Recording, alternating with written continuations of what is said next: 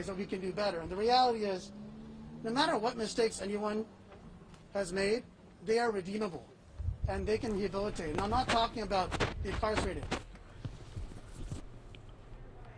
And welcome everyone here on News Now, coronavirusnow.com. We are starting our coverage here today on this Friday edition with some tape playback of President Trump just moments ago leaving the White House. He spoke to the media just for a little bit, about only a minute and 30 seconds before boarding Marine One. He's headed to Florida today with a lot on his schedule. Let's hear the president first, and then I'll get into his schedule in just a little bit.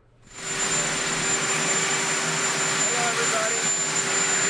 So we're going to Miami. We're going to different parts of Florida today. We'll be back at about 11 o'clock tonight.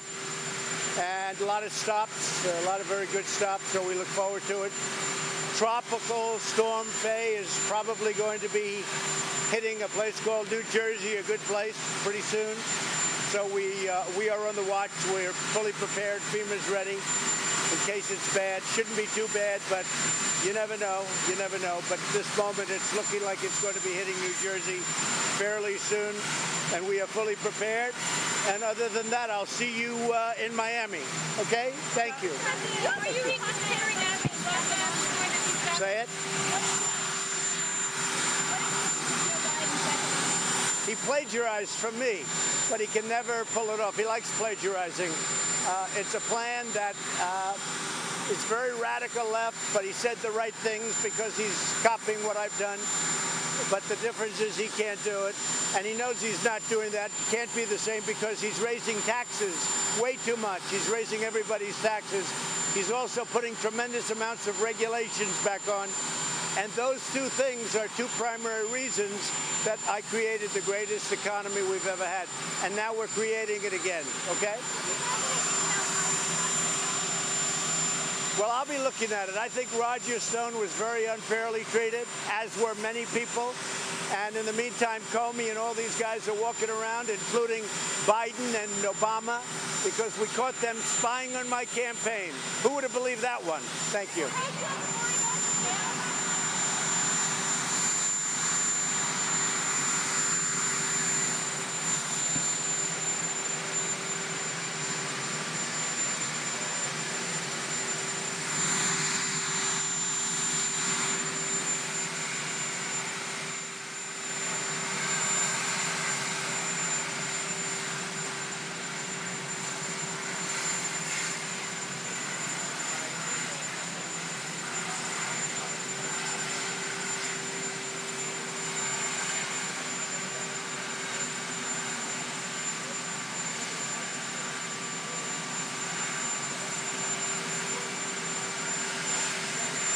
Do we want to bus this to go feed it, or doesn't that unfortunately? Okay.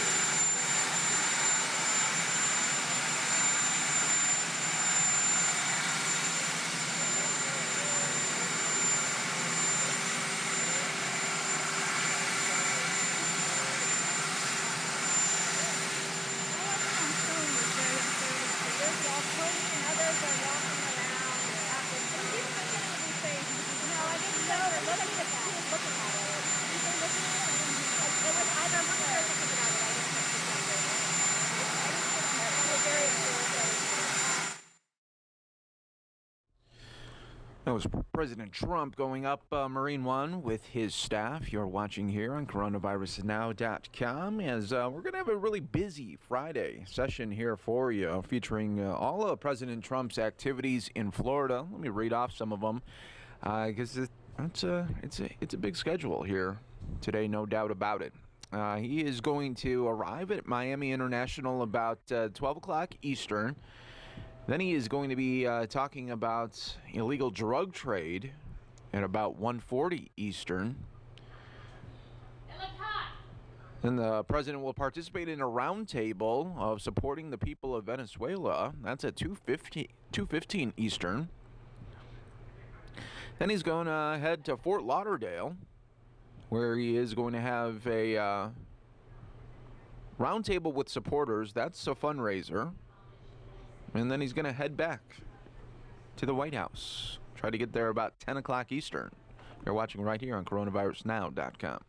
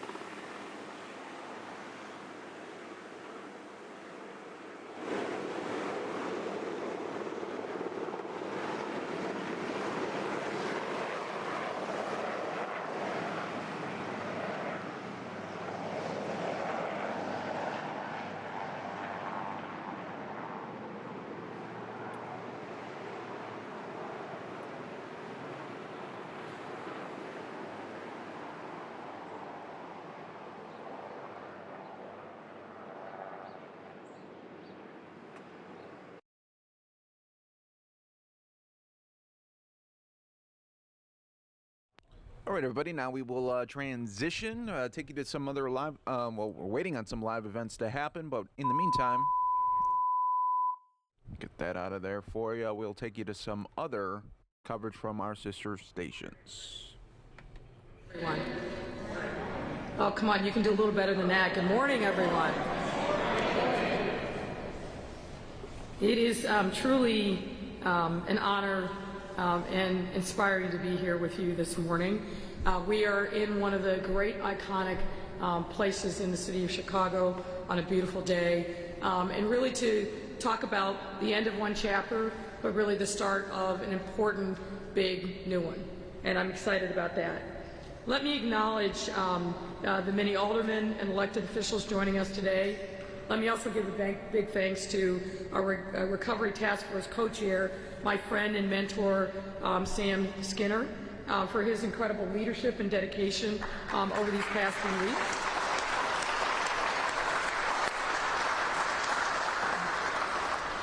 Let's also thank our 16 committee co-chairs, as well as the more than 150 Recovery Task Force members and contributors who devoted their time, energy, and expertise to putting our great city on a path forward from this unprecedented, multifaceted crisis.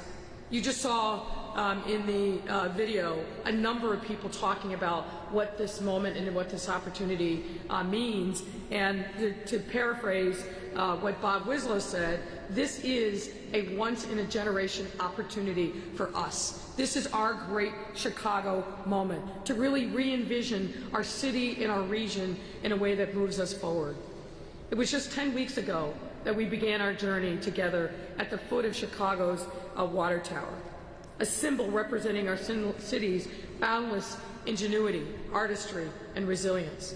It's a landmark in the truest sense of the word because it was from there, following the Great Chicago Fire, that our fellow Chicagoans embarked on a new beginning of recovery, rebuilding, and growth that made us the magnificent global city today.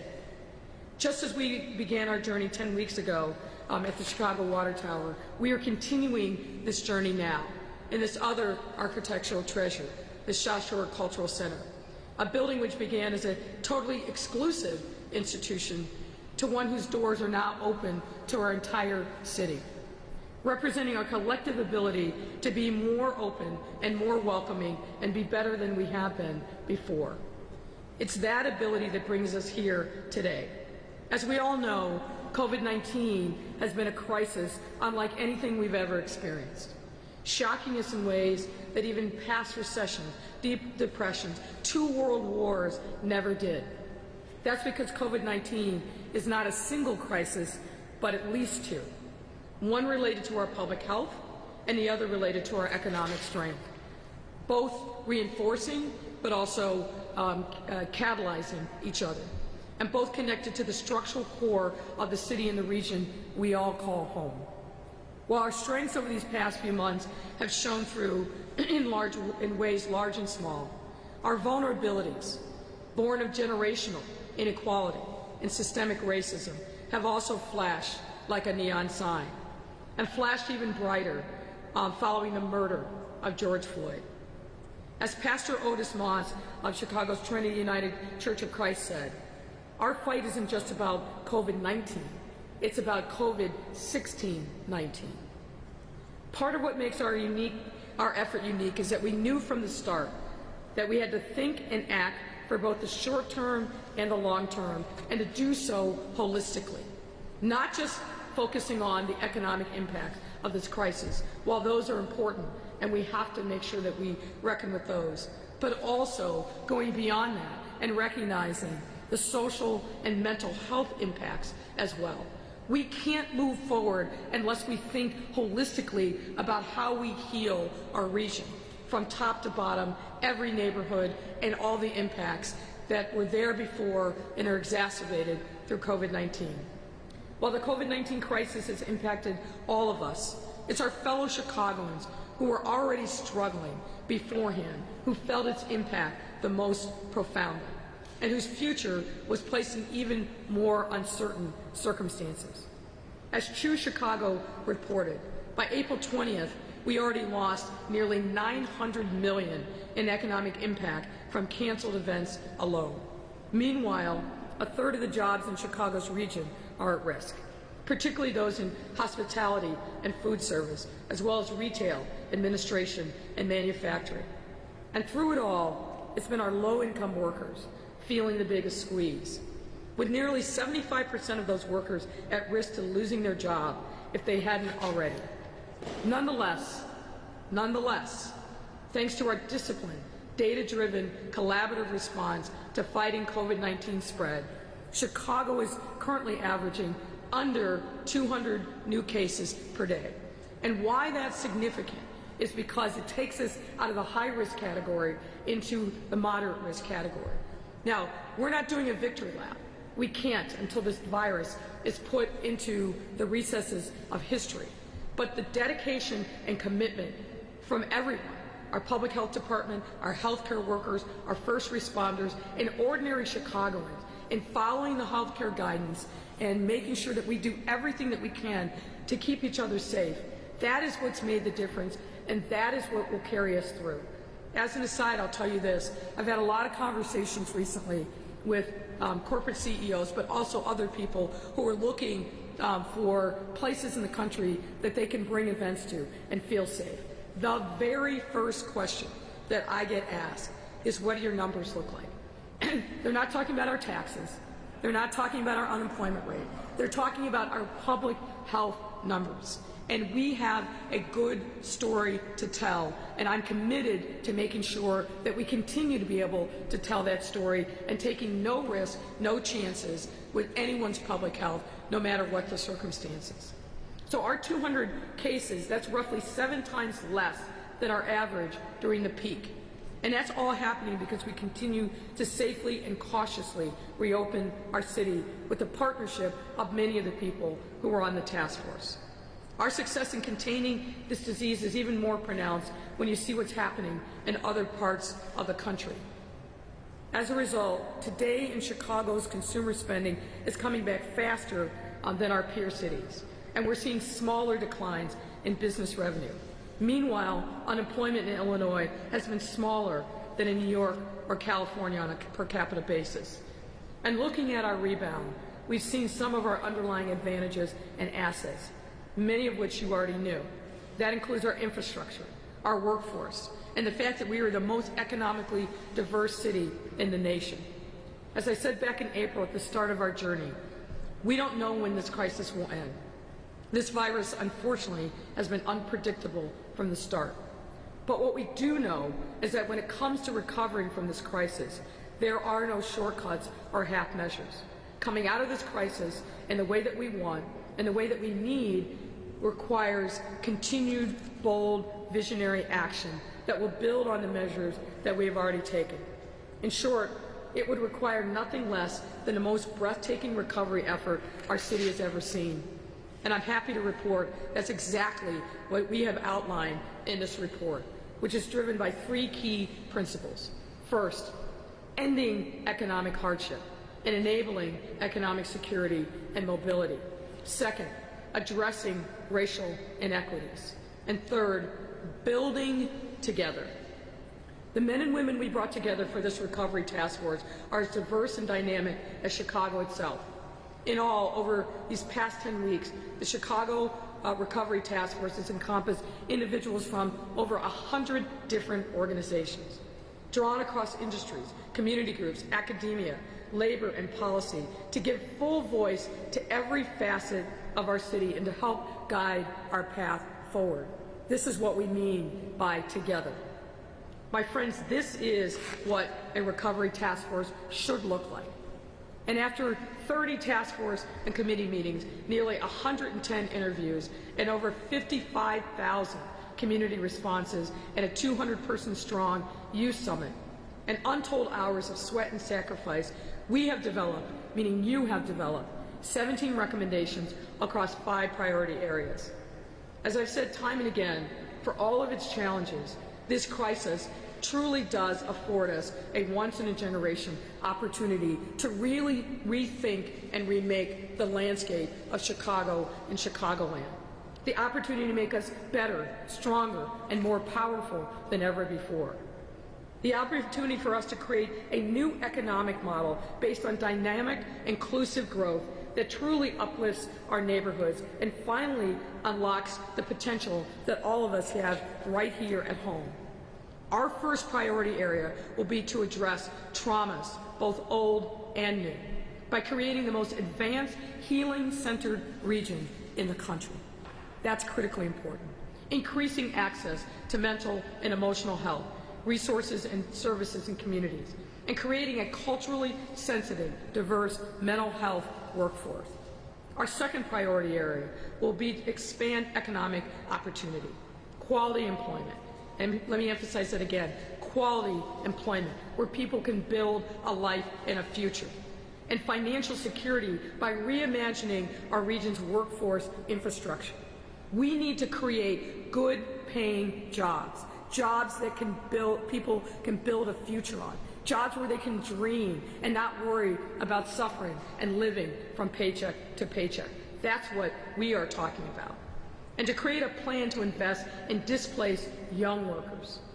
We need to make sure that Black and brown young men recognize that their life's journey doesn't have to end at a corner, that it can and must end at college or career. That's critically important for us to really build a healthy, vibrant community that deals everybody in to the prosperity of this great city. We'll also be increasing ownership and employment for Black and brown residents in the region's contracting and construction industry. And let me just say this, there's a lot that's been done, and I know that our unions and our trades are committed. But my friends, now is the time where you must step up. Talk is not enough. Actions, concrete, measurable, transparent actions to create entryways and economic progress for Black and brown members in the trades is going to be critically important for our region and our city to be able to move forward. And I'm committed to making that happen, and I hope to have partnership from the unions in this effort. We'll be creating the most vibrant small and medium-sized businesses and Black and brown and women-owned businesses in America. And we will expand relief programs and pilot innovative approaches to improve and strengthen the social safety net.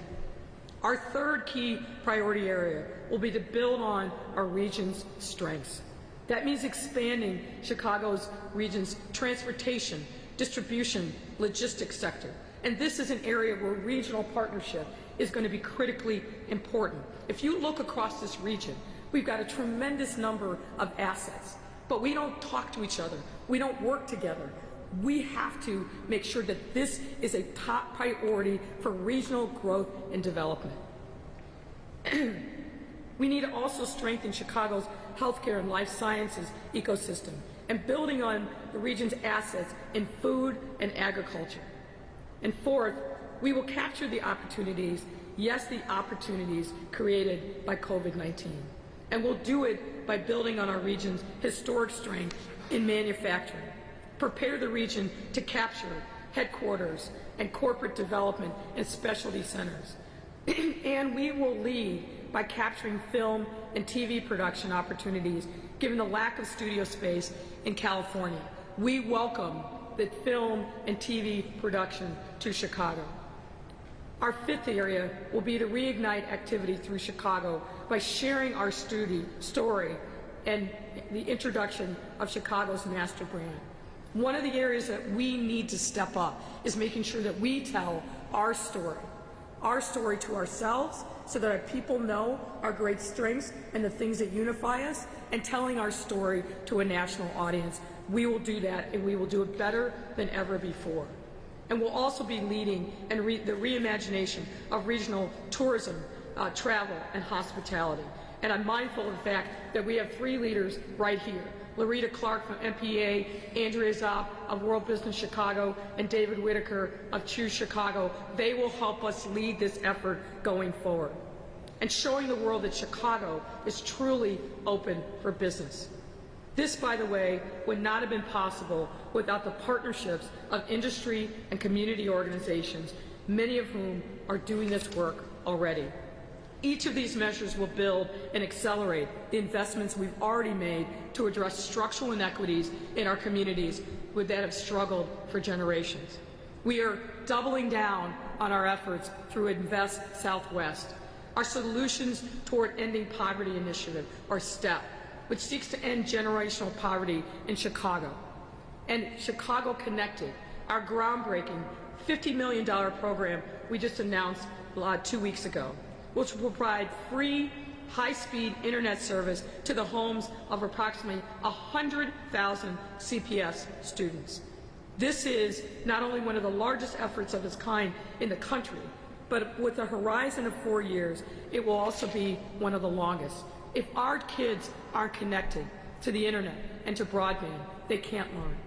If our kids are not connected to broadband in the internet, they can't dream the way that they should. They can't find the future that awaits them. And this initiative will make sure that we eliminate the digital divide once and for all. There's no denying that we still have a long way to go with COVID-19, and there will continue to be difficult days ahead. But I'm not worried about that now because I've experienced who we are as a city, and I've seen who we can be. Thanks to your work We are now able to double down on our mission of building a new Chicago that will not only serve as a model of how cities can not only recover from the COVID-19 crisis, but use recovery as a driver for growth that leverages their advantages and reimagines who we are. We need to strike now while this opportunity exists. These moments of recovery and reimagination don't come often along. We have a sense of urgency and a sense of mission that we need to take advantage of and leverage to our benefit. We need the partnership of our corporate friends and neighbors in this effort. And for those that are serious about helping to solve structural inequities in our city, call us. We need your help, and there's opportunity there as well. We are ready to partner with you. I want to personally thank all of you from the bottom of my heart for this incredible effort. And I would be remiss if I also didn't thank my own team that has been working tirelessly on this effort. Deputy Mayor Samir Mayakar, Katie Leone, his deputy, and so many others that have contributed to this effort. This truly has been one of the most collaborative, I think, and special moments in our city's recent history, where we have all come together, making sure that we are listening and that we're building on each other's strengths, but also being clear-eyed about the challenges that lie ahead of us. If we do this right, and I'm committed to making sure that we do, this will be this kind of transformation that generations from now will be talking about as the second Chicago Renaissance. This is our moment. This is our opportunity to really rise to the occasion, and I'm excited about the work ahead. This report, your work, will not be relegated to a shelf. We are going to make it live. We are going to be true to the work and the challenges that you have put forward for us, and I'm excited about leading this opportunity and reporting back to you on a regular basis about what we've been doing. So thank you very much, and I invite you to join me in welcoming Committee Co-Chair Roberto Herencia of Byline Bank, who's been a great partner for us. Roberto, please come to the podium. Thank you very much.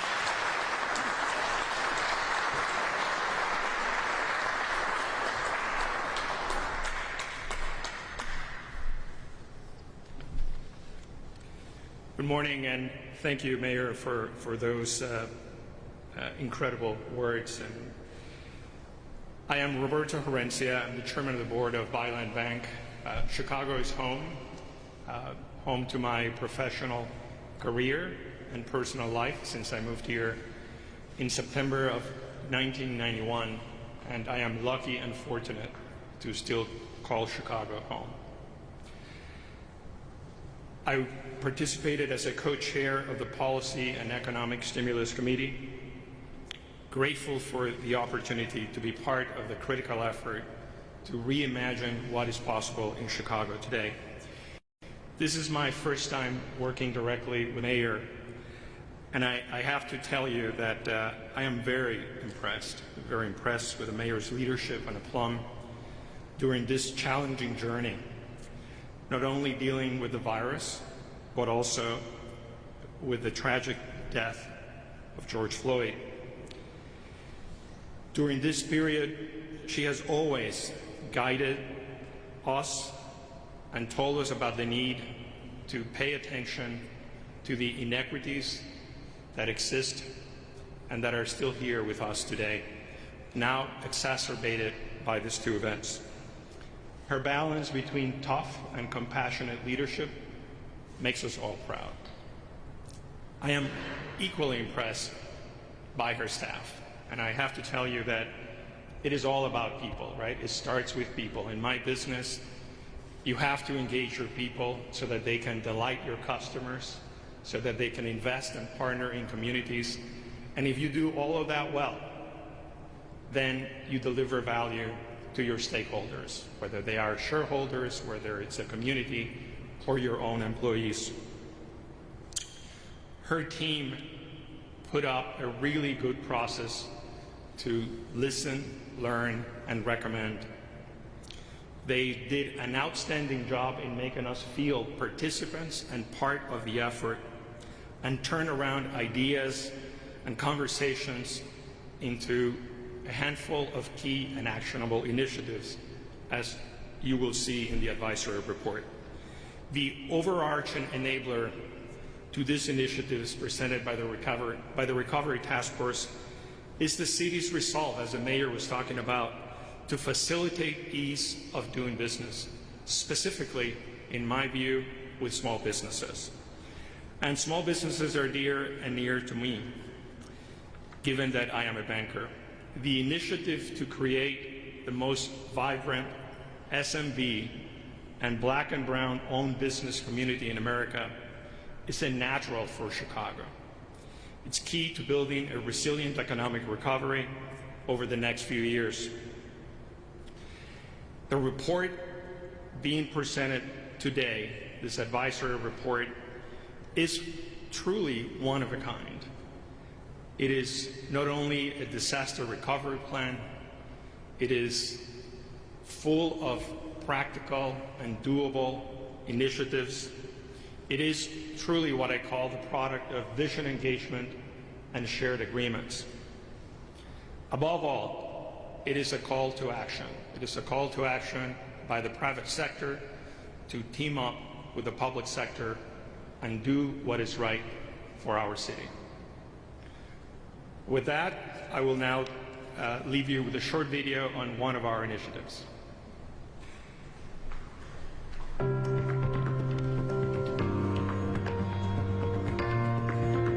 The recommendation is to capture film and production opportunities for the city of Chicago, given the lack of production space in California. I think it's most relevant for the city of Chicago today because it takes opportunities for our city into neighborhoods where we have large warehouses or other big spaces that can be used as production facilities, and it has a follow-on effect in terms of other industries, from catering to drivers, all sorts of security, all sorts of other industries can thrive as a result of more production in Chicago. I hope the outcome will be that Chicago can become a hub for the film and television industry and become an outpost that perhaps people hadn't thought of before, that ultimately creates a whole new industry for our city.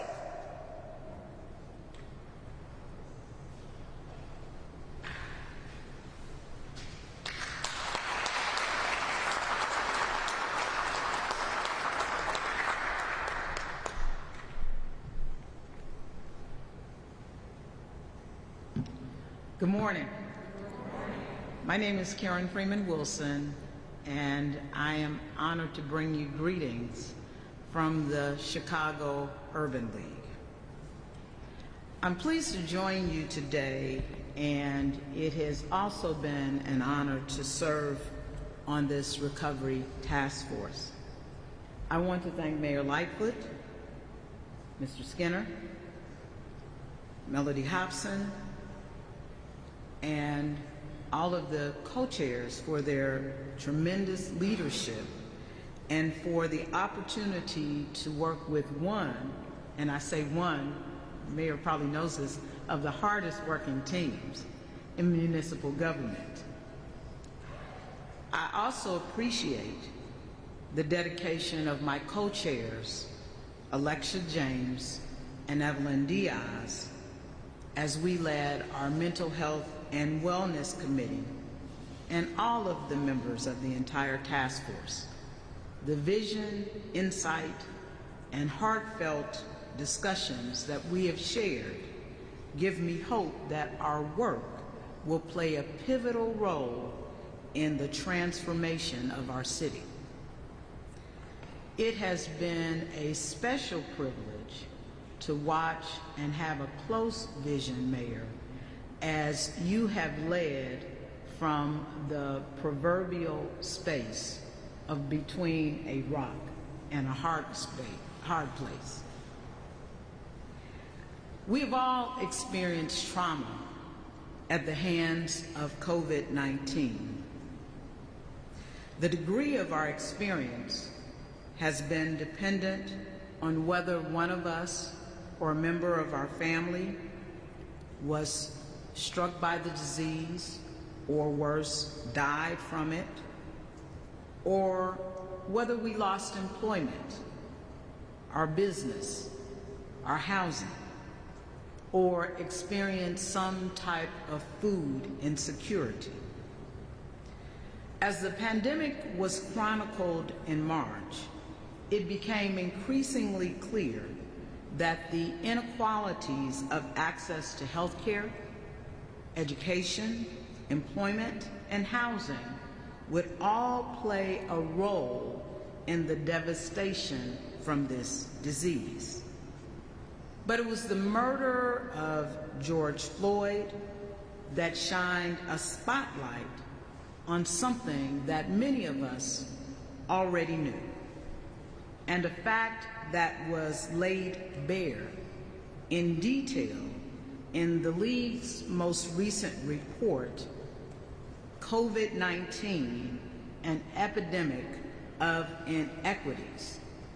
And that fact was that institutional racism made Black and brown people at a greater risk of suffering more from COVID-19 before the disease even had a name. And so as our work evolved as a task force, we saw an opportunity to not only create a recovery plan, but a long-lasting transformation plan that would make access to culturally competent mental health services a way of life, and a plan that recognizes that wellness is inextricably linked to health, my ability to provide for my family, and my sense of safety and security. Now, there are some of us who take these aspects of life for granted, but there are far too many of us in Black and brown communities and in communities throughout this city that find these basic tenets of life elusive. On June 19th, we celebrated freedom from the last slaves who were held captive after the Emancipation Proclamation. Last week, we celebrated Independence Day. Both days are reflective of symbolic speeches that count on individuals to bring those words from the paper into action. That is not something that the mayor, the governor, alderman, or any other elected official can do alone. That is not something that lies at the feet of community-based organizations like the Urban League or Grow Greater Inglewood. It's not something that we can depend solely on our institutions of faith to deliver. It is not even something that corporate America or philanthropy with their resources can deliver. As we work to ensure that every community sees the promise of this report and the speeches that I talked about earlier, it is something that will require all of us to move forward together. That is our challenge, but yes, Mayor, that is also our opportunity. Earlier, I was thinking about how devastating this disease has been for so many of us. And I was also thinking about the difficulty of the time that we have experienced together since the murder of George Floyd. But I also thought about the opportunity that it has created for us as individuals to reflect, to spend time with our families, to try out new recipes, and to do all of those things that we've been able to enjoy since sheltering in place. And that is representative of the opportunity that we have coming out of COVID-19, the pandemic, and the epidemic of institutional racism. And we can only achieve that if we do this and move forward together. Thank you for the opportunity to serve. At this time, you will see a video that represents one of the recommendations of our subcommittee.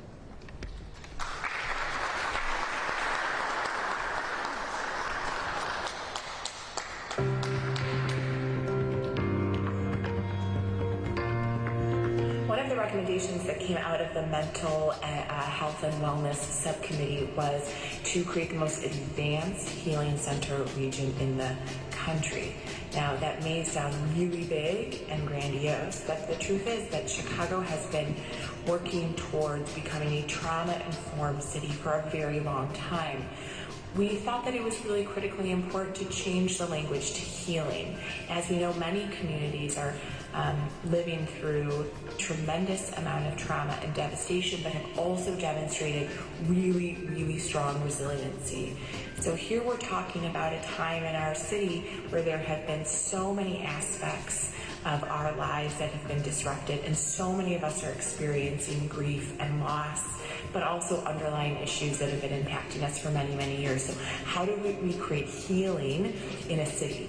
Well, the way that we have talked about it is by looking at all different systems: workforce, school, faith-based organizations, community organizations, and really think about how do we leverage these groups, how do we offer them training, how do we offer them the experience to engage with community in a more meaningful way, and how do we prioritize mental health accessibility so that people feel that it's easy to do. And finally, how do we use this opportunity to really coordinate services? Chicago is a city that is full of amazing providers, amazing faith-based leaders and outreach workers, people doing incredible work. What we need to do is have everyone come together so we can jointly help to heal our city.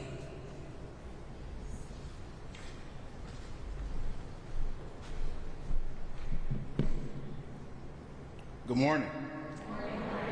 Good morning. It's Thursday.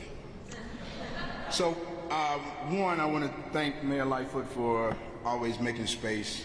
And I also want to thank Richard Edelman and Sandra Missick, who are also the co-chairs of our subcommittee on marketing and small business development. The committee, and I also want to acknowledge our Alderman Harrison. And I want to just take this time to center us here and where we are today in South Shore. You know, this is my beloved hood. And we are in the People's Palace. And there's a great history here that was fought and paid for as an ongoing example of sweat and tears of when we come together, we win. All of us who now are able to share this exquisite expression of nature, you know, our lakefront, Chicago. And these last several weeks, they have been extraordinary. It's been super extraordinary. What a first year on the job. I mean, for our city, for our country, for the world. A pandemic, an ongoing uprising for justice, and of course the ongoing bloodshed in our streets caused not just by poverty, but by the malice and viciousness of racism. What feels like for many of us in the black community a slow-moving genocide plaguing most of us, killing us, and moving us and driving us out. And that must end. That must end. And for many black residents at this time, there's a call for reparations and reconciliation, a new deal. And that was the ground in which I was able to bring that voice to this work, to this committee. And as it stands as a debt to my ancestors and to the village that raised me right here at the Country Club, if you still call it. And it brought that work to the Marketing and Small Business Development Committee. But I also want to share that there was a common ground across the committees, is that we couldn't continue the way that things were. The recommendation that we submitted as a committee was to build and support an infrastructure that would allow for our great neighborhoods from South Shore to Austin to not just survive, but to thrive. In fact, thrival, which I have to give a nod to Amanda Williams and Andres Hernandez around thriving. We need our neighborhoods to be in thrival mode. So, the cultural richness that is Chicago's neighborhoods is an asset that we have not thoroughly invested in yet. By leveraging the unique cultural tapestry that can allow for more Chicagoans to just see Chicago, but also those who are visiting our great city to see Chicago, and to soak up the rich vibrancy that is just so shy. It will be a driver to produce more small businesses and jobs, much needed jobs. We all know that the backbone of our economy are through small businesses. So we need jobs and shared ownership. Let Chicago lead the way around cooperative economic models and community wealth building in our neighborhoods. The neighborhood hubs is one of the other suggestions that we have in our recommendations.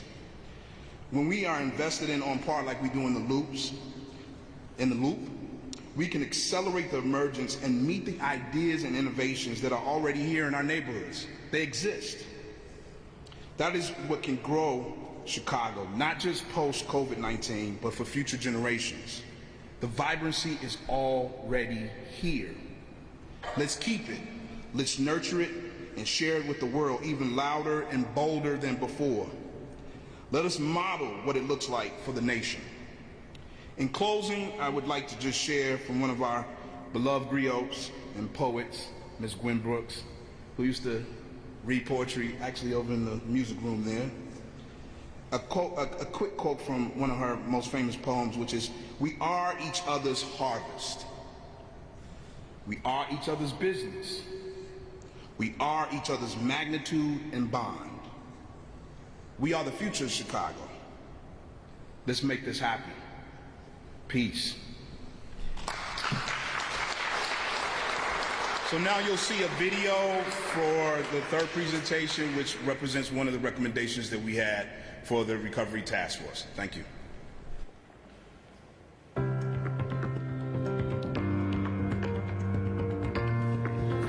One of our recommendations is to lead the reimagination of tourism, travel, and hospitality by developing new partnerships between Choose Chicago and local tourism agencies, by using that network to build public confidence in travel and transportation, and finally, by creating a health checklist for businesses and attractions throughout the city.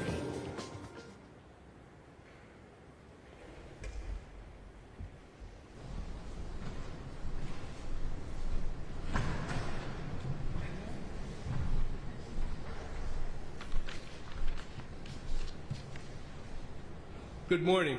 I'd like to, first of all, thank the mayor for bringing me in and making the opportunity to be part of this task force.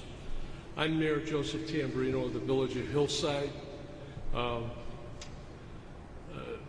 chairman of the Metropolitan Mayor's Caucus, which is a partnership that exists of 285 mayors and village presidents in the Chicago region, the whole area. I am also honored to serve as co-chair of this regional coordination working group, the regional task force. On behalf of the elected leaders from throughout the Chicago area, I would like to thank Mayor Lightfoot for having the foresight to ensure that the planning process includes the regional government and a regional perspective to that end. My working group was comprised of aldermen from the city of Chicago, suburban mayors, county board chairmen, leaders in the Illinois General Assembly. A great cross-section to talk about what we need to do and how we want to see this happen. There was no question among the members of the group that we needed one another if our region is going to survive and thrive in the future and really move forward. What I mean by this is the suburbs need Chicago. We need to have a strong central city. The city, in turn, needs the suburbs to be viable as they can possibly be. There is no question in our view that we can create a better place for our collective residents to live, to work in the city and suburbs and collaborate in the region, as opposed to us working independently and individually. This is a time that we all had to be together. There's no two ways about that. This was the lens for which our regional coordination working group viewed the ideas and initiatives to review over these last several weeks and many, many conversations.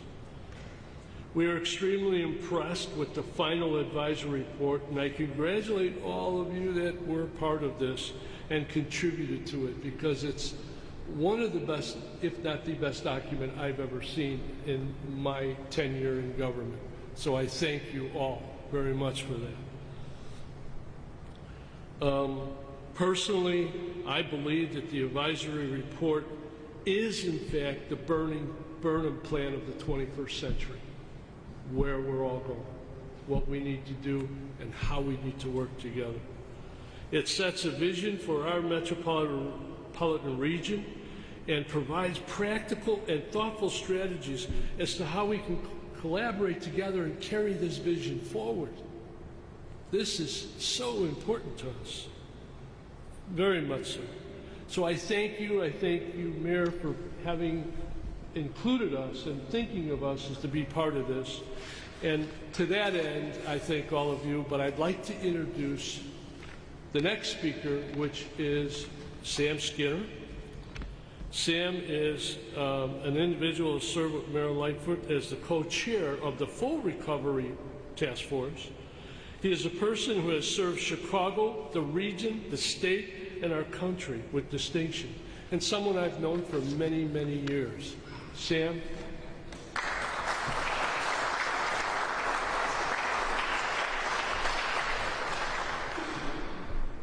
I always said I don't want to follow Mayor Lightfoot as a speaker. I'll be at the end, that's great.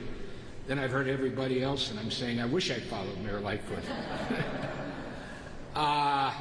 This is really a labor of love. I'm not going to tell Mayor Lightfoot she's one of the best I've ever worked with.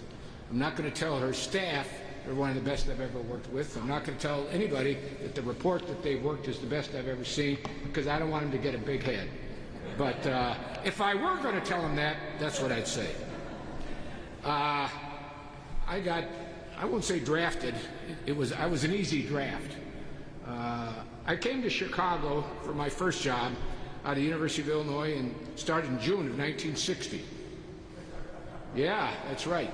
I was born in Chicago too, but after graduating from the University of Illinois, I went to the 618 South Michigan Avenue, and that's when I really fell in love with Chicago.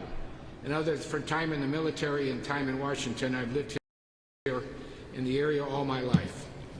And good morning, everyone. I want to thank you, first of all, for coming here this morning as I give some updates on on COVID-19 here in Prince George's County. I will also provide an update regarding our police reforms and our search for a new police chief, and so I'll give you some information about that as well as we go through our press conference. I want to thank Dr. Carter, as always, and the health done a phenomenal job during this entire crisis. They have made significant sacrifices and had a really tall task. But I want to say thank you so much to Dr. Carter for his commitment and compassion. We are doing much better, and you'll hear a lot about that today. I am excited not only to speak with you about about COVID-19 and how our county is faring, but mostly I'm excited to talk with you about our recovery. Even in the early stages of this, we are seeing that Prince George's County is showing signs of positive growth. We are doing all that we can to foster growth during this time, and I want to share with you the steps that we're taking to make sure that Prince George's County does, as I promised at the beginning of this, and that is to emerge even stronger than we started. As of today, we have 19,776 positive cases of COVID-19 in our county, and 692 of our residents have lost their lives to this virus. I don't have to tell you what that means for us. 19,000 people and close to 700 of our residents have lost their lives to this virus since March. It's personal. It always has been for us. And so we really continue to pray for those who are grieving. There are so many in our county who continue to grieve. There are many who have suffered and continue to suffer, and we want to continue to offer our thoughts and prayers and let them know that we're working as hard as we can to make sure that we stop the spread of this virus. But I should also tell you that even as we will continue to support those who are grieving and suffering, that we are really grateful that a great number of our residents are recovering. They're making full recoveries. They are doing very well. And so we are really, really grateful for that. And we are grateful for the sacrifices of Prince Georgians who have sacrificed so greatly and who've done so beautiful to make sure that we have stopped the spread of COVID or limited the spread of COVID-19 in our community. Countywide, through our health department, our hospitals, and other private entities, I want you to know that we conducted 10,000 COVID-19 tests during the week of June 21st.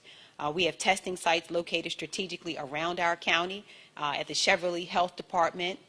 Many of you have been there. The Laurel Beltsville Senior Center, Prince George's Sports and Learning Center Complex, the Rolling Crest Chillum Community Center. And in the next 2 weeks, we will open an additional testing location at the Leonard Dyer Regional Health Center in Clinton, Maryland, to provide even more access for our residents in South County. While we've been testing around 10,000 people per week countywide, we also have the capacity to test more. And so we really are pleased with how far we've come. Our health department has worked especially hard to make sure that those tests are now available without an appointment, and that we have individuals who are able to be tested who are asymptomatic. This is extremely important to us. Our COVID-19 positivity rate has continued to decline and from its all-time high of 43% during the week of April 19th and during the week of June 28th. Preliminary data shows only 6.5% of our COVID tests have come back positive. This is astonishing. The actions that we have taken as a county government as well as the community has really helped to flatten the curve. That is a phenomenal recovery that the county has made. We are not done yet, but I do want to say once again the Prince Georgians have been phenomenal in making sure that we saw that decline in the spread of this virus from 43% to 6% is really, really significant. When COVID-19 started in the community, we were very, very concerned. We remain very concerned. And I want to be clear about something. We were hit hard, but it was not because we are a majority black county. I've unfortunately heard that said. It is not true. COVID-19 is not a pre-existing condition, or is not also because we're a large Latino population, or because we somehow disregarded the safety precautions. None of those things are true. Instead, what we know is that our community is dense and urban. We house one of the largest segments of the federal workforce, along with a good number of our residents are essential workers who had to go to work when everyone else was able to stay home. And thousands of people visit Prince George's County every day. We have data from the University of Maryland, College Park, that showed us not only do we have an inordinate amount of people who come in and out of Prince George's County every day, but their data showed us as well that we were in the top 3% in terms of social distancing in the country.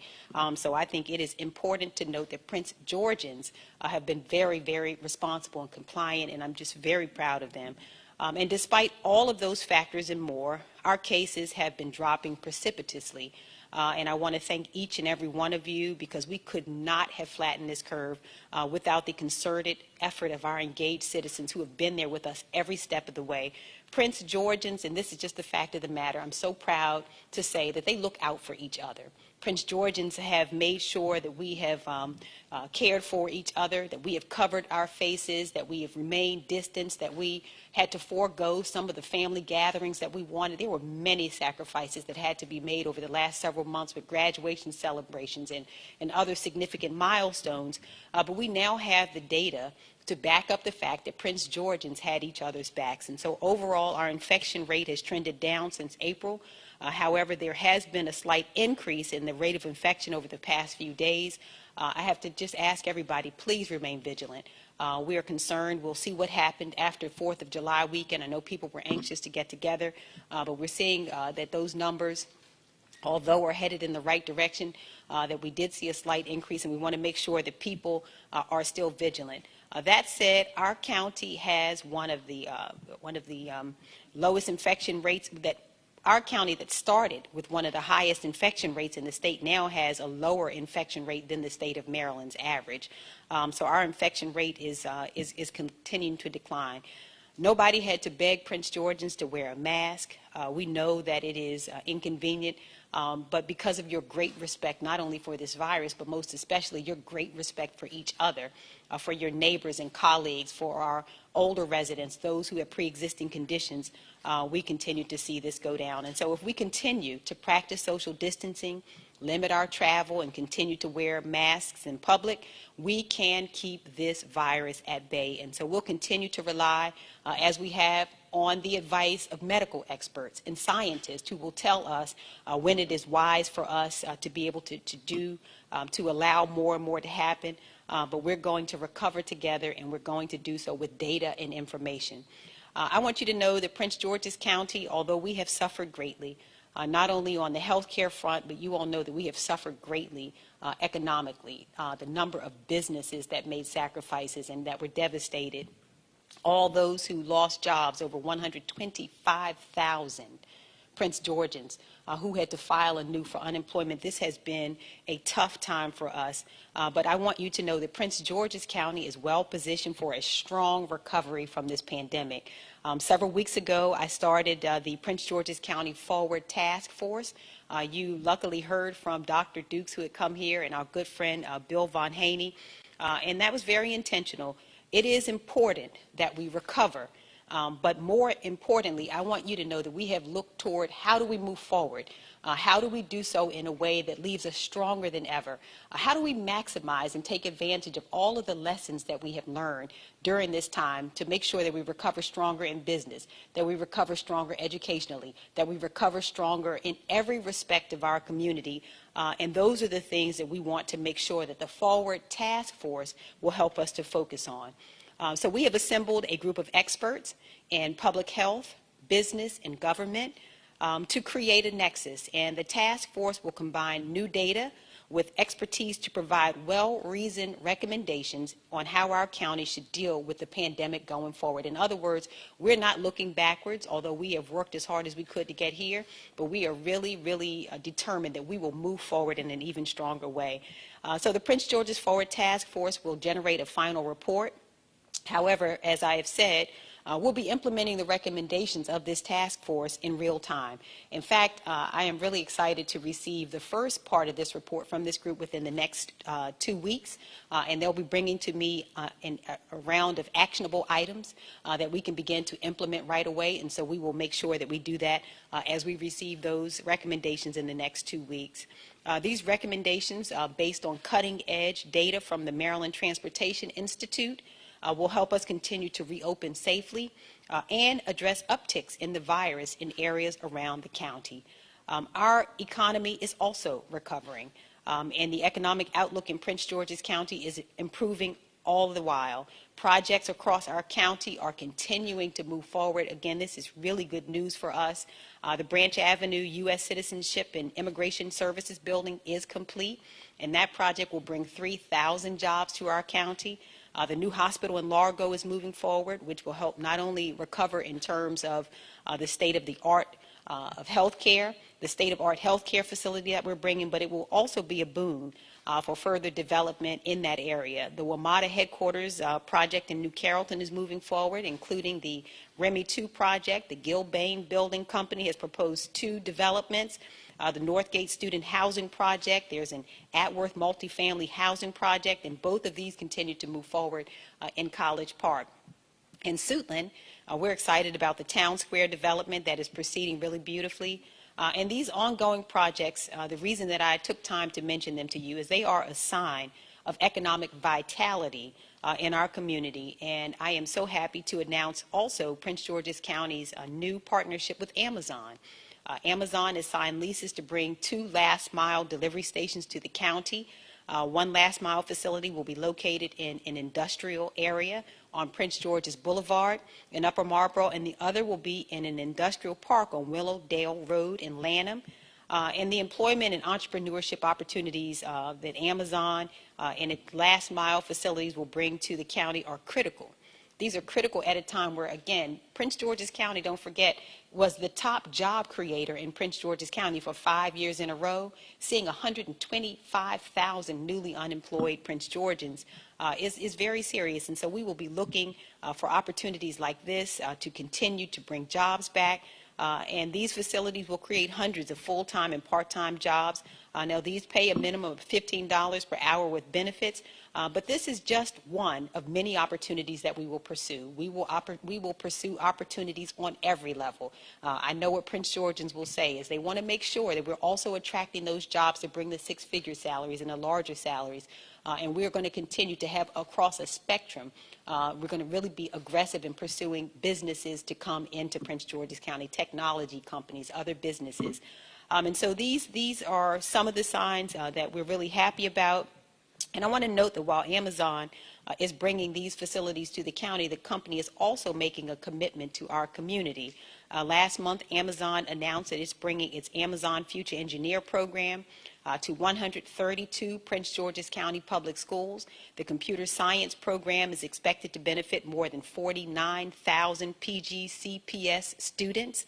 And all of these projects that I touched on indicate that our community is in a strong economic position for the future. But don't just take my word for it. Despite the economic impact that we have seen, we were really proud to walk away with yet again a perfect credit score, meaning all three of the financial rating agencies, Fitch, Moody's, and Standard & Poor's, have maintained the county's AAA bond rating and stable economic outlook. And Prince George's remains the economic engine in the state and region. Our new projects and these ratings show us that we are well positioned for a strong recovery. Recovery means changes for our county, and I should tell you, we are under no illusion. We are in tough times. We are in very tough times, but I know Prince Georgians are even tougher, and we're going to continue to forge forward together. And so recovery means that we want to continue to restore many of the services for our residents. I've been hearing Prince Georgians, as I mentioned to you, spring clean like nobody's business. And so I kept hearing from residents that we needed to get those bulky trash services out to them because of their spring cleaning, and we have the most beautiful homes in the state right now. And so I want to remind you that we did return those bulky trash services. They've been available since June 11th. We've been rotating our schedule to drop off locations in the nine councilmatic districts throughout the county, allowing residents to stop by and drop off bulky trash items that they may need to dispose of. And we did that really out of care and concern for our employees. We set up those stations, but we still want to make sure that even as we continue to operate and to provide services, that we do so with the fact in mind that these are still our loved ones who are providing the services, and we want to keep them safe. And so we hope to begin taking bulky trash pickups through 311 by the end of this month. We are finalizing safety precautions that must be in place to safely handle the items that will be brought out of people's homes and businesses. We want to make sure that our employees will be safe. I want to reiterate something because I saw some notes saying, well, when will the county government open? Well, guess what? We've been open all along. So we've remained open for business. Even though this pandemic arrived, we have just adjusted the way that we have done business. A large percentage of our county workforce is continuing to telework, and many of our services continue virtually. For example, the Department of Permitting, Inspections, and Enforcement is not only performing, but really at award-winning levels, performing virtual inspections under certain circumstances, and they have done a tremendous job. And most of our public-facing services are also continuing remotely. At the same time, we're making changes to our facilities as we bring some employees back to work. We're making social distancing preparations, marking our buildings, placing screens and requiring masks to help keep safe our employees. Finally, I want to go to two other items. We are continuing forward with our search for our new police chief. I just want to give you some brief information about that. We have retained the services of a preeminent public sector executive search firm that is highly skilled with the community, and they are known for their transparent search process. We're conducting a thorough national search for our next chief of police. This process will include input from internal stakeholders in the community, and I will soon issue a press release with information on how to access the community survey that we are generating, which will remain open for 30 days. We want the public to make sure you go in and take part in that survey. In addition, we will organize stakeholder meetings to gather input. Internally, we want to hear from our Police Reform Commission, the community, and other civil leaders. We will also hear from employee groups, unions, and department leadership. Because of COVID-19, these meetings, of course, will be conducted virtually, but it is our intention to touch every part of our community as we go through this process, and again, to make the process transparent and to make sure that everybody understands where we are in it. In addition to these changes, last week we launched the Police Reform Commission. The commission is made up of community advocates and public officials who will develop insightful recommendations and help our police department truly continue to become a model for our nation. They will also provide valuable insight on our search for a new police chief. We've made important strides as a community to build a responsive, transparent, and accountable police department. But we recognize that there is still more work to be done and to address the issues that are present in our police department. And I want you to know we're excited about that work, excited about any opportunity to continue to make Prince George's County strong, and that is throughout government, police department, and the rest of our departments. So we're really excited and looking forward to the work of the commission that is comprised of residents and public officials with relevant specialties and backgrounds on the issues of policing and police reform. It will be co-chaired by two dynamic individuals, our Prince George's County Circuit Court retired Judge Maureen Lamazny, as well as Delegate Alonzo Washington. And so we are really, we've turned that commission over to two capable hands. They'll be working with this commission. And while we announced the members of the commission last week, we're adding additional members. One will be Bob Ross, the president of the Prince George's County chapter of the NAACP. And other new members include Jamilette Gutierrez, who is a former public defender in our county and currently serves as executive director of Amara Legal Center. And after a comprehensive study and review of our department, the commission will create a report, recommendation report, that I will receive no later than October 30th of this year, and I will use this report to begin to implement and to determine police department reforms. I just want to conclude by saying that these past few months, I get it, have been so difficult. But you know what? Now is the time for us to look forward. And what we know is that COVID-19, as we promised, will not have the final say, but it's not finished yet. And we must all continue to do our part. We've looked around the country, and we have already seen the danger of this virus. And I just want to urge Prince Georgians to continue doing what you have done to reduce the spread of the virus. Your efforts, your sacrifices, your diligence, your care, and your concern have certainly paid off. And as we continue to, as you continue to look out for each other, I want you to know that I will continue to look out for you, for your families, for your well-being, for our economic forecast, educational recovery, every area imaginable. I want you to know you just keep looking out for each other, and I promise that I will continue to look out for you. I again want to thank you for your hard work. I'm excited about the future of our county during this recovery, and I want to thank all of our employees who have been amazing in how nimble they have been and flexible they have been, who have worked so hard All right, even folks, during we this are pandemic. going to a live event I want to here, thank our going out essential to workers, South Carolina all of those who right stayed now, in where those grocery Governor stores Henry to make sure that we could McMaster be is fed, giving a and COVID-19 everyone update else who there. put their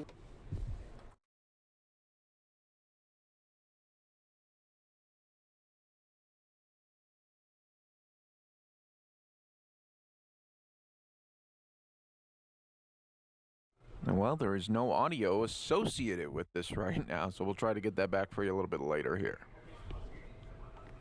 lives on the line to make sure that we could continue to live. So thank you, and I want to hand over at this point the microphone to Dr. Carter. Thank you all so much, everyone. God bless. Thank you, Madam County Exec. Good morning. Prince George's County is heading in the right direction when it comes to COVID-19, but we cannot be complacent. First, here's a closer look at our numbers right now. We continue to reduce our case curve. We've now had 8 consecutive weeks where the number of new cases per week has gone down. In the last week of June, 586 Prince Georgians tested positive for COVID-19. We've stayed below 1,000 new cases per week for about a month now. The county is seeing a steady reduction in how many of our community members die from COVID-19. Last week, 20 Prince Georgians lost their lives due to COVID-19 complications. In the last 2 months, the number of residents who've died from COVID-19 per week has decreased 74%. This is a great improvement, but keep in mind, COVID-19 is still one of our county's leading causes of death on a daily basis. The number of people hospitalized in the county due to COVID-19 continues to decline. Right now, all 4 hospital systems combined have 38 inpatients with COVID. This is down from a high of 262. Our hospitals have managed to stay below 70 COVID inpatients for the last 2 weeks. Meanwhile, roughly 60% of our ICU beds and our acute care beds are available at hospitals in the county. Our relationship and our communications with our hospital systems remain strong and very important. We're working together to monitor and maintain their capacity to care for patients with or without COVID, no matter how long COVID stays here, and that can be a while. As for testing, more than 10,000 tests are done for Prince George's County residents for COVID each week. So far, more than 100,000 tests have been done for county residents to date. Right now, 6.5% of those tested are positive. That positivity rate has steadily decreased for 10 weeks, resulting in an 85% reduction since April. All right, everybody. This is evidence that the health department and its partners. Wear your mask, wash your hands, keep that distance, follow those rules, and we'll get through this.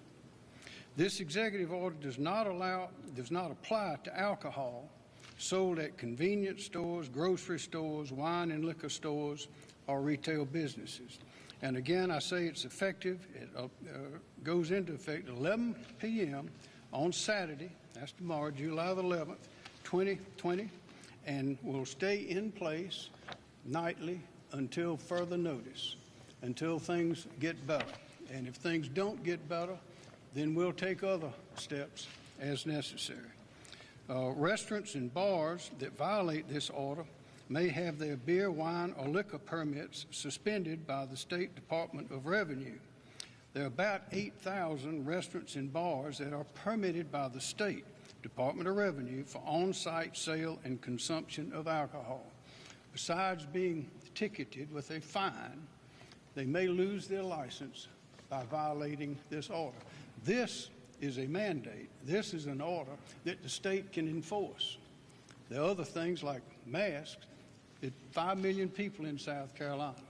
Our cities, our counties, they're taking action, local action for the local people. That's fine. But the state have very difficult trying to enforce a statewide mask order, and one size doesn't fit all. But this, with alcohol and beer after 11 o'clock at night, we can enforce this, and we will. And we intend to, and we believe that this will help in reducing the spread of this virus. Dr. Doobie from DHEC, please.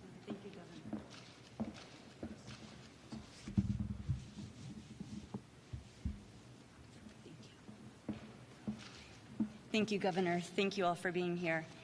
Good morning. As of today, 11,090 of the 50,458 confirmed coronavirus cases in South Carolina have occurred in people ages 21 to 30. This accounts for 22% of all the confirmed cases in the state. Of note, 15% of cases are 20 and under. Since June 1st, we've seen a 436.5% increase in newly reported COVID-19 cases in this 21 to 30 age group. 42% of all our COVID-19 cases have been reported within the past 2 weeks. Please think about that. Nearly half of the COVID-19 cases in the state of South Carolina have occurred in the past 2 weeks. And think about what those numbers are going to look like 2 weeks from now. if we continue to observe people not wearing masks and not socially distancing. These are just a few of the sobering facts about our current situation in South Carolina. We must all work together to get these escalating numbers under control. And I want to thank you all today for coming here wearing your masks. To do that, we need to avoid social activities that put us at greater risk for being exposed to this virus. And we need to focus on group settings where people congregate. The intent is to prevent local outbreaks that can affect large groups of people, who could then also spread the disease to others in our community, including those of us who are at most risk for severe illness and even death. We know it works. We know that wearing a face mask and maintaining social distancing are effective tools in preventing this deadly virus from spreading. We also recognize that South Carolinians are socially active and that we enjoy and we want to spend time outdoors, spend time with friends and family, and that's what makes South Carolina such a great state to live in, and one of the reasons I moved to this state just 3 months ago. But when engaging in certain social activities like eating or grabbing a drink out with friends, especially in enclosed indoor spaces, we are putting ourselves and others at greater risk of getting and spreading the virus. In these settings, people get close, they tend to talk louder over the music, and we know that this virus is spread really efficiently by people who are close to one another talking. The louder you talk, the more efficiently it's spread, for 15 minutes or longer. We understand, I understand, everyone is tired. We're looking for a way to get back to a more normal life. I myself would like that. While there is no way to ensure zero risk of infection, we encourage everyone to choose activities that are safer. Indoor spaces with less ventilation, where it might be harder to keep people apart, are more risky than outdoor spaces. Interacting without wearing cloth-based coverings also increases the risk. So consider working out at home, taking a walk by yourself or socially distanced with a friend, hike or ride your bike, go camping. You can get carry-out from a restaurant. You can enjoy virtual hangouts with friends and loved ones. You can draw a line in the sand at the beach and isolate yourself that 6-foot distance. You can take picnics, have picnics at a park, take a blanket, go with friends, have everybody take a blanket, have everybody bring their own food. There are things that we can do to enjoy everyday life while protecting ourselves and others. We must all take action. I am asking you all to take action, because if we don't avoid these risky social activities, if we don't social distance and we don't wear our masks, we will see more of our friends, our family members, and our loved ones become ill, become hospitalized, ventilated, and die. We must continue to work together to fight the spread of this disease. Thank you all very much. I'm going to turn this over to Director Powell.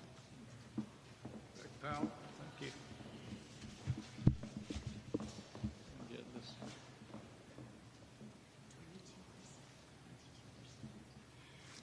Thank you. I think most of you all know that the Department of Revenue issues all the alcohol and beverage licenses out there. Generally, we have about 21,000 licenses that we are in control of. Now, what we're talking about today, as the governor stated, really applies to about 8,000 licenses. And these are what we call on-premise licenses. This is a license in which you can have beer, wine, or liquor on-premise. So the on is you drink it there.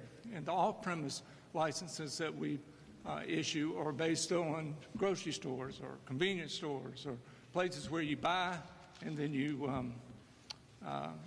buy and then you take it out. In regard to the enforcement of this, there's really nothing changing with what we do every day at the Department of Revenue. Now, what we're going to do is we work closely with SLED, and what we want to achieve is compliance. Compliance is never easy. Sometimes the businesses don't understand where we're going with this, but what we want to do is we always issue warnings. We're never going to go in, take a license away without a warning. So first, we'll warn, they won't have SLED come back in or local law enforcement and talk to them. If it gets down to the point that we need to actually revoke the license or temporarily suspend the license, we'll do that.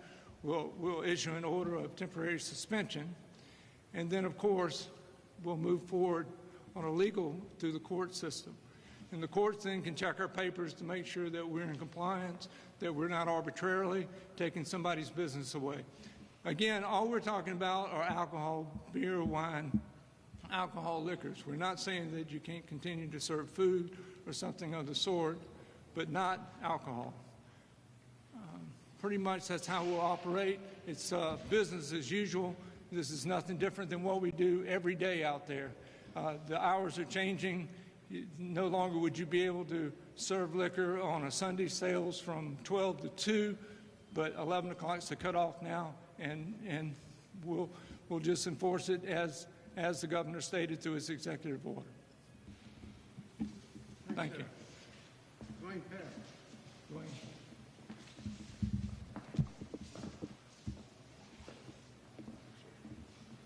Dwayne Parrish, Director of South Carolina Parks, Recreation, and Tourism. Tourism is a $24 billion industry for the state of South Carolina, and quite frankly, it adds to the quality of life for all South Carolinians and visitors alike. Recent news have hurt tourism in our comeback during this time. We employ over 225,000 people in our state, many of whom are still out of work. The recent national publicity around cases has hurt our industry's comeback.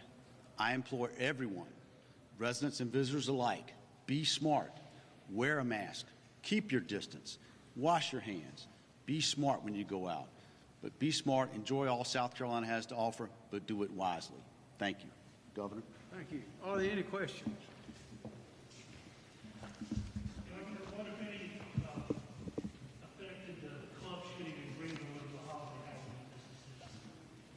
Well, that was an example of someone not following the rules. That club should not have been opened, and this, of course, will be another violation if that club comes back open and they violate this one. They'll be responsible for that as well. Yes, sir. Ma'am, excuse me.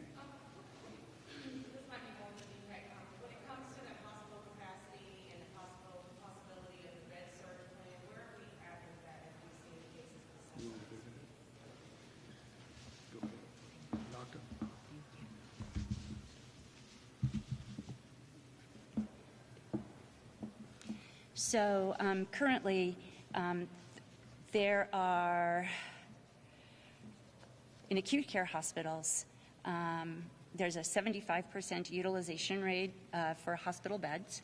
ICU beds, there's a 75% utilization rate. And ventilators, there is a 25% utilization rate. COVID patients hospitalized represent only less than 20% of inpatients, and COVID patients ventilated represent about 12% of those patients ventilated. So, so there does remain hospital capacity, and of course DHEC works closely with the Hospital Association and others on surge.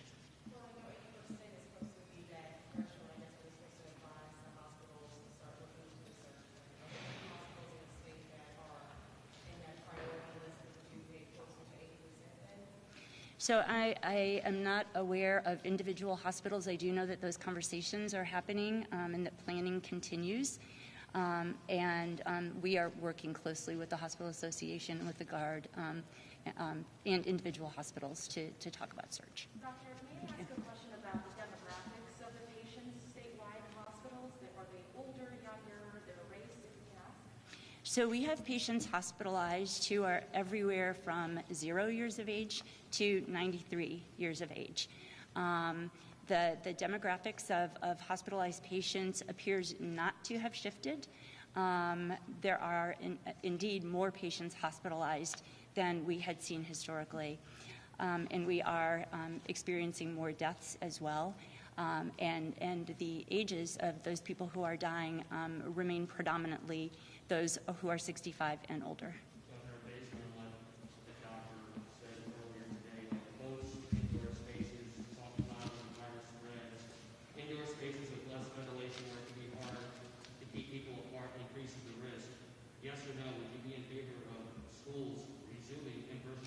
Yes.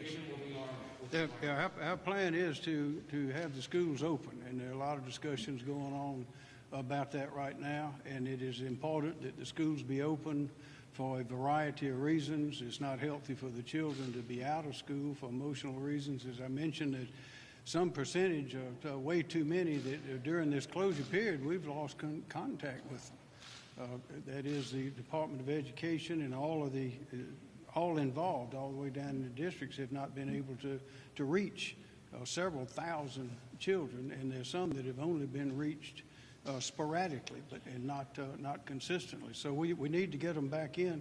People have to go to work. Parents have to go to work. The teachers want to go to work. Everybody wants to get the school started, but we have to be sure that we're doing so safely. What we may have is a situation where if there are some parents who are very concerned about sending their child to school, that some arrangements can be made. But we intend to open the schools, and we're making plans in that direction now. I wanted to mention something that Dr. Duvey touched on for a moment, and that is that the information we received recently, there are some hospitals, particularly in the Grand Strand area, that are higher than the average. But one thing but we do have a plan, as you know, with working with the National Guard and others, that we're getting ready to stand up earlier when the surge did not appear when we thought it would. But that plan is still very active and is ready to go at any time to provide auxiliary space for the less sick patients that need to come to the hospitals. And it's quite a logistic plan, and we're confident that that'll work. We don't think we've gotten to that point yet. But one problem that we are seeing is a shortage of staff people to work in the hospital, of nurses and others, because a lot of they don't get sick at the hospitals, we think, but they get sick outside of the hospital.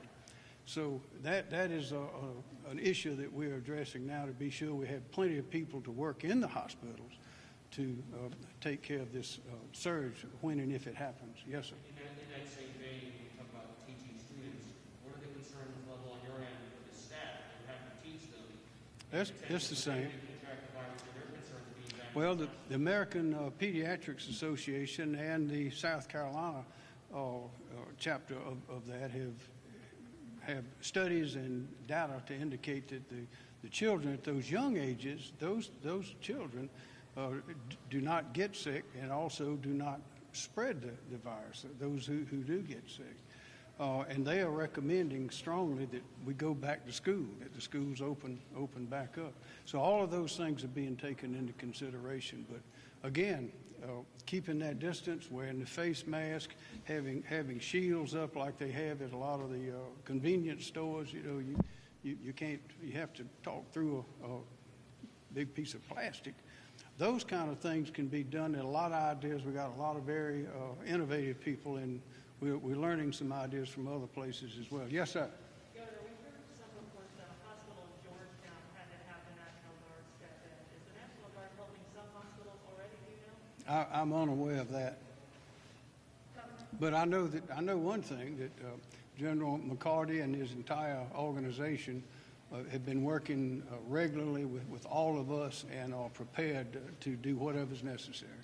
Governor, yes, ma'am. Some calls from concerned viewers saying that that you've been going out to these bars and restaurants at night, and a lot of these younger people were not wearing masks. They would ask them to wear masks, and they'd say, "No, I'm young. I can beat the coronavirus. I have what it takes to beat it."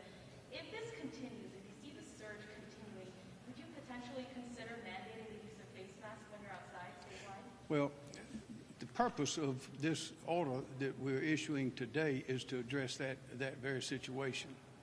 And we believe that it will have a good positive impact, if only to remind people how dangerous this situation is. But we think that as a practical matter, it will eliminate a lot of the congregation and the close contact that we know goes on.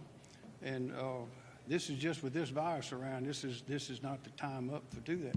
But again, to issue a statewide mandate to be enforced by statewide authorities is impractical to do.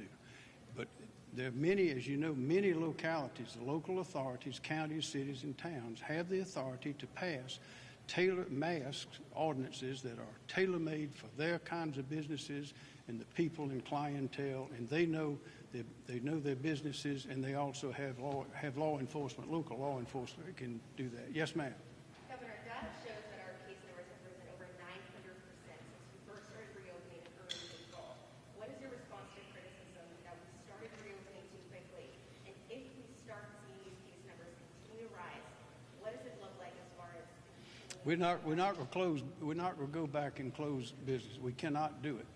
As you know, the federal government has been taking tax money and sending it to help us with the uninsured unemployment insurance, as well as grants and loans in many varieties.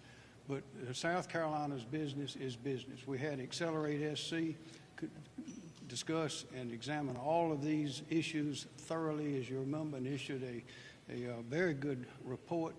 And we know that we must go to work. We cannot shut down. But at the same time, we know this disease better than we did before. We're learning things more and more about it. And we know that it can be controlled if we wear that mask, wash your hands, keep the social distance, be smart, be courteous, be careful. But wear the mask, keep that distance. We've said it 100 times, and we're saying it again today, and we are going to this order today. We think will be a help.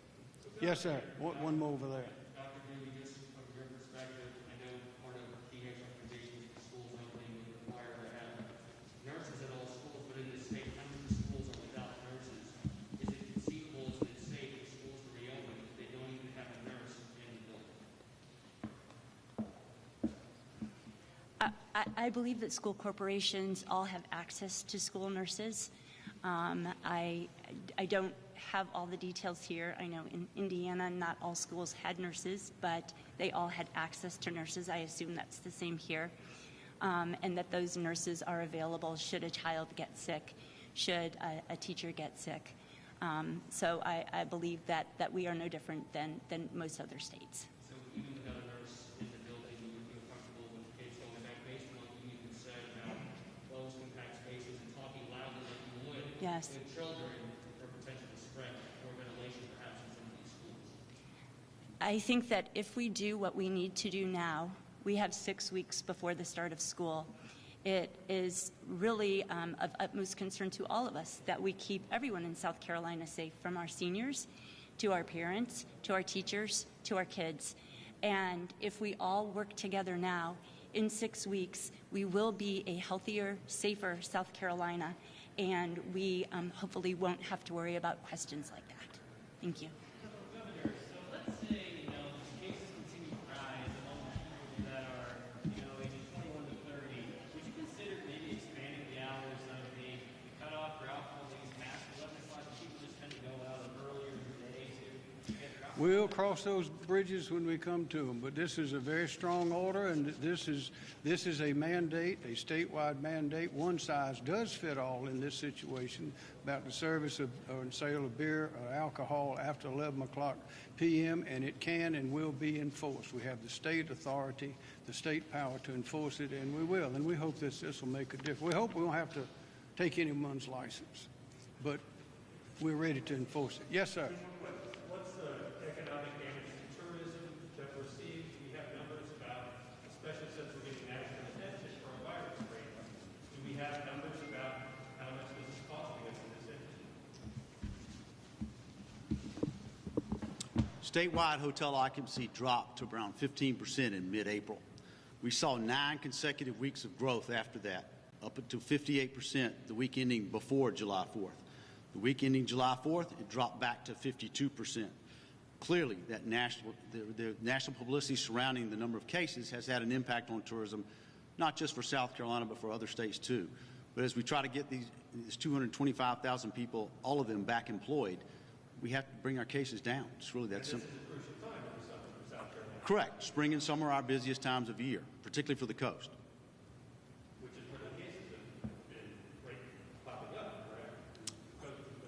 I would defer to Dr. Duvay for where the cases are, but yes, there have been some indications that they're higher on the coast. Governor, since you first started asking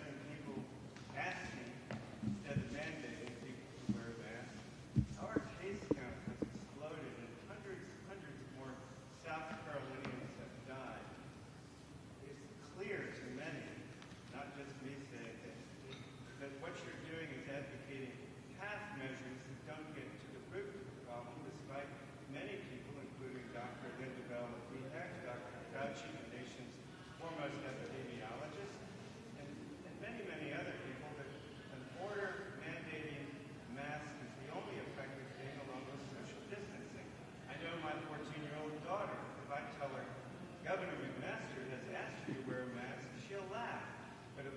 health, or Governor McMaster has ordered you to wear a mask, she will more than likely do it.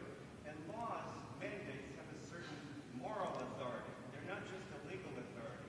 When you or the IRS order us to pay taxes, everybody Come on, John.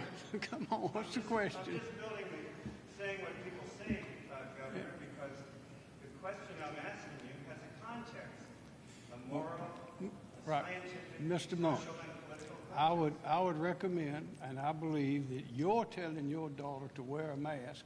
You see her, you live with her, you know where she is, you know where she goes. It'd be a lot better than me doing that. I cannot enforce, the state authorities cannot enforce a statewide mandate for masks on 5 million people. That's entirely different, and we've discussed that, and you know that's entire. But this order, we can enforce this ordinance, this rule under my the governor's executive authority, mandating the bars to close at 11 o'clock p.m. Not close. Restaurants and bars to cease the sale and service of alcohol at 11 p.m. is something that we have the tools at the state level to enforce. Cities and towns can enforce the mask ordinances better than the state authorities. That's where that ought to be done. But this that I'm announcing today is a statewide mandate. One size does fit all. It can and will be enforced. Thank you. Beg your pardon? Have there been any outbreaks that you know or believe started in bars? I don't know if we have any definitive information on that, but that's certainly where all the evidence is pointing, is that is a very productive place for the spread of the virus. And you can imagine why, because people are close together and usually in an enclosed environment for extended period of time. Thank you very much. Right, you just heard the executive order there by the South Carolina governor, calling it the last call executive order. It prohibits the sale of alcohol beverages from all restaurants and bars after 11 p.m. This applies to about 8,000 establishments in the state. It's going into effect on 11 p.m. tomorrow. McMaster said the purpose of the order is to reduce the spread of coronavirus, especially among young adults who are congregating in bars and restaurants at nights. While we do wait for another live event here, let's go out to Florida from earlier.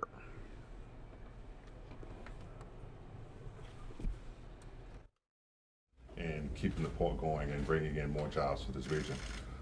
JAX USA is the region's economic development organization, has been very busy this year with regards to bringing jobs into the region. Thus far, 9 announcements, almost 1,000 jobs, almost 550 million in capital investment for this region, and there's still yet more to come. And that cannot be done without the assistance of both the federal government, state government, as well as local government. So I really appreciate everyone being here today, and this is a great momentum opportunity for us, and there's more to come. Thank you. And now I'm going to introduce the governor of Florida, Mr. Governor Ron DeSantis. Well, thanks so much. Thanks to JAXPort for hosting us. Thanks to Secretary Gene Scalia for coming down here and being an ally for the state of Florida as we work constructively with our federal partners. I just want to commend JAXPort for the great job that they've done, just generally as being a great economic engine for our state, but particularly over the last few months. And we look forward to them continuing to serve as a very significant engine for the state of Florida, and we've been happy as governor to be able to support those efforts when we have with funding and other necessities. A couple updates for our COVID response. I'm working with the administration in Washington, the Vice President, Secretary HHS, to expedite additional shipments of remdesivir. That's a therapeutic that is being used in hospitals throughout Florida. Most of the physicians I've spoken to have been happy with the results with their patients. And there was the next shipment was scheduled sometime next week, but we think that we need to get it here as soon as possible. So that is in the pipeline. We're going to be, I think, first in line on that, and we hope to be able to have those delivered. It may come to the state of Florida, then we'll deliver it. The initial plan was the next shipments were going to go straight to the hospitals, but it may be easier for us to do it. So that's a big priority for our hospitals, and it's a big priority for our administration. The other thing that we've been doing is assisting hospitals with personnel support. If you look at kind of what's going on, they have a lot of capacity in terms of beds, but particularly in some parts of the state, they have seasonally less staff now because they typically have fewer patients in the summertime than they do in the wintertime. They also have additional stress on their staff when, now that everyone that comes into the hospital who's going to give birth or who's going to, and down in Miami, people get in a car accident, they're getting swabbed. People are turning up positive for coronavirus even though they're not symptomatic. So they're in the hospital for something else, they're positive, they're not being treated for it, but it does require certain protocols to be put into place so that they can be appropriately isolated, and it's just more labor intensive. And so a lot of folks have been working a long time, really since March, on this. I know we've had different blips, and now in a higher blip than where we were in May, in the beginning of June. But we've dispatched 100 contract nurses that we had under contract down to Miami-Dade, another 100 for the Tampa Bay area, and I've just spoken with Director Moskos. We're going to bring in many more 100 to be able to help with those efforts, which we think is very, very important. The other thing that we have some good news on in terms of our long-term care facility testing. As many of you know, we tested the residents and the staff of over 4,000 facilities from April through the middle of May. That's very important because our residents of our long-term care facilities are the most vulnerable in Florida to the negative effects of the COVID-19. Once we went through one time, we said, okay, you need to be testing the staff periodically. The nursing homes and long-term care have been shut down to outside visitors since the beginning of March. So the way it gets in is if you have staff, bring it in. Obviously, there's screening procedures that happen every day. If someone's symptomatic, that's a little easier. If someone is pre-symptomatic or asymptomatic, that creates more of a problem. Of course, they're required to wear PPE. We've shipped at the state huge amounts of PPE to those facilities, and we think it's important to do it. But the periodic testing of the staff, now, there's almost 200,000 folks throughout Florida that work in these facilities, so it's a huge effort. We've now gotten about 57,000 test results back from just long-term care facility staff within the last week. Really surprisingly, but obviously, fortunately, the positivity rate's about 2.3% of those staff members. As many of you know, statewide, I mean, we're looking at positivity 10, 15, even down in South Florida, 20%. So that is that is good news, and perhaps they're protecting themselves and they understand because of their work. Now, we have many more tests that have been submitted, that the results are still pending, but out of the 57,000, we got about 2.3% tested positive. Obviously, once that happens, you isolate those staff and make sure that the residents are protected. So that's good, and we're going to continue to do that because that really is where most of the vulnerability is in terms of the clinical consequences of COVID-19.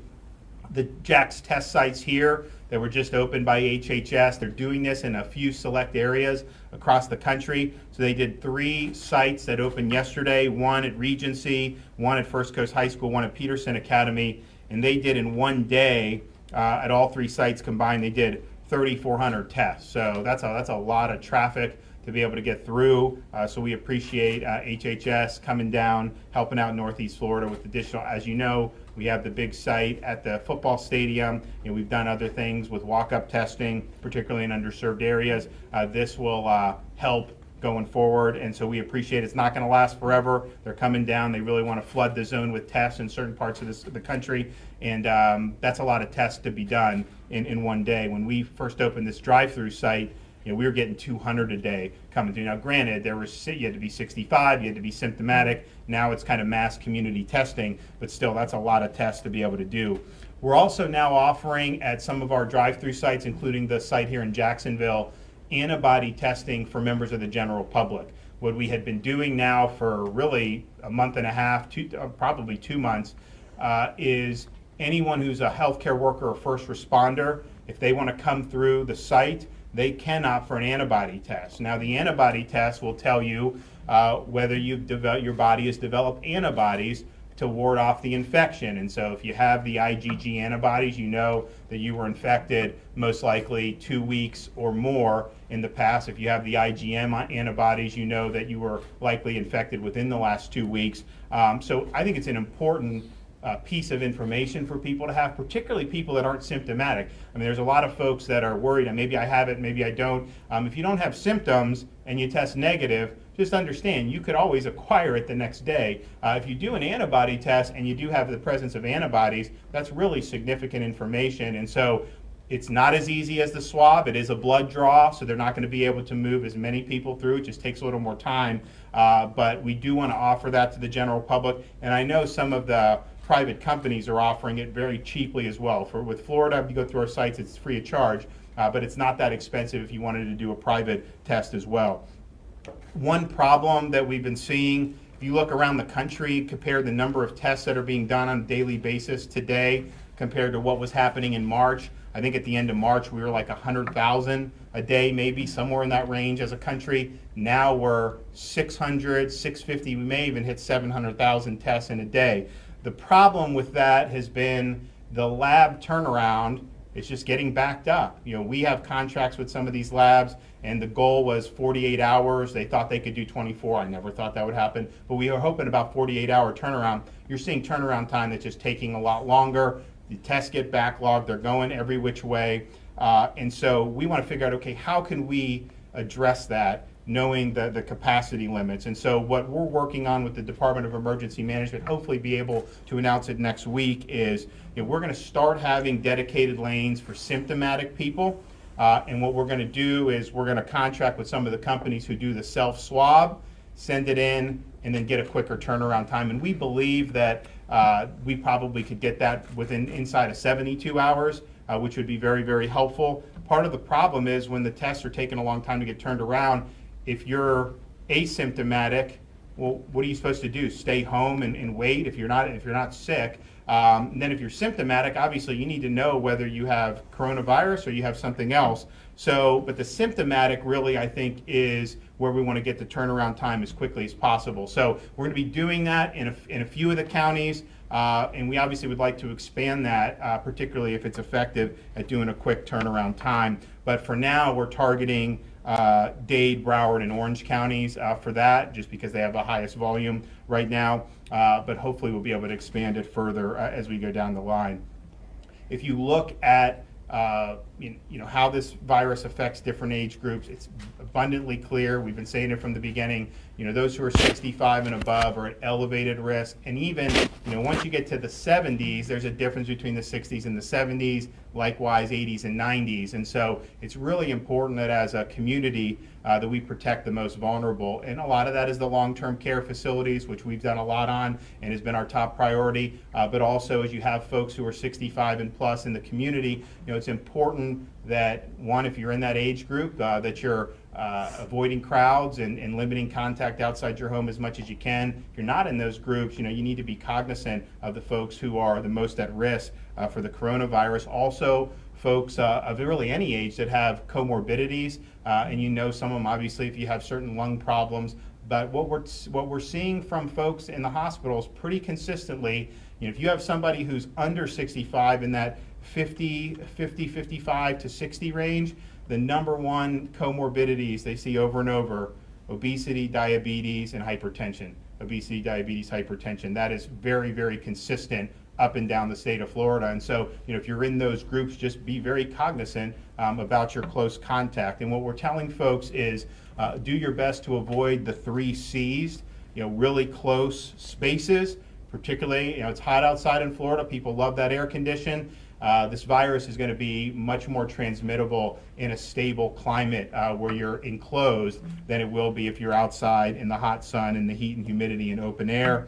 Always avoid crowds as much as you can. The places that are really, really crowded, higher risk for transmission of the virus. And then the more close, sustained contact you have with folks, the higher the risk at transmitting the virus or you being infected. And if you look around the state, overwhelmingly, the number one venue for transmission is inside people's homes. And why is that? because you're in an enclosed environment, you're in constant, close, sustained contact with people who are in your family, and that's something that we see over and over again, friends and family, friends and family.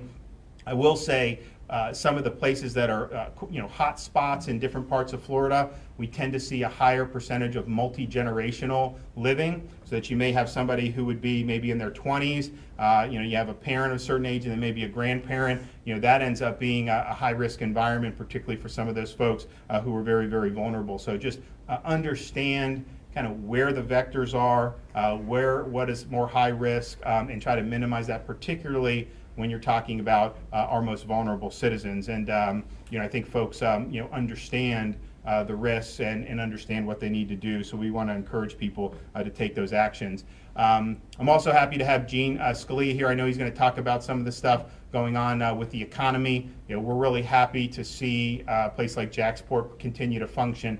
And at the end of the day, we need our society to function. We need our society to continue to move forward. We can take steps to be able to minimize risk when you're talking about coronavirus, but we can't just leave society on the mat. And having places like Jacksport doing well is very, very important for opportunities, not only for our citizens here, but really throughout the country, because this is such an important engine. So I'm really glad to be here, and I'm glad that Gene has been kind enough to come down to the state of Florida, and I just want to thank him for all the support he's given us. So Gene.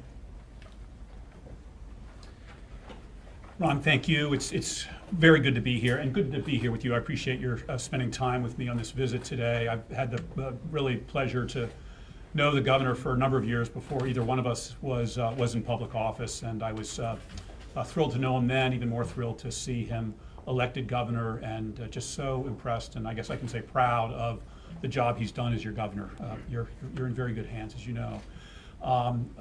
Dan, Andre, thank you for hosting me here. It's good to be in Jacksport. I had a visit earlier at Crowley Maritime, a great American maritime company. Met with the leadership there and with the employees there, and we'll be meeting with folks from Jacksport afterward, business and civic leaders, to talk about our economic rebound. And I guess we'll start with talking about what just an extraordinary economy that we were enjoying in this country until the virus struck us from China just a few months ago. As many of you know, we were at 3.5% unemployment in February. We put that jobs report out in early March. It tied a 50-year low. We had record low unemployment for African Americans, Hispanic Americans, Asian Americans. We hit a nearly 70-year low in unemployment for adult women.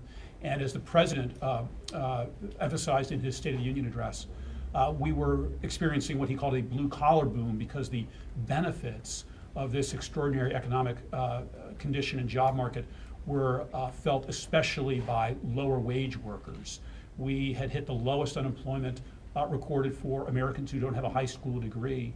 And wages were rising across the board, but were rising more quickly for lower wage workers, who saw about a 15% increase in wages in the 3 years since the president was elected. Then the virus struck. It's obviously presented some considerable challenges, but fortunately, the president, together with the Congress, moved very quickly in March to package a number of relief measures which have positioned us for a very strong economic rebound. One provision of the CARES Act was, of course, the Paycheck Protection Program to support small businesses, but even more importantly, from my perspective as Labor Secretary, to keep workers attached to their employer, so that when we were ready to reopen, the workers were there, the companies were still in business, and were ready to stand up and get going. And that is one of the reasons that we're doing well now. There were 400,000 companies in the state of Florida alone that received those Paycheck Protection Program loans in the amount of about $32 billion. Another very important thing the president did was, of course, the economic impact payments, $1,200 per taxpayer, $500 per dependent child, which provided needed money for American workers across the country. And then, of course, the $600 a week federal unemployment benefit. Back in the so-called Great Recession, 10, 12 years ago, our last economic downturn, the federal plus-up on unemployment was $25 a week. This time around, it was $600 because of the extraordinary thing we were doing with our economy is we were shutting our economy down. American workers were being told that they couldn't earn a living in a number of states and locales. Well, as I said, this laid a groundwork for a strong recovery, and we are seeing some very, very strong early results. We, in the month of May, added, now we know, 2.7 million jobs to the U.S. economy. And in June, we at the Labor Department reported last week, we added another 4.8 million jobs, so that in just a 2-month period, we've put 7.5 million Americans back to work, and we know that we've put more back since then. The unemployment rate has dropped more than 2 points just from May to June. It's now at 11.1%, which is too high, and we need to continue to bring that down, continue to put people back to work, but we are so far ahead of where was projected. You know, back at the start of May, the expectation was that we were going to lose about 7.5 million jobs in May. But as I said, we added more than 2.5 million. Then we added nearly 5 in June, so that rather than being 7.5 million down, we're actually 7.5 million up. It's a 15 million job swing against what the expectations had been in May. So we are reopening, we're rebounding, and we're going to continue to work to maintain that momentum. And let me just mention a few priorities in that regard. First, of course, is safety. The governor's addressed that. He's been particularly strategic, analytical, and thoughtful about that from the start. I know he's been in close communication with the vice president, with the members of the coronavirus task force on a virtually daily basis. We will continue to support the state of Florida as needed, and we'll continue that regular contact. And we'll also focus on safety in the workplace. That's part of our mandate at the Labor Department. It's one of the things that I was speaking to the folks at Crowley about. It's one of the things I expect that I'll be speaking to business and civic leaders later today. Let me talk briefly about schools. As I say, we're reopening. We're getting back to our ordinary life as best we can while also contending with the virus. And to me, schools are an essential service. They're an essential service. We've had our factories in this country open throughout the pandemic. We've had our grocery stores open. We've now got Americans visiting their doctor and dentist, as we should. We've even got tattoo parlors open and hair salons. We're ready to open to our schools. We know how to safely open our workplaces. There are steps that can be taken that will be successful. And this is important to me as Labor Secretary because of how important having schools open and having children at school is to working men and women. And let me just comment briefly on 2 populations I think that's especially important for. First, lower income Americans have been hit particularly hard across the country by the measures taken to contend with the virus. They tend not to have jobs where telecommuting is as easy. Telecommuting is hard enough with children at home, and I know there are parents across the country that are getting up extra early to work before the kids are up, or staying up extra late to get the work done after the kids go to bed. So it's hard enough to telecommute when the kids aren't in school, but for many parents, that's not even an option, and those are lower income parents that we know have been hit harder by the virus, and that we think it's particularly important to help get back to work. And then second, working women. During the economy that we had before the virus came, we actually had a lower unemployment rate for women, adult women, than we did for adult men, which was extraordinary. Unfortunately, that's now flipped because women, as studies show, and I think a lot of people's experiences, tend to bear more of the responsibility in a lot of households for childcare. If we don't get our schools open, it's going to be that much harder for working adult women who are facing a higher unemployment rate to get back to work. So this is something the coronavirus task force we addressed yesterday, but we will continue to emphasize work with the states to help them find a way to open our schools. Finally, our focus at the Labor Department and on behalf of the President will, in a sense, be to pursue the same agenda economically that we were before the virus that led to the extraordinary economy we had. That was a jobs-focused, American worker-focused economy. It included, for example, an emphasis on apprenticeships. Today, the President at the White House will be announcing his Hispanic Prosperity Initiative, to help that very important population enjoy all the riches and rewards of life in this country. For our part of the Labor Department, that will include taking a look at the participation of the part of Hispanics in apprenticeship programs, which are one very important way to gain training that's essential for the workforce. Yesterday, the President welcomed to the White House President Obrador of Mexico to celebrate a really important date in American history, which is the USMCA going into effect last week. The USMCA replaced NAFTA, which really had devastating impacts, not just on our economy, but particularly on American workers, especially in manufacturing, agriculture, as we lost jobs and market share to our neighbors to the south and had reduced access to markets in Canada. The President pursued that change, ending NAFTA, renegotiating a fairer, more reciprocal trade deal from the day he became president, and achieved on a resounding bipartisan basis back in January something that everybody knew needed to be done, but nobody thought could be. And that was replacing NAFTA with a much better deal that we estimate will bring to the U.S. as many as 500,000 jobs or more in the years ahead. And those will be good paying jobs in manufacturing and other similar sectors.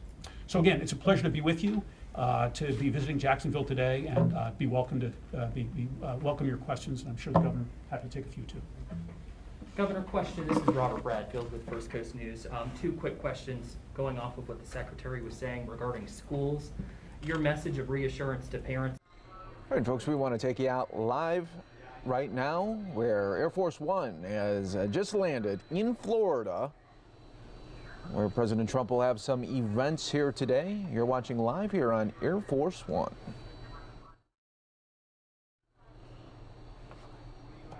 We'll keep, since it's a Florida connection, we'll keep the Florida in one box, the Florida governor, I should say, in one box, and President Trump in the other.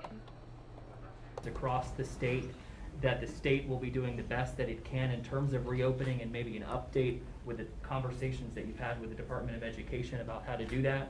And then second, regarding the RNC, there were reports today that it may move outside. Didn't know if you've had, again, an update maybe with the host committee that you could talk about. So on the schools, I'd say a couple things. One is, and Gene alluded to this, we spent months saying that there were certain things that were essential. And that included fast food restaurants. It included Walmart. It included Home Depot. If fast food and Walmart and Home Depot, and look, I do all that, so I'm not like looking down on it, but if all that is essential, then educating our kids is absolutely essential. And they have been put to the back of the line in some respects. Florida's done a better job with distance learning, I think, than any other state. But I'll tell you, there's a gap here. There's big gaps around the country, and we need to put them, give them the opportunity to go in person. I can say as a parent, I have a newborn, I have a 2-year-old, I have a 3-year-old. They're not old enough to go to school, so obviously they won't be in kindergarten or anything coming up. But I would not hesitate putting them in terms of the risk, because the risk, fortunately for kids, is extremely, extremely low. That data has been verified in virtually every single country, every single state. And we kind of knew that in March, although I think a lot of people, it's a new virus. I understand, look, my wife was very concerned. I know a lot of parents were just concerned. But now, I mean, that's very, very clear. And obviously, if you have a kid that's got a significant health issue, we absolutely need to make accommodations for that, and there are different things that you can do. The other reason, though, that people said back in March was, well, yeah, it does look like that kids are much lower risk, and that is true. CDC, if you look, under 18, substantially less likely to be hospitalized for coronavirus than for seasonal influenza, and that is just abundantly clear. Fatalities way higher with influenza for that age cohort. But there was the concern that, yes, okay, kids are low risk, but maybe they serve as vectors and end up spreading it further in the community. Well, that's been studied in a bunch of different countries, and it's been shown every single time that they don't serve as significant vectors for this like they do with influenza for whatever reason. And when they do get infected, it's usually an adult infecting the children. So I have no doubt we can do this safely. But I also told the secretary or the commissioner of education, I said, look, different parents have different calculations. If a parent wants to opt for virtual education, they should absolutely be able to do that. We shouldn't be forcing them to do any types of decisions. But I'm confident if you can do Home Depot, if you can do Walmart, if you can do these things, we absolutely can do the schools. I want our kids to be able to minimize this education gap that I think is developed. You talk to teachers about what happens over the summer and how there's a summer lag. Well, geez, now we're from mid-March all the way now, and in spite of good efforts with the online, it's just not the same. So I worry about that gap. I also worry about what it does to them in terms of just socializing and being normal kids. Now, we do know that they do, probably the whole time, have been having friends and everything, but there's something to be said for being in school, seeing people growing up like a normal kid. I'm also worried about missing out on activities. I mean, I don't want some football player to miss a season or not be able to play when they've been working their whole life to be able to do well, maybe go to college. It's just the costs are so enormously high, to have school closures. And so as bad as this has been to have a virus come from China like this, the one thing that I think has made it something that a lot of parents have been able to breathe a sigh of relief is it is less risky for young kids. And that, I don't know why. It wasn't true with the Spanish flu in 1918, hasn't been true with some of the other pathogens that have been unleashed, but we know the science, we know the data, and so we need to move forward for that. On the convention, my view was that outside was always something they were looking at. When they came to me, they said, look, all we want you to do is work with us. Safety is not negotiable. Like, it's going to be a safe environment. And I think you look at some place like the Daly's Pavilion, especially with Florida weather, I think you could do that in a way that would be very safe. So I think the outside would be a really good idea, but there's never been, we're going to do this, we're going to do that. I know there's been speculation, but there's never been any plans submitted to me saying, hey, this is what we're going to do. So I think doing something at there, I think would be very good, and I think it would be a healthy environment. And here's the thing, you do the safety because it's the right thing to do, but you also, delegates need to be comfortable going into these places. And so I think that they will be, if you're able to do it, but there's a lot being worked on, and I'm not involved. It's more the city and the RNC than me, but just as somebody, who's going to make sure, hey, we want you to make sure people are safe, I can tell you, looking at something outdoors makes a lot of sense to me. Governor, a quick question. On the New York situation, Governor Cuomo said that he was going to help Florida out, anything that we need. How did that situation come to be? How did New York come to be helping Florida? And do you want to take back any of the comments you made about New York in the last few months? They're not helping us. We have no, I think that someone reached out to our office about ventilators. We got 6,000 ventilators just, sitting idle. So, we don't necessarily need it. Look, I think that if you look at how Florida approached certain things like long-term care facilities, I think our approach was superior. We prohibited sick nursing home residents from being discharged back into the facilities. A lot of the other states did the opposite, and I think the results, were better in Florida. It's still a tough issue. You got a lot going on, so I think that approach is superior. But yeah, no, we don't need ventilators. We don't need PPE.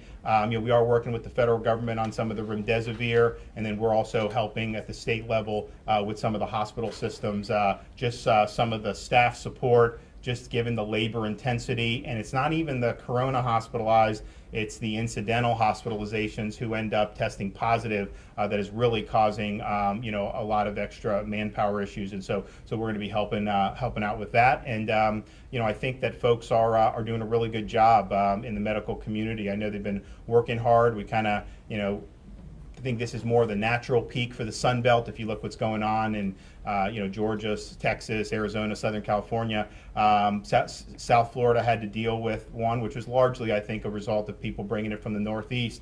But we're better prepared now. When you look at therapeutics, when you look at PPE, when you look at testing, we have 12 COVID-only nursing facilities where long-term care residents can be transferred if they test positive and don't need to be hospitalized, including Dolphin Point here in Jacksonville. So these are all tools that just weren't available in March that we have now, and I think that it'll make a big difference. One more in the middle there. Thank you. Brittany Muller with WJXT. Secretary, you touched on workplace safety. How do you enforce those guidelines? And also, Governor Ron DeSantis, with the convention coming up, you have more testing sites, surge in cases. What do you think about the surge in cases and testing with the RNC coming? By the way, on the subject of schools, the American Academy of Pediatrics is so strong, their letter, on the value for students of in-person instruction and how actually the health risks to children of not being in school may well be greater than any risk which might exist in school. As the governor has said, the risks, fortunately, that this virus presents to children, for whatever reason, do seem to be less. But the American Academy of Pediatrics is concerned about the many different ways in which our children stand to lose out if we don't open our schools as we've opened now so many other workplaces. With respect to workplace safety, let me say first of all that I've been in the labor and employment field most of my career. I have never seen American businesses, American business managers, and American workers as focused on health and safety as they are right now. I think that the businesses that I speak with, those that I visit, have taken this extremely seriously. Often they are pioneering in what they're doing. And by the way, the American private sector has done a very good job finding ways to contend with the virus, reopen, get back to work. And I think part of what we're saying is let's see our schools set about it with the same vigor that the private sector has done. And they'll find a way to reopen and reopen safely. American business across the country has done a good job in so many places taking that obligation to their workers seriously. We have provided extensive guidance from the Department of Labor on how to reopen safely, stay open safely in a broad range of workplaces. I think we've got guidance on 19 different industries as well as for general industry. We've done a lot of that together with the CDC. And employers are using that guidance. Employees are consulting it. It's available to help them. That said, we're certainly also available to enforce the law. And in addition to the guidance that we've provided, we are conducting inspections, investigations as we receive complaints. And we have a number of different legal authorities at the Labor Department, which we will use if we have to in cases of employers that don't take their obligations seriously. There's always the risk there's going to be some company, some manager, we recognize that, who does not do what's needed to be done. We'll provide them the guidance they need to do the right thing, but we're there to receive complaints and take necessary action in those hopefully rare cases if they don't. Governor, one final Thank you, question. Press. Thank you. Governor. I'll answer about the cases. So I mean, here's a couple things that are going on with these cases, and I'll just tell people, we understand, much more about this virus. You should take precautions, but there's no need to be panicked. There's no need to be fearful. We understand the situations that make this thing more transmissible. We also understand the groups that are the most at risk for this. Here's a couple things going on. One is, you do have more transmission circulating around the community over the last month, or maybe 3 or 3.5 weeks, than we did at the end of April, all through May, beginning of June. I mean, in Duval County, you'd have like 3% would test positive. Heck, 2% is probably false positives when you do this. So it was very low prevalence all through May, all through the beginning of June, and then here, like other parts of Florida and quite frankly the whole Sun Belt, you started to see more people test positive as a percentage. So that's something that's obviously a concern. Part of it, though, we are testing a lot more. There's no doubt about it. If the country was testing this much in March, you would have seen huge numbers in March and April across the country. We would have seen much bigger numbers in Florida than we saw because we were testing 6,000 to 7,000 people a day. So you do have way more testing. You also have criteria, which is basically community test. If you want to test, come get it. Well, many of the people who are testing positive are asymptomatic or very minimally symptomatic. They would not have qualified for a test in March, much less have tested positive. And so when you're looking at these things, I think we've had since the beginning of June over 100,000 positive tests have been under the age of 45.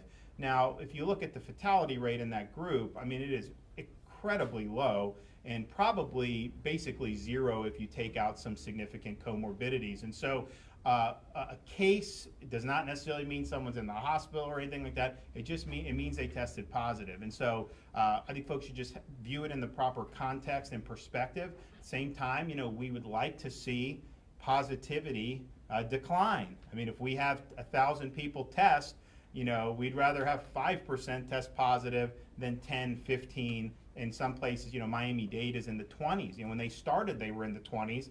We got them down to the single digits, about, I think, 7, 8% they would test. And then now it's going back up, and you're seeing that in different parts of the states. So that's a concern. I think that community transmission has been driven by that under 45 cohort. A lot of people in their 20s in particular. The number one age for positive tests in Florida throughout the whole pandemic right now is age 21. And so that's probably a sense of how that is really spread in those age cohorts. The problem with it is, although there may not be huge clinical consequences in that cohort is not segmented from dealing with people who may be older with comorbidities, maybe people who are 70, 80 years old, particularly in family situations. And so, again, I think the message is, we need to protect the vulnerable. If you're in those vulnerable age groups or have the comorbidities, be very careful about the types of close contact you have. Avoid crowds at all costs, because those are going to be the situations where you're going to be most at risk. And so we're going to continue to do a lot of testing, but we also understand that we're testing a lot of folks. A lot of the folks who are testing positive, fortunately, have not developed significant symptoms, or in many cases any symptoms. So if we can protect the elderly, continue to protect the long-term care facilities, I think we're going to be able to get through this in as good a way as we can. But that is really where most of the consequences are falling with this thing. And so we've just got to be extra vigilant in helping support our senior citizens and our long-term care facilities. Thank you. Governor, will COVID-19 specific ICU data be released? Governor, will the COVID-19 specific ICU data be released? Yes, sir. Okay. Yes, sir. Thank you. To check on your loved ones, to be a buddy, especially those that are the most vulnerable to heat as well as the COVID-19 virus. Thank you, Mayor. Thank you very much, Deanne. Appreciate that very much. So that's the challenge of the heat. Now let's go back to the challenge we've been facing together these months, the virus itself. Now look, every one of us is looking at what's happening around the rest of the country, and it is scary, let's be honest, to see the kind of resurgence that we've seen in so many states. It gives you a lot of pause about where we are going, all of us, in the future. And we do see that a number of cities and states, unfortunately, are going in the wrong direction. And we know in some cases it's because they didn't focus on the data and take some of the precautions they might have. And we have to learn from their example and constantly watch, constantly learn, make sure we do not slip up and we keep the progress that we have sustained now for many weeks.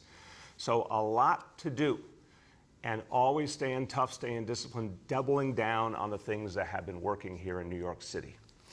So one of the things that's working, and one of the things that we have on a scale far beyond what any other part of the country has, is our test and trace core. It's an extraordinary operation now, many thousands of professionals out there following up on every lead, making sure people are safe, making sure they safely separate. They need support, they get it. This is a big positive X factor for New York City, that we have this aggressive apparatus out there protecting people, and it's growing. But look, there's so much to do to make sure that people get tested, because the test and trace core works best when more and more people are getting tested. So more testing sites are being established all the time. 2 new pop-up sites in Red Hook, Brooklyn, and Co-op City in the Bronx. A new testing van in Manhattan. We now have over 200 sites where New Yorkers can get tested, and we're going to keep adding to that. Now, this week we have a particular goal. We want to get 150,000 New Yorkers tested this week. And we want to encourage everyone, if you've been putting it off, this is a great time to get tested. If you were tested a long time ago, it's a great time to get tested. Let's really speed this up for the good of all. So if you need to know where, text the words COVID test to 85548, and you can get the right location for you. Now, The testing sites are crucial. The test and trace core is crucial. But the idea is to get deeper and deeper into communities, to educate people, to involve them, to make it easier for them to get the information they know, to get the testing, to know what to do if they test positive or if they're symptomatic. And that means finding more and more grassroots partners, finding organizations that are trusted in communities, have a lot of reach, a lot of connection that people will listen to. Helping to lead this effort is a public servant who has done so much for this city for a long time, serving the people of the Bronx and fighting for equity and fairness for them, and doing great work helping those who are among the least fortunate New Yorkers, our homeless New Yorkers, and now as the Chief Equity Officer for the Test and Trace Corps. She's doing fantastic work to get this effort deeper and deeper into our communities. My pleasure to introduce Annabelle Palma. Thank you, Mr. Mayor.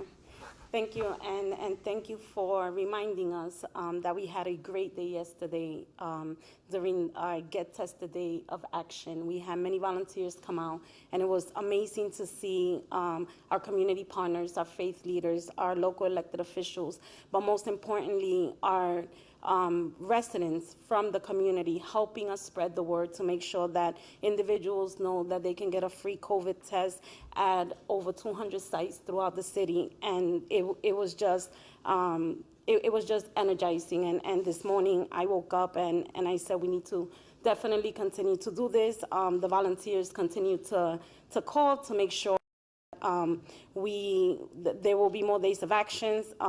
As Chief Equity Officer for Test and Trace, my job is to fight the disparities that this pandemic has caused to our city. And so by doing that, we need to make sure we engage communities who have been disproportionately affected by the virus.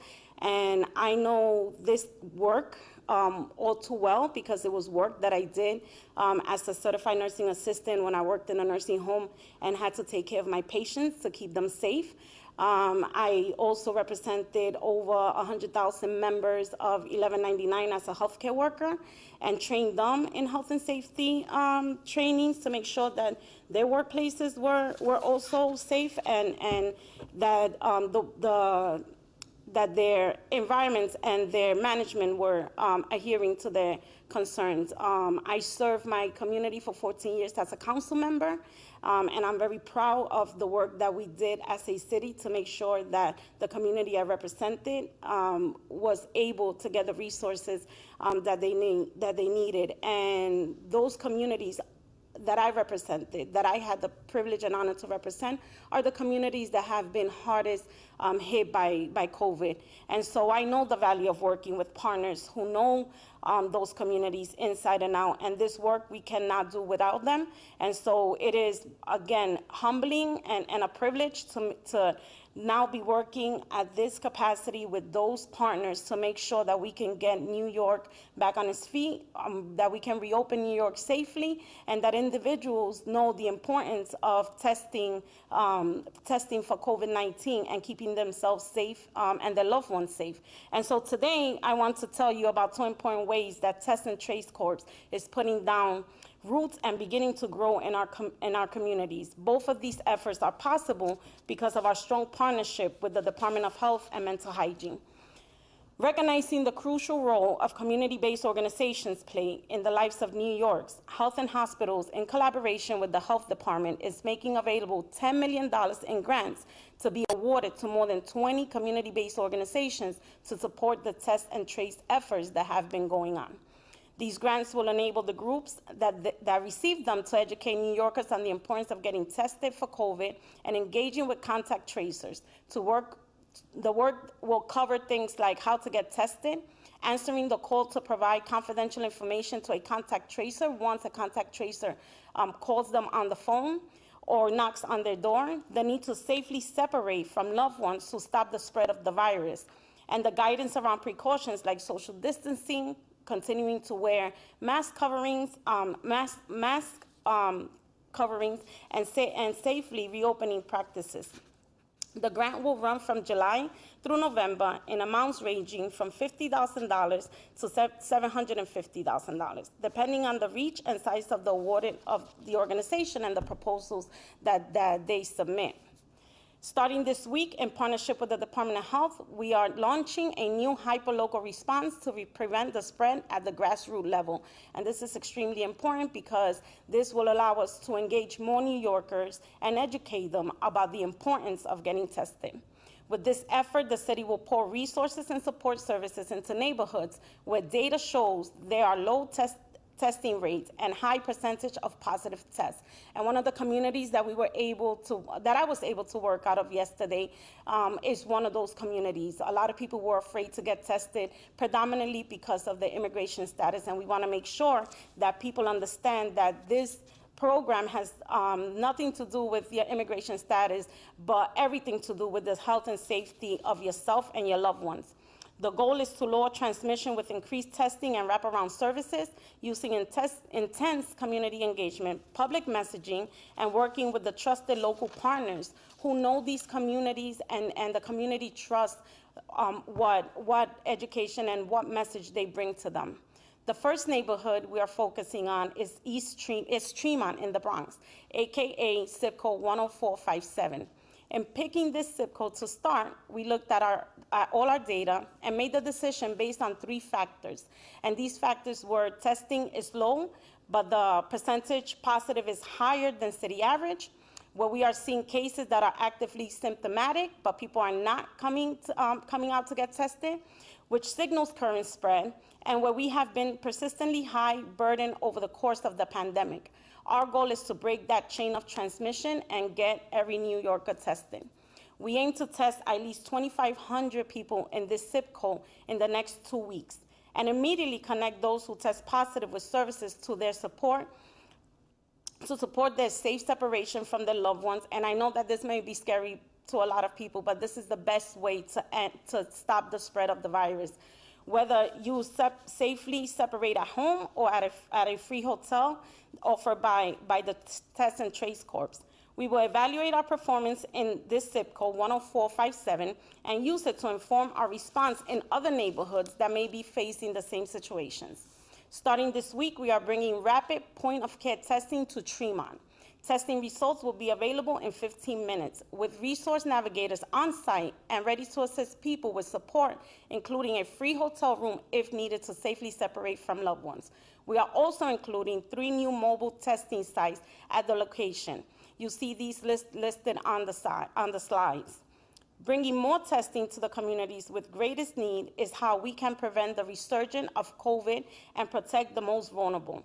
This is an urgent mission as we see how the virus is raging in other parts of the country, as our mayor has highlighted, and there is no vaccine or no cure on the horizon yet. We still have a long road to go, but today, and working together, we are making great progress, and I am happy to be part of the work that's being done, and I'm truly humbled by the mayor allowing me to be part of this team to make sure that New York can safely reopen again. Thank you so much. Mr. Mayor. Thank you. Thank you, Annabelle. And we can hear the passion in your voice for this work and appreciate it deeply. And it really is about getting to the grassroots. That's where we're going to make the highest impact, and this new initiative is going to help us do it. And now, since everything is about the data and the numbers and being led by the science, let's talk about our daily indicators. Indicator number 1, daily number of people admitted to hospitals for suspected COVID-19. Threshold is 200. Today's report is 69 patients. Number 2, daily number of people in health and hospitals ICUs. Threshold 375. Today's report 289 patients. And most importantly, percentage of people tested citywide positive for COVID-19. Threshold 15%. Today, again, a very good number, 2%. We say a few words in Spanish. Este verano, los neoyorquinos vamos a enfrentar a otros enemigos, el calor y la humedad peligrosa. Pero tal como hemos hecho durante esta crisis, vamos a proteger a los más vulnerables para mantenerlos seguros y fuera del calor. Juntos vamos a encontrar la manera de disfrutar este verano mientras seguimos luchando contra el virus. With that, let's turn to our colleagues in the media. Please let me know the name and outlet of each journalist. Hi all, just a reminder that we have with us today Emergency Management Commissioner Criswell Executive Director of Test and Trace, Dr. Long, Chief Equity Officer of the Test and Trace Program, Palma, and Senior Advisor, Dr. Varma.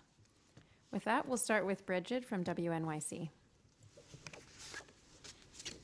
Good morning, everybody.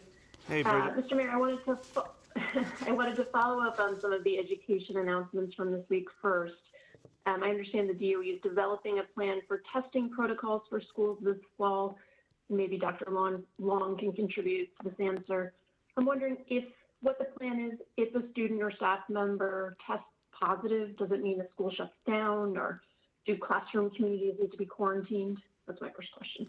Yeah, Bridget, I'll start. Actually, Dr. Varma would be important to this answer, too. Look, we are doing each step rapidly here because we've got 2 months until school begins. And on one hand, that's a long time. A lot can happen in the next 2 months and could affect our approach. On the other hand, in planning terms, 2 months is real soon. So we're working real hard right now. We are determining right now what those testing protocols should be. We don't have a final answer for you, but we'll have more to say in the coming days on this. It's a different situation than what we faced before. In March, we were in the very beginning of this crisis. We now have a very different reality in the city. We also have a whole new reality with the Test and Trace Corps being available to us. So I don't want you to assume it's the same standards or same approach as in March. We also have a lot to talk through with the state about the right way to do this safely. But the bottom line here is health and safety first. We know the vast majority of parents want their kids to be back in school, want to resume their kids' education, but we are only going to do things that we are convinced are safe and are in the name of the health of everyone in the school building. So a lot to work through. We'll have more to say soon. Let me just see if Jay Varma wants to add anything. If he's out there. Jay? Yep, thank you. Yeah, can you hear me now? Yeah. Yeah, great. Thank you very much, Mr. Mayor. No, I concur with everything the mayor said about the real difference between the situation now and the situation back in March. The plan for the schools is going to be a data-driven approach, and it's going to be done on a case-by-case basis. So again, we're working on all of the details, but we don't anticipate the need for the same type of widespread closure that happened before, unless the data actually dictates that. So again, the strategy is going to be based on what do we know about the specific incident, the characteristics of the people, the exposures, the test results, and then plans and responses based on that. Right, folks, we got our early event here for the president. Let's go right out now to Doral, Florida, where he is being introduced right now. Going to be talking about the DEA and illegal drug trade and much more. Thank you very much.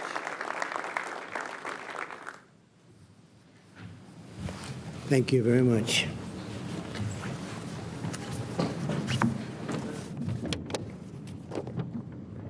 I guess I might begin.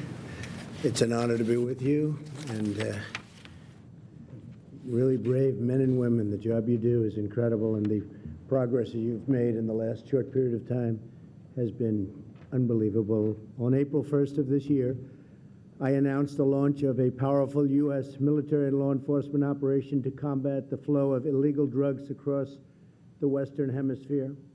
Today, I'm pleased to be with Admiral Craig Fowler and his team, done an incredible job, at the U.S. Southern Command Headquarters to provide an update on this incredible, successful effort. We're joined by Secretary of Defense Mark Esper. Thank you, Mark. Acting Secretary of Homeland Security Chad Wolf. Chad, thank you, thank you. Commandant of U.S. Coast Guard Admiral Carl Schultz. Admiral. Associate Deputy Attorney General Amanda Liscombe. Thank you, Amanda. Congressman Mario Diaz-Balart, who is a friend of mine for a long time. Thank you very much, Mario. Great job you're doing down here. And many, many others, leaders and military geniuses and people that do a fantastic job. In just 12 weeks, Southcom's surge operation conducted with key regional partners has resulted in more than 1,000 arrests and the interdiction of 120 metric tons. I can only tell you that's a lot of narcotics worth billions and billions of dollars. We're determined to keep dangerous drugs out of the country and away from our children. We're securing our seas. We're securing our borders. This is a new operation, not been done before, and this operation has been incredibly successful. As you know, in the United States, at least before the COVID came to us, the flu, the virus, the China virus, whatever you'd like to call it, it's got many different names.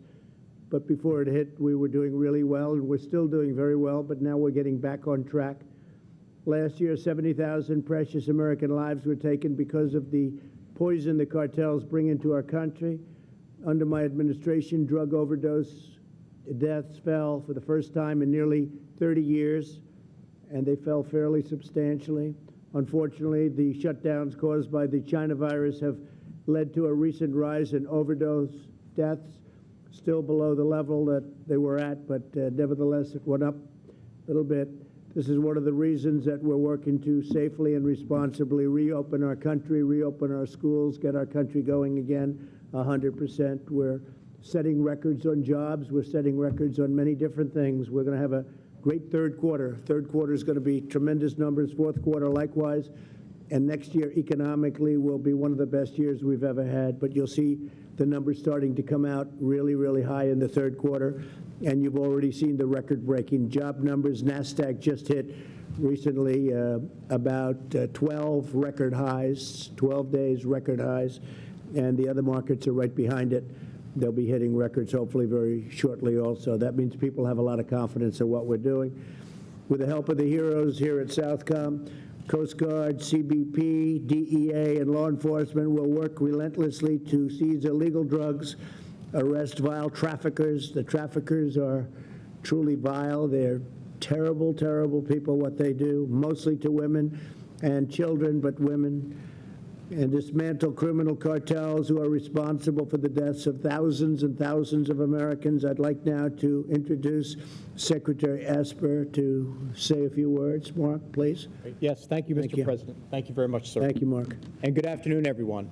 It's a pleasure to be here today to discuss the successes of our enhanced counter-narcotics operations in the Eastern Pacific Ocean and the Caribbean Sea. The Department of Defense began this initiative alongside our interagency partners at the President's direction on April 1st as part of our whole-of-government effort to combat the flow of illicit drugs into our country and to protect the American people. Transnational criminal organizations have destroyed far too many American lives by smuggling heroin, cocaine, fentanyl, and methamphetamines into our country, leading to drug overdoses and addiction in our communities. Moreover, the profits derived from these activities support a range of bad actors, from cartels in Mexico to the illegitimate Maduro regime, which continues to oppress the Venezuelan people. Despite the challenges posed by the coronavirus pandemic, our enhanced counter-narcotics operations have shown great success in countering those threats by disrupting the flow of illicit drugs, denying our adversaries financial resources, and strengthening the capacity of partner countries in the region. Since the end of March, we have employed in the U.S. Southern Command area of responsibility 75% more surveillance aircraft and 65% more ships than normal for drug interdiction.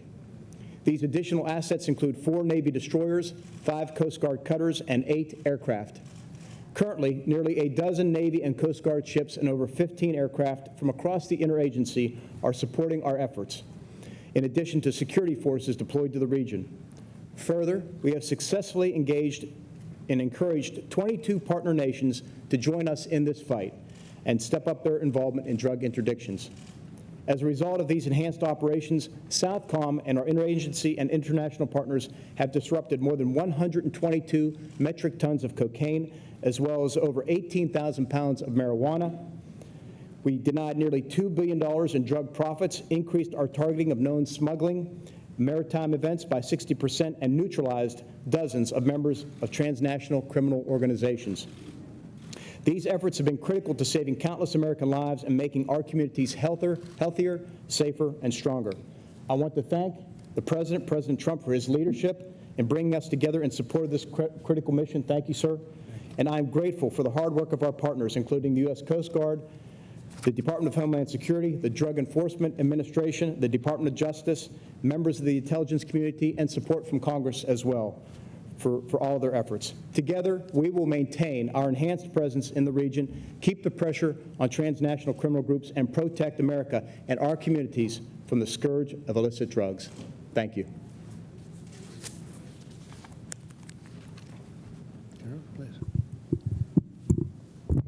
Thank you, Edward. Thank you, sir. Mr. President, Secretary Esper, Secretary Wolf, Shipmate Carl Schultz, hometown congressman here, Mario Diaz-Balart, thank you all for your support on this important mission. This mission is vital to our homeland defense. It truly is.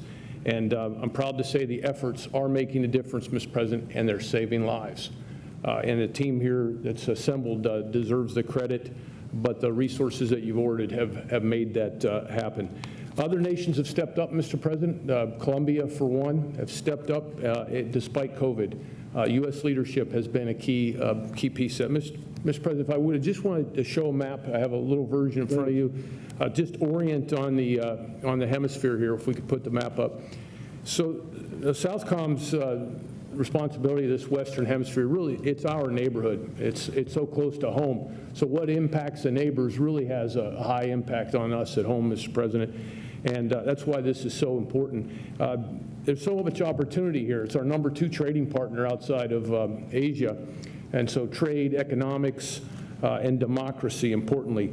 And our partner nations are willing. They want to work with us. And we work with partners from Guatemala on south and out into the Caribbean. But that's under assault, this vicious circle of threats that you see led by the transnational criminal organizations, about a $90 billion a year enterprise. And it feeds off corruption and now the added instability of COVID. But as I said, that partners have stepped up despite the COVID, which is a tribute to their security teams. Mm-hmm. There's also another aspect in this neighborhood of ours, and it's what we call in national defense strategy, great power competition. So China has certainly looked at this neighborhood as an opportunity for them. And when you think about the proximity of some of their investments, Jamaica and El Salvador, it's just as close to Washington as is to Miami is if you look at comparative distances. Slide, please. But what our citizens want, I know certainly my dad in Western PA who's watching wants, is they want to know if we're making a difference. And the numbers, as we've stated, really have. At 15% more disruptions, that's detainees, that's drugs off the street. Yeah. That's at 122 metric tons, Mr. President. And 60% more targeting is a big deal for us because that means we can put more assets on more targets. And the enemy's seen that. We've gotten information from our intelligence agencies that says the enemy's watched that, and they're waiting, and they're stockpiling, and they're trying to change their tactics. Those additional Navy ships, the AWACS from the Air Force, Oklahoma Guard, MC-12s, DE agents, a whole team effort really as we make a difference here. But that 70% partner participation is key, Mr. President. And I think of it this way, on the field to compete when you go to golf or baseball, you want the best players with you. And we certainly have those winners with us here today. Just wanted to introduce you to two, Mr. President. Brigadier General Juan Carlos Correa, if you'd stand up, General. President Duque has sent us his best and paying for it. So he comes here fully paid by Colombia, and he works for me. And it's a recognition that Colombia is with us in the Korean War, and they're with us today and making a difference. And our Brazilian President Bolsonaro, a very new addition to our headquarters, Major General David, one of the sharpest in Brazilian armed forces, is in our J5 organization. Again, Brazilians paying for him to come here and work for me to make a difference in security. Brazil's been with us since World War II, and our relationship is growing even stronger, Mr. President.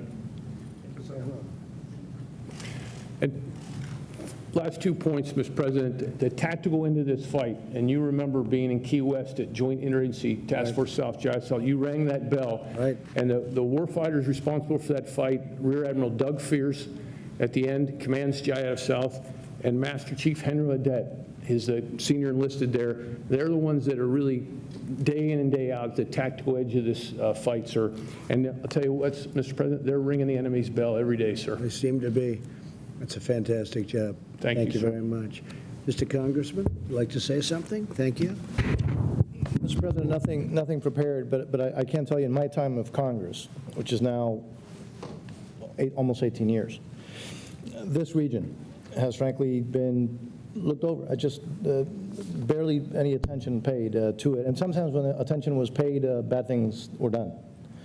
I will tell you that your administration has emphasized freedom. I want to thank you, by the way, on a personal note, a little bit of a more parochial note, for your emphasis on helping the people of Venezuela regain their freedom, helping the people of Nicaragua regain their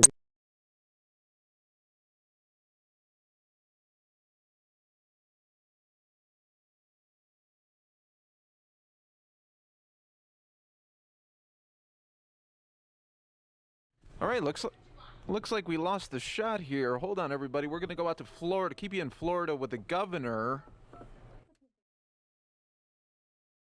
Early. I think with all this stuff, it's found that, once a patient progresses, if they're at the stage of like mechanical ventilation, a remdesivir is probably not going to be able to do much at that time. But if they come in immediately, early on in the onset of symptoms, this remdesivir, the physicians I've spoken to have been very favorable with it.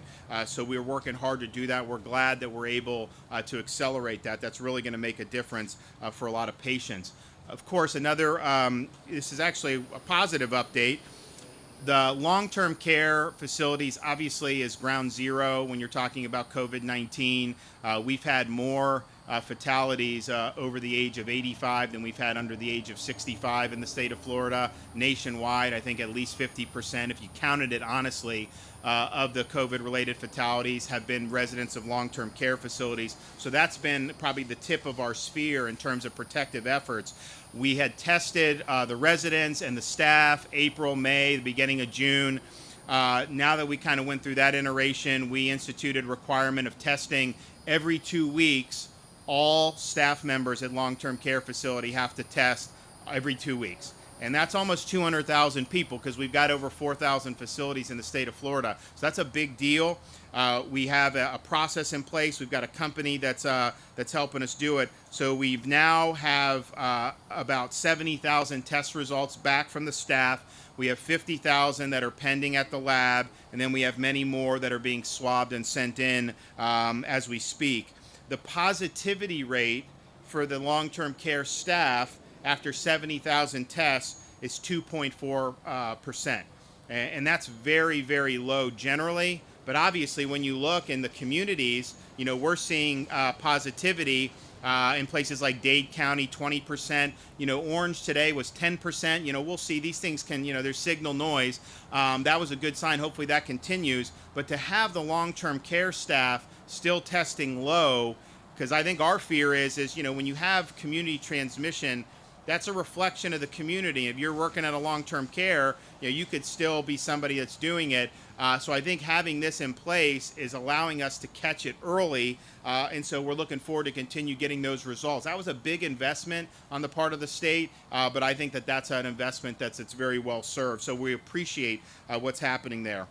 The testing overall is obviously very robust. I mean, we've got back today reported 95,000 test results in one day in the state of Florida. If you go back at the beginning of the pandemic, I mean, our country initially wasn't even doing 95,000 in a day. I think it probably took them sometime towards the middle or end of March to even be able to reach 100,000. So this is a robust level of testing. Positivity was down today. We'll see. You got to do this over 4 or 5 days to really know. But the Orange County Convention Center site here has done about 64,000 tests during the course of the pandemic. That is the most tests of any single site anywhere in the state. And we actually had some sites that started earlier because the outbreak was really most significant initially in South Florida, Broward, Dade. So the first site was in Broward because that's where most of the cases were occurring. Orange County, obviously, we did that, relatively short order, but some of these sites have been operating longer. Marine, the Homeland Security Investigations Office. We've been involved about 1.8 million pounds of cocaine eradicated here in the last 4 years. This surge here with the support of the SecDef and your support and the Southcom team, sir, has been successful. We integrate in a joint environment remarkably well. We've heard the numbers, so I won't repeat them, but these are transnational criminals, sir, and these are very sophisticated groups. Craig mentioned it's a $90 billion annual industry that we're disrupting here. So I'm very excited about being here. The Coast Guard has committed to doubling down our efforts here through the end of the calendar year. We take some risk other places, but this is righteous work. The numbers on American streets, it's something north of 70,000 when you roll in the overdoses, you roll in the drug-related violence, you look at the corruption in the region, sir. This is important work for the nation. So thank you for your support, and I'm honored to be here. Thank you very much, Admiral. Appreciate it. Now, Chad Wolf, maybe you could also mention what's going on in Portland, because we sent you there recently. It was out of control. The locals couldn't handle it, and you people are handling it very nicely, so nicely that the press doesn't want to write about it. But why don't you tell them what you're doing in Portland, and also go into this, please. Well, thank you, Mr. President. I think what we see in Portland is really a smaller example of what we see around the country regarding some of the civil unrest and the attacks on law enforcement. And what you find in Portland is about 5.5 weeks of continued violence against a federal courthouse there that the Department of Homeland Security protects. We've had to send in additional individuals. We're making arrests. But there has been violence, there's been assaults on federal law enforcement officers, and it really just shouldn't occur. We should have more support of the local police there. But again, the Department of Homeland Security, along with the DOJ, FBI, and others, are surging resources, and we're starting to make a difference there. Yeah. So, how many of you arrested? I believe it's been close to a dozen thus far, and DOJ has charged almost as many as well. And I know you have it in very good control, but it's a pretty wild group, but you have it in very good control, so Yes, we sir. appreciate it. Local law enforcement has been told not to do too much, and it's not the way it's supposed to be, but that's okay. Right. Good job. You've really done a great job. Thank you. Go Thank ahead, please. Well, for decades, let me just build on what the Commandant said. For decades, counter-drug operations have really been at the core of both the Coast Guard and the Department of Homeland Security's mission. Year after year, the Coast Guard has stood watch both in the Caribbean and the Eastern Pacific. And so with this operation, Mr. President, you have recognized the threat that illicit narcotics play in harming America. And while previous administrations have admired the problem, you're taking concrete actions with this operation. This effort is bringing the power of the United States military along with the department to bear on this problem, and we're having successes that we've talked about. What we've seen is the partnership. Again, DHS, not only the Coast Guard, CBP, air assets are flying constantly in the region as well, and we have ICE Homeland Security investigations helping DOJ, as we heard, prosecute. We are one team accomplished on a shared objective, and that's keeping the American people safe at the end of the day. Mr. President, I would say the men and women of the Coast Guard are unrivaled when it comes to sea-based drug interdiction. While it takes a whole government approach, from collecting intelligence to identifying targets, it's the brave men and women of the Coast Guard who continue to be at the tip of the spear. And whether it's from a Coast Guard cutter or a Navy ship, Coast Guardsmen every day are directly engaging narco traffickers and taking them down. So I wanted to make sure that you were absolutely clear on that front, and we certainly value the partnership that we're getting from DOD, Southcom, and others. And what we heard also is really at your direction. We're not only seeing targets at drug cartels, we're also seeing rogue nation states and politicians that support them. We talked about Department of Justice's recent indictment of Nicolas Maduro and 14 of his cronies that proved to the world that everyone involved in drug smuggling will be held accountable. And I really think that sends an example to all. That whether, again, you're a drug cartel, you're a DTO, or you're a rogue nation state, we're coming after you. So again, thank you for your support. Thank you very much. And I think actions speak louder than words in this case. Thank you, Chad. And the wall is coming along very well. Chad is responsible for supervising that, along with the Army Corps of Engineers, who have been fantastic. And Mark Esper, that's been really one of your pet projects, and it's been going along. We're up to 250 miles. And that's real wall. That's a wall that you don't get through. It's tough stuff, and built to the highest standard, built to everything that Border Patrol wanted. They all sat down and they designed their perfect wall, and then we said, let's build it that way. And we're up to 250 miles. By the end of the year, we'll be up to 450 or so, and we'll have it finished very shortly thereafter. And it's made a tremendous difference, because your numbers on the southern border are very, very small coming through, and especially with COVID, that turned out to be very lucky for us that we had the wall, or we would have been inundated, because they do have some big problems. I was with a great gentleman, the president of Mexico, 2 days ago. We had a long talk about the southern border in Mexico, and they've had some difficulty, but he's doing a fantastic job as president. But the wall is very exciting, and we'll have that opened relatively very shortly. And that was despite all odds, I would say, Mark, wouldn't you say? I was despite all odds. We had a certain party that was against it. They're not against it anymore, you know. In the end, they just raised their hand. They said, we don't want to take this on, because politically it turned out to be as good as we always knew. You know, two things never change, walls and wheels. Wheel will never change. You know, they were talking about technology. Technology is no good without the wall. And but it's something that I've heard for a long time. Two things you will never change in 1,000 years from now: a wheel and a wall. They work, and this wall has really been unbelievable the way it's worked. So great job, and let's get it finished. And tremendous numbers on the southern border. Very few people coming in. Appreciate it. And we've made a lot of legal changes too. Makes it a lot easier for you. Robert, please. Mr. President, thank you.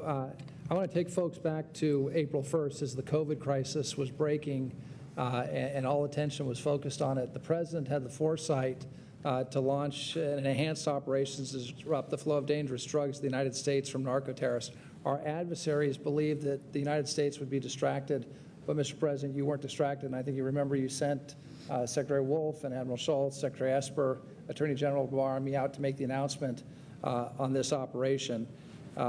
The traffickers use their funds for nefarious purposes, among them to finance the regime of Nicolas Maduro, the illegitimate regime in Venezuela.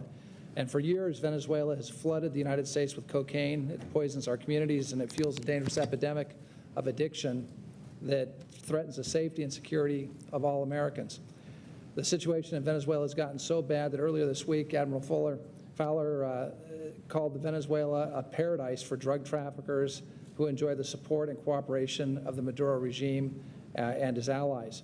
Now, to crack down on the traffickers, President Trump deployed additional ships, aircraft, security forces that you've heard about.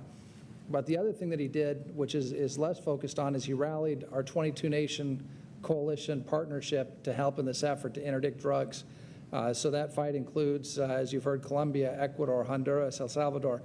On the flight down from Air Force One, Mr. President, I told you I was on the phone with my counterpart in the Netherlands, the Dutch National Security Advisor. They've been part of this coalition fight, and they're very proud.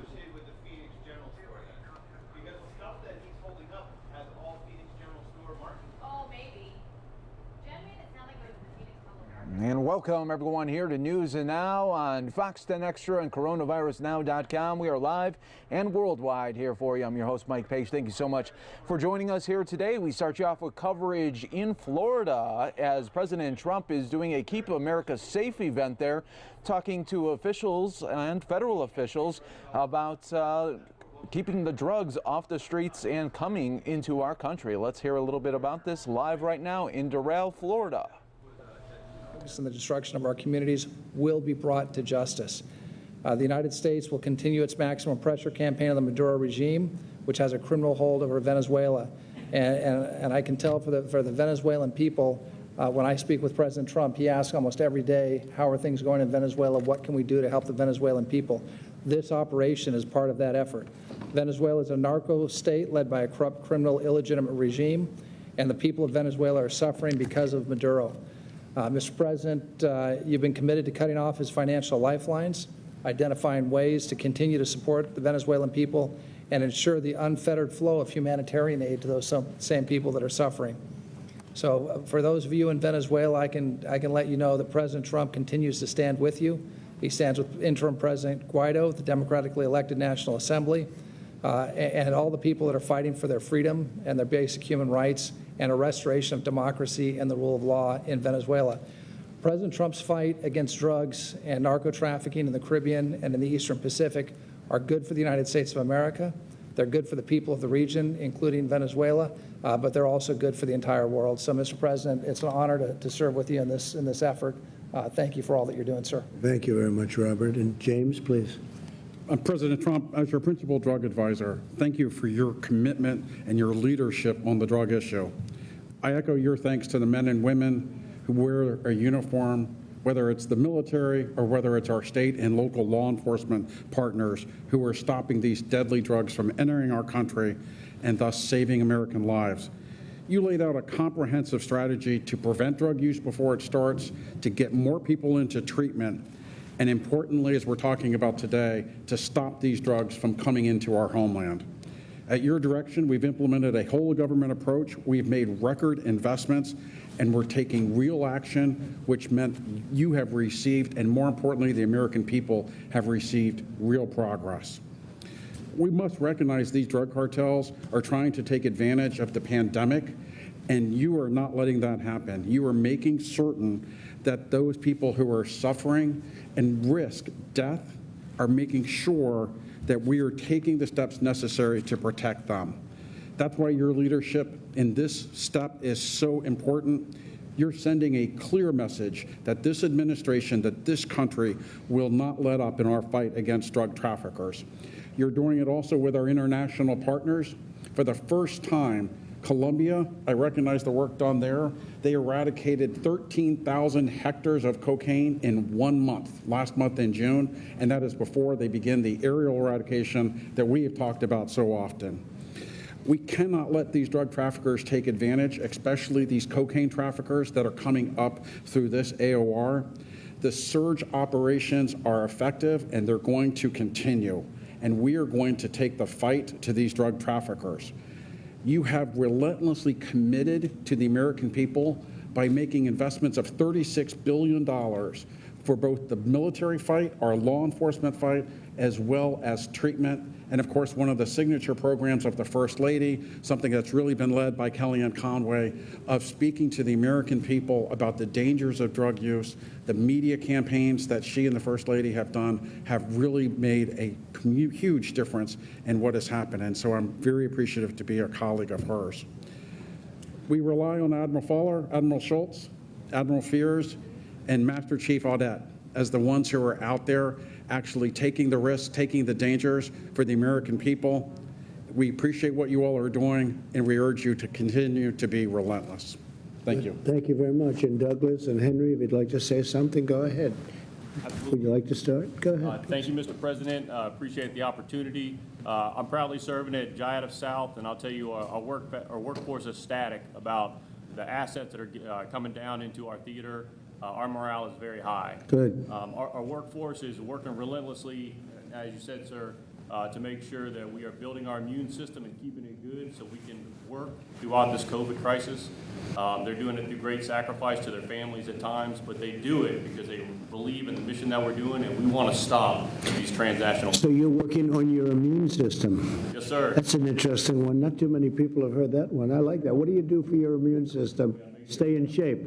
Absolutely, sir. Working out, hydrating, proper That's good. and staying safe. On our I'm going to have to start doing that, I think. That's a good idea. and we're doing it, and we're proud to do it. Thank you. That's great. No, that's great. And lastly, I'll tell you, our men and women in the military really appreciate the 3.1% pay raise you gave us this year. It means a lot to our men and women who work hard and go in harm's way all across the globe. So thank you so much, sir. Well, thank you. And Mario obviously had a good immune system because you recovered. Wasn't pleasant, but you got there, right? I don't recommend that as a dietary. No, it's not good. But you did a good job. And by the way, thank you for your multiple calls while I was. Absolutely. Well, you've been my friend. Thank you very much, Mario. Please. Sir, thank you for coming down today as your tactical commander down on the edge of this operation. I've been in this mission space for over 30 years. I've never seen this many resources applied to the problem set of transnational criminal organizations and counter-narcotics operations. So we have under our roof 21 different countries represented by their foreign liaison officers. They come to work every day trying to lean into this problem set. We've got a whole of government from the U.S. government with a completely joint force from all the branches of the service, as well as all of our interagency partners from all the departments and agencies and beyond what's represented in this room. And so we're just grateful for the opportunity to lean into the problem. And I can tell you with surety that we're targeting and we're getting after this every single day. So thank you for your time, sir, and the resources. Well, thank you very much. I appreciate it, Douglas. And we have the best equipment that we've ever had as a military. We spent $2.5 trillion on our military, and some of it's arriving, some of it's coming in, but much of it's here. So when you say the quality of equipment, we definitely have the best equipment we've ever had. We have the best equipment anyone has as a military. We have things under construction that we're going to take a look at one day soon, where we have missiles that go, I hear, 17 times faster than any other missile, and the normal type at least, and it's something that nobody has anywhere in the world, 17 times faster. So it's a little hard to spot it when it goes that fast, because by the time you spot it, it's gone. But we have things happening that nobody has even thought about. So thank you very much. You've done a fantastic job. You've all done a really fantastic job, and it's an honor to be here. I want to thank all of the folks behind me, too. I don't want to be rude, because you're more important than all of us, right? But I want to thank you all very much. Great job, really great job. Great to work with you and with you, and say hello. Tell them to get well fast, right? Great man. Okay, thank you very much. Okay, thank you. Admiral, it's yours. Mr. President, thank you for the time and the attention and the resources, and we're going to stay at this mission. It's a 24/7, and we are going to take the fight to the enemy. And leadership here is committed to the American people. We owe it to the future. And thank you. You've done a great job. Thank you very much. Thank you, Admiral. Thank you, Admiral. Thank you.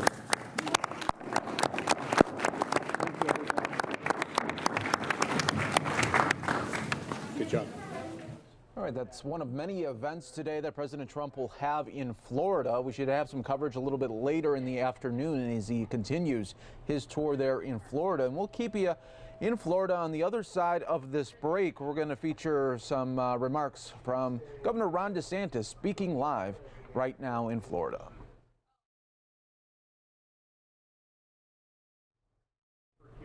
For all our people that are on coronavirusnow.com, let's listen in live right now. 55 and the long-term care, that is overwhelmingly where we're finding the most significant clinical outcomes. Not only, but overwhelmingly. And I think if you look at the cases which have just piled up under 45, I think in the last 5 or 6 weeks, I mean, we've probably had 120, 130,000 cases under 45. And if you look at the mortality rate for that, it is incredibly, incredibly low, and probably close to zero for people that don't have underlying conditions. So I'm concerned. Obviously the cases are, it's an indicator, but who is getting infected is the most significant indicator about how those trends will go. And so if we can continue to focus protecting our long-term care, protecting our elderly, and obviously the messaging about limiting the crowds and the contact for those most at risk, that is going to make a very, very big difference. So I really, though, appreciate what people have been doing across the state. I mean, if you look at the folks who've been working in our hospitals, they were on alert March, April. Yeah, obviously, we had kind of a ripple come through, and then we were very quiet, relatively quiet in May and the beginning of June. Now we've seen it pick up. So folks are working really, really hard, and the state of Florida very much appreciates everything everyone's doing, both in the healthcare field, also our Florida National Guard. I mean, they've been on this since the middle of March, and they've been deployed. They're doing all our testing sites. They've gone and tested the nursing homes. I mean, they've just done a bang-up job, and it's been, when you have a flatter curve, which Florida has. I mean, if you look at kind of Northeast, they went boom. Florida, Texas, I mean, we're just much flatter. It means it goes.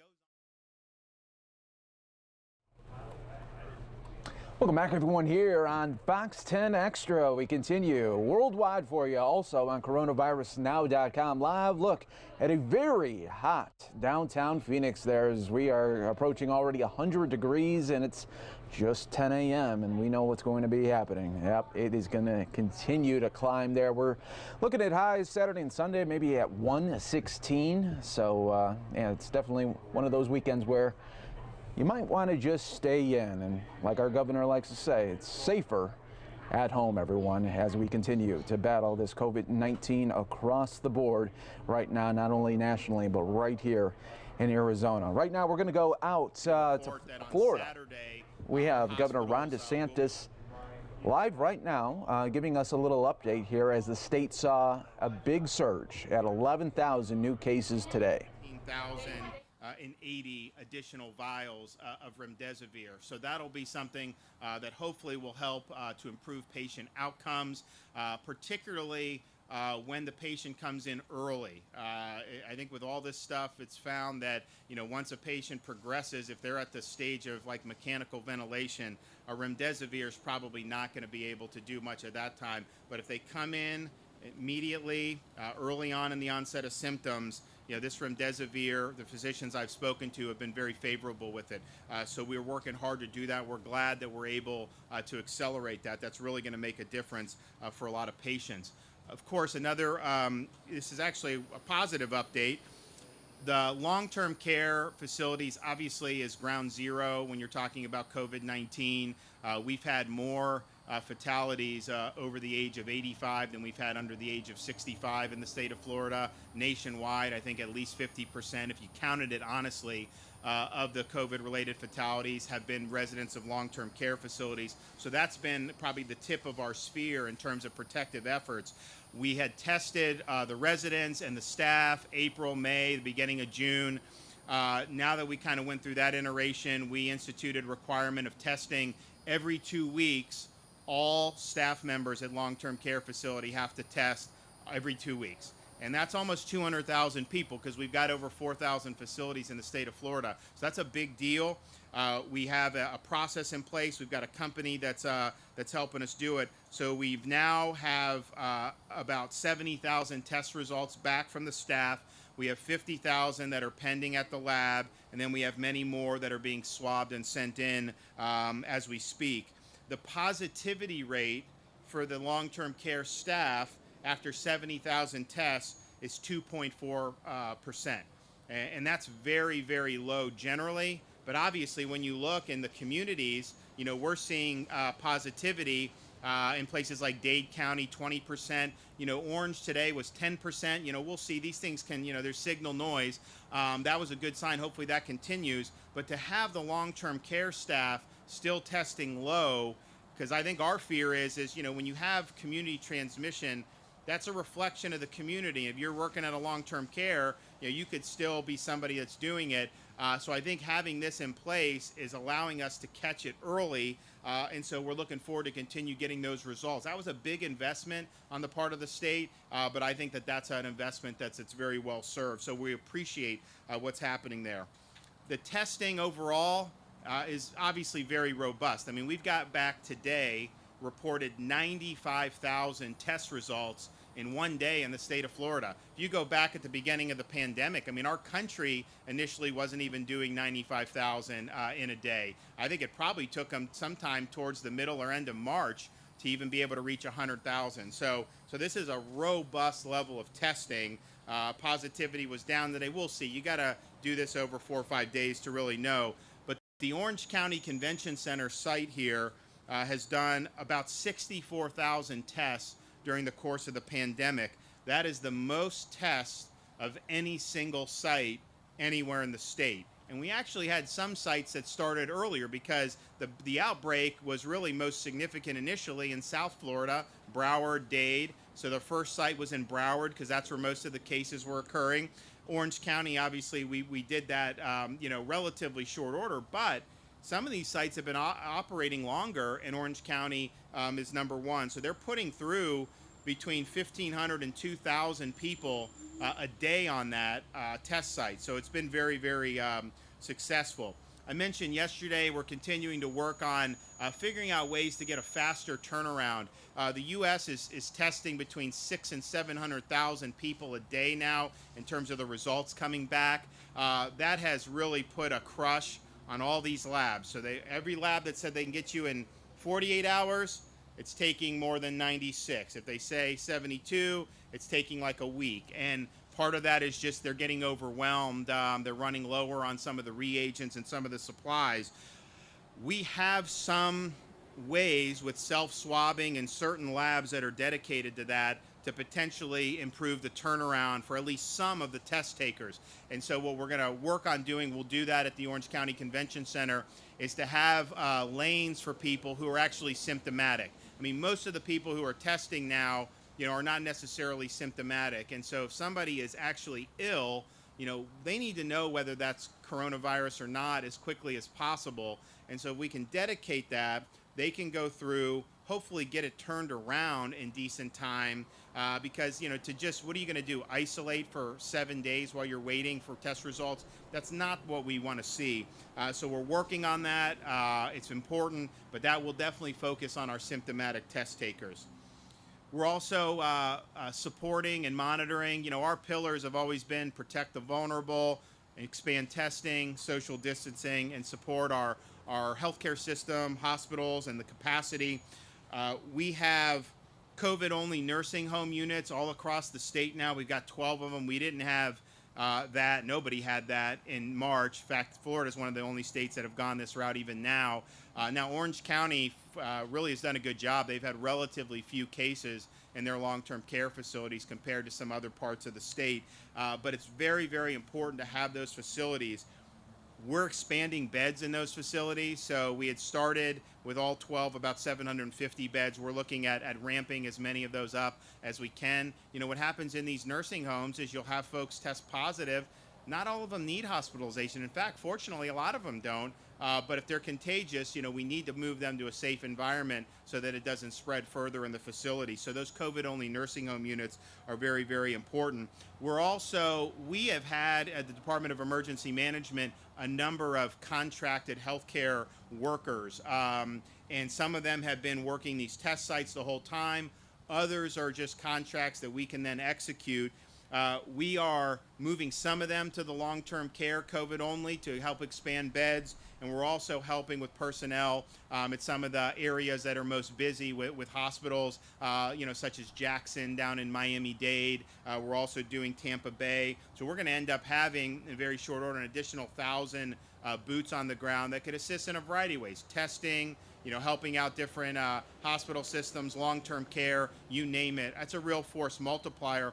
When we're talking to the hospitals, I'm talking to a lot of the CEOs all the time, and they have capacity. I mean, we've got the census today, I think between 10 and 12, 13,000, somewhere like that, beds are available, even at a place like Jackson Memorial, which is in kind of the center of where we're seeing the most cases down in Miami-Dade. They've calibrated with how they're doing electives and everything, to have a nice cushion of beds.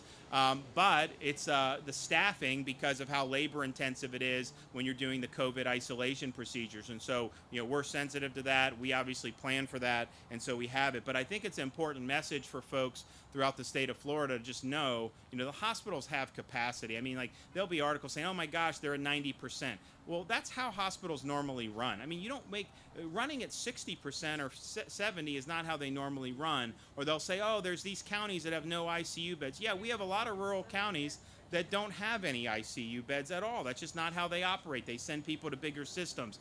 So we have a situation where you've got a lot of beds available. No major system or nobody that we have been seen yet has even gone to like a surge level. And so, these are all contingencies that are there. But the important message is, if you have symptoms aside from coronavirus, heart, stroke, we don't want to repeat the situation that we saw across the country in March and April, where people were deterred, whether it was because of fear, whether it was because they didn't think there would be beds available, from seeking the type of care that they need, particularly for those conditions like heart, like stroke, which are some of the leading causes of death in the United States. And what we've seen over the last month or so is a lot of those patients who did defer care are now presenting in the hospitals and ICUs with more severe heart problems or more severe problems because of stroke symptoms than had they gone in and gotten treated. So please, if you feel like you need care, do not be dissuaded. Hospitals do all, that's one of the safest places you can be in terms of the isolation with all the procedures they have in place, and they have the capacity to be able to treat people, and we want people to be able to get the care that they need. we need to continue working on protecting the vulnerable, particularly those who are 65 and older, particularly those that have underlying medical conditions. Of course, our long-term care facilities, which we're putting a lot of emphasis on. But if you're in those at-risk groups and you're not in a long-term care facility, our advisory is still to avoid crowds and limit close contact with people outside the home.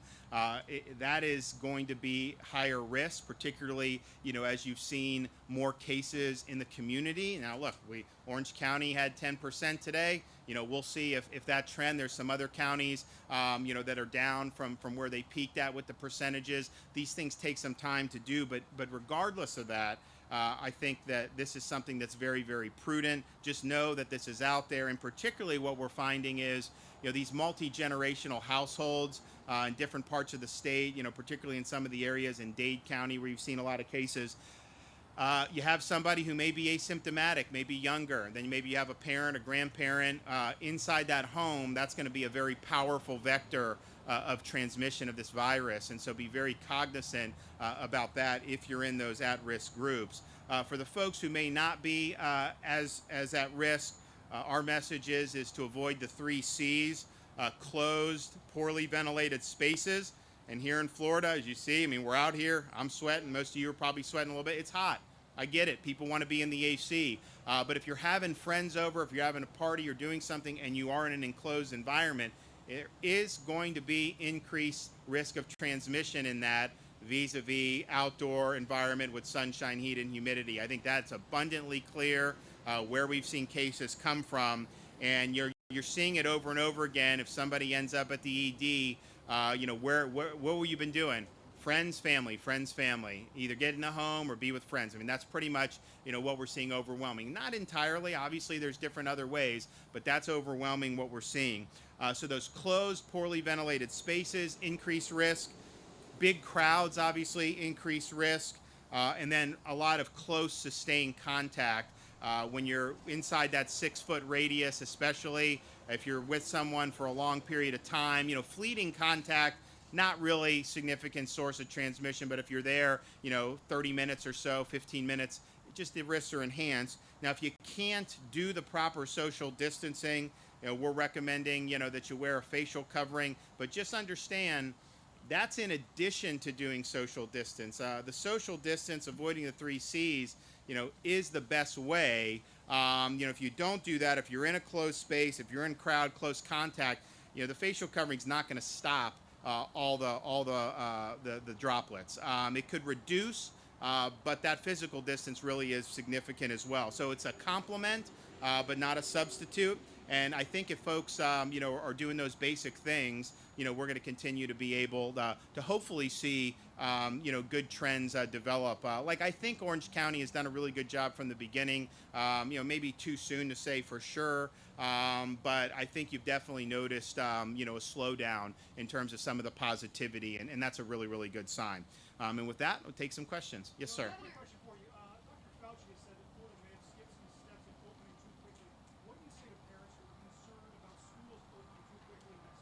Well, in terms of our reopening, so I sent mine to the task force. I spoke specifically with Dr. Birx. And if you look at, we did phase 1 at the beginning of May. Our best test results were May and the first 2 weeks of June. We were 5% or under that whole time. This is a virus that has a 5-day incubation period. So it wouldn't take 6 weeks before you started seeing something if that were the cause. And so there were no steps. We had very, very low prevalence, and particularly in the 64 counties outside of southern Florida, and we did put southern Florida on a different pathway.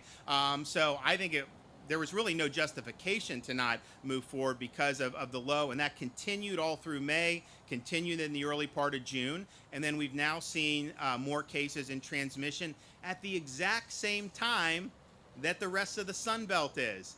Los Angeles didn't exactly open very soon there. They're seeing it. Texas, Georgia, Arizona, South Carolina. So this is something that we're dealing with. We're in a better position to deal with it.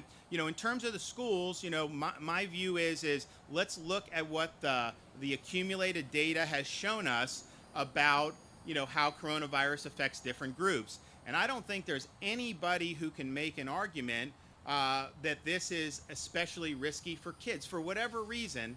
If you look at the H1N1, that was definitely more risky for kids than the COVID-19, and yet we didn't do. So my view is parents should have the ability to make the decisions they want, and if they want to do the online stuff, that's fine. But just understand the costs of not giving kids an option to be able to have in-person instruction is enormous. And I get there's a lot of views in the community. What I would hope is it should not be a political issue. It should be based on the facts. And if we see that this is very low risk, and we see, I think overwhelmingly in every study, that the school kids are not vectors of transmission, well then we have to accept that and then figure out, how you fashion policy around it. But the places that have done this in other parts of the world, have not seen major problems. Look, you can always have an outbreak. We've said that from the beginning, and you do what you can to put it out. But in terms of the risk level to school kids is very low. The cost of not at least giving them the opportunity, if their parents want to do it, I think is very, very high. And so it doesn't mean that you don't do things to create safe environments. And I certainly would recommend that. All right, everybody, we are now going to, we'll keep you in Florida. This is the governor of Florida, but still in Florida right now. Is President Trump just about to speak again? Thank you very much. And thank you to our great Admiral Fowler. Thank you also to all of the exceptional leaders and talents that we have in this room. U.S. Southern Command is just an outstanding group of people. Thank you very much, Admiral. We're here today to discuss our vital effort to keep deadly drugs out of our country and away from our children. And wow, are we making progress in a short period of time, thanks to you. It's amazing. I've come to personally thank you. I wanted to make this trip personally. We were going to do a phoner, and I said a phoner is not quite the same thing, is it? So I came to personally thank you for your valiant fight to defend our borders and take our vile traffickers, these vile traffickers, out of business, knock them out of business, the smugglers, the criminal cartels. We want to knock them out. You're on the front lines every day, saving countless American lives and delivering the righteous thunder of American justice. No adversary can match the awesome power of the United States Army, Navy, Air Force, Coast Guard, Marines. And I must tell you, very soon we're going to have a thing called Space Force. You know about that, right? Space Force, that's a big deal. One of the many things we've done in this administration, that's going to be one of the most important, I predict. Let us also show our deep appreciation for your law enforcement partners at the Department of Homeland Security and Department of Justice. Well, thank you very much for being here. Thank you very much. We'll always stand with the incredible men and women of law enforcement. We will never, ever defund our police, okay? That I can tell you. We're not defunding police. What's going on here, Admiral, when you hear defund the police, you're probably saying that's a foreign language, right?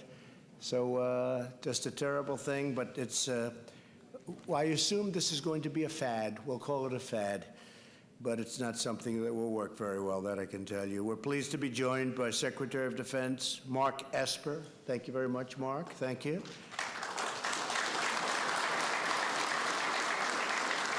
Acting Secretary of Homeland Security, Chad Wolf. I think we're keeping him pretty busy, right? He's been a busy man.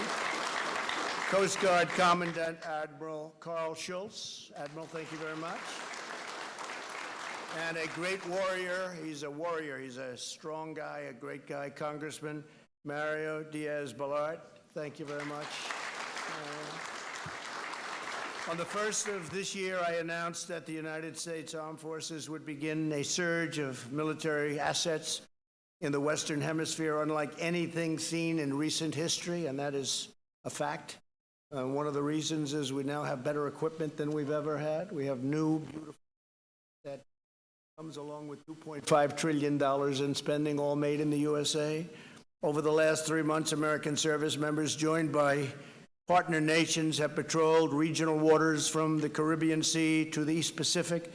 The United States deployed a vast arsenal of Coast Guard cutters, naval combat ships, specially armed Coast Guard helicopters, and they are real weapons. They are powerful weapons. High-tech maritime patrol aircraft, as well as roughly 1,300 additional personnel. These forces represent a 65% increase in ships and a 75% increase in surveillance aircraft from last year alone.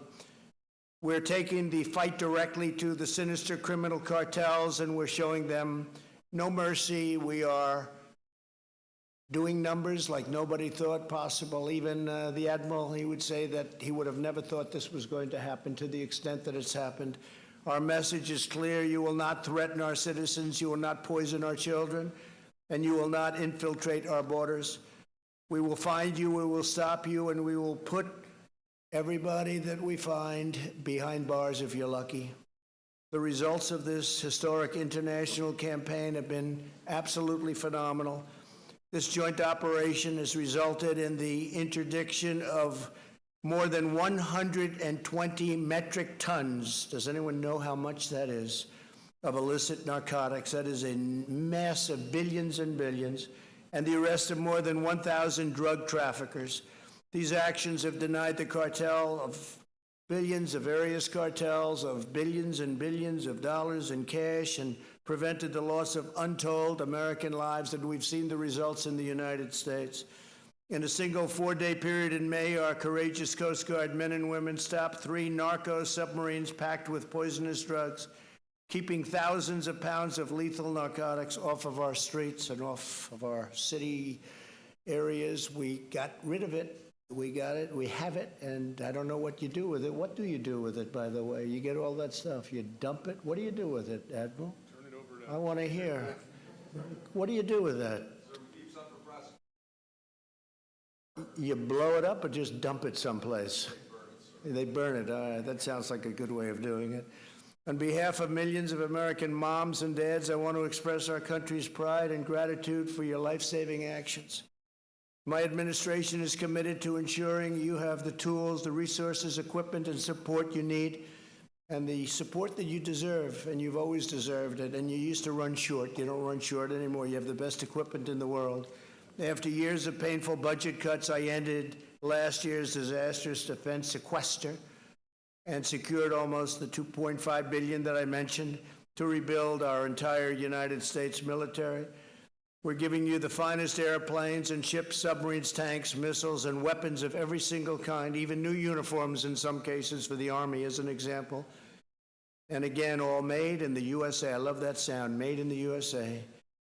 We've approved the 2 new state-of-the-art national security cutters and 2 polar security cutters for the United States Coast Guard, and so much other equipment, including we have under construction right now, the largest icebreaker in the world, and we're going to be trying to get, if we can, an extra 10 icebreakers. We only have 1. Russia has 40. We have 1. So we will have 2, but we think we'll have 10 because we're trying to do a deal with a certain place that has a lot of icebreakers, and we're seeing if we can make a really good deal where you can have them very fast. You know about that. We're working on it, and I think we can surprise you at a very good price, which will be nice. Much cheaper than the one we're building, and that's also nice. You can do about 5 of them. Our enemies are on notice because the United States military is much more powerful, much more lethal, and much more prepared than ever before. We're in a position that we've never been in equipment-wise, and we have the greatest people on earth. We're also supporting the courageous men and women of CBP, ICE, Border Patrol, and DEA, and FBI, and all of the heroes of law enforcement, great people. As long as I am president, I will never allow your sacred mission to be undermined or attacked in any way. I will not have open borders. We will not abolish the police, and we will not slash the budgets for our military, and we will not allow our country to be swamped with deadly drugs. We have stopped numbers that we've never stopped before or even close. And we have done it in a way that our enemy understands, and they're getting a little bit concerned because they've never had losses like this. They've never had submarines taken from them. They actually build submarines because smaller versions of what we have, to put it mildly, like much smaller, but they're submarines nevertheless, very expensive things. And they've never seen anything like what's happened to them in the last year and a half. We will defend our country. We will defend our borders, our children, our heroes, and our great American flag. We'll always defend our American flag. We're very proud of our flag. We will protect, preserve, and promote the American way of life. And we will always stand strong for God, country, family, and freedom. I just want to thank everybody for being here. This is a very special moment. I think especially so because you've done so much over the last short period of time to bring life and safety to the United States of America and other parts of the world, by the way, but to the United States. And I want to thank you. God bless you all. Thank you very much. Admiral, thank you very much. Thank you.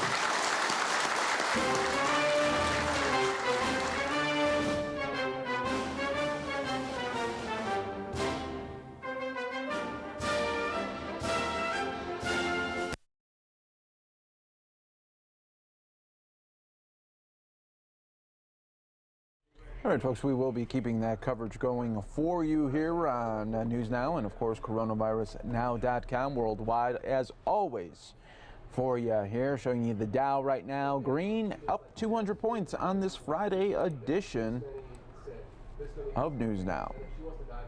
What we'll do is we'll show you the rest of the governor from Florida, Ron DeSantis, wrapping up there. And we'll show you that rest of it right now here. Only on News Now, folks. More severe heart problems or more severe problems because of stroke symptoms than had they gone in and gotten treated. So please, if you feel like you need care, do not be dissuaded. Hospitals do all, that's one of the safest places you can be in terms of the isolation with all the procedures they have in place. And they have the capacity to be able to treat people, and we want people to be able to get the care that they need. We need to continue working on protecting the vulnerable, particularly those who are 65 and older, particularly those that have underlying medical conditions. Of course, our long-term care facilities, which we're putting a lot of emphasis on. But if you're in those at-risk groups and you're not in a long-term care facility, our advisory is still to avoid crowds and limit close contact with people outside the home. That is going to be higher risk, particularly, as you've seen more cases in the community. Now, look, Orange County had 10% today. We'll see if that trend. There's some other counties, that are down from where they peaked at with the percentages. These things take some time to do, but regardless of that, I think that this is something that's very, very prudent. Just know that this is out there, and particularly what we're finding is, these multi-generational households in different parts of the state, particularly in some of the areas in Dade County where you've seen a lot of cases. You have somebody who may be asymptomatic, maybe younger, and then maybe you have a parent, a grandparent inside that home. That's going to be a very powerful vector of transmission of this virus, and so be very cognizant about that if you're in those at-risk groups. For the folks who may not be as at risk, our message is to avoid the 3 C's: closed, poorly ventilated spaces. And here in Florida, as you see, we're out here. I'm sweating. Most of you are probably sweating a little bit. It's hot. I get it. People want to be in the AC. But if you're having friends over, if you're having a party or doing something and you are in an enclosed environment, there is going to be increased risk of transmission in that vis-a-vis outdoor environment with sunshine, heat, and humidity. I think that's abundantly clear where we've seen cases come from. And you're seeing it over and over again. If somebody ends up at the ED, what have you been doing?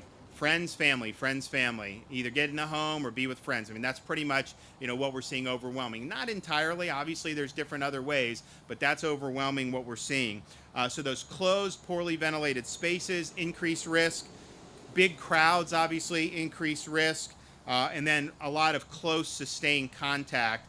When you're inside that 6-foot radius, especially if you're with someone for a long period of time, fleeting contact, not really significant source of transmission, but if you're there, 30 minutes or so, 15 minutes, just the risks are enhanced. Now, if you can't do the proper social distancing, we're recommending, that you wear a facial covering, but just understand that's in addition to doing social distance. The social distance, avoiding the 3 C's, is the best way. If you don't do that, if you're in a closed space, if you're in crowd, close contact, the facial covering's not going to stop all the droplets. It could reduce, but that physical distance really is significant as well. So it's a complement, but not a substitute. And I think if folks, are doing those basic things, we're going to continue to be able to hopefully see, good trends develop. Like I think Orange County has done a really good job from the beginning.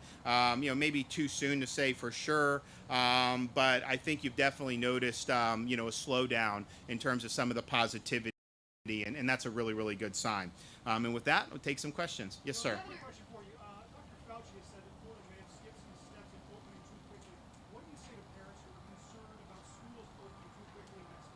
Well, in terms of our reopening, so I sent mine to the task force. I spoke specifically with Dr. Birx. And if you look at, we did phase 1 at the beginning of May. Our best test results were May and the first 2 weeks of June. We were 5% or under that whole time.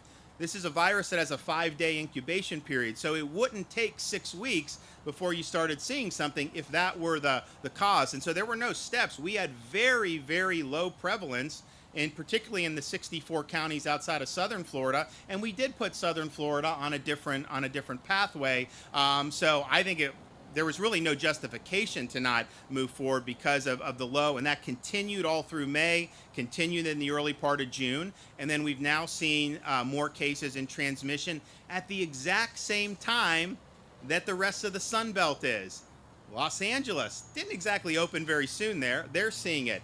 Texas, Georgia, Arizona, South Carolina. So this is something that we're dealing with. We're in a better position to deal with it. In terms of the schools, my view is let's look at what the accumulated data has shown us about, how coronavirus affects different groups. And I don't think there's anybody who can make an argument that this is especially risky for kids for whatever reason. If you look at the H1N1, that was definitely more risky for kids than the COVID-19, and yet we didn't do. So my view is parents should have the ability to make the decisions they want, and if they want to do the online stuff, that's fine. But just understand the costs of not giving kids an option to be able to have in-person instruction is enormous. And I get there's a lot of views in the community. What I would hope is it should not be a political issue. It should be based on the facts. And if we see that this is very low risk, and we see, I think overwhelmingly in every study, that the school kids are not vectors of transmission, well then we have to accept that and then figure out, how you fashion policy around it. But the places that have done this in other parts of the world, have not seen major problems. Look, you can always have an outbreak. We've said that from the beginning, and you do what you can to put it out. But in terms of the risk level to school kids is very low. The cost of not at least giving them the opportunity if their parents want to do it, I think is very, very high. And so it doesn't mean that you don't do things to create safe environments. And I certainly would recommend that folks, if you have somebody, school-age children that have real serious medical conditions, they obviously need to be protected and treated accordingly. And the same thing with people who may work in these things. But the cost of what we've already seen with the academic lag has been really, really significant. And this is from a state that has put more into online learning than probably any state in the country. We're proud of it. A lot of states copied us. We think we did a good job mitigating some of it, but there's no way that you can actually substitute that. And then I also worry about kids just not being able to have the normal type of interactions that we're used to. There's social costs to that. Obviously activities that many of our kids like to participate in. I mean, I'd be really concerned about not letting our athletes compete. Look, kids, particularly in high school, that's one of the things that keeps them going in a good direction, because they have the ability, they have mentorships by coaches, they're working hard, they're learning discipline. So there's a whole host of factors. So let's just follow the data and the actual science. Let's take the politics out of it. Let's take the, some of the emotion out of it. I mean, I've said before, my kids are 3, 2, and a newborn, so they're just too young to be in school now. But if they were 7, 6, and 5, I'd have no problem. I view it as incredibly low risk, as somebody who reviews this data for hours every day, I would be totally comfortable with that, and I would be concerned at what they would be losing without that. So it's a really significant thing. It also, though, doesn't mean that every single school district in every part of the state is going to approach it the same way. And there's nothing wrong with that. We have a diverse state. There's going to be some places here, they're going to be full throttle, we know that, and then there's others that are going to be a little bit more cautious. That's fine too. But I think the goal needs to be, let's do what's best for the kids and let's make it happen.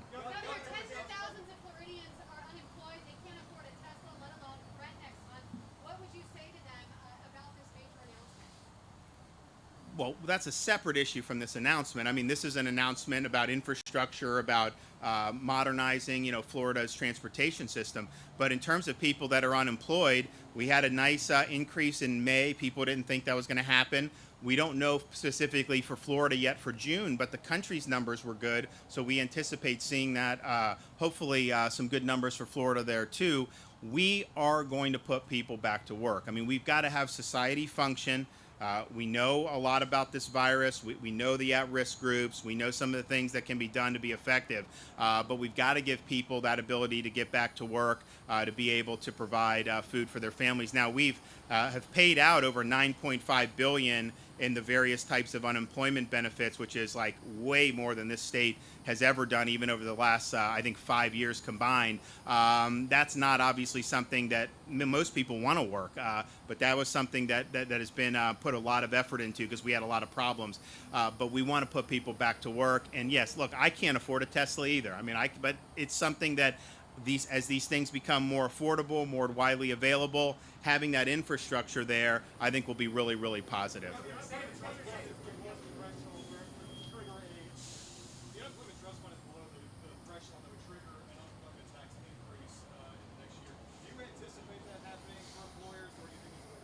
I hope we can avoid it. I mean, I think that this is a unique economic occurrence because it was basically a national shutdown that caused people to lose their jobs based on a policy. And usually these things happen organically. There's over leveraging, or there's this or there's that. So I'm hoping that because it was artificially induced, we can get people back, and we won't have that happen. Can you repeat? Sorry. 120 deaths reported yesterday, 93 today. Are you concerned that the lagging indicator of death numbers is catching up to the case totals? Well, we obviously are working hard to, to minimize the morbidity and mortality associated with this virus. I mean, if you look at what we've done with our long-term care facilities, I think had we not done what we've done, you would have thousands of more fatalities in our long-term care facilities. Certainly, if we would have put the contagious patients back in there, it would have just been a disaster like you've seen in some of these other states. So, yes, we want to reduce as much as possible. Now, when the deaths are reported, just understand this stuff, some of these go back to April, May, and so it's not that it happened the day before. But yes, we want to reduce or limit as much as we can, reduce mortality, morbidity. I think if you look at the numbers, the 65 and the long-term care, that is overwhelmingly where we're finding the most significant clinical outcomes. Not only, but overwhelmingly. And I think if you look at the cases which have just piled up under 45, I think in the last 5 or 6 weeks, I mean, we've probably had 120, 130,000 cases under 45. And if you look at the mortality rate for hospitals and ICUs with more severe heart problems or more severe... All right, folks, we continue to be worldwide here for you on coronavirusnow.com. I'll show you the markets here again, everybody. As seeing an uptick now, getting close to 300 points in the green.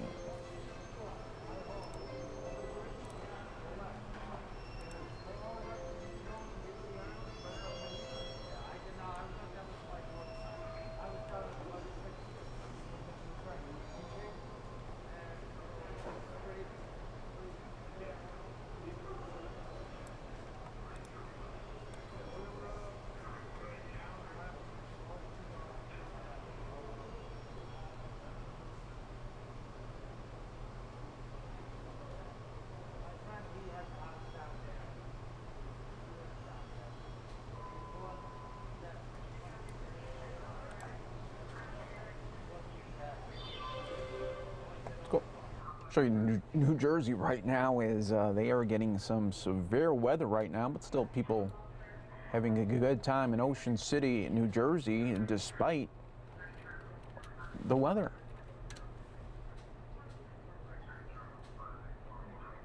This is all because of the tropical storm Faye in New Jersey.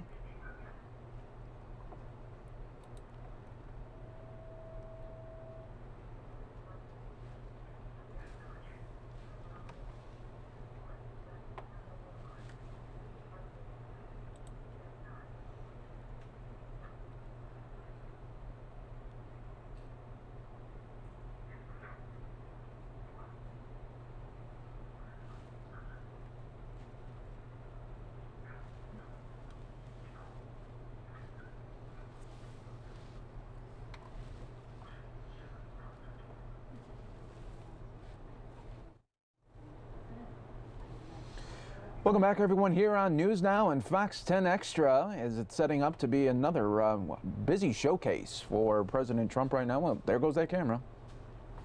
Got to hold on to it. Take a look at that. Now the camera's back. All right. So we are getting ready for another event from President Trump in Florida. We'll have that for you at the top of the hour, as he's really been busy today, no doubt, in Florida, talking about protecting Americans from crimes at our southern border and illegal drugs and everything in the mix. So we'll keep an eye on that. In the meantime, I want to show you some just the comments President Trump made to the media right before heading to Marine One to get to Florida today. Hello, everybody. So we're going to Miami. We're going to different parts of Florida today. We'll be back at about 11 o'clock tonight. And a lot of stops, a lot of very good stops, so we look forward to it. Tropical Storm Faye is probably going to be hitting a place called New Jersey, a good place, pretty soon. So we are on the watch. We're fully prepared. FEMA's ready in case it's bad. Shouldn't be too bad, but you never know. You never know. But at this moment, it's looking like it's going to be hitting New Jersey fairly soon, and we are fully prepared. And other than that, I'll see you in Miami. Okay? Thank you. Say it. He plagiarized from me, but he can never pull it off. He likes plagiarizing. It's a plan that is very radical left, but he said the right things because he's copying what I've done. But the difference is he can't do it, and he knows he's not doing that. Can't be the same because he's raising taxes way too much. He's raising everybody's taxes. He's also putting tremendous amounts of regulations back on. And those two things are two primary reasons that I created the greatest economy we've ever had. And now we're creating it again, okay?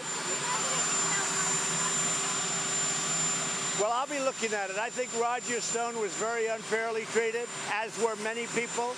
And in the meantime, Comey and all these guys are walking around, including Biden and Obama, because we caught them spying on my campaign. Who would have believed that one? Thank you. And those were the comments there from President Trump earlier this morning before heading over to Florida. And when we come back here on News Now and, of course, coronavirusnow.com, well, let's just stay here. As President Trump just coming to the podium right now, we'll stay here before we take a break.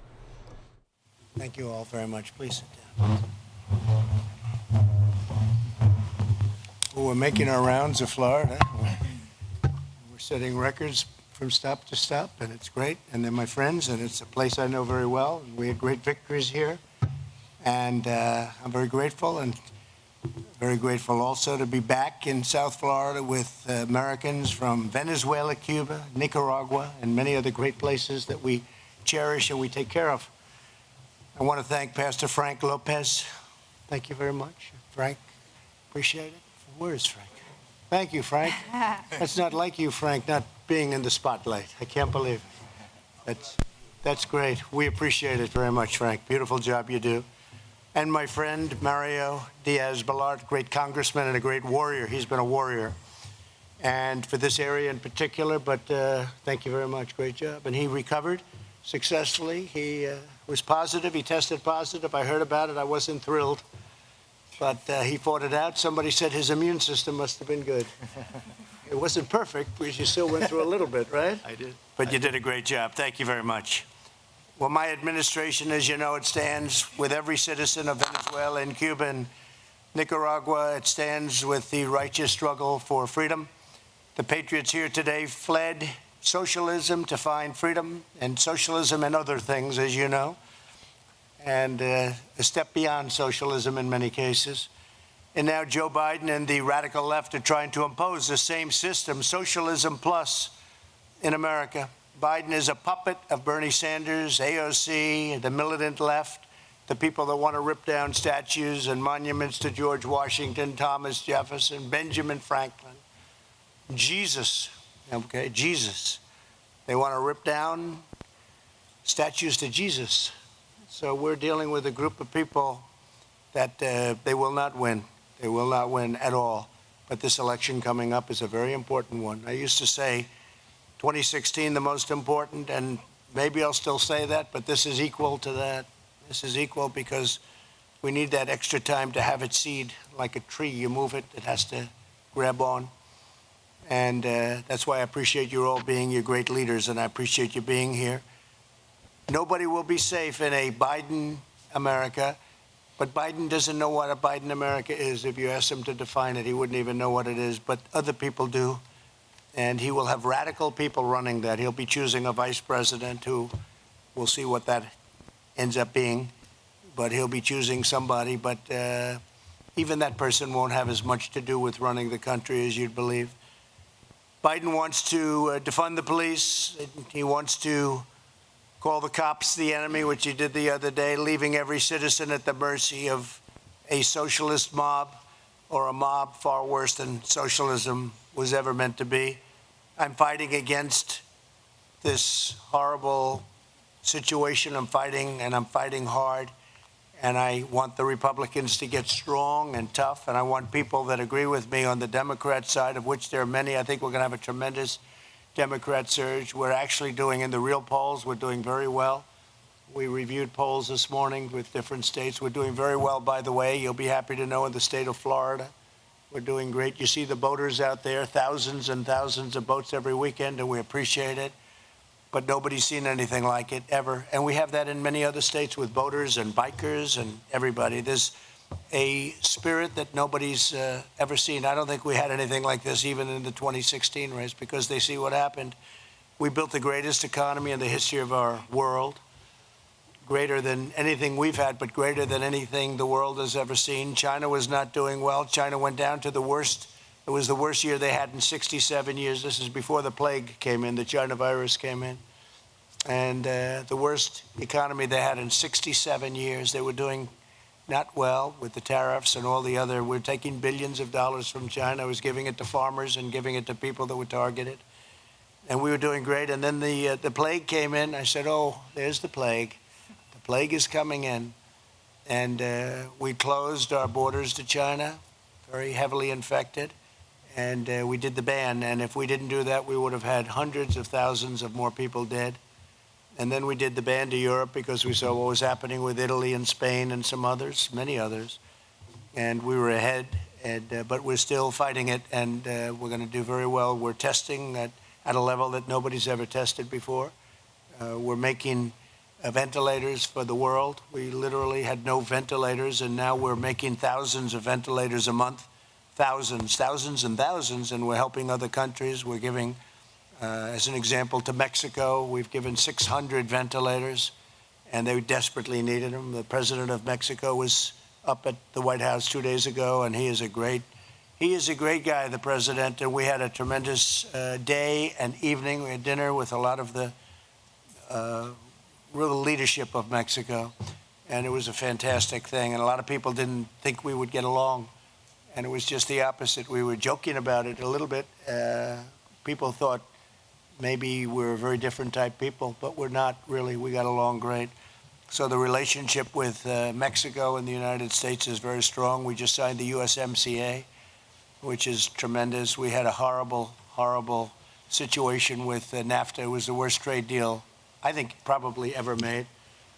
And now we have a great trade deal for the United States. And also it's very fair to Canada and to Mexico, so that's good. We imposed historic sanctions on the Maduro regime.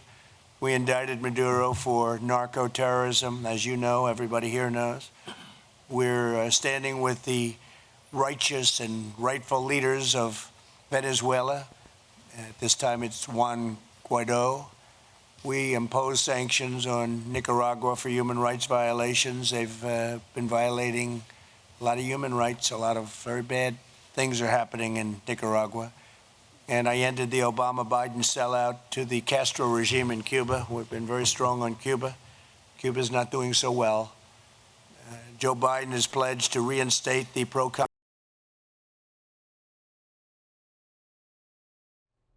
All right, looks like they're having some issues there with that video. We'll see if we could get it back for you. In the meantime, we'll take a short break and be right back with you here on News Now, everyone. Taking a short break.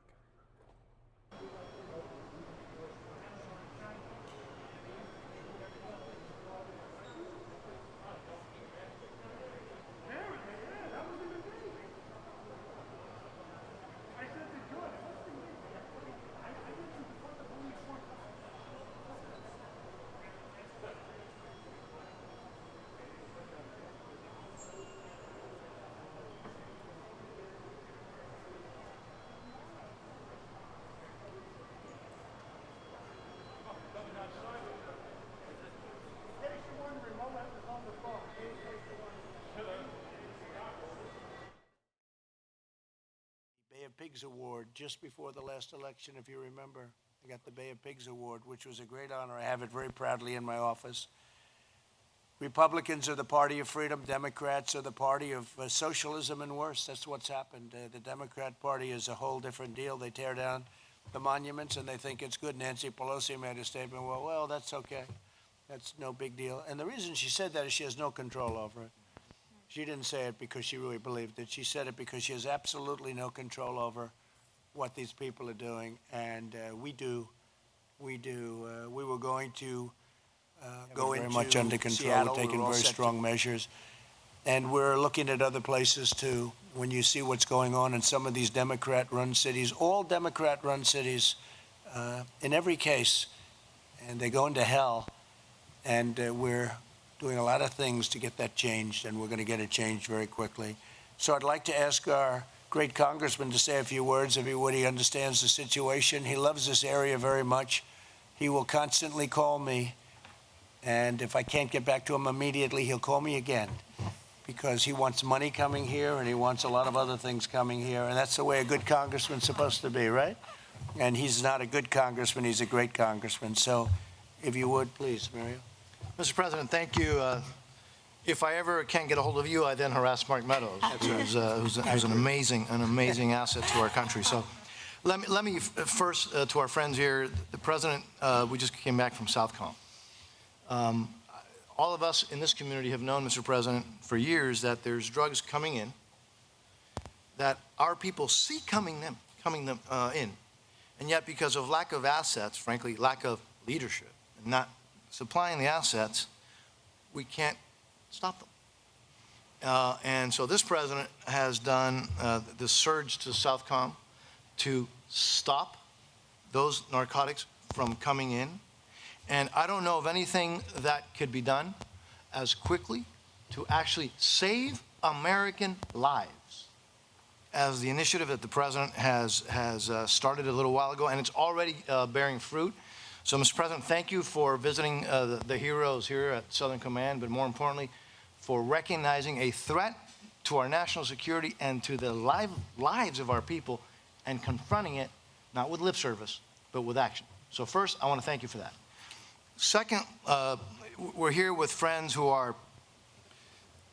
understand, unfortunately, what socialism is all about. We have the daughter of a martyr who was murdered by the Castro regime. We have individuals here who understand that the situation in Venezuela, in Nicaragua, and in Cuba is not only disastrous for those people, but as you have stated so many times, it is a danger, a threat to the national security interests of the United States. I said it before that this administration has emphasized this hemisphere, but it's emphasized it in support for the cause of freedom, not solidarity with those who repress their people. It has shown solidarity with the people, not the oppressors of those people, by what the president just talked about, sanctions and tough pressure and diplomacy and leadership. Mr. President, on behalf of the folks that I represent, that I'm honored to represent, thank you. Those actions are not small. The impact on our national security is huge. The impact on the millions of people who are suffering, who now have hope, is immeasurable. History will record you as the president who freed this hemisphere from communism and socialism. Those regimes will not last another 4 years of President Trump. I'm convinced of it. And you've seen that others are saying, oh, we're going to go back to the policy of recognizing, legitimizing the Castro regime, knowing what they're doing in Venezuela and in Nicaragua and in the hemisphere. That's unacceptable. So I just, again, on behalf of the folks that I represent, thank you for standing up for our national security interests, for freedom, and for your solidarity for those who are working and struggling, and in many cases dying, just to regain their freedoms. Thank you, Mr. President, for Thank what you you've very done. much, Mario. Appreciate it. Great job you do, too. How about we go down the line, please?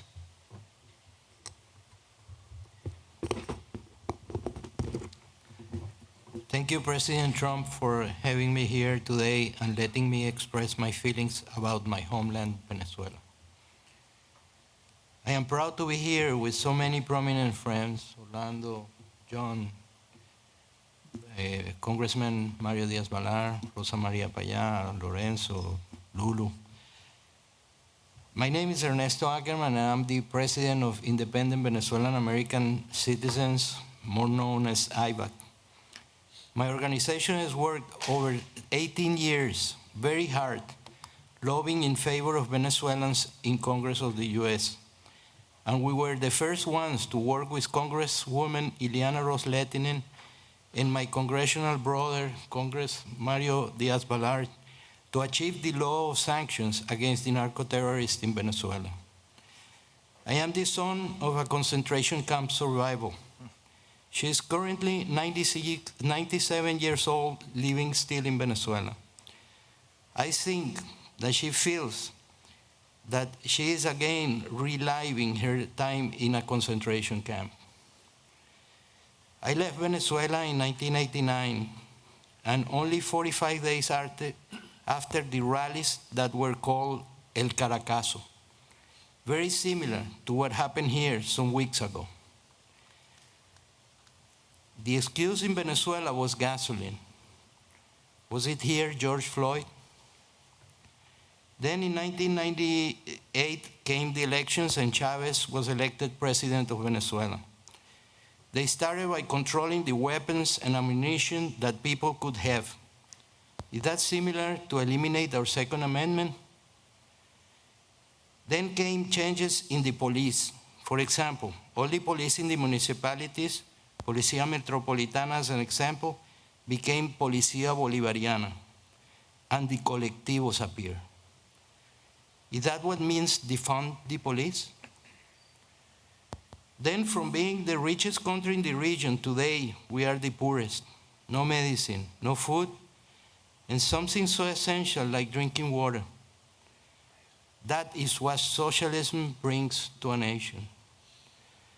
I became a citizen of this great country in the year 2000. I have a wonderful wife, 3 daughters, one of which is an ex-police officer, and 4 grandchildren. What future would they have in socialism? That is why, Mr. President, being a proud American, I will work hard to prevent socialism from penetrating this great country, and count with me to support to achieve it. Mr. President, that's why today I want to make you two requests.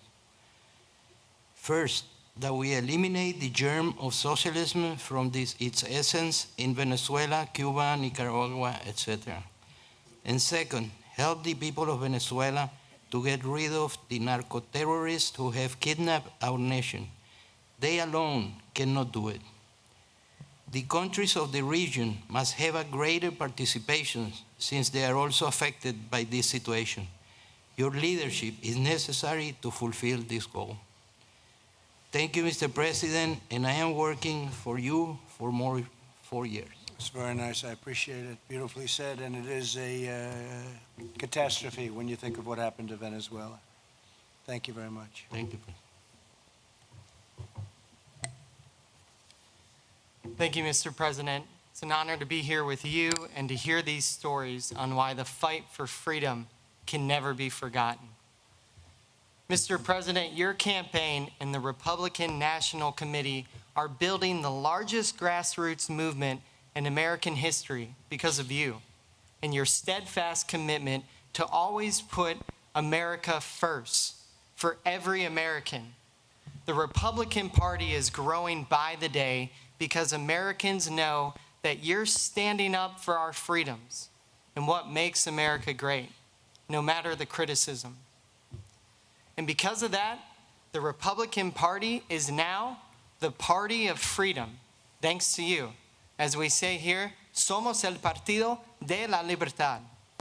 We're the party of freedom because we stand for freedom of religion, freedom of speech, freedom for the unborn, freedom of commerce, if it's free, fair, and reciprocal trade, freedom at home and abroad. The Hispanic and Latino community in Florida knows the horrors of life without freedom. They've seen firsthand how leaders who value control, not freedom, destroy prosperity, security, and opportunity. That's what happened in Venezuela, in Cuba, in Nicaragua. That's what socialism does. Mr. President, freedom and faith in America are now threatened by the same radical left ideology seen in places like Cuba and Venezuela, as that ideology now controls today's Democrat Party. And the only protector of our American freedom and American greatness is you, Mr. President. That's why everyone around this table and the communities outside of this church are working hard every day to re-elect you as our president for 4 more years. We're registering voters. We're knocking doors. We're sharing this Republican message of freedom in English, in Spanish, telling folks why you need 4 more years for America, Mr. President. When you declared before our union that America will never be a socialist country, the words made clear to freedom-loving people across our hemisphere that you stand with those who love freedom. And the community here in Doral knows that. Thank you for standing up for America, for standing up for our freedom, for our greatness. Only you can rebuild the economy, this economy, to secure our safety and prosperity for future Americans. Americans saw historic low unemployment for every community across America under your leadership, including Hispanic and Black Americans. And with God's help and with your leadership, we know that the best is yet to come. Thank you for your time today, Mr. President, and thank you to all the great leaders at this table. I want to get that speech. Do you mind giving me that speech? I could use it. How good was this? Oh, who's your speechwriter? You write that yourself? You want to work for me as a nice speechwriter? He's too big. He works for me anyway in a different way, but you've done a great job. That's a beautiful speech. I want to thank you very much. It's true. I want it. You think I'm kidding too, don't you? Thinks I'm kidding. It's true. The Republican Party has grown incredibly from where it was, and we have a whole different group of people in the Republican Party. Like, people don't remember. Nobody ever heard of it until I came along. Nobody remembered it for a long time, or they didn't use it. At least I use it all the time. Abraham Lincoln was a Republican. You know, you say that, people say, I didn't know that, but he was a Republican. So we're doing a great job, but that's a beautiful job. I appreciate it very much. Thank you. Please. Sir, my name is Orlando Gutierrez Bornat. I represent the Assembly of the Cuban Resistance. It's the main coalition of pro-democracy organizations in the Cuban exile community. And what I want to do is very briefly share with you 4 memories of my life that helped me understand what socialism is, what communism is. Okay. First of all, I want to thank God for this opportunity for many different reasons. And it brings back one of my clearest memories of Cuba, which was sitting in one of those big, beautiful Havana churches, and the church was almost empty. My grandmother, myself, 2 or 3 more people, the priest doing mass. People were afraid to worship. People were afraid to go to church because they would put mobs outside to insult you when you came in or when you walked out. And you would be discriminated if you believed in God, persecuted. Rosa Maria's family knows that experience very well. And everywhere communism and socialism have come to, the first freedom they strike at is religious freedom. Why are they knocking down the statues of Jesus? Because they've done it everywhere they've gone. Whether it's a synagogue, a temple, a church, that's their target. St. Augustine said that the source of all other freedoms was religious freedom. The right to believe or not to believe, to have faith or not to have faith, that's fundamental. And that's one of the first things communism in Cuba tried to eradicate. They tried to wipe out Christianity in Cuba. For this very powerful reason, and for many others, free Cubans, Cuban Americans, have been at the forefront of the struggle against communism in Cuba and around the world. Thousands of Cubans have died in that struggle. Thousands have been imprisoned. Many are still in prison today. It's been a very long struggle, and this community has been visited many times by different leaders who made a lot of promises. Few of those promises, the most glaring being the Bay of Pigs, have been kept. And that's why, one of the reasons why I thank God for being here is that I wanted the opportunity to thank you, because you came through. I was there when they gave you the Bay of Pigs award. I was one of the speakers at that day. I was honored to do so. That's right. And what you said that day, what you've been working on ever since, closely with Mario, who's untiring, relentless in the struggle for Cuban freedom, you've come through. And you know, Cubans have been without a homeland for so long. We've been in this struggle for so long that one of the things we cherish is loyalty and gratitude. And we are grateful to you. And we're good friends to have. Because once someone has served the cause of freedom in Cuba and behaved like you have, we will be loyal to you forever. Title III, Title IV have empowered Cubans legally to fight for justice. The strategic sanctions aimed at the military and the intelligence and security sectors have weakened them. That's why we've seen in the past months, in the past few weeks, protests against this regime in Santa Clara, in Moa, in Holguín, in key cities in Cuba. Every time Cubans see that the state is weakened and they have a chance to fight. They go out and they struggle. That's why it's especially important at this point in time that we have a strong Radio Martí, a strong TV Martí, a strong Radio República, all these stations which are transmitting uncensored, accurate, objective information to Cubans. Cuba is the base for the communist occupation of Venezuela and Nicaragua. If Cubans are really supported, like you're doing now, to free Cuba, the entire hemisphere will breathe better, including the United States. The second memory I want to share with you is that right before we left Cuba, my parents spent 5 years trying to get out of Cuba. My father, for the crime of being an electrical engineer, they didn't want to let him go. So he had to go to a work camp, et cetera, et cetera. A few days before leaving, my father took me to different places in Havana to show me Havana before we left. Because he said, you know, we may never come here again. And he never returned. He never saw his city again. And Havana was a beautiful city. It's been destroyed now by communism. And it's a beautiful city because between 1902 and 1959, in less than 60 years, Cubans took that island from being devastated by genocide and Spanish occupation to being one of the leading Latin American countries with a thriving economy. Just to give you an example, which nobody ever discusses, before 1959, Cuba fed itself and exported food to the entire hemisphere. Cuba today cannot feed itself without US donations of food. So we have lived firsthand what you are struggling against. Those many in media and in Hollywood who spread lies about socialism, lies about communism, lies about what happened in Cuba. People are naive about socialism. They're naive about communism. Che Guevara himself said that the goal of communism and socialism was to destroy the individual, to destroy individualism. That's the engine of freedom.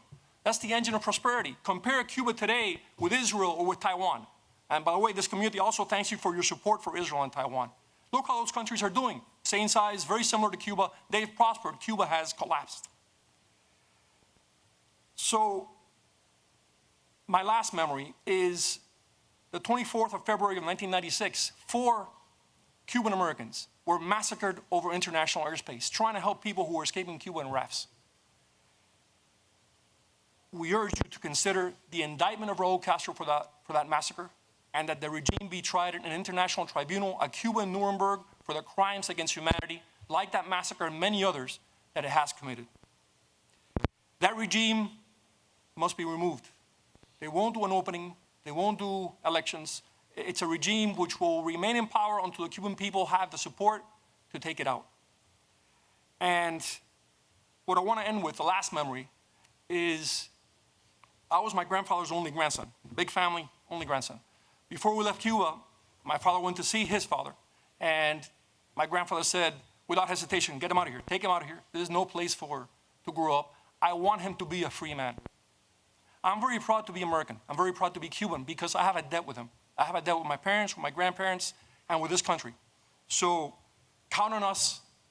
There should be a task force to educate Americans about socialism and communism, and we're here to fight for Cuba, but also for the United States. Thank you so much, and God bless you. Thank you very much. Great job. Thank you. Please. Go ahead, please. Yes. You sure? I'm very sure. Listen, before I start, I need to first thank you for your sacrifice and the job you have done. And I also want to make sure that we understand that you are surrounded with very good people here in the state of Florida. And just to mention a few, we have the best governor and lieutenant governor in DeSantis and Jeanette Nunez. We have the best 2 senators in Mario.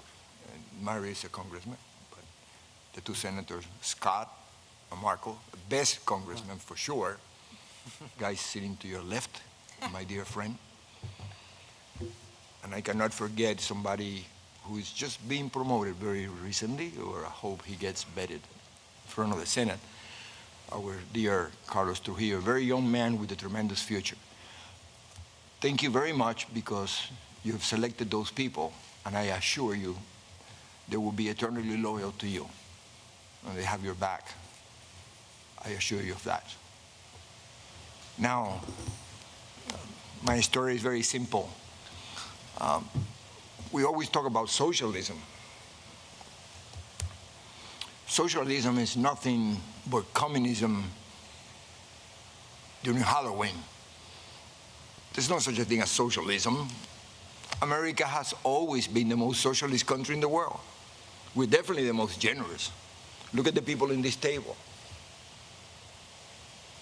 Look at our backgrounds. Just think that in 1961, as a 13-year-old, by myself, in my way to Spain, I wasn't even coming here.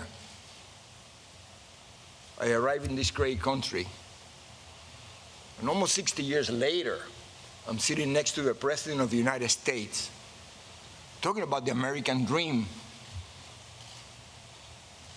the only country in the world, no other country in the world, that you can start a business from the trunk of your car, and within a very few years, with hard work, commitment, and all the core values that we learn from this very culture of ours, we can become very important to our future. We can become those people who make the next generation better than the one before. This is the only country. Why do you think you had to close the borders? Because everybody in the world wants to come over here. Nobody's ever forced to come over here. We come over here, in my case, because my parents chose that I would not be indoctrinated by the communist country, by the totalitarian country, by the totalitarian regime.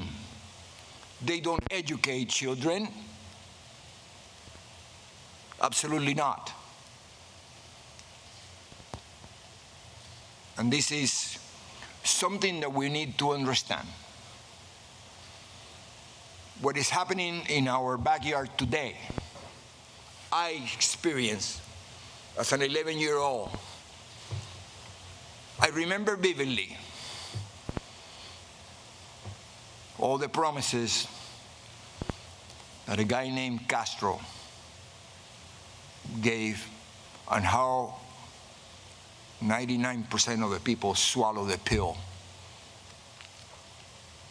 It took many years later, after I read somebody named Saul Alinsky, that I realized that all those people were nothing but useful idiots. I remember Castro while in the mountains being interviewed and asked if he was a communist. He went crazy. I dare you, he says. Católico, Apostólico, y Romano. I'm a Roman Catholic. Educated by the Jesuits, he was. How dare you? We even have a priest in the mountains. We used to have priests in the mountains. I remember, I was the Marist brothers, Christopher Columbus here, for those of you know. And I remember the brothers, the Marist brothers, used to send young kids to the mountains because it was the second coming of our Lord. He was going to save Cuba. I remember how he promised to the farmers, to the Guajiros, that you're going to own the land. I remember all the promises that we hear today about free education and free health care and free land. And my God, no freedom. But he never said that until after he was in power, got rid of all the police, got rid of all the military, been there for the last 60 years and counting. And he destroyed each and every one who helped him. The Catholic Church. Everybody. And why do I know that? Because I happened to come to this country with the very last 9 cloister nuns from Convento Santa Clara, because he had taken over the convent. And I was on my way to Spain. I wasn't even coming here because I was going to join my brother, who my parents had already sent a few months before, because he was in the age where the government will take him for indoctrination purposes. My dad, who had experienced the same thing coming from Spain at the turn of the century, running away not from socialism, communism. He knew better. I remember when he used to tell my mom, Fefa, this SOB is a communist. My mother says, look, how can you say that? He's Catholic. Look, he's worse. He's got rosary beads all over his neck. It just so happened that when I was in my way to Spain to meet my brother, I was going to go to the Marist brothers in La Coruña, España. Same brothers here at Christopher Columbus, by the way.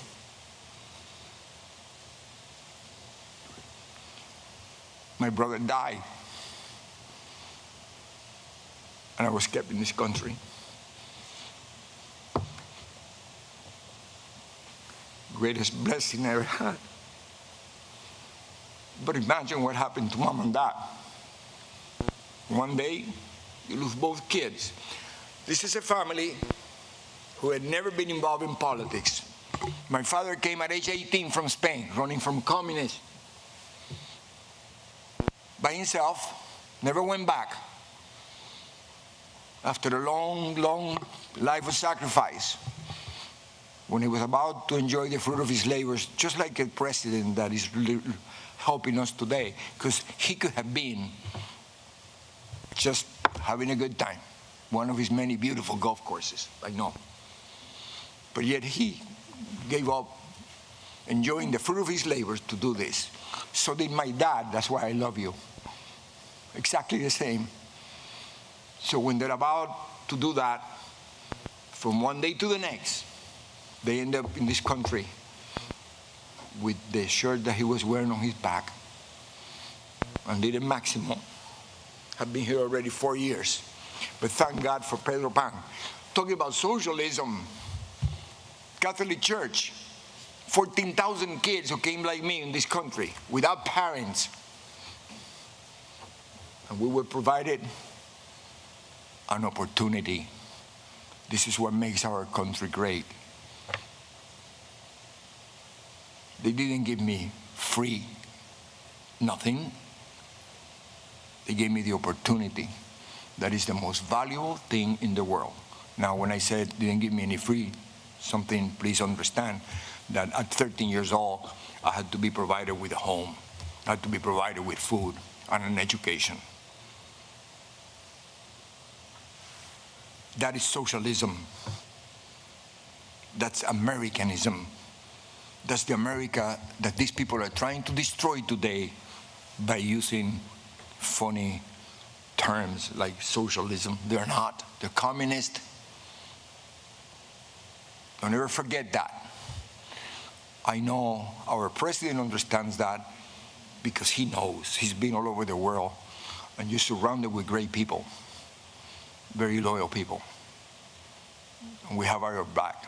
I remember the first time I gave a little speech about something like this, tell him about I came from Cuba and blah, blah, blah. I remember this was around October 2016. I thought you were a little crazy for the sacrifice you were about to take, but I predicted that we were going to elect you in November, and I was going to see you in the White House in January. Thank you very much. Because of the situations right now, I cannot give you a hug otherwise. Thank you very much. And I want to leave you with one last thing. Never forget about my dad, who only had a 6th grade education, but I think he was the greatest philosopher I ever met. He used to tell us how lucky he was because he was able to come from Spain to Cuba. And then he came from Cuba to the United States. And he saw me graduate from college, and that was the biggest prize he ever had.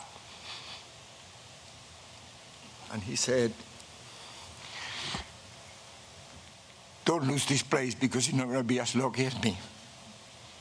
Because if you lose this place, you have no place to go. So with that, please keep that in mind.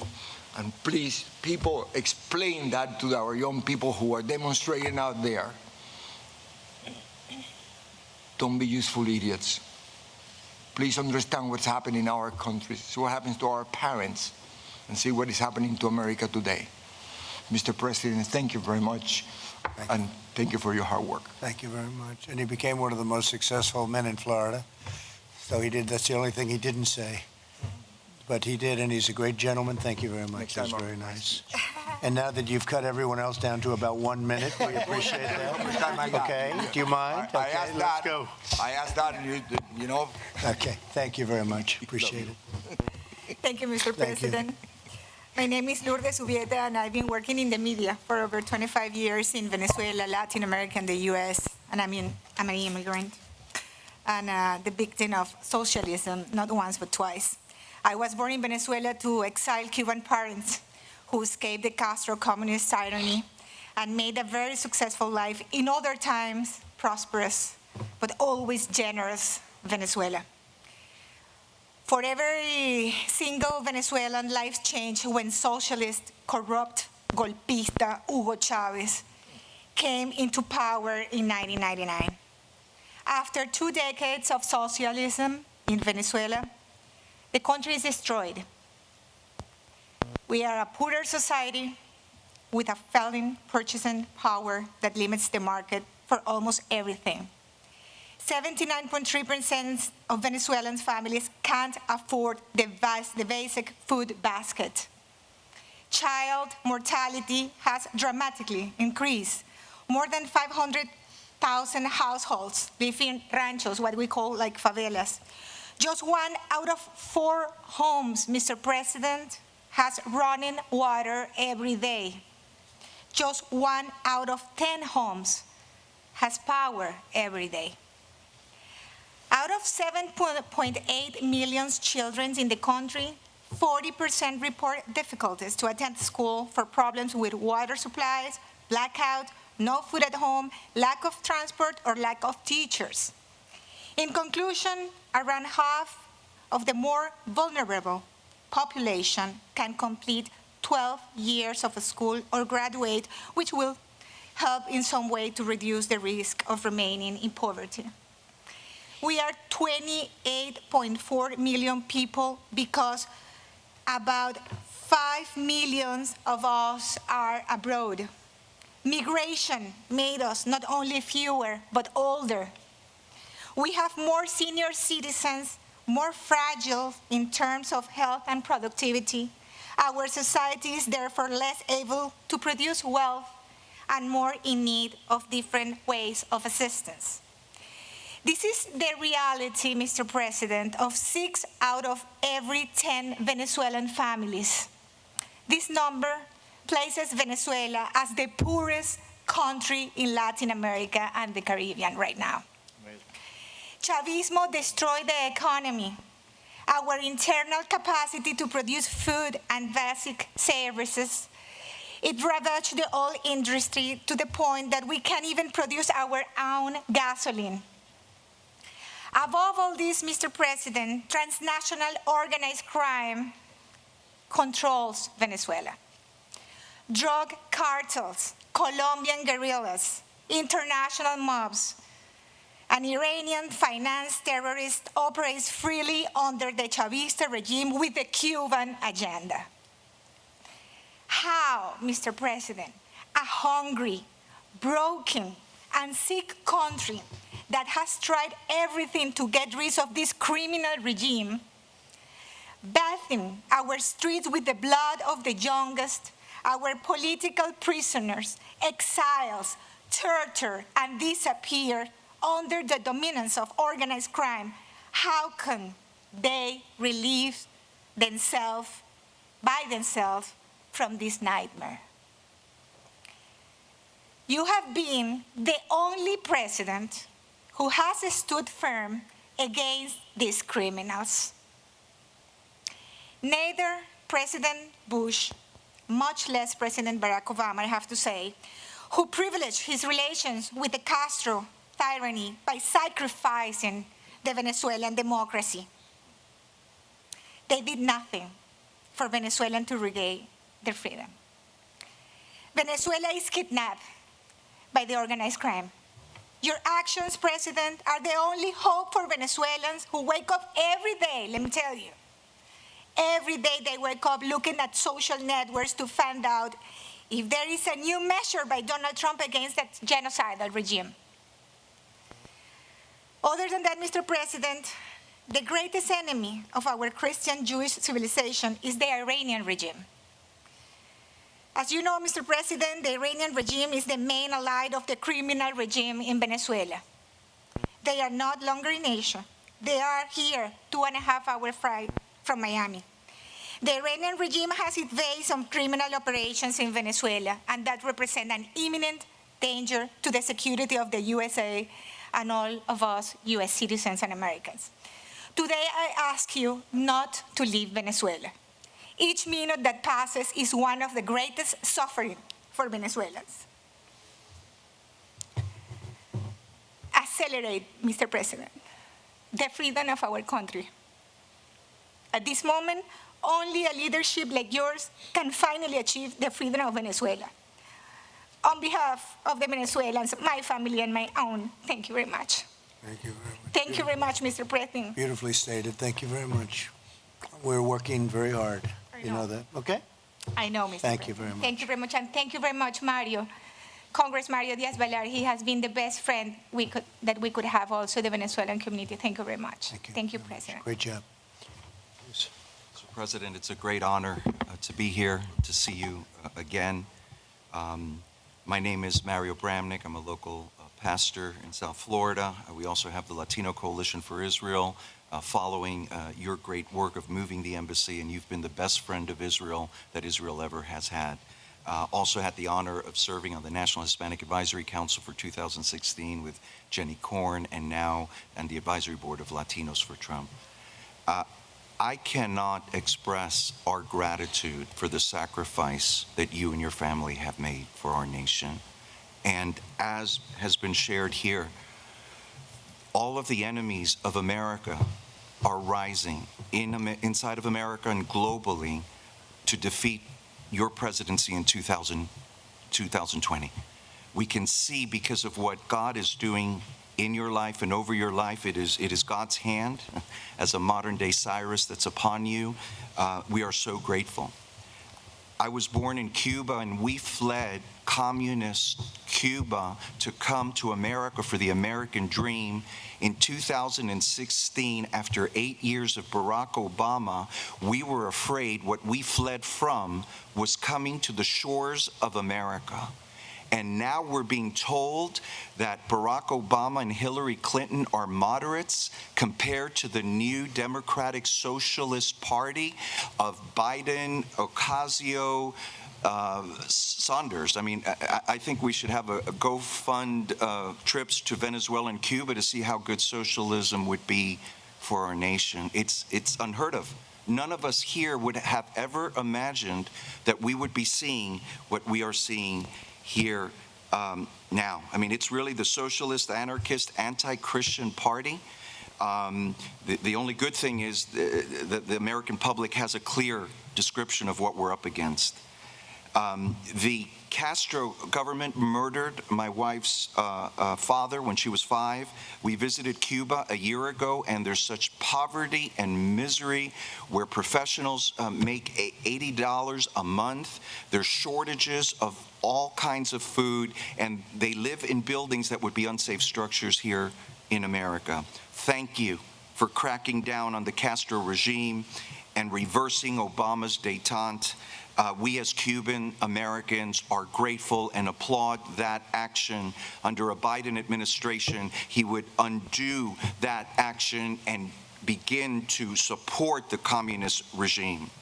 Thank you. Before COVID-19, we had the best record Hispanic unemployment of 3.9%, lowest poverty rate amongst Hispanics, and the Hispanic median income was best than ever. We're seeing an amazing economic turnaround, and you, Mr. President, are our best hope to make America great again. There's no one else that can do what you did, and we know you're already doing it now. And I've been with you so often. We love you. Te amamos mucho. I know your heart for the Hispanics. I know your heart for the immigrants. I know your heart for the African Americans. I was with Pastor Paula at the beginning, and I said, at the end of your terms, you will be known as a champion for Hispanic Americans and for African Americans, and I believe all will know, because I know your heart and your labor for our community.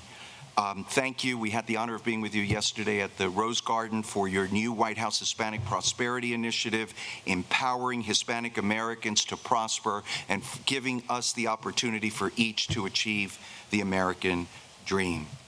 We as Cuban Americans loved President Reagan. Many of us became Republicans during the Reagan era because of his strong stand and strong economics. But I believe that you are the best president for our community in the history of our nation. And we do see God's hand upon you. We applaud the U.S.-Mexican trade agreement, what you're doing with Mexico, what you're doing with Central America. And I believe that Cyrus mantle over your life, also in a sense, the leadership.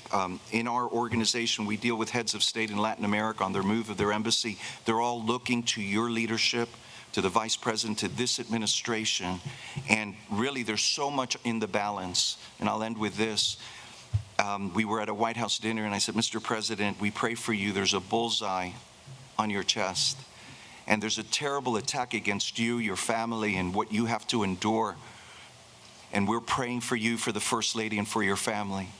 But it's not so much an attack against you.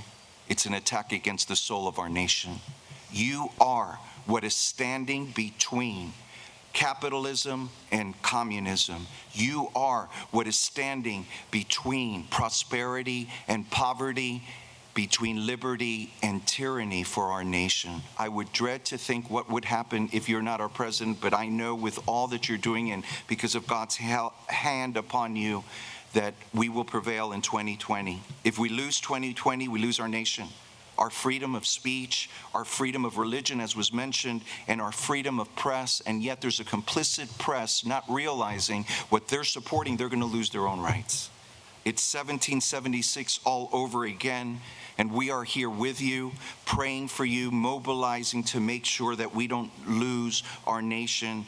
In closing, thank you so much for your leadership, for your sacrifice, for your moral clarity, your bold determination, and your unwavering commitment to the Hispanic Americans, to all Americans, and to our democratic ideals. Thank you so much. Thank you very much, Professor. Very nice, beautiful. Thank you. Thank you. Please. Thank you, Mr. President. My name is Lorenzo Di Stefano. I was born in Caracas, Venezuela, and I have a bachelor's degree in administrative science.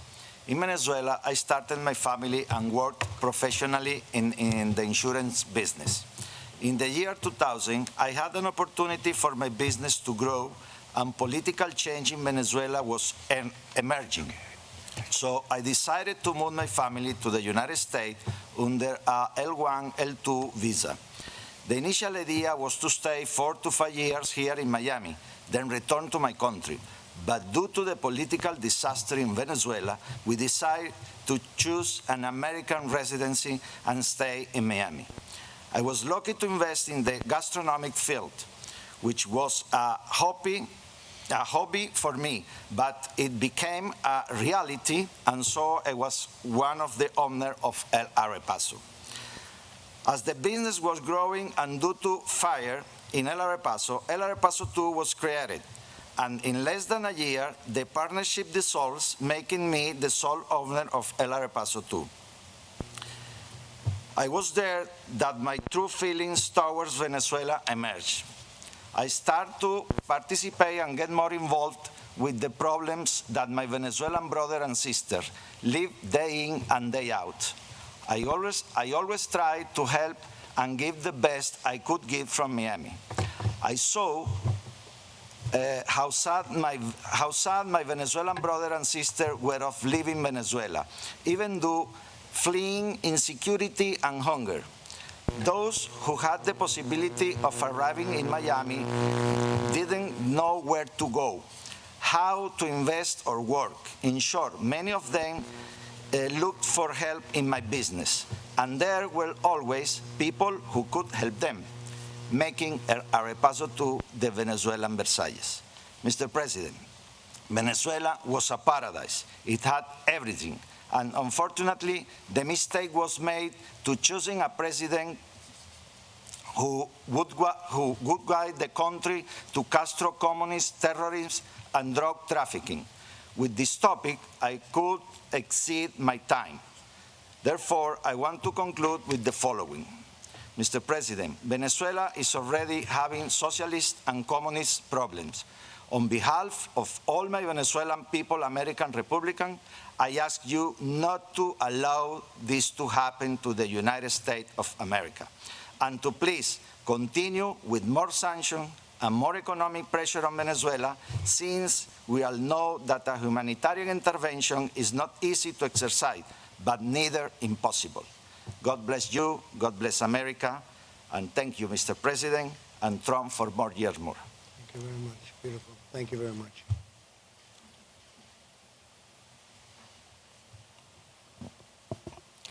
Thank you so much, Mr. President. I'm truly honored to be here as a voice for freedom of the Cuban people and among so dear friends. Thank you, Mr. President, for meeting with us today, for your friendship, and for standing with us, the Cuban people, who wants to be free to decide our own destiny. Thank you, Mr. President, also, for your historic actions to support democracy in Cuba and to pressure the cruel communist dictatorship. Our Cuban people suffer constant oppression from the socialist state. For more than 6 decades, communist Castro regime has imposed the culture of the exclusion and the discrimination against any Cuban with a divergent expression. They abolished our civil liberties, our freedom of faith and of speech. They tried to delete our history, our faith, and our culture. The Castro regime tied the hands of the Cuban people to make us poor and dependent, because communism mutilates the human soul in order to control the society. And those who raise their voice in favor of freedom, in favor of justice, those are risking prison and even death. This July 22nd will mark 8 years since my father, Oswaldo Paya, was assassinated by the communist regime. My father founded and led the Christian movement for liberation.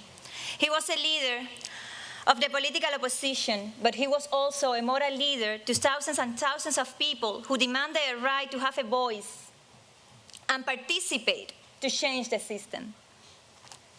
He was the most generous man I ever met, and he was killed by the communist regime. They were trying to kill his legacy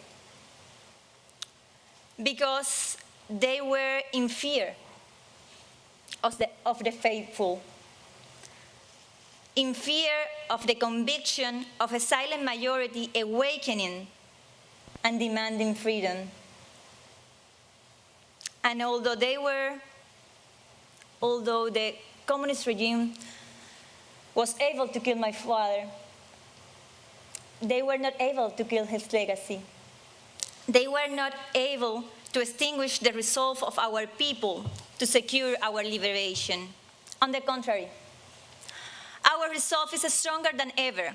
We carry on his work. Our movement grows faster every day. We will not relent until we are free. We are going to finish what he and many others started. I'm a freedom fighter, but there are many of us among Cuba and in this table also. And I know that you, Mr. President, you are also a fighter for the freedom of the United States and the freedom of the world. Mr. President, I invite you to join me in commemorating July 22nd to honor the victims of communism in all the Americas, to honor all of those who have fought and died defending democracy in Venezuela, in Nicaragua, in Cuba, and in other parts of our continent also. It is important, it's vital to raise our voices to call for liberation of the political prisoners and to stop the impunity of the Castro regime. The same impunity that Castro felt when he killed my father, thinking that the world was not going to react. Mr. President, Cuba is in crisis. Families are living through a deep humanitarian crisis and political repression, a crisis caused by the existence of a corrupt and criminal regime, a regime that has nothing to offer to their own people but repression and violence, and that's what they are implementing right now against the citizenry. People are being detained, threatened, stripped from their cell phones, even physically assaulted, beaten up in the streets, taken to prison, simply for taking a photo in the streets or posting in social media. That's the level of fear and the weakness of the Castro regime right now. This is why your solidarity and the humanitarian help and the economic opportunities that Cuba needs should be directed only towards the Cuban people, preventing intervention from the regime, because the repressors should be cut out. We count on you, Mr. President, to continue shutting down all of the dictatorship sources of funding, which it uses to sustain the Cuban military, its apparatus of oppression, and its narco-terrorist activities. Mr. President, this hemisphere has paid a high price for tolerating 6 decades of Castro communism in Cuba. A regime that has caused the end of the democracy in Venezuela and in Nicaragua, and the largest refugee crisis of our lives. It is time to end it. The regime that infiltrated societies to spread chaos, hate, and division, and destabilize their democratic governments throughout the hemisphere and also here in the United States. Throughout the use of propaganda, the communist ideology has contaminated the minds and soul of young people in Latin America and in the United States. It is time to tell them the truth. President Trump, this dictatorship threatens peace and security of the continent. As you know, they are involved in criminal and terrorist-related activities, drug trafficking, trafficking persons through the communist medical brigades, corruption, providing sanctuary and support to terrorists. Mr. President, I encourage you to indict Raúl Castro, Díaz-Canel, and all top officials of the regime. And very importantly, I encourage you to designate the Cuban military, its intelligence services, and the Cuban Communist Party as foreign terrorist organizations because their relation with the crime and the narco-terrorism threatening the region.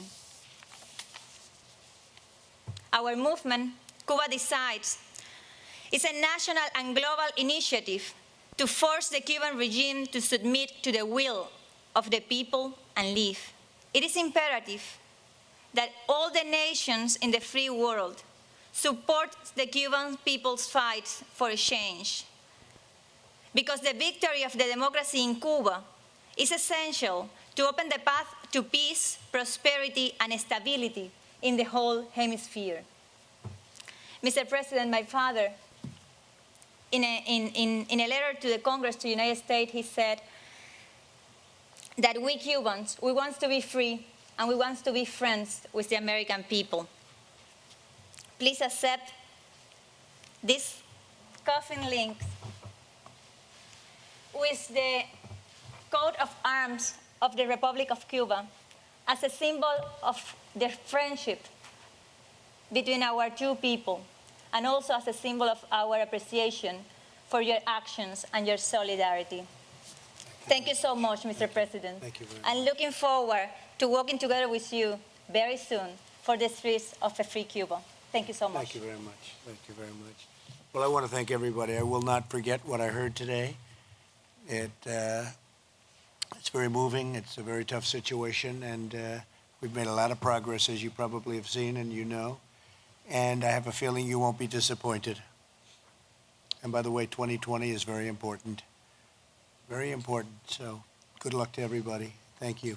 Really a good job. Beautiful job. I won't forget. You have a great representative right here. So Mario will be speaking. Okay? Thank you very much. And that's it. Closing out on this day.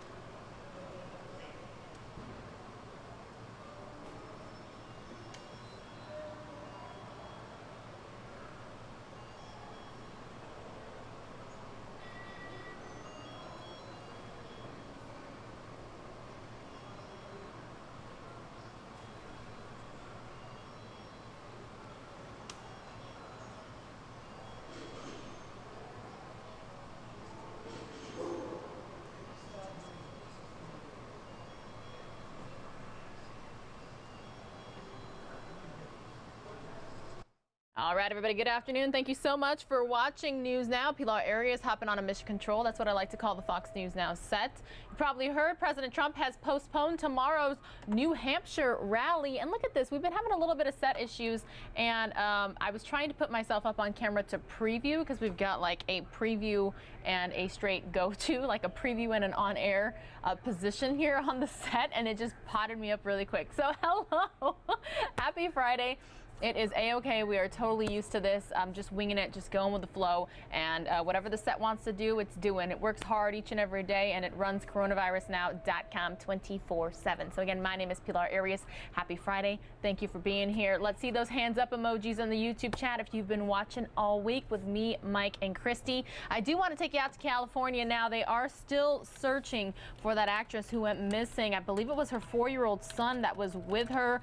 He was found with a life vest on in Southern California here at this lake, but she unfortunately was not. She's been in Glee and in other shows as well, so a popular actress for some, and the search continues. It's absolutely sad, devastating story. I am going to pull up the audio here really quickly from the helicopter. I'm not sure if anybody's in it and can tell us exactly what they're saying. It might just be the typical helicopter sounds, but again, I'm going to pull that audio up here. I'm going to try to see if I can get this set working the way that it should as well. So thanks for your understanding while I work through these little bit of technical difficulties, and then we have some coronavirus updates and other news from across the country as well. But again, it is Friday. It's supposed to be a warm one this weekend here in Phoenix, Arizona. We have an excessive heat warning until 8 p.m. on Monday. Desert temperatures 109 to 119 or 118, I think I'm seeing right now. You can get all this info on Fox 10. We're in our noon show right now, and they're doing what we're calling leading with weather. They're starting the show out with weather, and that's because it's supposed to be extremely warm. So please stay hydrated. I know a lot of people might be trying to head up north to escape the heat, but even Sedona, Arizona might not be enough. Again, thanks for being here, everybody. I'm going to pull the audio up here from the chopper.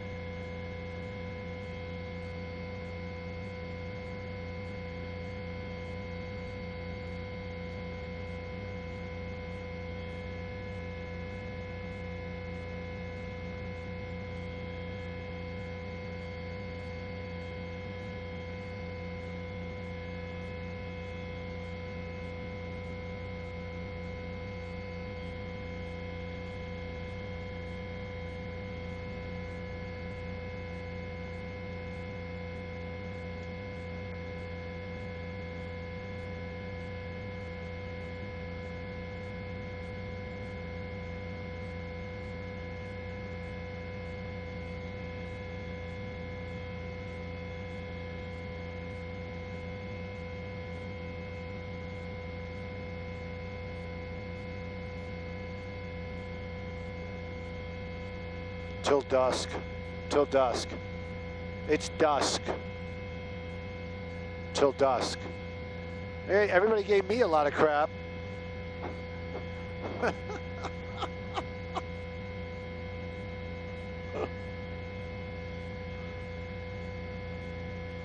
I love live television.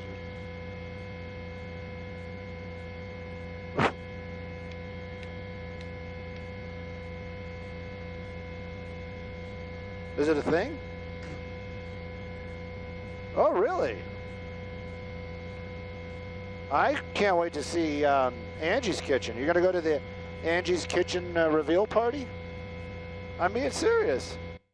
All right, everybody, in just a few moments here, I'm going to show you a San Quentin update on regards to COVID-19, also in California, courtesy of our sister station, KTVU Fox 2. I'm also going to head on over to Fox 11 Los Angeles to get the latest here on the search for the actress. Search and recovery efforts continue for Glee actress Naya Rivera at Lake. I'm not sure if it's Piru or Piru, everybody. If you're from Southern California, please let me know. Search and recovery efforts for missing mother and actress Naya Rivera continue today at Lake Piru with the help of rescue teams and innovative technology. That's according to Ventura County officials. They said, quote, "Today we're using a little bit less people in the search, but more technology to help us find better clues. We have boats going out with specific missions to deploy sonar and help identify targets to investigate. We can't put them all in the water at the same time. We have to plan these missions and coordinate them so they don't overlap with one another." So they're going out in a sort of methodical way. That's according to the Ventura County Sheriff Sergeant Donahue. Again, security video released yesterday showed the 33-year-old parking her black Mercedes G-Wagon and then walking with her 4-year-old son, Josie, I think it is. Could be Hosey. Josie, I think it is, though. To the pontoon boat she rented on Wednesday afternoon. Nearly 4 hours later, the boat was found drifting in the northern portion of the lake. Her son was found sleeping alone with a life vest on, and Rivera was nowhere in sight. Rescue efforts started early Wednesday evening after someone on the lake made the 911 call. So the security video was released yesterday, but they believe this all took place on Wednesday. But yesterday, the search team included about 100 people, including divers and an air crew. Also yesterday, Rivera was presumed dead by authorities. An estimated 70 to 80 people continuing with recovery efforts today with more resources, including cadaver dogs. Authorities saying the rescue crews first used sonar technology to narrow down the search areas where they may find clues before sending in dive teams. We're hearing the visibility in the lake is not that good or very good. The sergeant with the Ventura County Sheriff's Department says if you've ever watched underwater video and you've seen divers in the ocean, typically the visibility in the ocean water is much better. So in the lake, the visibility is terrible. Looks like we're seeing who's in the chopper here. I'm going to take a listen here really quickly. Maybe it's my monitor. Is that better or is that worse? Who's familiar with Stu, everybody? Is that Stu in the helicopter? Because if so, this is pretty cool. Anywho, I'm going to take you back out now, if the set allows me to the Dow Jones Industrial Stock Market, and then I will have that update for you from San Quentin.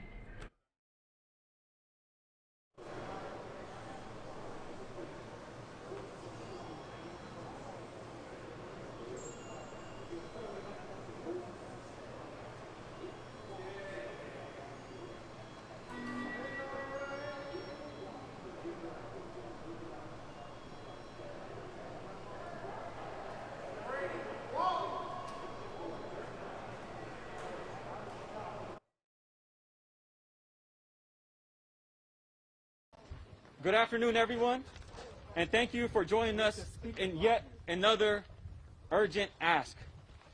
My name is Adnan Khan. I'm the Executive Director of Restore Justice, an organization I founded and co-founded back there inside San Quentin walls. I was sentenced to 25 years to life. I ended up serving 16 years after many of the legislators behind me passed a law, and I was released, like I said, after serving 16 years. 4 of those years, my previous 4 years of my incarceration were spent right there in San Quentin behind those walls. I'll be your host for the day. It's 2020, and yet we're still in a fight trying to humanize people. We senselessly argue who deserves what. We see people behind those walls, and people like myself, as society's enemies, not humans. And it is taught to hate the enemy and show no mercy to the enemy. We've been taught that war has no room for love. We dehumanize people because it becomes easier to harm them, to turn them into an object versus a human being. It's easier to mistreat an enemy. It's easier to mistreat an inmate, a convict, an offender. Terms that are synonymous to others that required language to harm someone, such as using the B word to dehumanize and mistreat a woman. It's easier to harm an F word in the LGBTQ space to harm a person who may be gay. All right, everybody, we have a live event, so I'm going to take you out there as well. I also just noticed that I completely misspelled San Quentin. Sorry about that. That's what happens when you run an entire show by yourself. Sometimes there's typos. I'm going to take you out to Governor Hutchinson, again, speaking about coronavirus. Might need to open up War Memorial Stadium for extra hospital space. And so the modeling has always extrapolated the numbers, and if they continue at the particular growth rate, then you might have these kind of high numbers in the fall. And they change. Last week it was September 30th, peak time, and now they've moved it to October with a change in the numbers. So all I can say is we're doing everything that we can to make sure we flatten that curve. I think we've had some success through the spring months on that. We've just got to translate that same success for the summer and the fall. Thank you very much.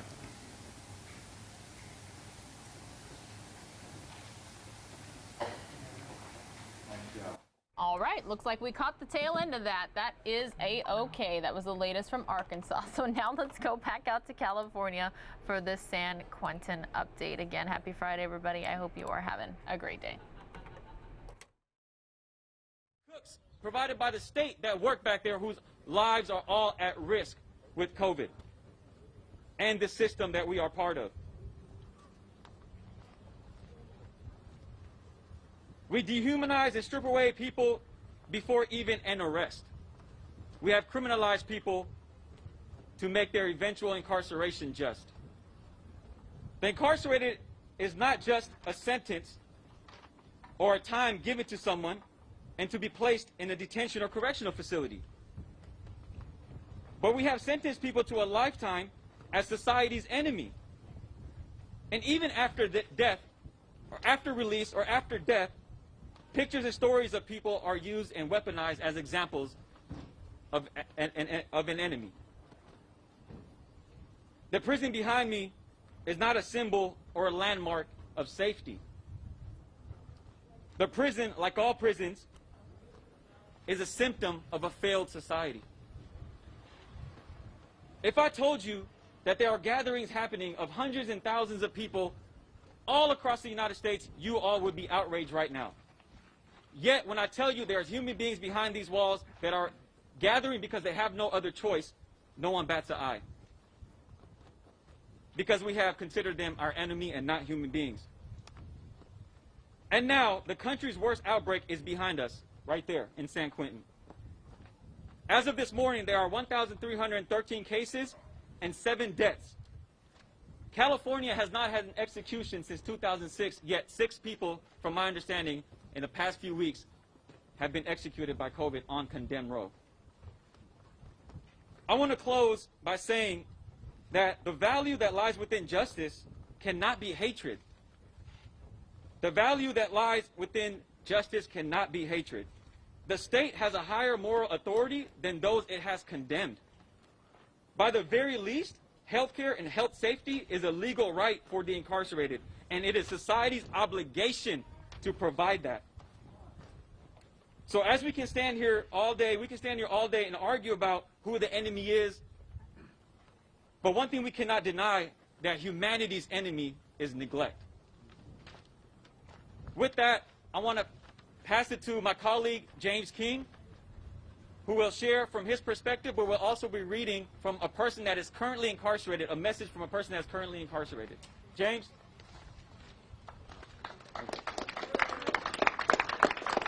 We're actually going to have Shanetta speak first. We're going to hear from a voice from the trans community first. Hello. In the midst of, my name is Janetta Johnson, and I'm the executive director of TGIJP. And we work with transgender people that are inside and outside of jails and prisons and other locked facilities. and we provide leadership development training and other opportunities to support trans people, focusing on recidivism and reentry that comes with the paycheck. All right, everyone, we just had another live event pop up. I'm not sure exactly what it is. I'm waiting to be told, but we are all about live here, so I'm going to take you there right now on News Now. What we had during Superstorm Sandy.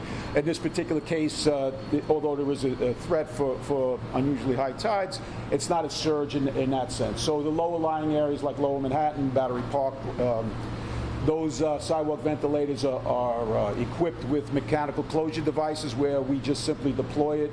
We close them off. Any water that does come over the sidewalk will not infiltrate the subway system. If you do have a closure for flooding, yes. How quickly can your response team get everything back up in operation? So typically with something of that nature, again, the drainage systems are in very good shape due to the recent investments.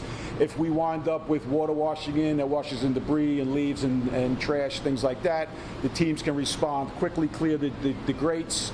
Water can go down into the grate and travel to the pump station and out. So it's typically not too long of a service disruption in that sense. There are other occasions where perhaps the city sewer has become overwhelmed and backs up into the subway system.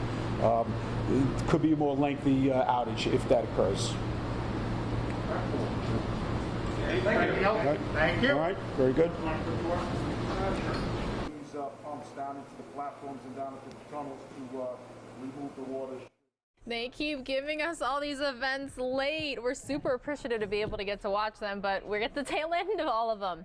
All right, so this is the Metro's preparations for Tropical Storm Faye, expected to hit the East Coast. So it's good to know that they're preparing, that they are ready to go, and we are hoping that everybody stays safe. You can't mess with weather, right?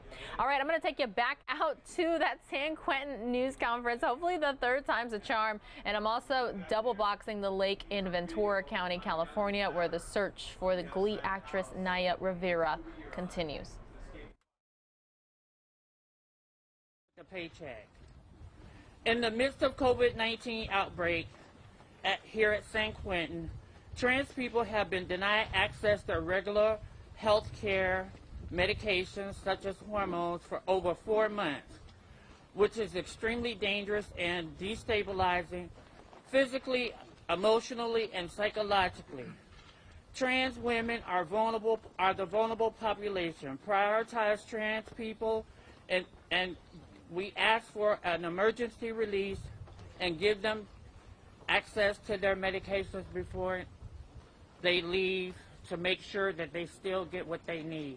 But one of the things that I wanted to say, the concern about the people that work here at San Quentin and employment, they have a choice to leave. They can leave. They don't have to show up at this gate every day. They can shelter in place. People on the inside don't have that option. And we're giving people a death sentence. We get less. Hello, everybody. So we're going to Miami. Comes with a paycheck. In the midst of COVID-19 outbreak here inside don't have that option. And we're giving people a death sentence. We get letters because we have a correspondence program. We're getting information that people that are sharing a cell with another person is testing positive, and they are putting them in the same cell with the person that's testing negative at the same time. We demand that y'all release all vulnerable populations immediately. It's a beautiful day out here today. This is a great day to defund, dismantle, and just make this, that COVID-19 should be the day that we take down the first prison in the state of California. This is the day to dismantle and defund.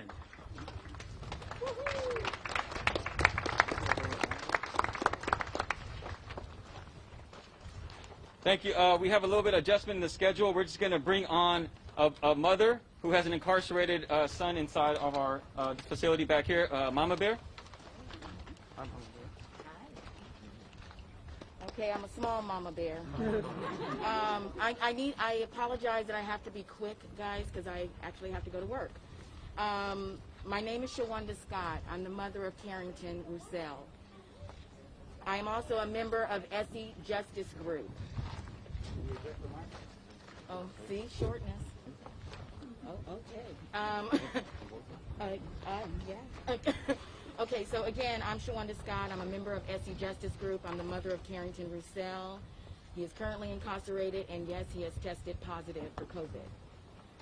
Okay, I had to get that out.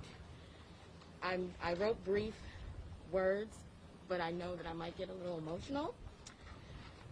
My son's life is so important to me, and is important. My son's life is important. He's important to his sons. He's important to me. He's important. Damn it, I just really didn't want to get this emotional stuff going on. Okay, so what I really want to say is I don't want to do the blame game. I want words, no cuss words. Solutions. I want solutions. I want you to feed them properly. I want you to give them their health care properly. I don't know else what to say. They're dying in there. They're dying. Free them all. Free my baby. Free all of them. Just free my baby. Bring him home. I can take care of him. I can take care of him. I birthed him. God blessed me with him. He blessed me with him. You do not have the right to put lives in jeopardy. That is the point that I am trying to say to all of you. This is not about, oh, they did a crime. They're humans. If it was you, what would your mother be doing? I stand here on the support of my ancestors, my grandmother, my Aunt Mabel. Let me say my grandmother's name so you'll know who she is. Her name is Leola Ewing. Her maiden name is Giles. I stand on the answer of my grandfather, Lloyd Ewing, who my son's middle name is after. I stand here representing my grandchildren, my babies, my J-Loves. I'm a mother, and I'm here fighting for life, not just for my son, not just for my son.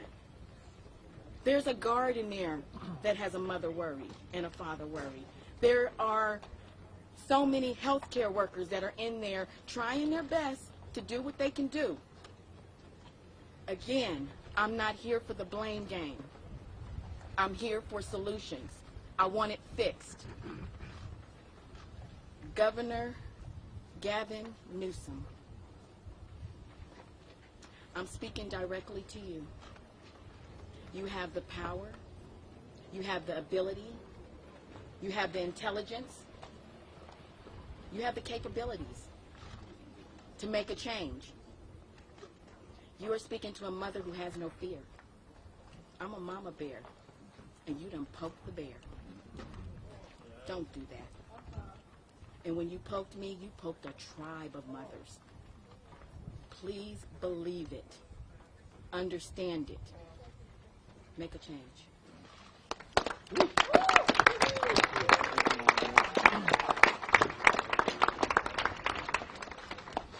Thank you, Mama Bear, for giving us that perspective of a caring yet ferocious mother. We really appreciate that, to humanize your son. I felt like a surrogate right there. I want to introduce my colleague, James King. He and I spent hours and hours and days and years together behind these walls. Mom, you just heard Mama Bear say that her son can come and live with her. There is a fallacy that says that incarcerated people end up homeless, every single one of them, which is not true. So James King will do two things. He's going to read a statement from a currently incarcerated person in San Quentin right now, and he will share a little bit about re-entry as well. James?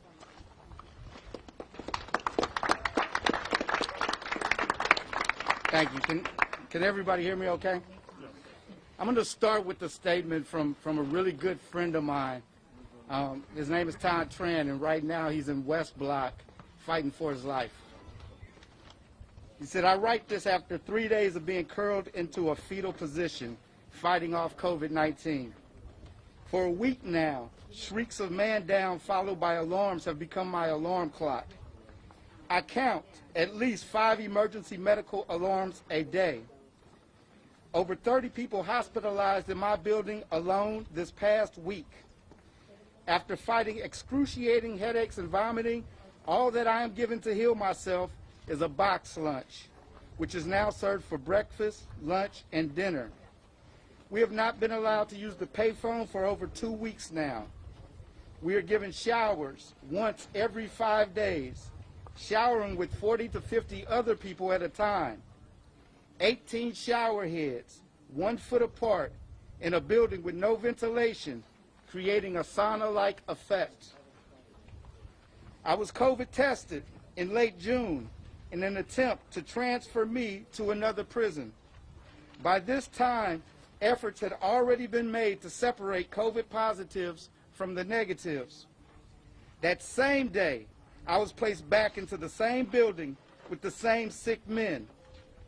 That same day, I showered in that same sauna-like shower and listened to people discuss how sick they were.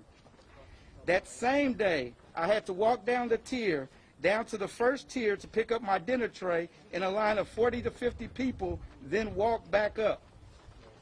2 days later, I was showing symptoms. I washed my hands. I wore my mask. I was locked into a cell 23 hours a day.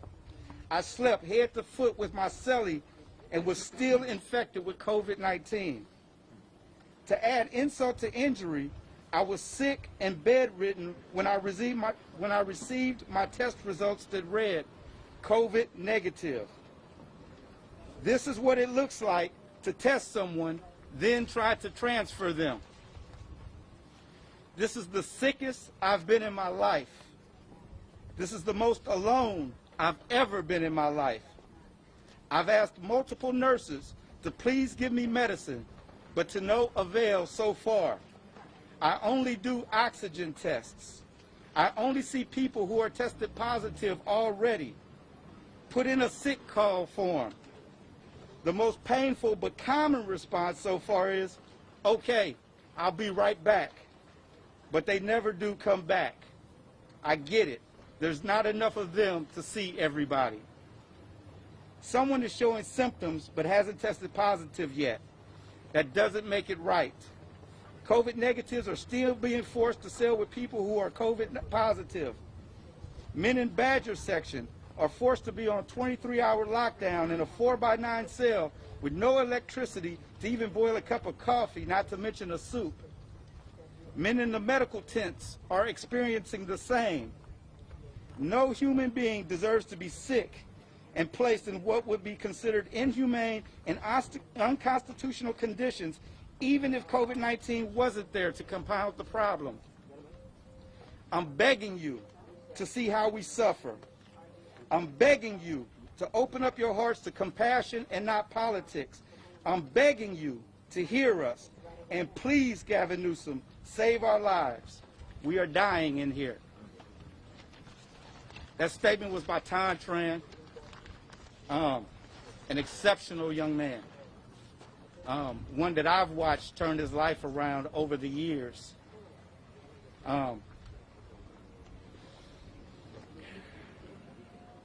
So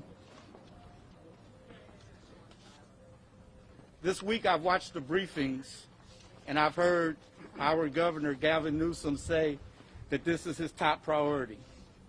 I've heard him say that this is his top focus. What I haven't heard him say is if he cares or not. People are dying and fighting for their lives in there. Just yesterday, I got a call from a friend who said, oh, one of my closest friends, 70 years old, was exposed to valley fever over 10 years ago through the California Department of Corrections and Rehabilitation, is in the cell fighting for his life with no medical care. We are asking, and we have asked Governor Newsom to visit for two reasons. One are the conditions. Tan's statement does not do justice. He is still downplaying what they are going through in there. He is not talking about the people who are locked in Badger with no access to electricity, no running water, feces in bags, on lockdown 23 hours a day, fighting for their lives. He is not talking about the people who are being carried out on oxygen with oxygen masks several times per day. But the other reason we want Governor Newsom to come and view the prison is just to show compassion. The people in there feel abandoned. They feel left alone. They don't think anyone cares that they are being left to die. And just him walking through, saying, I see you, I support you, I will work to get you home. I will respect your humanity, and I will help you through this crisis, would mean the world to the people inside. We just want him to see us. Dr. Peter Chin Brook, I believe his name is, earlier this week said that this is the Chernobyl of COVID. I would argue that this is the Hurricane Katrina, and we're standing in front of the 2020 Houston Astrodome. Only this time the cameras can't go in. People in there dying, they're fighting for their lives. And it is not lost on any of us that these are people of color we are talking about. If this outbreak was occurring just 100 feet outside of the prison, all of this attention, all of this work to just recognize people's humanity would not be necessary. Just yesterday, the Marin Board of Supervisors President Katie Rice gave an interview, and she said the governor has intervened and things are going much better because they're setting up tents on the yard. And I want to be clear as to what that means. That means that the people inside can stay behind the wall and won't have to use the resources of the local hospitals. That we can further erase the violence that's happening back there. And speaking of violence, I think it's very important to name that a lot of the people in there who have been accused of violence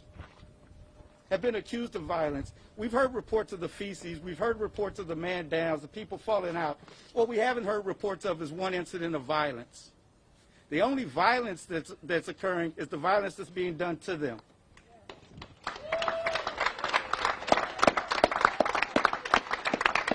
What we have here is a community that stands firm that we are ready to take our loved ones home.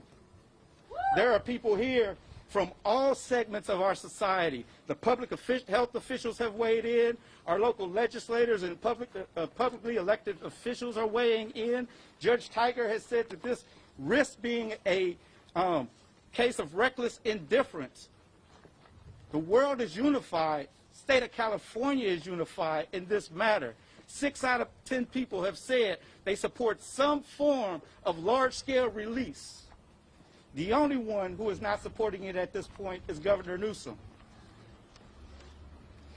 I continue to believe that if he showed up, if he saw what was actually occurring, that he would be one of the ones who supported as well. The vast majority of people, if you were to show up pre-COVID here to the visiting room, you would see it overflowing. You would see long waiting lines of people to get in to see their loved ones every Saturday and Sunday. And the reason is because just because the state threw these people away does not mean their families did. If Governor Newsom would give the word, tens of thousands of families would be here to pick up their loved ones tomorrow. There's also resources from the state via Hotel Room Key and community-based organizations from San Diego all the way up to the northern border of this state stand by ready. Thank you.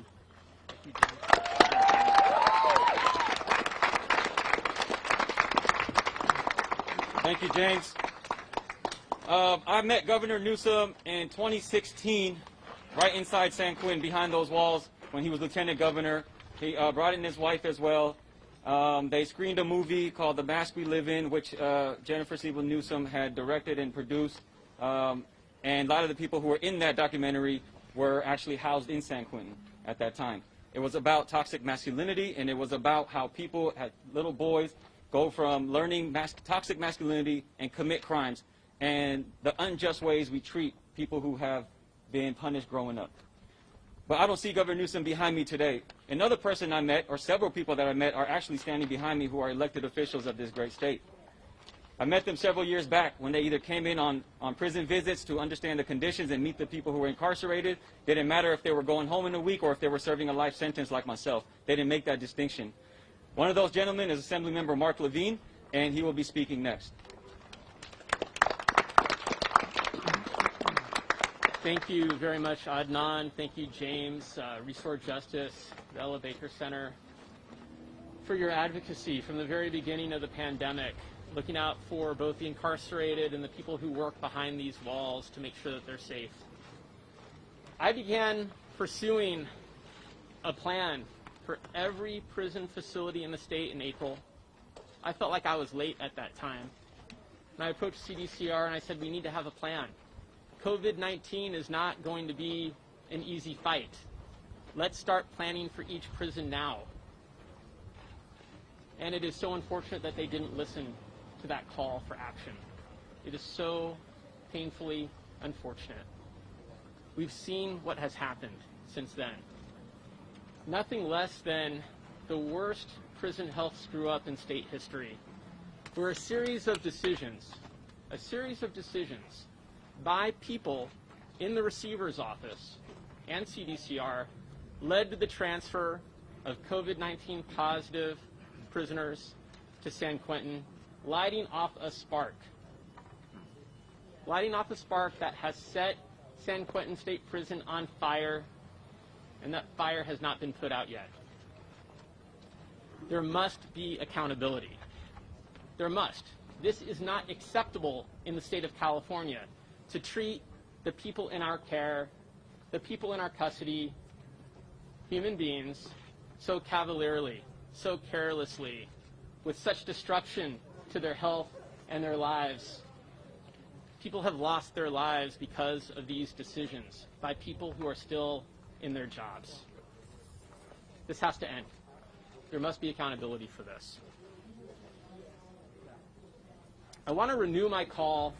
I called a couple of weeks ago for Judge Tiger, who's paid a lot of attention to this and has used forceful words, has been extraordinarily descriptive and forceful as well to make sure that testing is taking place, which should have been taking place anyway.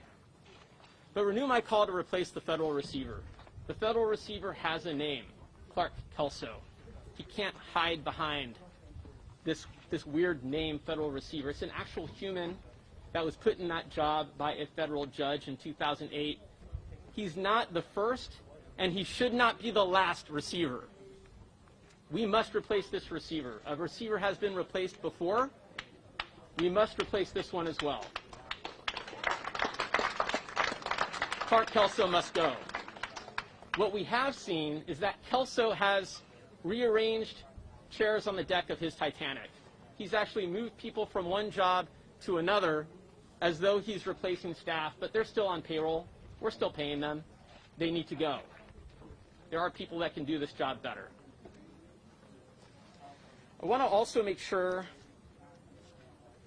that we really hear the need to reduce the prison population.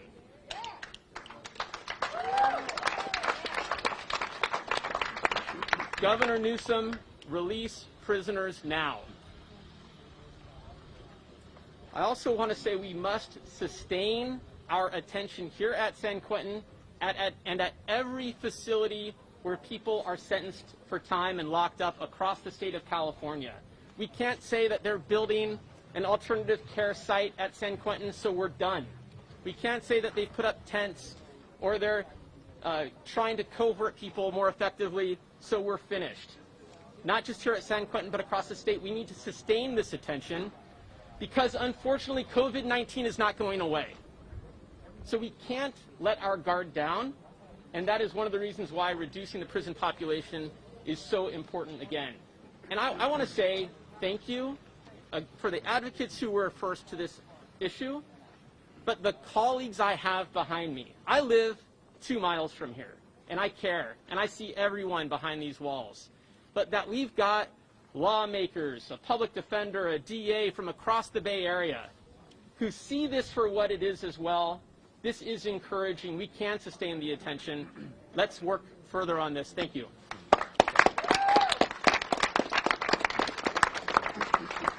Thank you, Assemblymember Levine, for driving 2 miles.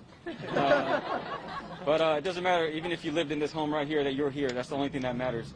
Up next, we're going to hear from Senator Scott Wiener. Thank you, Adnan. I'm Scott Wiener. Have the honor of representing San Francisco and northern San Mateo County in the California State Senate. And I was here at San Quentin 9 months ago when we were celebrating Trans Day of Remembrance inside the prison, which had never happened before in a prison. And it was an uplifting day, a day where we could put aside for a moment the trauma that our prison system creates and celebrate the trans people who are throughout our prison system and who are frankly treated horribly. And I did not anticipate at the time that the next time I would be at San Quentin would be for a humanitarian disaster. And that's the only way to describe this. This is a humanitarian disaster that is compounding another humanitarian disaster called mass incarceration. And we need to be very, very clear that what's happening in San Quentin and what may happen and likely will if we don't really change things at other prisons is not just because of COVID-19. It's because the state of California for 40 years now has been completely addicted to incarcerating more and more people for longer and longer sentences, and it doesn't have to be that way. We didn't used to do it this way, and the state survived, and it was some of the golden years in California where we built the University of California system and our economy grew, and people were able to thrive in this state. And then we made this terrible decision as a state that we were going to explode our prison populations, and it has torn communities apart. It has torn families apart. It has undermined the fabric of so many communities in this state. It has undermined and destabilized our state budget as we went from fewer than 10 state prisons to more than 30 state prisons, and we didn't become safer as a result, but it drained our budgets for UC and CSU and for public education and for basic safety net programs. And we've yet to close a prison. We need to close numerous prisons, and we need to start doing that now.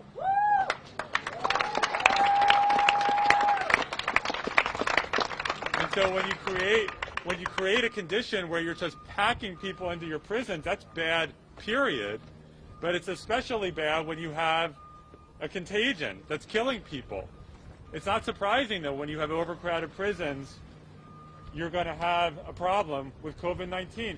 And I think that there is a perception which I think is starting to recede that, oh, that's just prison. That's a separate thing. Well, we know, first of all, the people in that prison are human beings, just like the rest of us, who deserve to be treated like human beings.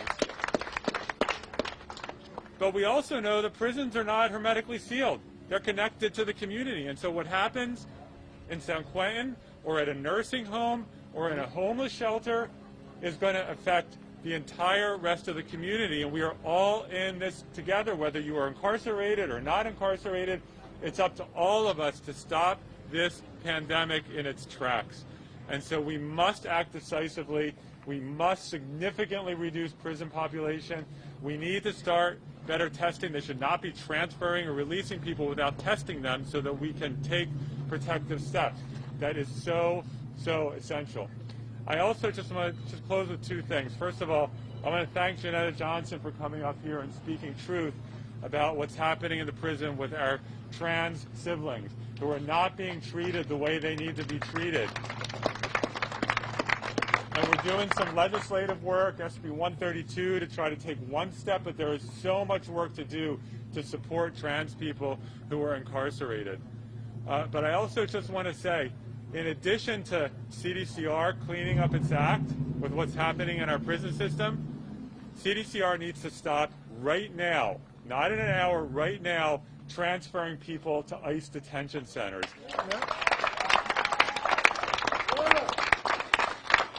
And we tried to stop that even before COVID. Ash Kalra authored a bill that got vetoed last year to end these transfers. But now with COVID, for CDCR to take people who are being released on parole or otherwise and voluntarily, because they're not required to do it, voluntarily tell ICE this person's going to be released at this date at this time, and so ICE can come and pick them up and take them to these private prison detention centers where we think 1 out of 3 people is COVID positive.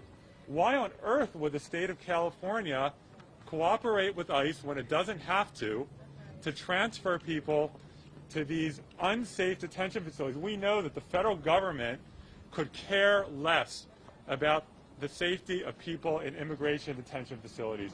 We've seen it with the kids in cages at the borders. We've seen it with the families being torn apart. And we're seeing it with COVID. We need to stop immediately cooperating and transferring people to these horrible ICE detention facilities. Let's keep fighting. Thank you. Thank you, Senator. We can't get rid of COVID by transferring it, right? So up next, we would like to introduce and bring up to the stage or the mic Assemblymember Ash Kalra.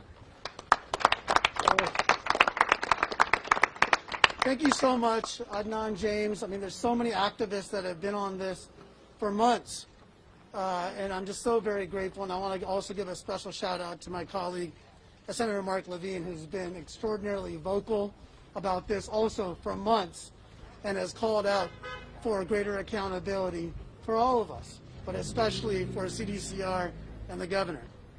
Now, we have been experiencing something, all of us, for the past few months that we've never experienced before, this pandemic.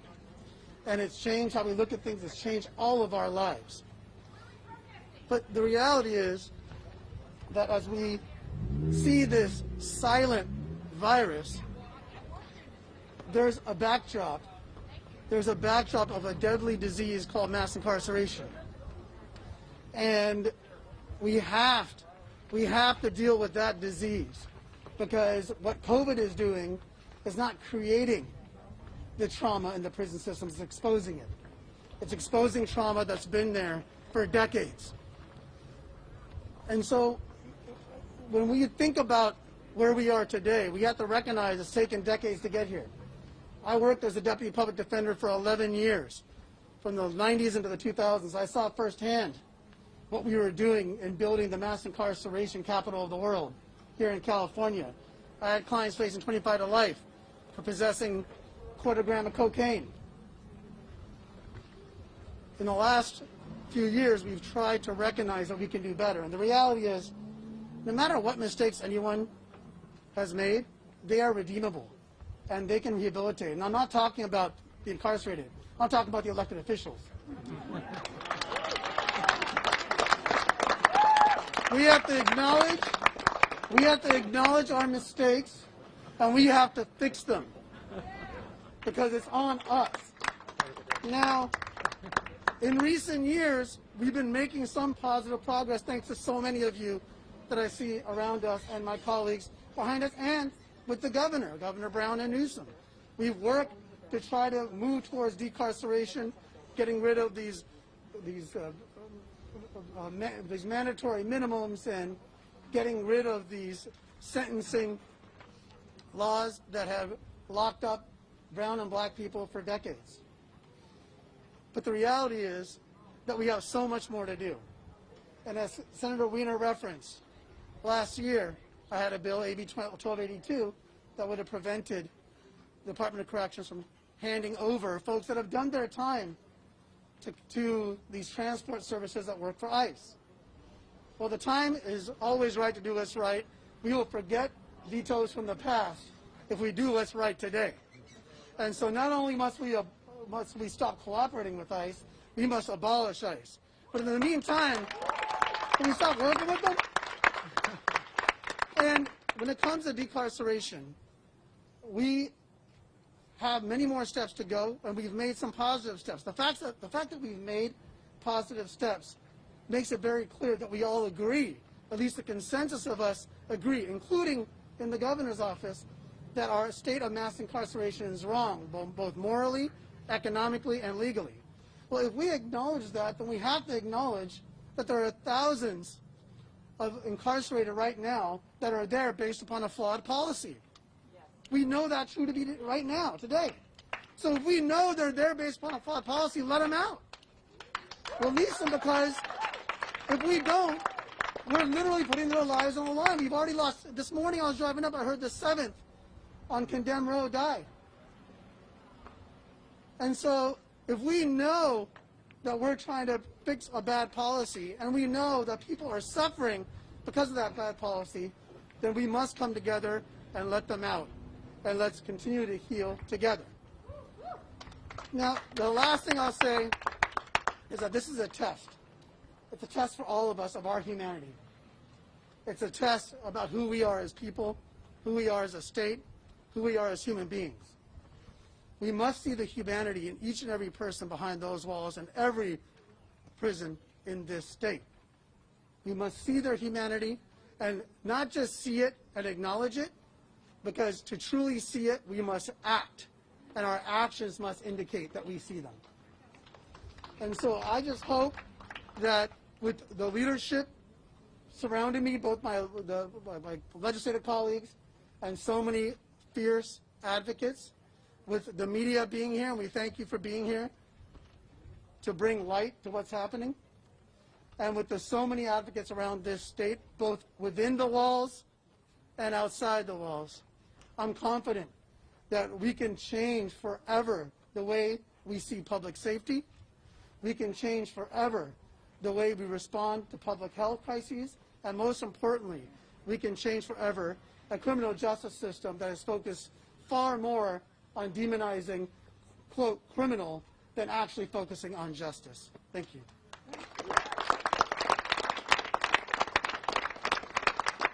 Thank you, Assemblymember Culver. Up next, we're going to bring on Assemblymember Phil Ting.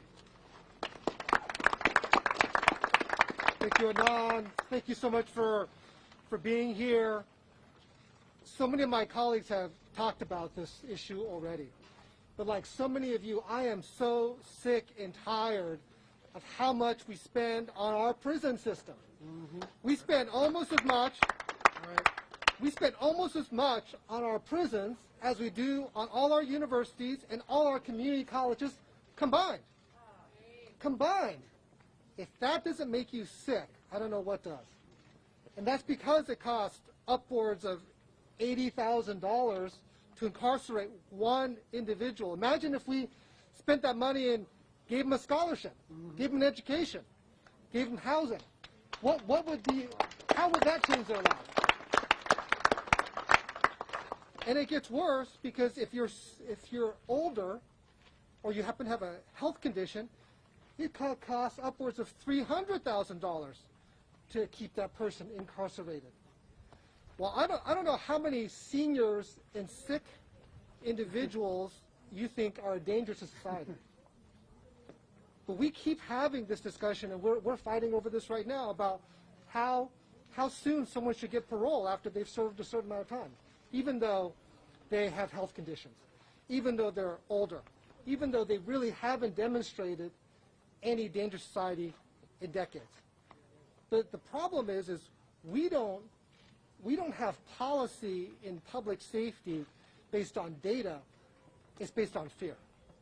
And so when you hear sentences, when you hear these issues, people get very fearful. And so we have to stand together because we have to talk about what the facts are. And the facts are that people were sentenced for certain things they committed, but they weren't sentenced for COVID. And that's what's happened. We knew that the second COVID got to any one of these facilities, anyone, I mean, for all of us who've been in facilities, we know what they look like on the inside. And that once you get COVID, you can't shelter in place. You can't stay away from it. There's no way to not have COVID spread like wildfire. It's like putting up a stack of kindling and lighting a match. That's what it's like inside there. And the only way we're going to be able to go and reach our goal to close a prison or two, and we've been leading that effort in the legislature, and we were proud in the budget to actually have in our budget that we're going to close a prison next year, not next year, but 2 years from now, and another prison 3 years from now, is we need to make sure we are letting out individuals who are safe. And even if you look at the department, CDCR's own assessment tool, they say almost half the individuals are low risk. Are low risk. So why are they inside? Why are they inside? Because what's happening is, if they're inside, what's the risk? They're at risk of getting COVID. And that's not just here at San Quentin, but at every facility all around the state. It's not really a matter of if, it's just a matter of when. So we have to do everything possible, and I just want to thank everybody for being here today, to stand together to say we have to have sanity prevail. We have to have people's health and their families' well-being first and foremost prevail, and that we need to do everything possible to make sure that we let people know the safest thing we could do is to ensure many of these people can go home to their families. They can go home and shelter, and they go home and stay safe, because they're not safe inside there. So again, thank you everybody for being here today.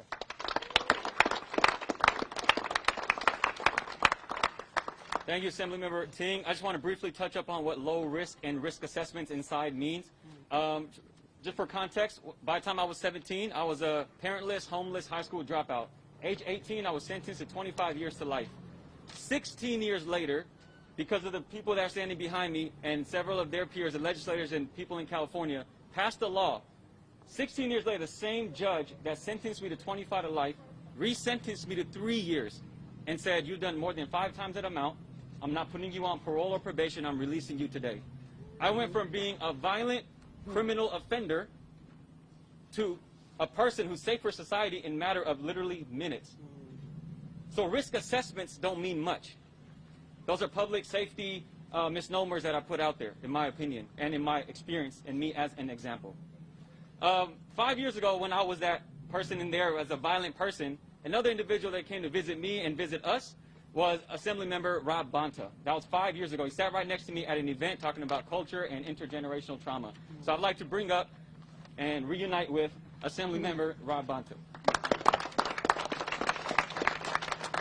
Thank you, Adnan, for that very kind introduction. I was just reflecting on that as well, that 5 years ago we sat in a healing circle together, we had a conversation, we sat by one another, and now we have the opportunity to stand by each other outside the gates of San Quentin to fight for more humanity, for more justice, for more compassion. Thank you. I'm Rob Bonta. I serve in the California State Assembly. I represent Oakland, Alameda, and San Leandro. I'm also the Assistant Majority Leader. And I first want to say thank you to everyone here who is fighting together. Our voices are stronger, our actions are more powerful when we stand together. Thank you to my fellow legislators, to D.A. Boudin, to Public Defender Woods, to all of our advocates, SC Justice, Restore Justice, Ella Baker, and beyond. We're a powerful team, and I'm proud to stand with you, to stand near you, to stand by you, and fight with you. As has been said, we are in the middle of a humanitarian crisis. And the very tragic and incredibly sad thing about that is that it was an unforced error, that it was created, that it was wholly avoidable, that it was based on acts of commission by the state of California to create it. And now it's incumbent upon us to act with urgency, with swiftness, with decisiveness, and fueled by compassion and empathy, humanity, dignity, respect to change the current conditions. We missed the opportunity to use that ounce of prevention, and now we must use that pound of cure to make things right. And I was proud many months ago to stand with Governor Newsom as he announced a moratorium on the implementation of the death penalty in the state of California, a momentous occasion. I think all my colleagues here were there as well. but the death sentence has returned to CDCR. It's returned in the form of COVID-19. And that is something that we can change, that we must change. We often talk about, I often say, and I believe, that we should be judged based on how we treat our most vulnerable in our society. Often that's our children, our seniors, our poor, our sick. It certainly includes incarcerated Californians. We owe a special duty and obligation to those who have no agency, no self-determination about where they stand, who they stand with, where they stay, where they sleep, who they eat with, who's near them, who protects them, what protective equipment they have. That is incumbent upon us. We hold a special responsibility to not be reckless, to not be careless, to be careful, and to care, and to do it right, and to have attention to detail. And we missed that. We impose a great wrong on individuals in San Quentin and throughout CDCR. But we do now have the chance to make it right. It requires our governor to step up and be decisive. We need to reduce, as our public health officials have said, and this is a governor who appropriately follows data and science and evidence and public health guidance. Our public health experts have said reduce the population inside San Quentin by 50%. That's how you protect lives. That's how you protect health. That's how you uplift humanity. So we must do that. We must end the transfers of staff and incarcerated Californians in between facilities in CDCR, and we need to do it now. So I'm proud to stand with you, calling to action, our governor, demanding justice, and fighting for a more humane, more just future for the people of California. Thank you. Thank you, Assemblymember Rob Bonta. Up next, we're going to bring in Professor of University of California, Hastings, UC Hastings, Hadar Abiram. Hi, everybody. My name is Hadar Abiram, and I'm a law professor at UC Hastings. I'm the author of an open letter to Governor Newsom asking him to release people from prison to save lives. I checked how many of my colleagues signed the letter before I left home today. We are 450 strong. Woo! 2 of my colleagues are here with me, my dear mentor Malcolm Feely, my dear friend and colleague Kim Richmond from Berkeley and USF. We're asking Governor Newsom to do the right thing, what he knows in his heart of hearts to be the right thing. There's an old Cherokee story about a wise grandfather who tells his grandson, "Son, within each of us there is a battle between 2 wolves, an evil wolf and a kind wolf." The grandson asks the grandfather which wolf wins. The wise grandfather says, "The one you feed." If Governor Newsom were here, I would ask him which wolf he wants to feed. But he is not. Where is he? When people are getting sick and dying in droves, where is he? When buses transport people from prison to prison without testing and quarantining them, where is he? When people who test positive and negative are thrown together without care, where is he? When there's no retesting, where is he? When people get no medical treatment beyond checking their vitals, where is he? When people are terrified to report their symptoms out of fear that they will be thrown in death row or solitary confinement, where is he? When we don't even know what's going on in jails and juvenile facilities because they're not even reporting numbers, where is he? I know that many people watching this might secretly think that lives behind bars are worth less than lives on the outside. Some of this ignorance comes from panic and from the cabin fever of the pandemic. And I would like to explain to them that prisons are part of the community, and people in prison are members of the community. I should know, I ran the numbers. Infection rates in Marin County spiked after the outbreak in Quentin. Infection rates in Lassen County spiked after the outbreak in prisons in Susanville. Saving lives in prison is a priority because it protects everyone, people behind bars and people on the outside.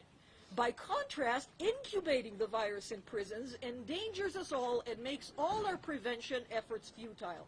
You asked us to do our part. When will you do your part, Governor Newsom? Which wolf do you want to feed? The people behind these gates are serving sentences under the California Penal Code. They were not sentenced to abuse, neglect, and illness. They were not sentenced to chaos and ineptitude. They are in the custody of their government, and with this great power comes great responsibility. So, Governor Newsom, which wolf do you want to feed? The people behind these gates are serving sentences under the California Penal Code, and newspapers have been making distinctions between so-called violent and non-violent people. I am here to tell you the facts. The facts are that a quarter of the California prison population are people aged 50 and older. These people do not pose a risk to public safety. Rather, they themselves face risks because of their age and deteriorating health. My colleagues and I have studied California crime rates for decades and found no correlation between the crime of commitment and the risk of reoffending. The public risk here is not from imaginary crime. It's from the very real possibility that our prisons are turning into mass graves. So Governor Newsom, which wolf do you want to feed? We've had to release people from our bloated prisons twice recently, in 2011 and in 2014. Both times there was fear-mongering, there were stories. We let out tens of thousands of people. We know what happened because we crunched the numbers. Nothing happened. Crime rate stayed low. Violent crime did not rise. There was no increase to public safety. So Governor Newsom, which wolf do you want to feed? The virus is tearing through death row, and the irony is that California has a moratorium on the death penalty. For decades, we litigated to the tune of billions of dollars how to kill people in a way that was not cruel and unusual. We were even careful to examine whether people were healthy enough to be killed by the state. And so when you put the moratorium in place, Governor Newsom, we applauded you for doing the right thing for California. How does that feel now when more people have died during this moratorium than we actually executed in the entire century? Which wolf do you want to feed? Moreover, we know for a fact that some of the people behind these gates whom you are sentencing to death via COVID are innocent. They are behind bars because of mistaken eyewitnesses, coerced confessions, hidden exculpatory evidence. So Governor Newsom, which wolf do you want to feed? And we know that crimes are not just a matter of choice. They come from a confluence of factors, such as poverty, neglect, deprivation, abuse, racial discrimination, persecution, food deserts, lead poisoning, necessity, mental illness, substance abuse, pain and hurt and suffering. The virus does not take sides.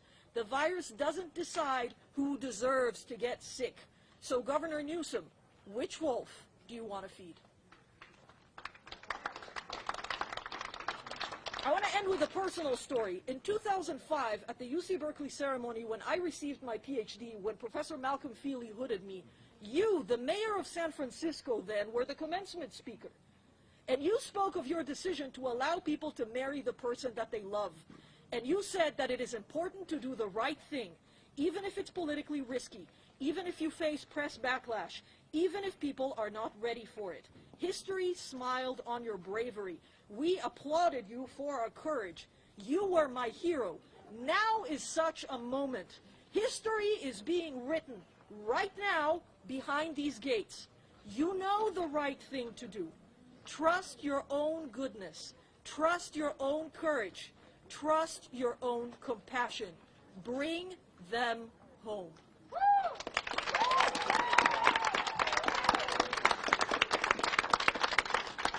Thank you, Professor.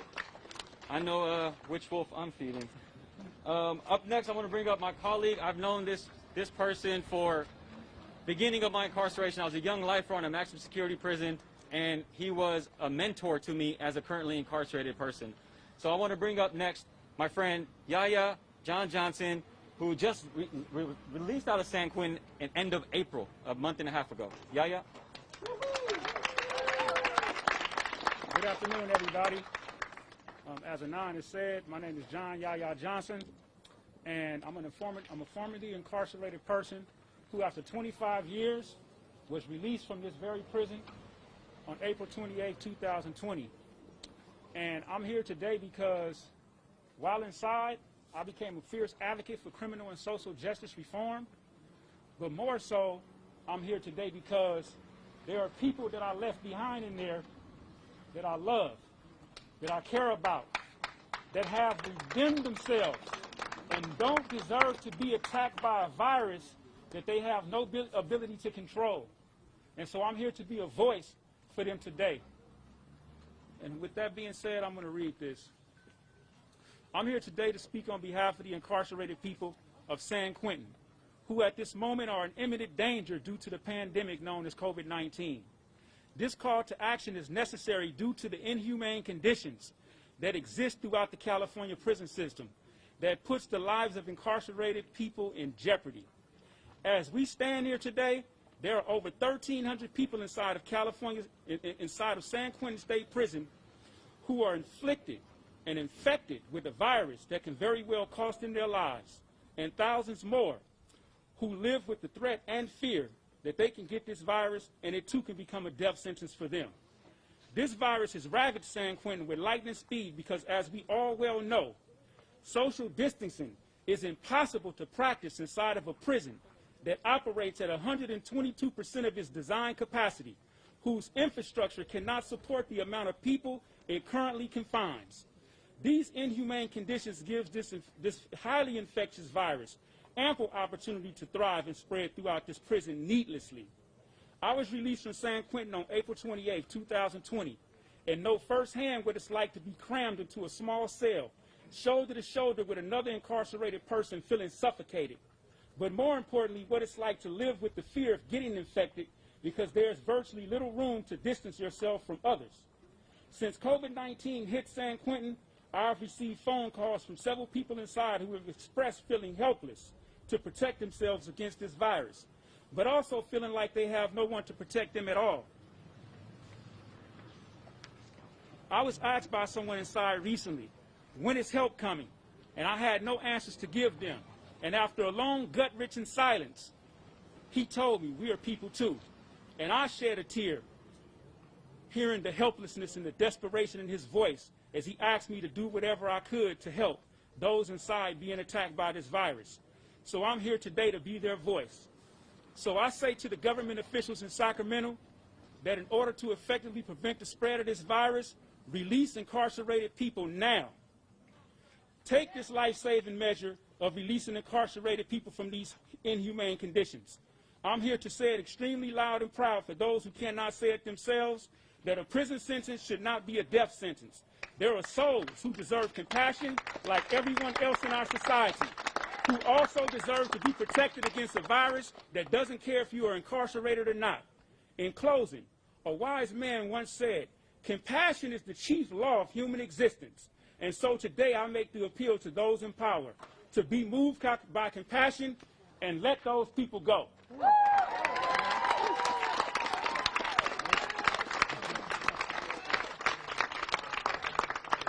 I want to just follow up and say that there are approximately 2.3 million people incarcerated in the United States, and you can't tell me that none of them are redeemable.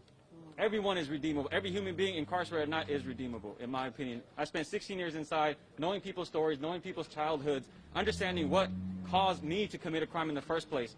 If anyone understands public safety, it is currently and formerly incarcerated people. We try to get a list of doctors to show up, but because of a living pandemic, regardless of what Marin County health officials have said, it is still alive and well.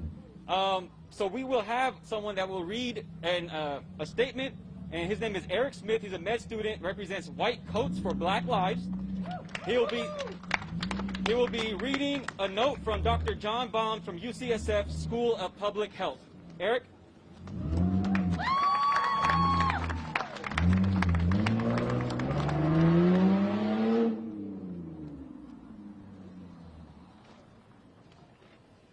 As a practicing pulmonary critical care medicine physician at Zuckerberg San Francisco General Hospital, I know what is necessary to take good care of patients sick with COVID-19 and to help prevent the spread of coronavirus infection at an institution.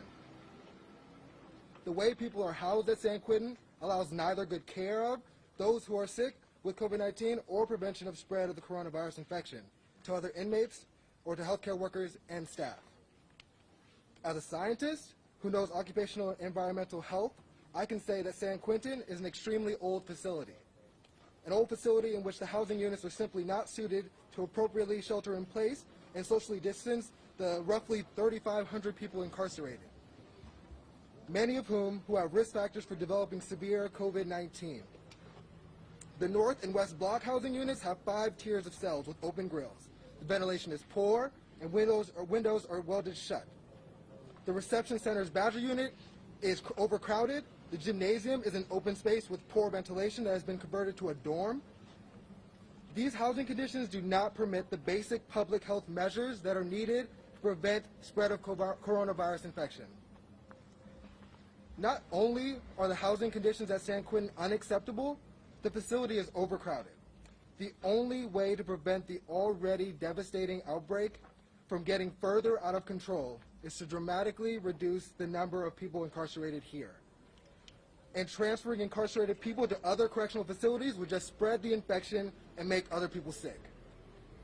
Decarceration of at least 50% of the current San Quentin population is urgently necessary.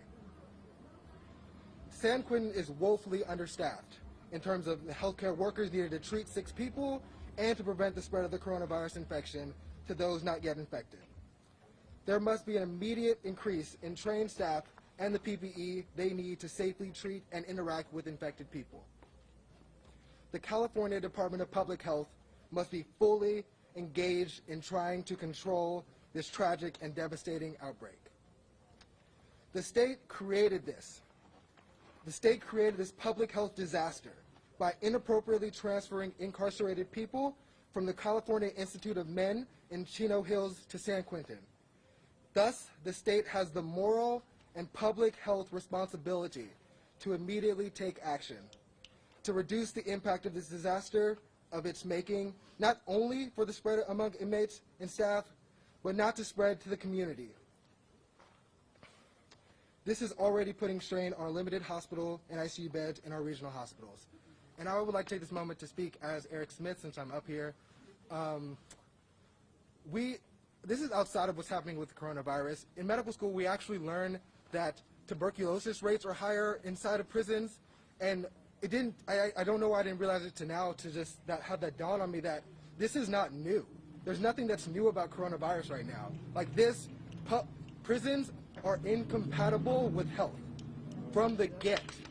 So if we're gonna sit here and act like we care, if we really care, we need to entirely abolish this entire system. And it's a shame, honestly, that we have to sit here and frame this as a way to protect other people outside as if they're not us, as if they couldn't be us. Speaking for me, my best friend was in prison. Like, very well could have been me, you know? So it's just, they are us, and please stop trying to frame it this way as if they're not us. That's all I want to say.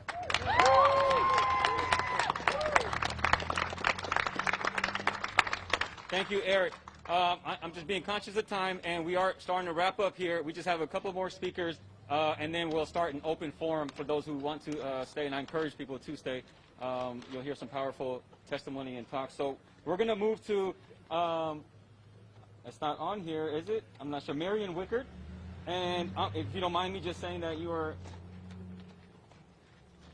husband is incarcerated. Can I say that? I said it already. Please, I was going to. All right. So I just know who she is. I just want to preface by saying I know her husband very well. Very, very, very well. Spent a lot of time together talking, conversing. I know his childhood. I know this whole life story. And he knows mine. So it's very personal. I want to share more, but I think you are the best person to talk about your husband than I am. Please. I don't know. Maybe you know him better than I do. Hi, everybody. My husband's Tommy Wickard. He's currently incarcerated at San Quentin State Prison. I have not written anything down. I have no idea what I'm going to say to you, so please bear with me. I'm shaking like a leaf inside. Tommy is incarcerated for voluntary manslaughter, 57 years for voluntary manslaughter. Only 22 years of that is his sentence. The rest of it are enhancements for prior things that he did that he was punished for and did the time for. Let's not put our kids in the corner and keep putting them in the corner for something they did in the past. We don't do that. Let's not do that to those that are incarcerated. My husband is a 1,000-mile run club member. That is a running club inside of San Quentin where they run several races every year, and he actually has completed 4 marathons since he's been here, which is amazing. Tommy has lost 50 pounds by joining the Run Club. Tommy has graduated from the GED program. He's 53 years old with an underlying condition of valley fever. He was in Lancaster State Prison, and he was moved here to San Quentin, and he had to come here out of other prisons because of his valley fever. I've been watching the numbers rise throughout the state at all the prisons over and over, day in, day out, hour after hour, checking the numbers to see what's happening. Then all of a sudden, 121 men were brought from a sick prison. Instead of isolating, they brought those men here to San Quentin. They dropped them off and they said, here's a petri dish, San Quentin, get sick, die, we don't care what happens to you. We don't care what happens to the inmates, the incarcerated, and we do not care what happens to the staff. Governor Newsom signs off on everything that everyone under his direction does. No matter what they do, he's the ultimate signer. My husband called me on June 24th in the morning, and he said, I'm good. This running's keeping me, the running kept me healthy. I'm working out in my cell. Later on that afternoon, well, it was evening time, around 7:30, my phone rang. I was on the treadmill. I didn't take the call. Then it rang again. I still didn't take the call. The third time, I'm like, oh, my gosh, I'm working out hard. I don't want to get off the treadmill. I almost fall and break my leg as I'm getting off the treadmill to answer the phone, and he says, it's a good thing that you answered the phone. I said, why? He said, because I tested positive. They're moving me to Badger. They're moving my cellmate to Carson. I said, what? That's what I was, that was how I was reacting. He said, I won't be able to call you for 14 days. I have to pack everything. My husband has written to me every single day, except when we've been on family visits for years. I've been married to him. I've known Tommy since he was 17. And we were friends. And yeah, here we are, married. I didn't receive any mail from him. I started calling the prison. Nobody answered. I wrote letters to legislators. I wrote letters to the governor. I did receive a response back from Mark. Mark is the only one that responded back to me. And he said he was reading all the letters personally, and this was a personal issue to him. My husband, 19 years in, no disciplinary actions. He's the sign language interpreter for the deaf community that's here at San Quentin. He's graduated, he received his GED, he was a speaker. The Distinguished School Award was granted this year for the first time. He was a speaker. My husband said a lot of things, restorative justice classes. I could go on and on and on about him for hours. But the thing is, he is low risk. He has a family to come home to. I got on a plane this morning and flew in here because of this press conference. I didn't drive over from, 2 miles over. It was an hour and a half to the airport, a wait at the airport, a flight up here. They didn't have a rental car for me when I got here, even though they were supposed to. I finally got a car and I drove over here. And here I am asking you all to support the release of those that are incarcerated. We cannot keep letting people get sick. There has been so many, Legionnaire's disease stopped him from coming because Legionnaire's disease was here the year he was transferred here. There has been tuberculosis, now there's the COVID. COVID kills. COVID is killing people. It's killing people out in the free world, it's killing people that are in prison, and there are thousands and thousands of men and women within the prison system that need to be released. Governor Newsom, we sent you a request for commutation. Why haven't we heard anything? My husband has a place to live. He has family in our location. He has jobs. He has skills. He has things that he didn't have in the past. Those are in the commutation. Where are you to release these men and the women that are low offenders and should come home? I ask you all, everyone here, I thank you for being here because it's my husband. My husband's incarcerated. My husband deserves to come home. He's a good man. He has 3 children. We have 3 grandchildren. He needs to be there for them. They love him. We love him. He is human. But I will close with saying this. No man, not one man, woman here is rich enough to buy back their past, but every one of us is entitled to change our future. Let them go.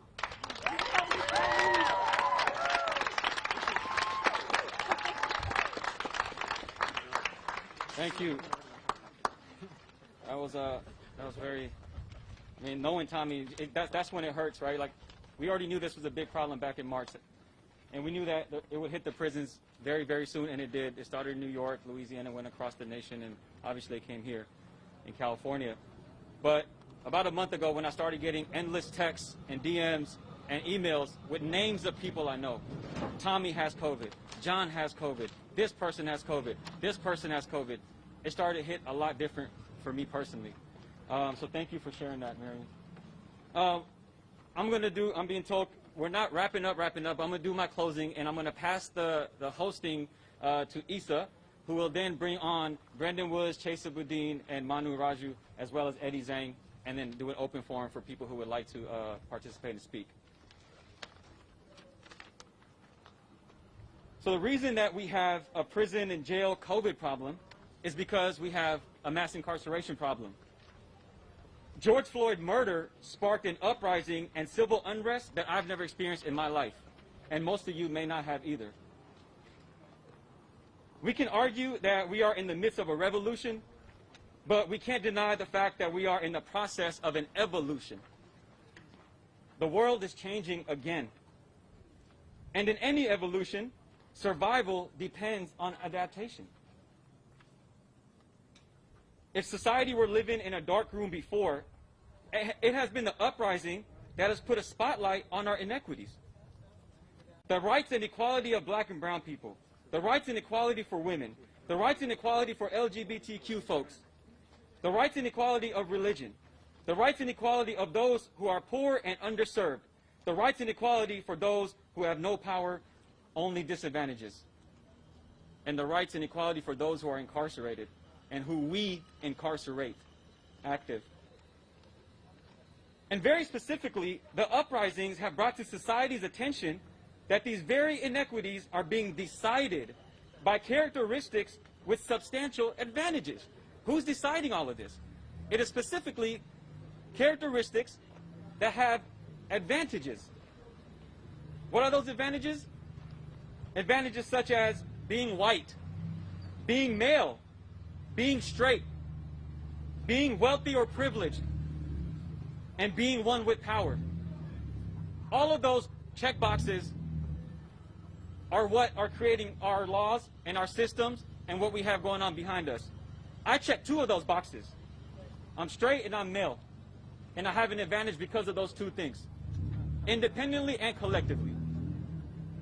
But when you check all of those boxes, like our governor, for example, there is this omniscient responsibility of sorts that one has to do something about for the complete opposite of what those characteristics are. White, male, straight, wealthy, privileged, and with power. And that is not a criticism of those characteristics. I welcome those characteristics. But it is a criticism of those characteristics, of how those characteristics are being used or not being used. In closing, essentially, I think what we're now asking for is mercy. We've been asking for that from the beginning. We tried it legislatively. We tried calling out people. We tried calling on people. Right now, this is a humanitarian issue. And this will require mercy and human kindness and human compassion to defeat COVID and to defeat mass incarceration. That is 2 deadly things that we are experiencing right now in our country. COVID and mass incarceration, and both of those things are happening behind us right now. So society thrives on mercy and altruism. Altruism means that you don't have any personal interest invested in that decision. It's not political. It's not about you. Many argue it's not even about God. It's just about the right thing to do. The people in this state are relying on you, Governor Newsom, but I want to tell you that you are actually not alone. We're here. You have community. You're talking about you don't want to release people because of a homelessness issue. We'll take care of that. Let us collaborate with you. There's a bunch of community. The people from Marin are ready to put up resources. Five top wealthiest county in the country is Marin. We had a Marin town hall about 2-3 weeks ago, and they came together and said, we want to help. Not just San Quentin, we want to help the rest of the incarcerated population. We will put up money. We will do 14-day quarantine stipends in hotels. We will find housing.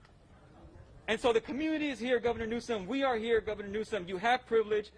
please use it for those who don't. Thank you. Issa?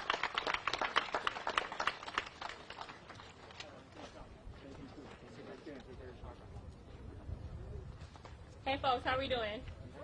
I said, hey community, how we doing? Okay, thank you. I'm so happy to be out here with y'all in resistance and in solidarity. I know we just officially ended the press conference portion of it, but we have so many folks in community who are here to speak.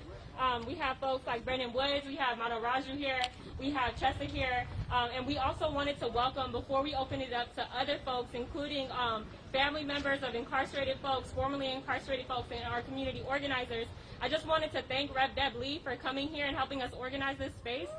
Yes, she's part of the Interfaith Movement for Human Integrity, and she's going to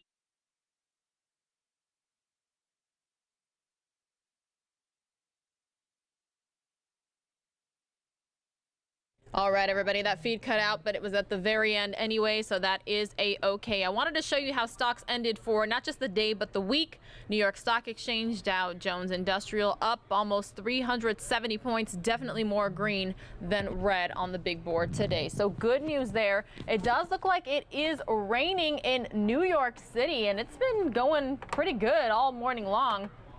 Thanks for your patience and understanding, everybody. You probably hear me hitting the buttons up here on the set a little bit harder than usual. But yeah, take a look at that. Little July summer rain.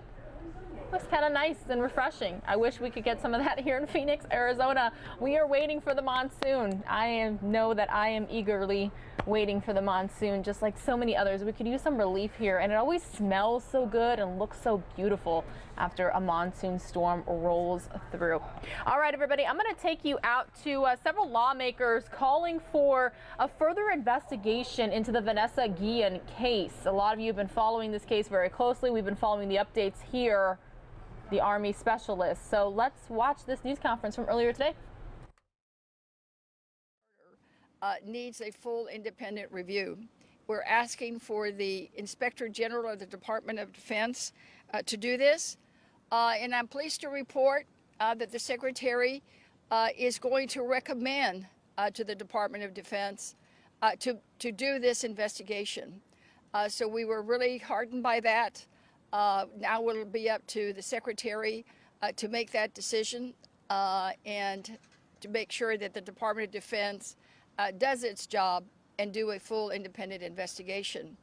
Secondly, and immediately, he is naming a panel of about 3 to 5 experts in the area of sexual harassment and processing of complaints and use of procedures and policies to look at everything at Fort Hood, to look at the culture, to look at the climate, to look at the environment, to look at the procedures and the processes, to see just how they can do better.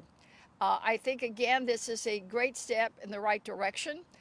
He did assure me that all their findings would be available to Congress in full, and I look forward to working with them to make sure that even their internal investigation through this independent panel is thorough, transparent, and can answer so many questions that not only the Yen family has, but so many soldiers across our country have.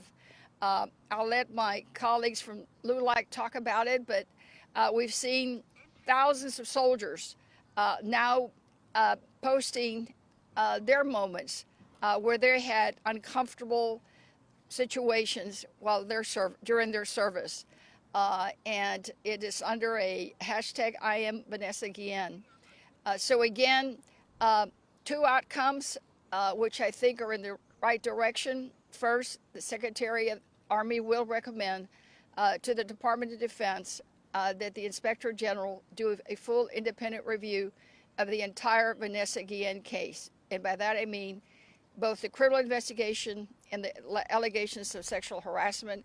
And secondly, in the meantime, they will be doing this expert panel to review everything specific to Fort Hood and specific to the charges of sexual harassment.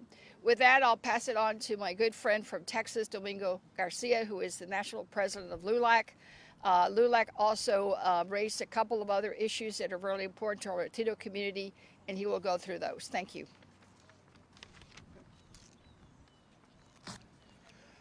Hello, my name is Domingo Garcia, and I'm the national president of LULAC, the nation's oldest Latino civil rights organization and the nation's largest civil rights organization.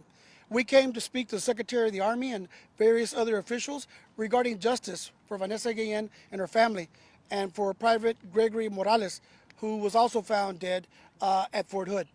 We believe that these cases have exposed a systematic problem within the Army and other branches of the military. The I am Vanessa Guillen hashtag, we now have thousands of women who have come forward and said, I was raped, I was abused, I complained, I tried to bring it up, and nothing happened. And that was the message we carried today to the Secretary of the Army and other officials. We believe that message has been heard. So all of you who protested, who marched, who held vigils throughout America for justice for Vanessa Guillen, those voices have been heard here in Washington, D.C. And those voices today have resulted in the appointment of an independent commission that will investigate charges of sexual abuse and harassment in the Army. The Secretary of the Army, McCarthy, has asked LULAC to recommend Latinas and Latinos to serve on this commission, which we will be giving those names to him. And we hope that this commission will remedy the systematic sexual harassment and abuse of women in the military. When a woman puts on the uniform and agrees to serve our country and takes that oath, she should be treated equally to the men in the Army. And when they're not, and when they're abused and their cries for help are not heard, then there is a definite problem that we have to deal with, and that's what we believe a first step was taken today by Secretary McCarthy. We also brought up the issue of renaming the forts, the 10 forts named after Confederate traitors to the United States, that they should be renamed. Specifically, Fort Hood should be renamed for Sergeant Roy Benavides, a Medal of Honor winner during the Vietnam War and a true American hero. And he has agreed to have a bipartisan commission that will review renaming the forts. In addition, we have the issue of the deported veterans. We have hundreds of veterans who have served proudly in Iraq and Afghanistan, have picked up nonviolent offenses, usually for drugs or alcohol, and been deported. Many are in Tijuana, Mexico now. And we've asked that the Secretary of the Army investigate how we can bring those soldiers back home and get them the help they need and reunite them with their families. And finally, the issue of making sure that Latinos are promoted within the Army to the ranks of colonel and general, and making sure that there are opportunities for that. Ahora lo voy a decir brevemente en español. ¿Okay? Mi nombre es Domingo García, soy presidente nacional de LULAC, la organización Vanessa Guillen. Ha pedido que LULAC, que han sido deportados, un cambio en las policies. Vice Chief of Staff of the Army, General Martin. And part of this discussion is making sure that we bring justice to Vanessa Guillen, to her family, to her sisters, to her father.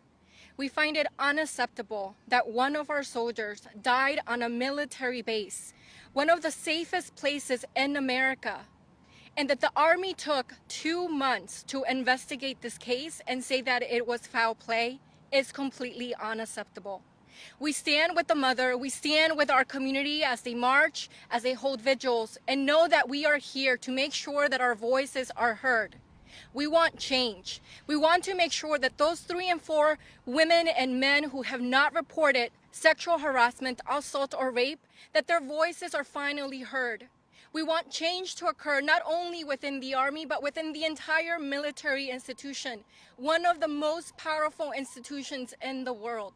And we believe that this can happen under the watch of the current Secretary, as well as Secretary McCarthy. Today's meeting was the first meeting to make sure that Latinos, Latinas are represented at all levels, that we get the answers that we're looking for, answers that the family has not gotten yet, and that we strongly want. We know that there's something mysterious going on at Fort Hood. Not only do we have Vanessa Guillen's story, but also Soldier Morales, who was declared as AWOL, and now we know that his body was found. We want answers from the military to make sure that our community knows that when they enlist in the military, they are safe on U.S. soil and our own military bases. It is unacceptable that they are dying on U.S. soil and in our own military bases here in our own country. As Representative Garcia mentioned, and as Domingo, our national president, mentioned, We are going to work with the Secretary, with the Department of Defense, to make sure that we bring a conclusion to this case. We want answers. We want an independent investigation. This is a good first step. And we want to make sure, again, that for those individuals who are in support of the Guillen family, of the Morales family, please continue to speak up, contact your members of Congress, ask them for an independent congressional investigation as well. Gracias. Any questions?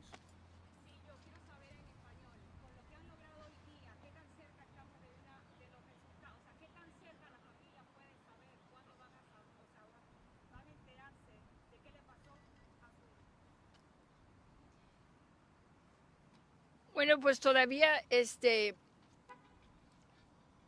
apenas van a nombrar la comisión y esa comisión va a ser tomada por la del Department of Defense, haciendo los arreglos. No, no entiendo quién dijo que iba. Sí. Telemundo acaba de entrevistar al presidente y le preguntaron sobre el caso de Guillén. El presidente dijo que está al tanto y que el lunes va a recibir un full report. La pregunta es, el hecho que se involucre en la Casa Blanca significa que para esta familia, o sea, se puede mover más rápido el proceso. Pues es posible, ¿no? Porque todos trabajan por él, ¿no? Así es que sí puede ser empujarlos para la investigación independiente del Inspector General, que se dice en inglés. Así que es posible, ¿no? Porque, pero no sé si lo va a hacer, porque ya sabes que he terminado muchas de esas posiciones en otras agencias, pero ya sabe que no nomás es un caso muy importante y en Houston, pero en Texas y todo nuestro país. Todos están echando el ojo a ver qué va a pasar. Y es un momento muy importante para tantas mujeres, que esto es como en inglés se dice el Me Too Movement. Ese es el Military Me Too Movement. Porque como explicó Domingo, ya hay miles de mujeres soldadas que han escrito en el Facebook la historia de ellas. Así es que es importante que se fije el presidente a ver qué puede hacer para empujarlos, para darle paz a esta familia.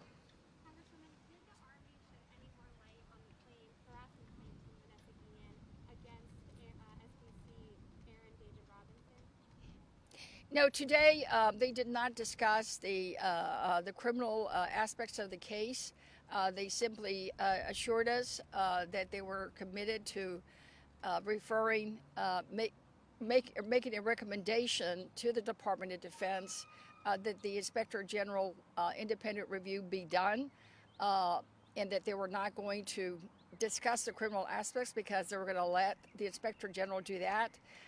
Then they then proceeded to talk to us about the panel that they will be naming, and I do think that the panel is really a great step. Because it will be independent. It will be experts that have done these kind of reviews for other private companies and private entities, so they'll know what they're doing. And he assured me again that it would be transparent and that the full findings would be given to the Congress for our review. So thank you for that question.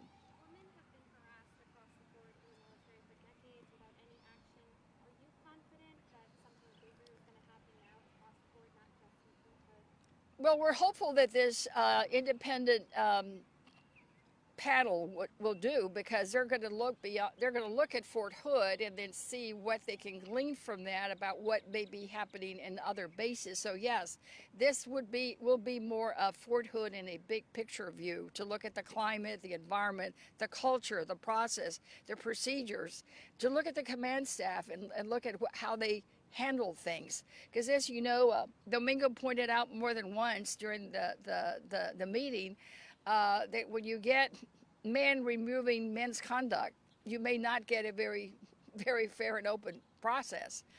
So the commission will be diverse, and hopefully will be majority women on this commission that they're naming, to make sure we get a full and thorough look.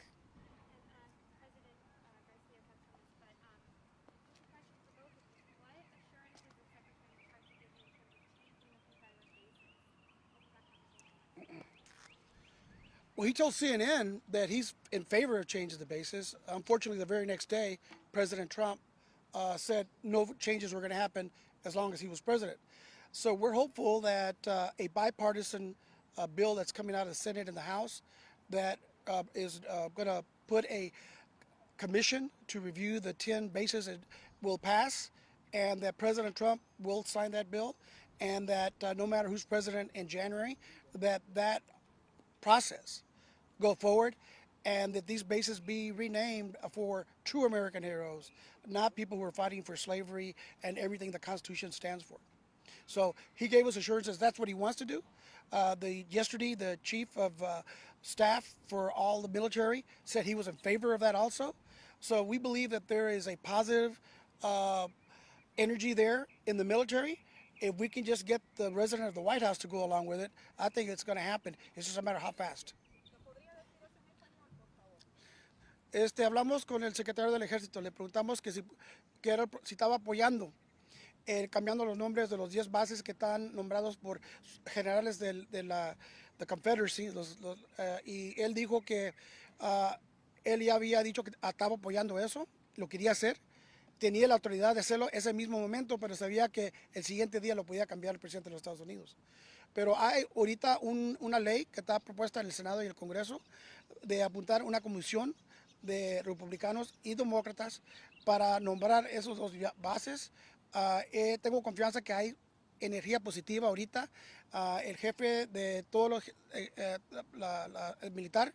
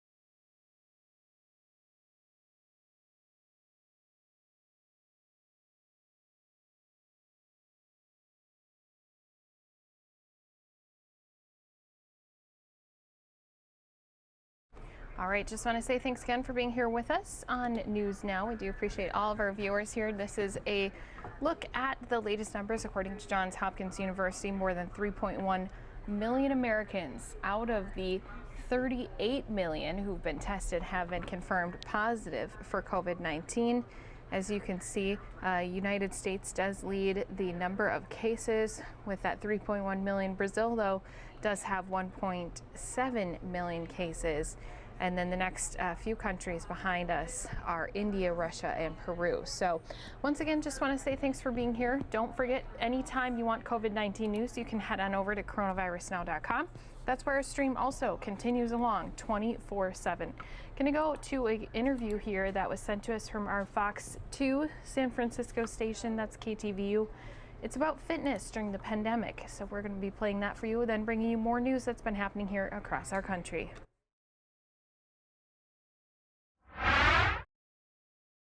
Hello, everyone. Heather Holmes here with KTVU Fox 2 News in the San Francisco Bay Area. And joining me this afternoon is Kaylee Hatfield. She is a personal trainer and is going to be talking with us about the importance of staying physically fit amidst the pandemic. Kaylee, thank you so much for being here. Thank you. Thank you for having me. Yeah, talk about the importance of us taking care of not only our minds, but our bodies too right now. The more that we work out and the more that we stay physically fit, the more our mind is going to stay healthy, the more we're going to feel better, and that less susceptible we are for any kind of virus that comes at us, whether it is COVID or hope, we're nearing the flu time, anything that could get us down, the more fit and the more you're working out and sweating and you're resisting off everything. So what are you doing to motivate your clients right now? I'm really trying to work that mind, body, all around health, because there is some days when you don't want to get up, and there seems like Groundhog's Day, us going from bed to the couch to maybe your kitchen table is your new office. And so just really trying to get yourself feeling good, feeling from the inside out. So just knowing that, okay, we have a few goals, whether it's just 30 minutes a day to get your heart rate up, maybe it's changing the change of scenery and let's go do some jumping jacks and some squats outside, whatever you can do for you that's going to make you feel good. It doesn't have to be crazy challenging, a little bit of a challenge, but just what's going to make you move. Yeah, because I think right now people are sort of maybe stuck in this rut and they don't really know what to do. But I think it's important what you said, which is even if it's just 30 minutes, I mean, it can be a small amount of exercise, but can really have, big benefits. Exactly. And then you do that more and more, and then the more you'll want to do it. But, objects at rest stay at rest. So the more you're just kind of in this sluggy vibe, that's where that Corona 15 pounds comes in play, because you don't realize how much you're walking, even if it's just up and down the stairs or from your car to your office. There's a lot of sedentary that's happening right now. Mm-hmm. Okay, so I'm guessing that you're meeting with your clients via Zoom. What are some of the exercises that you're encouraging people to do, especially at home? A lot of total body movement. Some people do have some weights, some people don't, but either way, we're gonna move. So things like burpees, as much as nobody loves them, they're such a great exercise. Squats, squat jumps, things that are gonna get your heart rate up. You might not have to do the full 60 minutes, but we need to just get you moving. Squats, planks, push-ups are great. Stuff even just using your couch, using stuff that you have around the house to make it more interesting. Yeah. Okay. So it looks like, Kaylee, that this may continue for some time. You and I are both here in California where gyms are not open. Looking ahead, though, when the time comes, when we are able to go back to the gym, what are some of the precautions that you think members should take as they re-enter gyms? I definitely think masks is a must. If it were me, I would definitely be in gloves, just because it's now really brought to our attention how much we touch things and then touch our face and touch our phone and touch all these different, literally things throughout the day. I think the more that you can stay in your own little bubble, if that makes sense, constantly having something to wipe you down, bringing your own towel to the gym, just making sure that everything you clean and wipe it down before and clean and wipe it down after. Yeah, I know that, for example, at my gym, they were talking about, you need to schedule an appointment, a time in which you're going to come, because they want to have control over who's coming in and who's going out. You think that is beneficial? I think so. And I also think it's almost going to be like your accountability buddy. I know that there's times, and I've had friends and stuff that, when they sign up for class, or even, my clients booking a session with me, they know that there's now someone that's going to hold them accountable to show up tomorrow at 8 a.m. So if you book your gym time and you don't show, I'm not sure that you'll be penalized, but at the same time, it just kind of gives you that extra oomph to go into the gym and kind of use your time wisely. You don't have to just be there all day and then, all day. I think some of us tend to sort of linger and take our time at the exercise if you're there for a set amount of time. It's funny though, because when I was thinking about having to schedule the appointment, I thought, that's just another thing I have to do. I didn't really even think about the accountability aspect, but that's important, because that does say, okay, you've got this appointment for this day and time, you better show up. Yeah, exactly. Yeah. And talk about the importance of kind of being accountable to yourself, especially right now.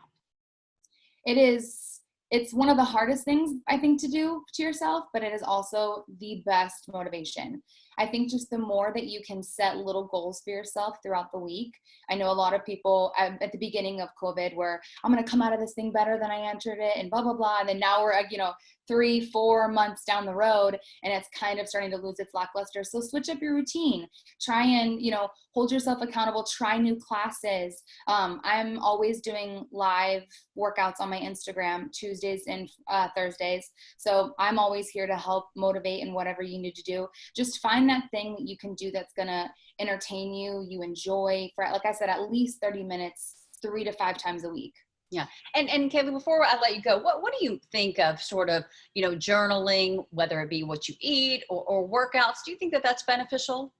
Definitely. I think the eating definitely more so than the workouts, because you really have no idea how much you put in your body every single day until you write it down. It's a whole 24 hours you're working with. So there's a lot of times too when you're getting in, oh, why do I feel bloated? Well, maybe you had a lot of fat yesterday or a lot of sodium yesterday and totally forgot, or maybe you had, a glass of wine last night. There's just different things. I think the more that you can write down and really just see everything that you're putting into your body, the more you're gonna, make a smart choice. If you eat that cookie, you have to write it down. So then it's like, it makes it real, Mm-hmm.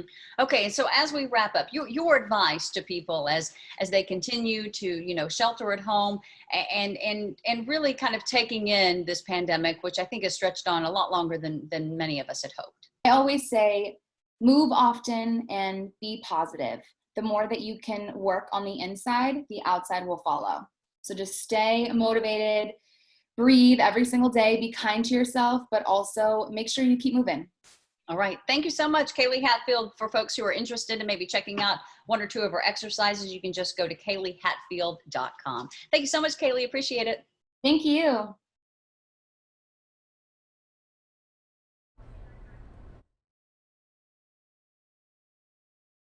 All right, and just a reminder, coronavirusnow.com is a place that you can go to anytime to get the latest news articles and, of course, our 24-hour stream and see the latest that is happening here across our country.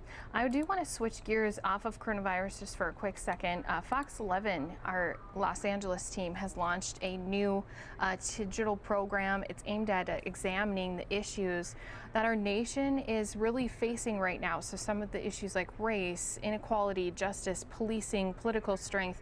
What does this mean for our future? So it's called Culture Conversations. I'm going to give us a little look at that right here for you on News Now.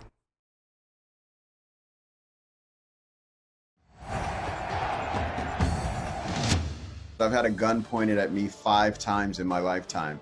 4 times were by police officers on routine traffic stops. I don't know an African-American man that doesn't have that story. I know very few men of color who don't have that story. We have to say Black Lives Matter in this instance because we're being shown that they don't. People are killing us in broad daylight, looking right into the camera and not seeming to care a bit about it. We're going into a space where I'm not pretending everything is going to be fixed in a couple of weeks, but it's giving everyone a chance to feel like they can attain the American dream, and that's what it's about.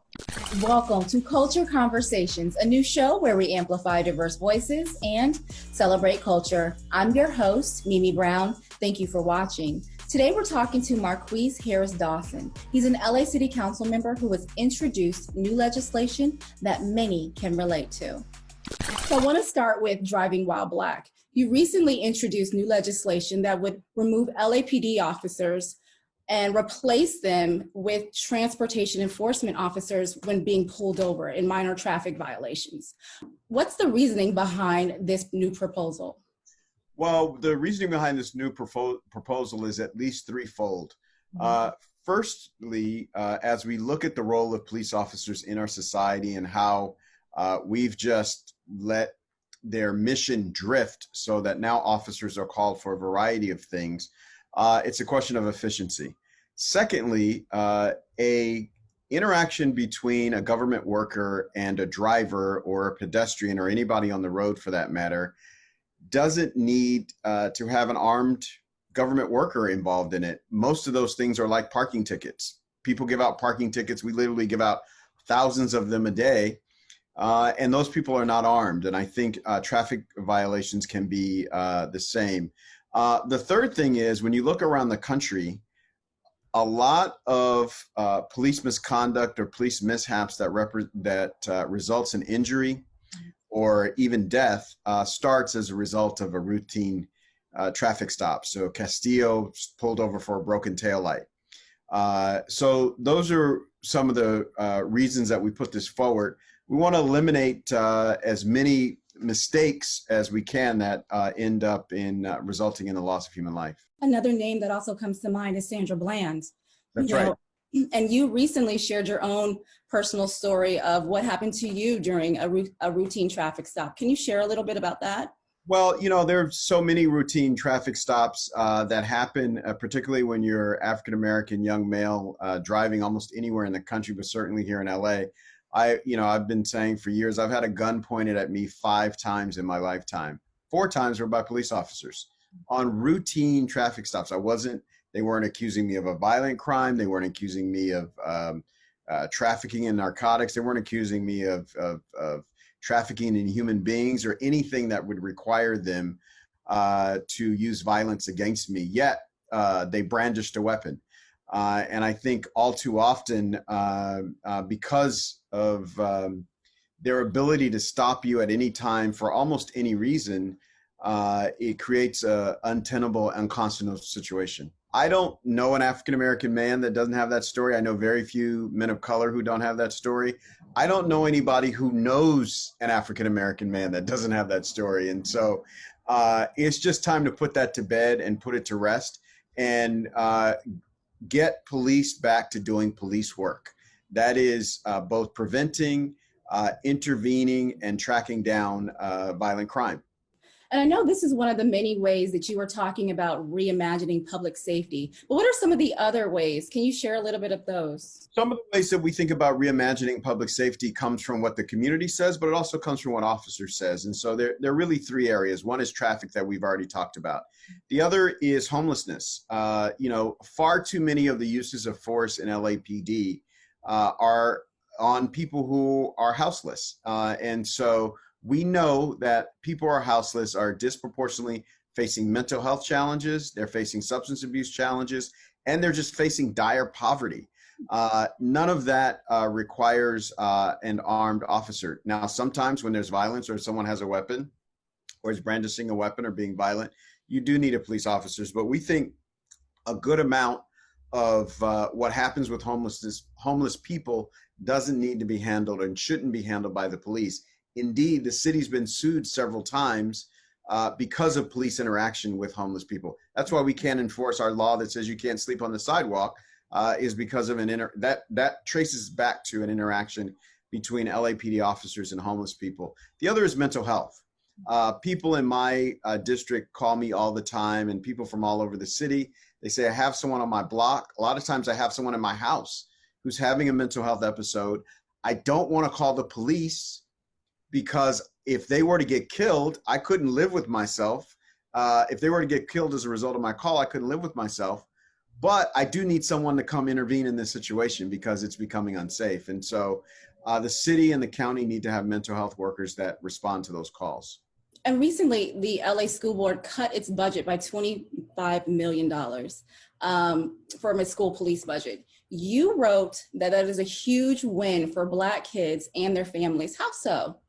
Well, it's just a reinvestment in because I look at both the cut and what they put the money into. Sometimes we make cuts in the government and we just send the money to rich people in the form of a tax break. That doesn't really help anything. In this situation, they cut the money and they invested in programs that help students be more whole, that contribute to wellness, that contribute to violence prevention, and contribute to conflict resolution. Everybody knows when you're a teenager, stuff happens. Certainly when you're adolescent, stuff happens. And so you need some intervention. That intervention doesn't need to be an armed government worker that looks a lot like the regular police department. And what's the biggest challenge facing your constituents right now? The biggest challenge facing our constituents right now is we have this killer pandemic on the loose and a national government who's not doing anything to deal with it, frankly. Who's making the problem worse. And so now the United States has the worst infection rate of any country in the world. And Black and Latino people, which make up almost all my constituents, certainly over 90% of them, are dying at double and triple the rate of everybody. And so that's the biggest thing we face as a matter of life and death. And then, we have all the attendant challenges that come with that, whether it's the decline in the economy, the kinds of jobs that were lost. Hairdressers, those are people that live in my district. People that work in hotels, those are people who live in my district. People who are security guards at buildings that are now closed and not in operation, those are people who live in my district. So those are really the 2 biggest things that we're facing.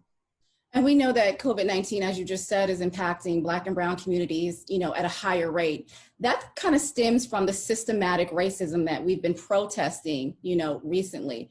But what do you think can be done to fix those disparities right now within communities of color? Well, you need justice. So people who go to work, you need to pay them the wages that it costs to live.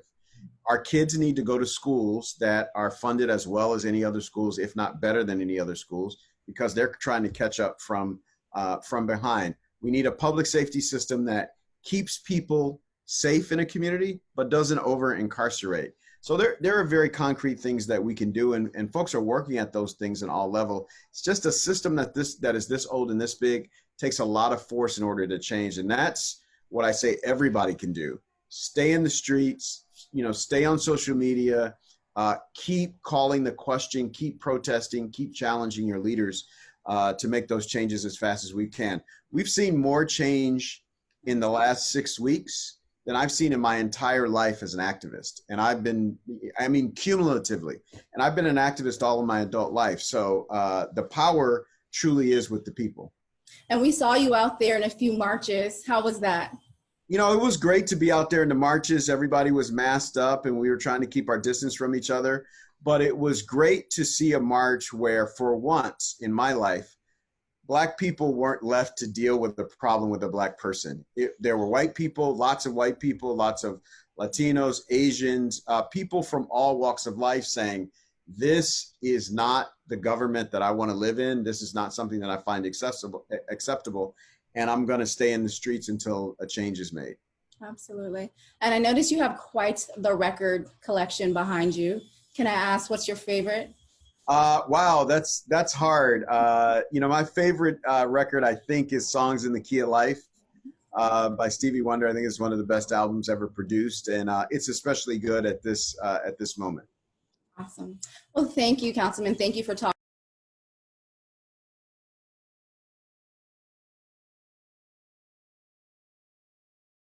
All right, guys, going to switch gears here. Going to head out to a live press conference happening right now.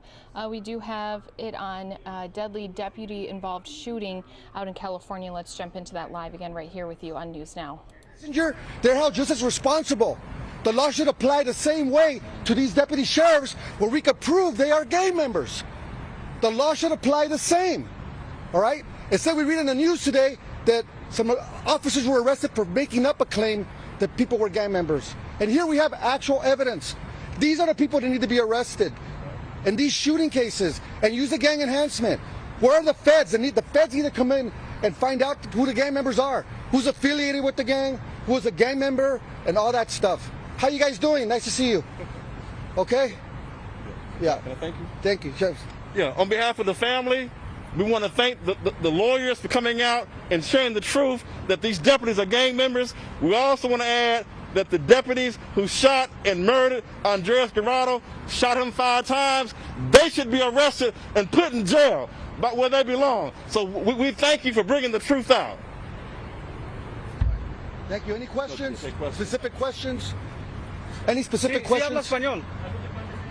¿Alguna pregunta? ¿O quiere que haga la cosa otra vez en español? Ok. Somos miembros de un grupo que se llama Justice X.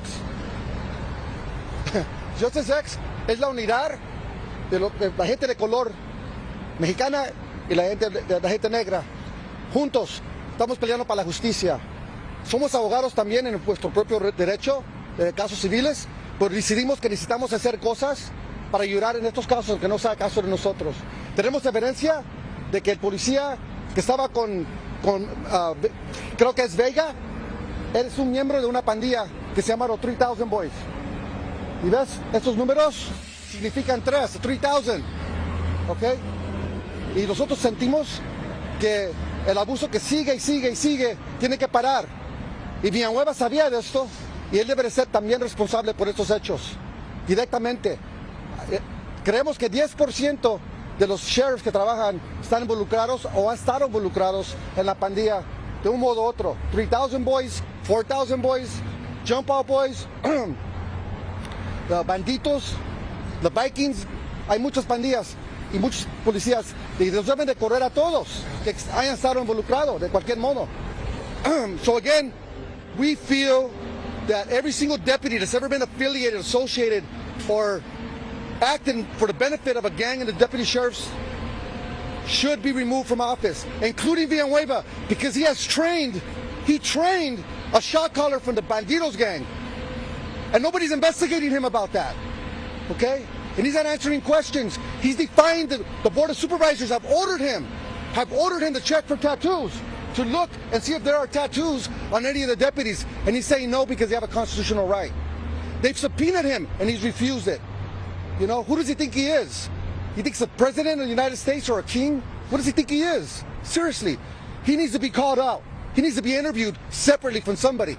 I'll do it. I'll interview him about his knowledge of his training, okay? But somebody needs to do it. ¿Alguna otra pregunta, another question, anything else? Thank you very much. So, there it is. That's the truth. You have a clear picture? I'm sorry.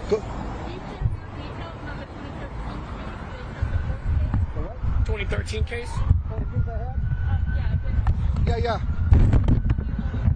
Yeah, Jeremy Fogelman was incarcerated in the Alley County Jail for DUIs. And he worked as a trustee in one of the main cells where low-level criminals or suspects or people detained are held. Low-level means misdemeanors, you know, traffic tickets, warrants, DUIs, and so forth. He was in that cell and there was a big water leak on the floor, and he complained about it and told the deputies, hey, this is dangerous to us, right? So Hernandez called him out and told him, why are you making trouble for our unit? And he kicked him really hard, causing his hip to be dislocated. So my client complained to the sheriff's department, which if you complain, they make a living hell for you in there. He complained, and what they did was horrible, horrific, anyone's nightmare. He's a Caucasian man, and he was put in a cell with hardcore criminals from the Sureños gang, which are Southern Latinos and the hardcore criminal gangs that are in there for hardcore criminal crimes like murder, batter, assault. He was placed in that cell, and that same night, he was sexually assaulted and practically raped by the inmates in there. Okay? And so we filed a lawsuit against Christian Hernandez, and it was a battle. I had to fight hard to get all the information. There's a lot more information that I can't divulge, but suffice to say this, that the year he worked in the Alley County Jail, no one had ever had as many use of force incidents as he did. And they're all in there. I can't talk about every single one. I could also tell you that he was involved in criminal misconduct when he was a sheriff deputy in there. How do you allow a person that's committing crimes that's supposed to be protecting us to continue working? The county paid a significant settlement in the Fogelman case for that injury that he had, so they wouldn't go to trial. But in the meantime, what happened? They just paid it off. It was a payoff, and they allowed him to continue working. True justice should have been that he was removed from his job. And instead, he's with the deputy that kills. There he is standing with the gang sign guys. He's with the deputy that kills a young man and shoots him 5 times in the back. As a gang expert, what happens when you have a shot caller in a car or in a group? You have a shot caller with a younger gang member. The shot caller will say, shoot him, shoot him. And I know that from personal experience as a gang member. So this shooting of Guardado, in my opinion, is a gang shooting. And both deputies should be arrested. If they could do that against our community, why can't we do it against them? Where there's evidence that they were in, that's what they do in their cases. In criminal cases, they bring up pictures of a kid that was in a gang, maybe when he was 19, like I was, you know, involved in a gang, and they show pictures of you doing gang signs or old pictures with your homies, and they tell you he's a gang member, and he's still a gang member, even there's no evidence of a gang crime. So for both deputies to be arrested? Both deputies should be arrested and charged with a crime, and should be charged under the gang enhancement statute. Committing a crime for the benefit at the direction and association of the crime.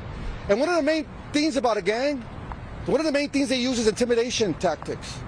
And in all these cases, as many of you know, family members are always being harassed and intimidated.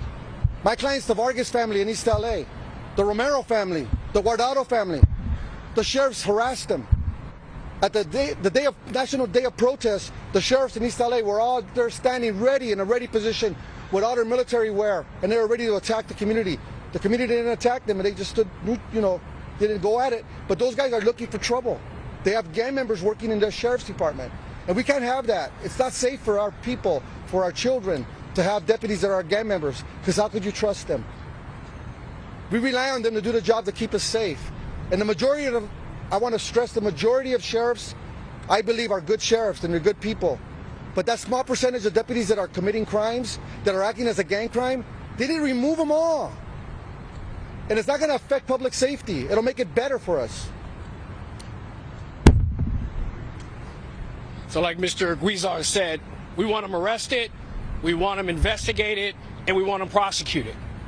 I mean, we know growing up, your mama tells you be careful who you hang with, right? And you can't just turn the blind eye.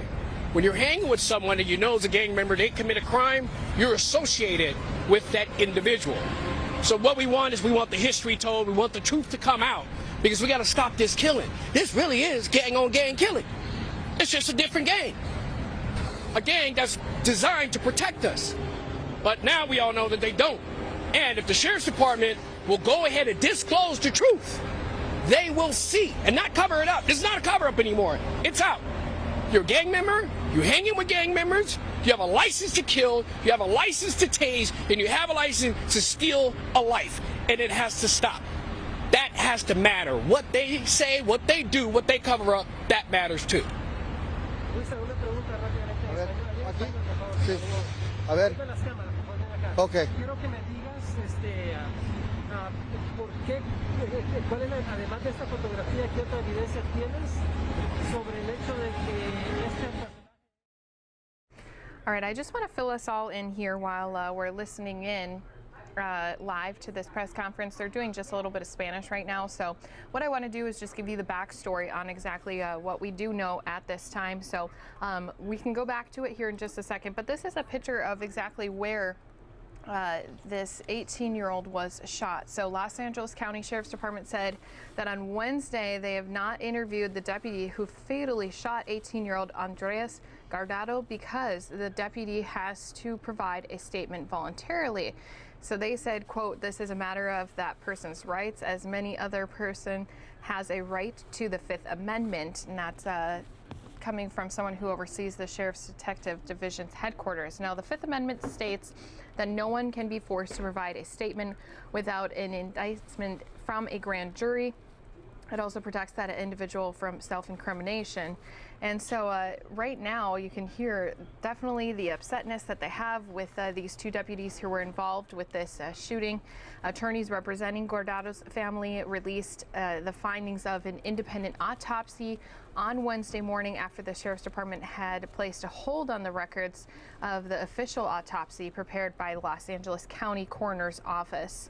And so Sheriff Alex Venezuela had stated that they are still interviewing witnesses, didn't want to taint their testimonies by releasing the autopsy results too soon. But this is a picture of those independent autopsy results where he was shot in the back 5 times. His official cause of death was those gunshot wounds to his trunk. He also suffered graze abrasions to his left forearm with a forward trajectory, and preliminary forensic toxicology results had showed he did not have any drugs or alcohol in his system at the time of his death. Now, the Guardado family believes that the preliminary findings from the autopsies prove that his death was, without a doubt, the result of unjustified police violence against an innocent young man. The family's attorney had written that in a statement. I'm going to scroll down here just for a second in this article. This is from our Fox 11 team, and this is a picture of the family there. And so he was killed by a sheriff's deputy on June 18th. Homicide investigators said Guardado was walking with someone in a car, and it was blocking an entrance to a body shop. So the two deputies in a marked patrol car had arrived. They went on to explain, quote, "Deputies observed Guardado with a firearm, and the firearm was recovered at the scene." And then he also told reporters he was unable to provide more details of what led up to the shooting. They're still gathering their own facts. So one deputy fired 6 shots at Guardado, striking him in the upper body. He said the other responding deputy did not fire his weapon. So once again, we were listening in live to that press conference. They finished their remarks in Spanish, so we are finished with that. But we do have another press conference that just popped up here for us on our News Now board here. And so we're going to go out to one more live event here. So this event is in Bloomington. This is where that interesting story has come from, that July 4th incident on captured video. It's now gone viral. Booker is a black man. He was with a group of white men and says they assaulted him and threatened to get a noose after claiming that he and his friend had trespassed on private property. This happened at Lake Monroe in Monroe County. And so we're going to head out to Bloomington, where several groups are calling for action now in Bloomington after that incident, again, at Lake Monroe on July 4th. But as a woman who carries on her skin every day the sign of protest, my skin is not a sin. You've heard that from many people. Bloomington, America, we have a legal system, but we don't have a justice system. So we have a very, very simple demand for you. We need reform from the bottom up. It's not just about a few bad apples. We are asking you to look. That is why we are asking you to defund the police.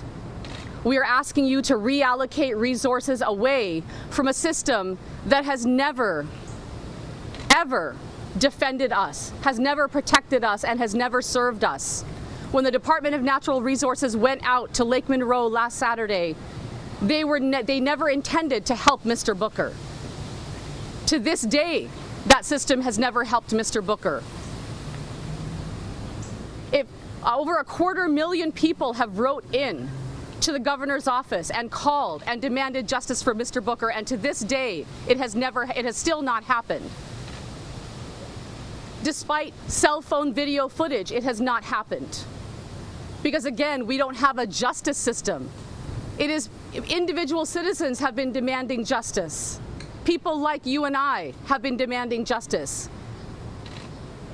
Because the police, which arose up out of the slave patrol, never were meant to protect and serve people who look like me. That system was created to surveil, assault, criminalize, and kill black and brown people because they consider people who look like Mr. Booker and me to be a threat to property, to white people's property, and originally we were property. That's the problem. You cannot do minimalistic reforms to a system that was created to look at black and brown people as property or a threat to property. It must be deconstructed, and something that looks different must be put in its place. We need a system that is transformative in terms of real justice.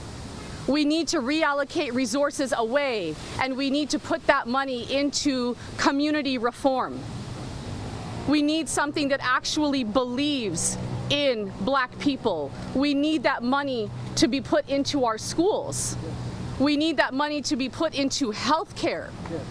We need that money to be put into drug rehabilitation facilities, because people who are being killed, who are being devastated in our communities, need our help. Homelessness is not a crime.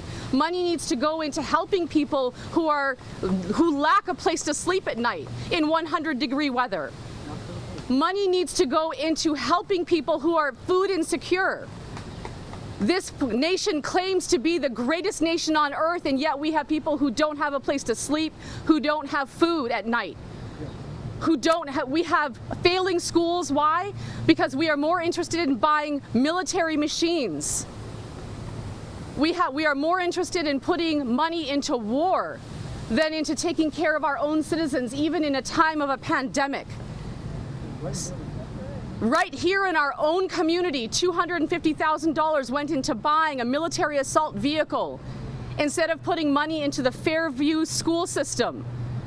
We have segregated schools here in Bloomington, ladies and gentlemen. Mr. Vox's situation is part of a larger systemic structural issue that is affecting our community. Our children are being harmed. Our people are suffering. He is one of our own. If we had truly sat down, Mr. Booker sat down with our mayor and our council 3 years ago and said to them, do not buy that Bearcat. Bloomington B-Town chapter has sat down with our mayor and our community for years and said, take that Nazi out of our farmers market. Do not let her vend here. Do not let those 3% militia into our home, into our community, with their guns and their knives to threaten our citizens. You have opened the door to white supremacists in our home. And instead of shutting the door to that violence, you have allowed the door to be widened and opened. And our community has become now a hunting ground so that men and women cannot walk freely, so that young men like Mr. Davis cannot take a walk in his own neighborhood before his own neighbors call the police on him for taking a walk on a beautiful morning and ask him to present ID for walking in his own neighborhood.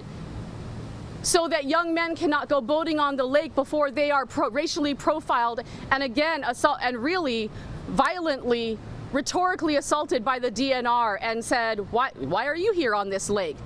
There are now people in this community who are afraid to go to Lake Monroe, and that is part of our community. We should not be afraid to walk in our neighborhoods, go to the lake, or simply breathe and live. This is our home. What happened to Mr. Booker is unconscionable, but it is part of a larger series of events that has made everyone who lives here feel unwelcome and unsafe over a long period of time. I've lived here for 15 years, and I can tell you, this is not an isolated incident.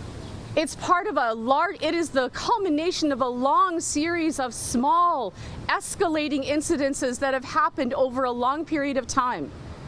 And so I have said to the mayor, I have said to the city council, I've said to the county council, I've said to the Bloomington Police Department and the Monroe County Sheriff's Office that we have put you all on notice. And I'm saying to you, citizens of America, this is a larger structural problem that we all face, and we all need to put our hands into it together to make it right. 2020 needs to be the year. 2020 needs to be the year of change. We need to make a difference. We need to do it together. Thank you.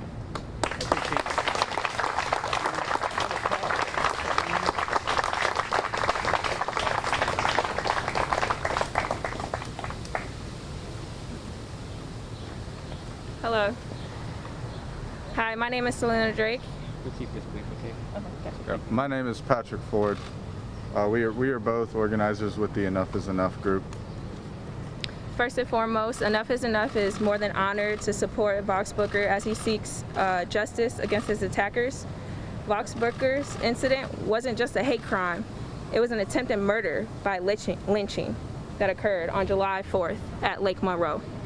Currently, Indiana has a civil rights commission that has a mission to focus on hate crimes by educating the public regarding the natures and the extent of the hate crimes. This is achieved through maintaining statewide reports and, outreach programs. But who enforces this? Like, what are the penalties? What's the training being done? What's actually being done to see that these organizations are practicing implicit bias trainings? Who's to say that? Is there anything? In 2019, Governor Eric Holcomb introduced Senate Bill 12, which had pushed for more comprehensive legislation with a list of traits that include race, gender, sexual orientation, sex, and disability. However, the Indiana Senate voted to amend the bill. All right, they amended it, but they eliminated all specific characteristics, including race, sexual orientation, and gender identity. Instead of sticking to the original goal of the bill, Governor Holcomb signed to amend it. Even one of the writers of this Senate Bill 12, Senator Greg Taylor of Indianapolis, voted against his own bill. He said, you don't have to agree with how somebody lives to respect the ability to live freely and responsibly in the state. But when you take that ability away, knowing that they have been targeted, it's a shame. And this is a disaster for the state of Indiana. Okay. Fast forward to July 2020, where we've had multiple instances of racial injustice happen within this community. Starting with the Darwin Davis Jr. incident on Thursday, July 2nd, 2020. A man walking through his own neighborhood was questioned and detained because of his skin color. And then again, on July 4th, Vox Booker, a man of our community, was viciously attacked. And to this day, justice has not prevailed. As enough is enough, I want to explicitly state that we condemn any efforts to discredit any statements made by any person that has suffered any sort of racial injustice. As we move forward, we condemn attacking peaceful protesters in any manner, and we acknowledge the living pain of black men and women and all LGBTQ+ members of the black community from any sort of racial injustice. Indiana's lack of a hate crime law for racially motivated incidents for these men to be charged with a hate crime, these men have to be investigated at a federal level. Due to the fact that Indiana does not have a hate crime law, the FBI is the best source in order to get the most out of the charges we are wanting. Vox has asked that members contact the DNR and ask for the immediate suspension, if not termination, of the 2 DNR officers that responded to the event on Saturday, July 4th, 2020. Enough is Enough is working towards peacefully bringing brown and black liberation in Bloomington as well as surrounding communities. We do not organize with the use of weapons or groups that use weapons, and we will not in the future. We are asking that everyone who supports our fight for justice to protest peacefully with a purpose, organize towards outcomes, and vote to elect the people we want in office. I thank you for your guys' time today, and that's enough is enough.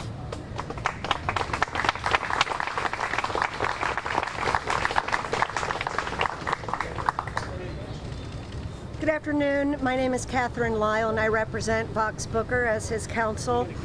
And what I'd like to address today, besides the quest for justice for Vox Booker, is the larger systemic problems that the people spoke of before I came here. And we are seeing, like was mentioned, a virus of hate crime, a virus, a pandemic of racism that has been unleashed in our country and has been unleashed in our community. So what can we do with the bigger problem? All the problems that are occurring in the hate crimes. And I thought to myself today when I was talking about it with my peers and my client, and I think one of the answers could be a grand jury. I call upon the United States Attorney for the Southern District of Indiana in Indianapolis to convene a grand jury, not only to look into the hate crime that was where Vox was the victim, but also all the other hate crimes that are going on in southern Indiana. From Indianapolis and the police who brutalized protesters with tear gas, which is a war crime, and beating them. They aren't arrested. There's no justice for those people who were harmed by the police, all the way to the River Ohio. And they have the jurisdiction to cast a wide net to look into all of this. The United States Attorney in Indianapolis can convene a grand jury. They have a civil rights division. We don't. They have a hate crimes law. We don't. We have a small prosecutor's office in a small community who is obviously struggling to get ahead of this case and to bring those suspects in and arrest them. We need help. We need the federal government to come in and help protect the citizens of southern Indiana. And the way to do it is a grand jury. Enough is enough. Thank you.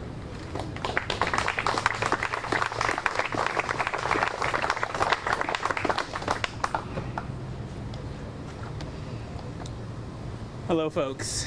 As you heard, we are calling for a grand jury to step in. It's not the most preferable thing, but we are at this point where we've seen too much feet dragging. We've seen too many other folks victimized like myself without an adequate response, and it's become necessary that the government step in and do what the government's supposed to do, protect its citizens. Now's the time. Enough is enough. You folks have been out here. I'm going to keep this short. Anyone have any questions? Yeah, actually, the governor had discussed today down in Evansville the possibility of answering the Black Caucus's demands for police reforms, stricter hate crimes laws. What's your opinion on that? The legislature needs to get that done this session? Absolutely, the legislature needs to get that done this session. How many folks are we going to allow to die?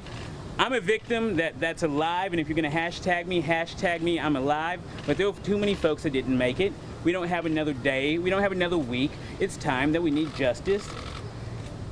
And we have people who are hurting. A community that is in fear. You heard people say that the black people are afraid that they're going to be lynched or attacked at the lake. How much longer? And if Governor Holcomb is going to be the leader of this state, he needs to lead. He needs to go ahead and start the process. It should have been started yesterday. Fox, people have heard your story literally around the world. And at this point, the only person who knows how it feels to be you is you. It's been almost 7 days since you were attacked. We've all seen the video. We know how we feel.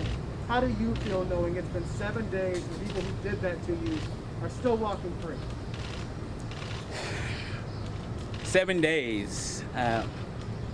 I feel like this whole event's gone on for 7 days. The lynching wasn't a moment. It's been prolonged by the inaction of our government, by our elected officials, by our legal system. As Ann-Marita pointed out, we fail to have a justice system in the United States. We have a legal system, and it's time that we make it just.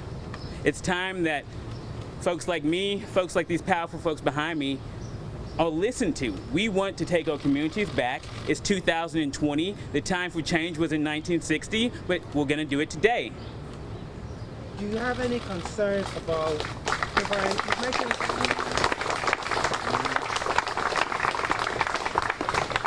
you mentioned calling for a grand jury, not the preferable option. Do you have any concerns that going through that process may extend the timeline of you seeing the change you want to see in this case? I have concerns either way, but here's the thing. Justice can be delayed, but it can't be denied. And the only question is, how long are we going to delay justice? Fox, can you explain, when people talk about systematic racism, can you explain that in this situation, it's a 1-2 for you? Yes, you were physically attacked, but based on what you just said, you feel like you're still being attacked. And it seems to be part of the ongoing thing of the system is that you were attacked, but there's being nothing done. Can you explain if that's what systematic racism is? You know, the reality is these gentlemen would never have targeted and attacked me, these individuals, if they didn't believe that they had a government that was going to hold them accountable. They targeted me, they attacked me because they thought they could get away with it. And here we are a week later, and they're still out free. They're not waking up in bed crying. They don't have family members concerned for their safety and worrying about them. They don't have people asking them, hey, are you going to carry a gun? The people who are victimized shouldn't be the people who are afraid. We need to stand up and we need to demand justice.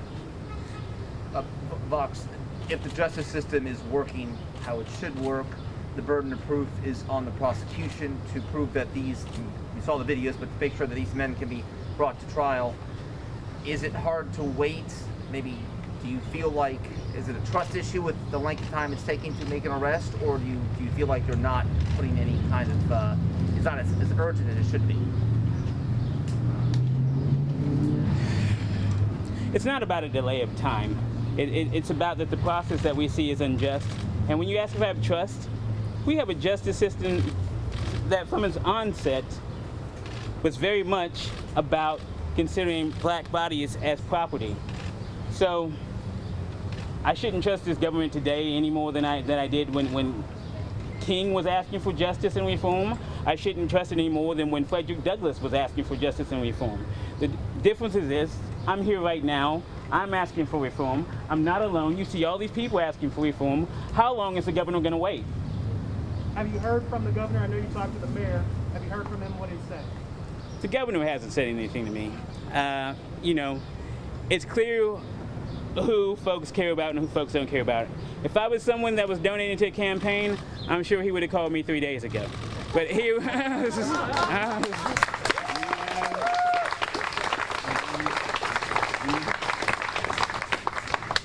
but it's all government. He's there to serve us. It's a government of the people, for the people, by the people, and we are the people. Anything from the mayor? The mayor has expressed his solidarity. Everyone knows he and us have not always seen the same way. And from the mayor, we also want to see change. I'm happy that he's engaged in the process. I feel like he's genuine.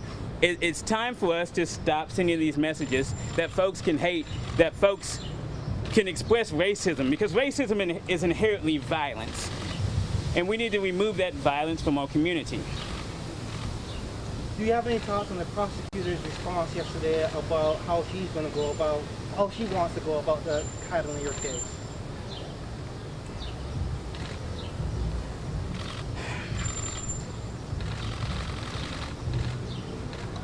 You know, I endorse this prosecutor. I spent a lot of time with her. When I was a core council member of Black Lives Matter, we had a day where we asked all elected officials to come and sit at the table with us to listen how we feel. And one of those things that we asked Prosecutor Erica Oliphant is if she could envision a world without prisons. And I was dismayed by how many folks in our justice system lacked the ability to even imagine systemic reform. So here's the thing. I'm happy the prosecutor responded, but I'm still hungry for change, thirsty for justice, and I won't be denied. We have all these people that are standing here. We have all these people that are worried, afraid, and scared, and they've got to act. We're people. We're humans. I'm a man. I shouldn't be beaten in the woods and called a boy. Fox, on that note,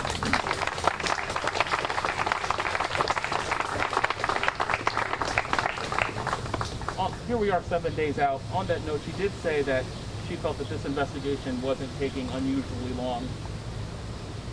How do you feel about that? She wasn't beaten in the woods.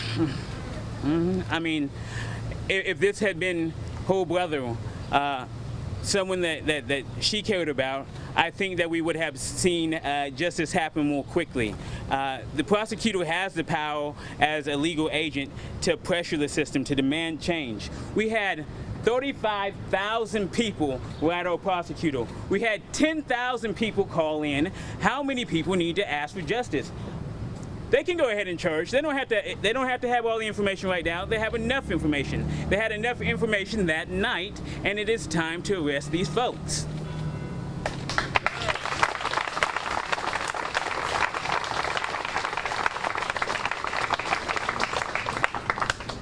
So I'm not going to take much longer. I know you all are here, but I want us to talk to some of these folks behind us. We've got some of the most powerful community leaders, elected officials, historical figures, I mean, and some of the most awesome black women on the planet, and we need to hear them out as well.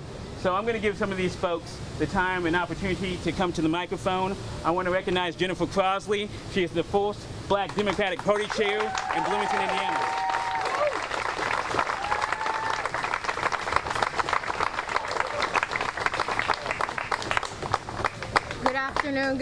Good evening. As Vox said, I am Jennifer Crossley. I am the Monroe County Democratic Party chairwoman. And before, as I said countless times this week, before I'm a party chair of anything, I am a black woman. And I am a black mother. I am married to a black husband. And we have to have justice and there is justice to be had right now. We should have had it last week when the attack happened, but we didn't. We didn't have it on Monday. We're 5:45 and we're still waiting. And I don't understand how. I also don't understand how Governor Eric Holcomb can sit here and reports and say that he defended the DNR. How can you be a human and actually be pro-life and say you defend the actions of DNR? That is despicable. That is not what a leader should do. And I'm just going to say it and be very clear right now. Come November 3rd, he needs to go.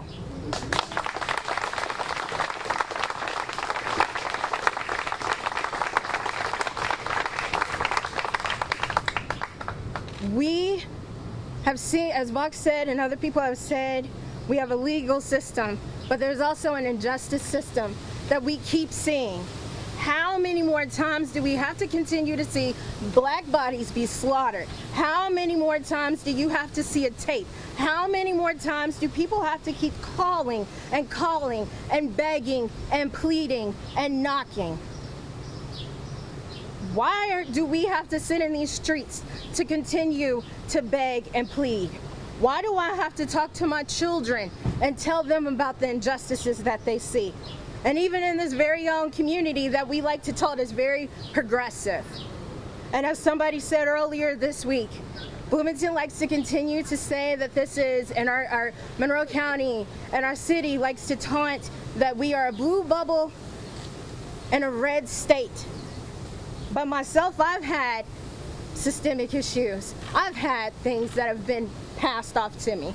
And right now, it's not enough to sit here and say thoughts and prayers are with Vox, because of course thoughts and prayers are with Vox. But I'm also a person of faith, and I know that faith without action is blasphemous. And so we can't sit here and make statements and continue to say that we're horrified, we're appalled, we're shocked. It's preposterous that what happened to Vox. Okay, that's great, but what are we going to do about it? What are we going to do from the top down to the very bottom? What are we going to do in this county to make sure everybody feels like Bloomington is supposed to be home for them? What are we going to do to make sure that the city feels safe?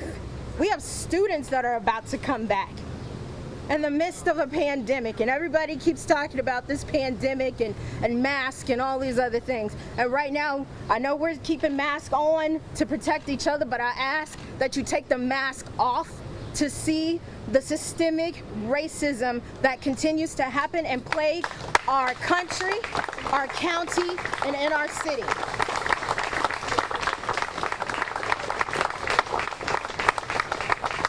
So yeah, I'm a little raged, and maybe you can say I'm an angry black woman, but right now I will say that yes, I'm an angry black woman, because I saw one of my own, my people, a brother, be beaten and called names.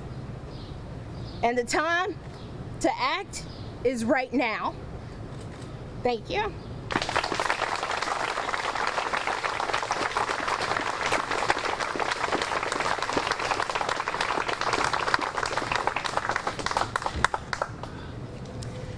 I'm Shelley Yoder, and I am the nominee to soon be representing this community in the state Senate.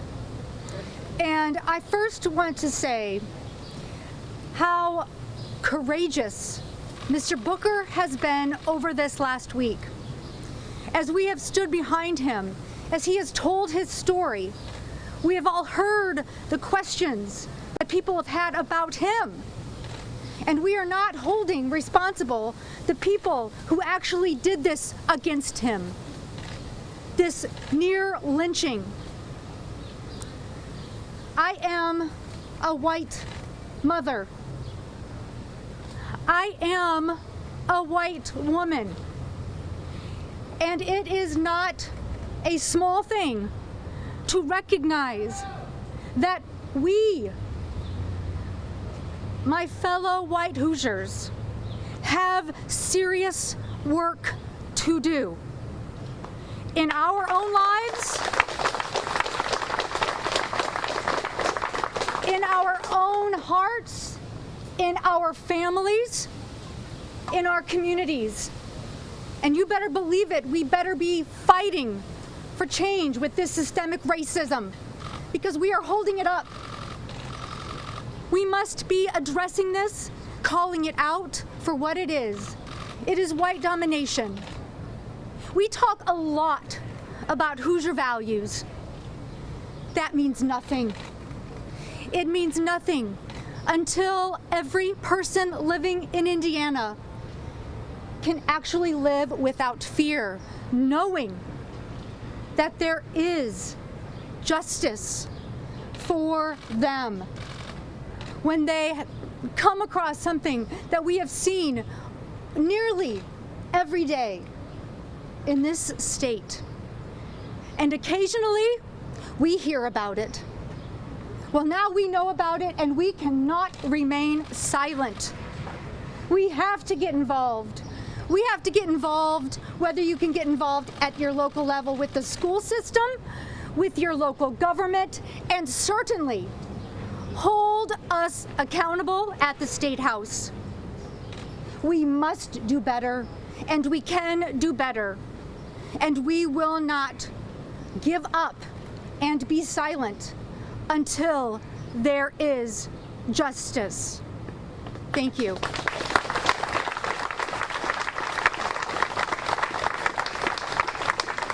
I would like to welcome our first Black City Clerk, Nicole Bowden. You're phenomenal in every way. I love you.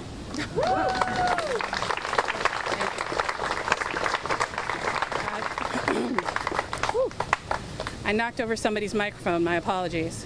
Good evening. My name is Nicole Bolden, and I'm the Bloomington City Clerk. And with all due respect to some of the speakers before us, racism is not a virus. And I just have to say, I absolutely hate it when people say that. It's not a virus. It's not something you can just magically get better from. It exists. When you say racism is a virus, it implies that you have nothing to do with it. Magically, it just happened to you. No, it's a choice. It is something that you learn, and it is something that you can unlearn. It is something that you can practice. You can be anti-racist. You can actually do the work. You can learn about the things in our country that have made us the way that we are. When we talk about it being a rotten tree, there are things that we can do to make it better. It will always be difficult. Yes, it will. I do not think in our lifetime it will be perfect, but we can actually practice. We can actually learn. We can do the work. So no, it's not, it is not a virus, but it is something that we can work with. And I'm going to say this, Bloomington is roughly 4.5% Black, but a problem for 4.5% of us is a problem for 100% of us.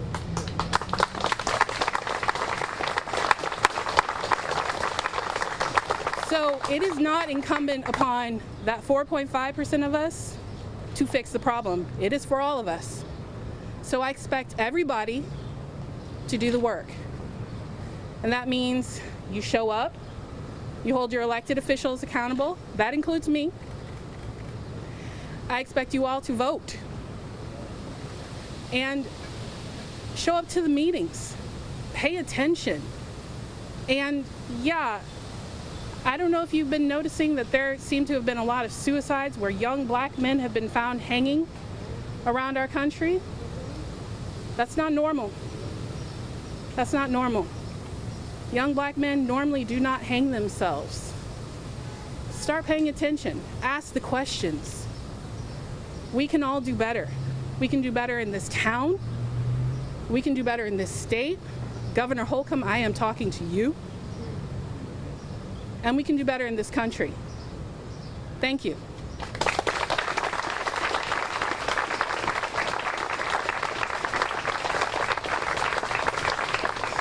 Mea culpa. I forgot a couple of things. It's been a long day.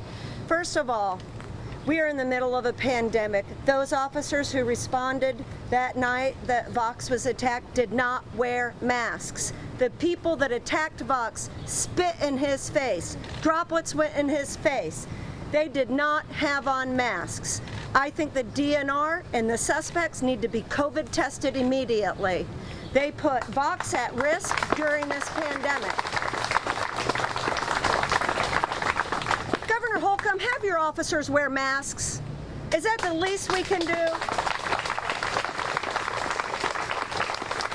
So let's not also forget how they have endangered Vox's life by their recklessness, by refusing to wear masks, and by the suspects doing what they did to him in the midst of a pandemic. The second issue that I apologize, the other great thing about a grand jury that the United States Attorney in Indianapolis could convene, the citizens indict in a grand jury. We can take back part of the process when the citizens as grand jurors can determine criminality or not. So let's not forget that. Give some of the power back to the citizens, and we can do that in a grand jury. So thank you.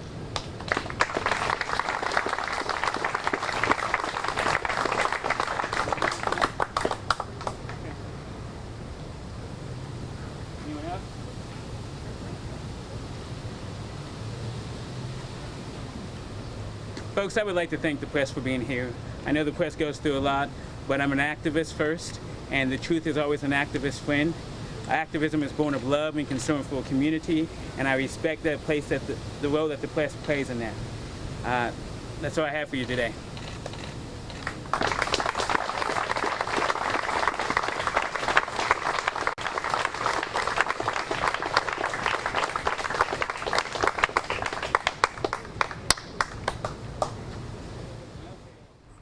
All right, guys, once again, thanks for being here with us on News Now. If you aren't familiar, we are a streaming place for you to visit each and every single day as we bring you nonstop news that happens all across the country. We're based here in Fox 10 Phoenix, and here's a live look at our tower cam as we are heating up here this weekend. I believe it's about our 7th or 8th day of above 110 temperatures, only going to get hotter into this weekend. I think the last forecast I saw, we were supposed to get around 116 on Sunday, so I'm probably going to be inside all day long. All right, I'm going to turn back to some COVID-19 news since we do have more pressers that have been happening here across our country. Going to take us out to Kentucky, where we did get an update from our governor there. And once again, thank you so much for being here with us on News Now.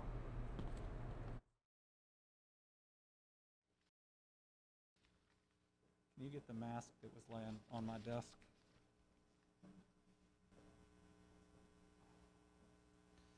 All right. It is 4 o'clock or a little after 4 o'clock on a Friday. As we're going to talk about today, we are continuing to see an escalation of COVID-19 cases, so it's very important that we convey information to you and talk about why it's so important that we follow the rules and restrictions that are out there, including the new requirement to wear a face covering starting at 5 o'clock today. Let's start, though, the way we always start, given that there's certainly anxiety and maybe resurfaced anxiety, and we are all wanting to make sure we protect one another, that we remember that we will get through this, and we will get through this together.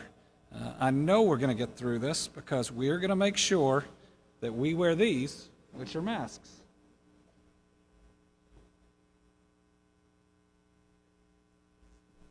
How important is a mask? Today, this one was delivered to me. It is a hashtag Team Lane mask that is being worn by all of the Frankfort Fire Department. It's being worn in honor of Lane Kyle, who is 13 years old. He was recently diagnosed with a rare form of leukemia. Lane's dad is Josh Kyle, a captain at the Frankfort Fire Department. He's battling an infection right now, and the mask is important to people and children like Lane. If a mask is something that bothers you and you don't want to wear it for me, that's okay. Wear it for Lane and every other child or adult that is out there that is suffering, that already has conditions, and if they catch COVID from you or you convey it to somebody else who then conveys it to them, they might not make it. So to Lane, to his whole family, I'm proud of that requirement we put into place. I'm happy that it's going to help protect you, and I believe everybody around you is going to help protect you too. We are all rooting for you. I want to start today with a little bit of good news, some grants to local communities. I then want to go over the number that will show up on people's phone if unemployment is calling them, because we got about 50% of people that aren't picking up. Then we're going to go directly into the COVID numbers and reports. Then we're going to talk about testing, specifically talk about numbers of cases we're now seeing at daycares, which are increasing, and then wrap up by talking about prisons and steps we are taking to address outbreaks there. Let's start with the good news. This week we are announcing grants to 2 local communities. The Kentucky Infrastructure Authority, which offers loan and grant assistance to local communities for water and wastewater projects and is administratively attached to DLG, held their monthly meeting. They approved 2 loans totaling more than $3 million to the cities of Bedford and Pineville. The city of Bedford was approved for $909,500 loan for the Bedford Wastewater System Improvement Project. It's going to replace 3 outdated wastewater pump stations, and it's part of our commitment to make sure that everybody in Kentucky can get clean water, and part of that is that wastewater system.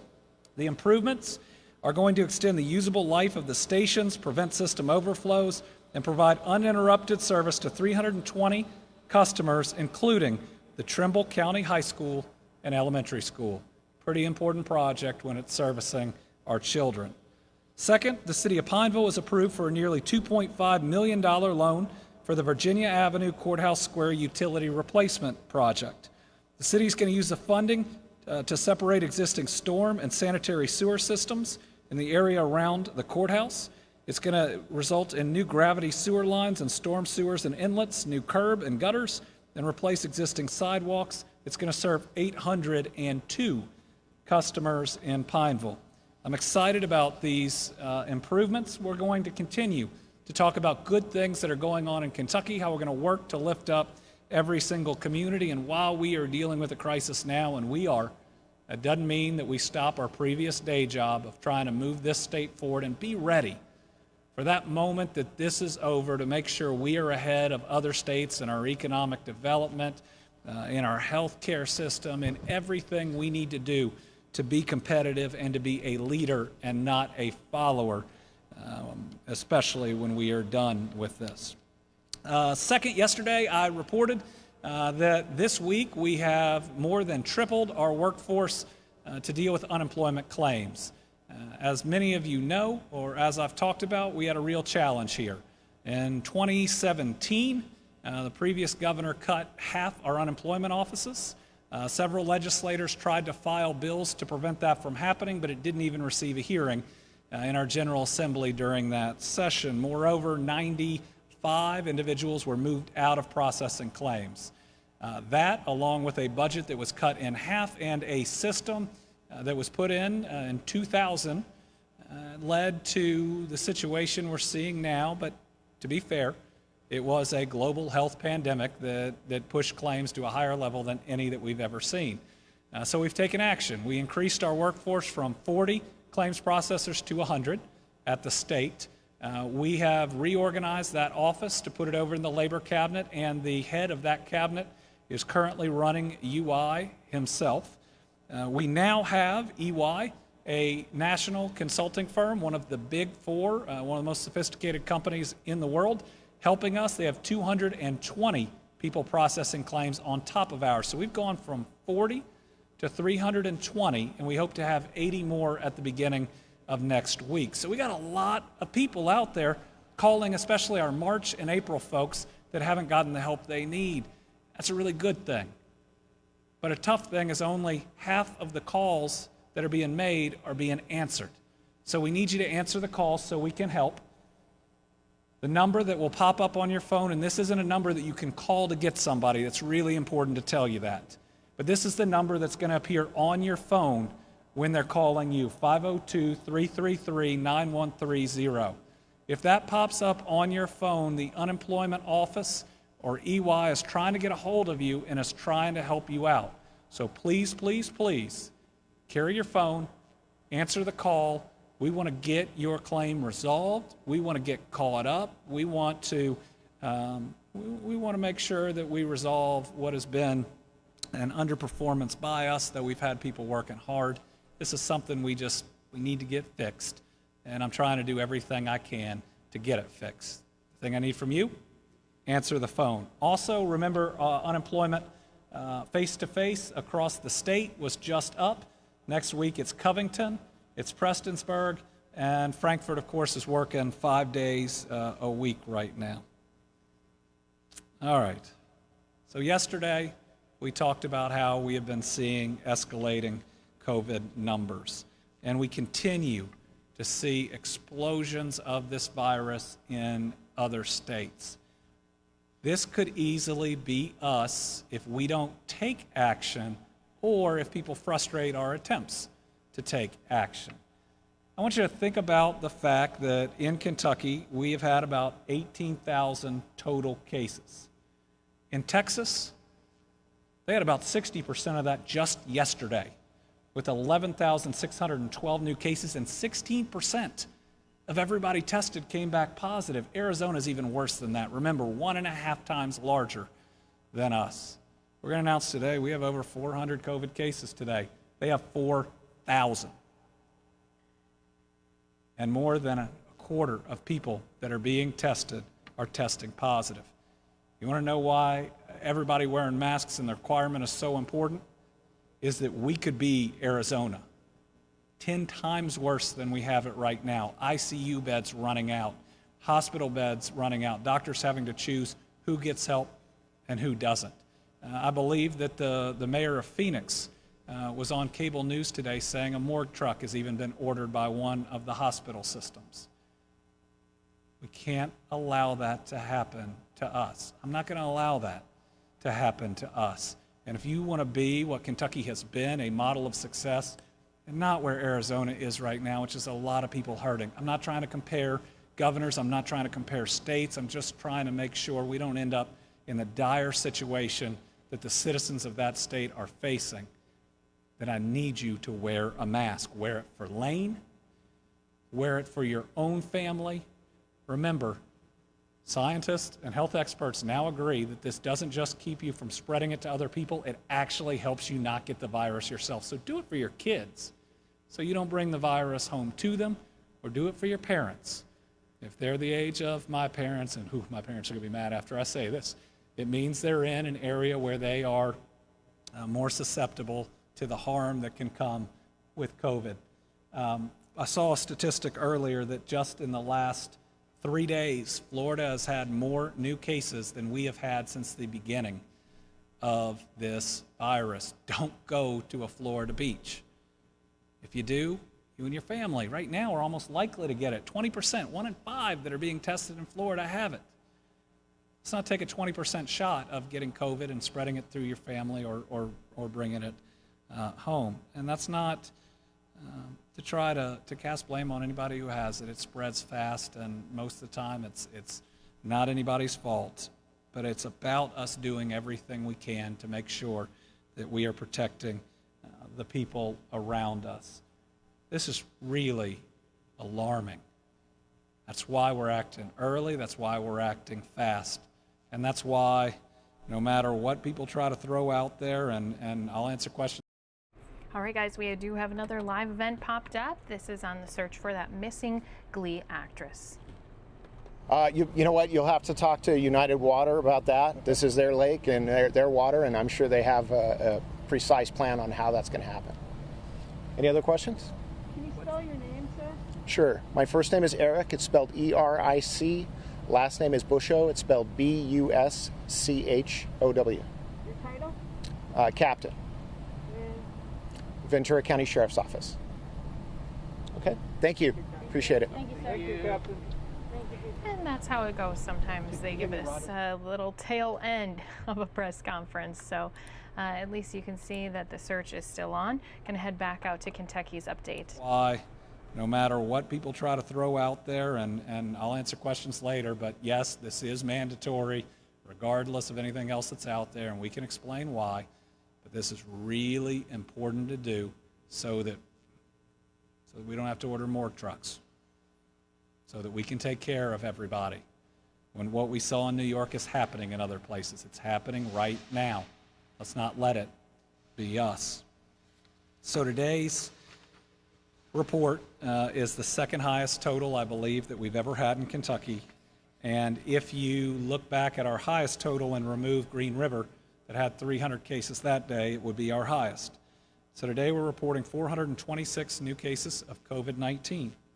Brings our total cases when we remove duplicates to 18,670. Of that, 17,890 are lab confirmed and the rest are probable. So, you want to know why we got to step up our game? I think Coach Cal said that the other day. It's because COVID is stepping up its game. And more people are testing positive, and it's not just because of more tests. In fact, our positivity rate, which is based on a 7-day average, 2 weeks ago was 2.47% of people who were being tested positive. Last week, 2.87%. This week, 4.5%. That shows you what's happening, but we can address this, and we can do it now. Keep your social distance, wash your hands, follow the rules and restrictions at work and at home.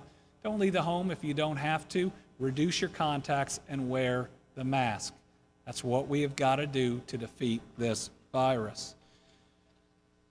So today's news also has some other tough parts on it. We got a lot of kids under 5 in this report that have COVID. They include a 3-month-old girl from Casey County, a 1-month-old girl from Hardin County, a 9-month-old boy from Hardin County, a 3-year-old from Henderson, a 2-month-old from Hopkins County, a 5-year-old, a 2-year-old, a 1-year-old, a 4-year-old, a 4-month-old from Laurel County, a 3-year-old from Madison County, a 1-year-old from Warren County, and a 3-year-old from Warren County. Folks, I have kids. They're older than this now, but they would get a fever and my heart would stop beating. I mean, I would stop breathing when they were hurting. And this happens to our kids too. So whatever your reason is to wear a mask, that's a pretty good one. And it tells us that, again, nobody's immune to this. We got to be really careful. Now, there's some numbers that we're not going to be able to report accurately today because we are changing our system for getting them in. Those are our hospital beds, our ICUs, and our ventilators. We've changed the system to get better, more accurate, and timely information from our hospitals. We thought the information was good, but now everybody's going to be able to fill out one sheet and get all the information to us. I hope by Monday, but if not, then by Tuesday, we'll have that information again. It would not be accurate if we gave it. But I will say 426 cases is not good news. 4.5% positivity rate is not good news. But we still have a lot of hospital beds. We still have a lot of ICU beds. We still have a whole lot of ventilators. And those are all good news. But let's keep it that way. Let's certainly not tempt fate. Let's do what it takes. New cases by county. I'm not going to read all the way through it. We're just going to do counties over 10. Jefferson 63, Fayette 43, Warren 26, Graves 20 in a day. You look at how quickly this can arise. I think I've at least heard that there's a separate politician, not in Graves, but in another area of Western Kentucky that just said, I'm not doing it, I'm not wearing masks, nobody can make me. But almost right next door, 20 cases in a day. Let's protect people. Let's do the right thing. 16 in Hardin, 14 in Shelby, 12 in Henderson, 12 in Laurel, 11 in Boone, 10 in Davis, all over the state of Kentucky. It's happening. And the more people who wear masks, the more leaders who model wearing masks in any region of the state are going to be safer, are going to have their economy reopen and be able to stay open, are more likely to get their kids back in school, and are less likely to lose people. Those that don't follow it and don't model it, you're just risking the lives, the economy, and the schooling of the people of your region. We're also reporting 8 new deaths today. And one of the concerns for our country, for all those states we showed earlier, is the death peak follows the infection peak. Because people get it, they test positive, and if they pass away, it's sometime after that. And so, again, I had hoped that we were past having to report these every day. We had 2 days in a row where we had 0. But unless we do, again, what it takes, unless we follow those rules, I'm going to have to read a lot more of these. So our losses today include a 79-year-old woman from Warren County, an 89-year-old man from Grant County, a 78-year-old woman from Warren County, a 68-year-old man from Clay County, an 88-year-old woman from Fayette, an 81-year-old woman from Shelby, a 61-year-old man from Warren, and a 69-year-old man from Russell. And for anybody who says that this thing just comes for really old people, well, first, you ought to want to protect them too. Don't be callous. Don't suggest this should just take people. It shouldn't. Our job is to protect people. That's a duty from our faith. That's a duty in government. That's a duty as a citizen. But look at that. We've got 3 people in their 60s that are on this list today. So, again, a very serious situation. Race and ethnicity. Overall cases on ethnicity, 83.59% non-Hispanic, 16.41% Hispanic.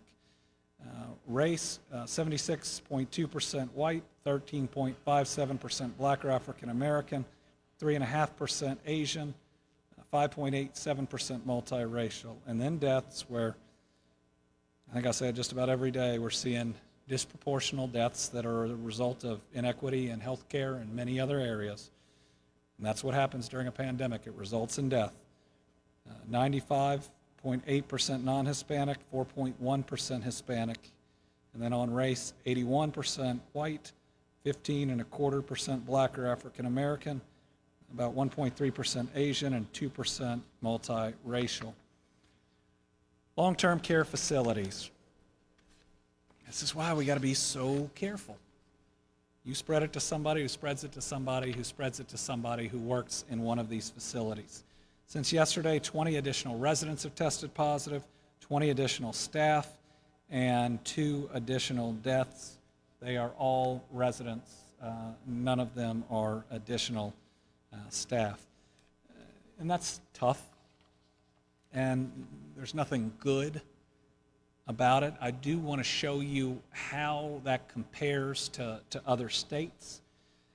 This is the cases and deaths per 100,000 residents. Let's start with the cases. This is to help James know where we're going.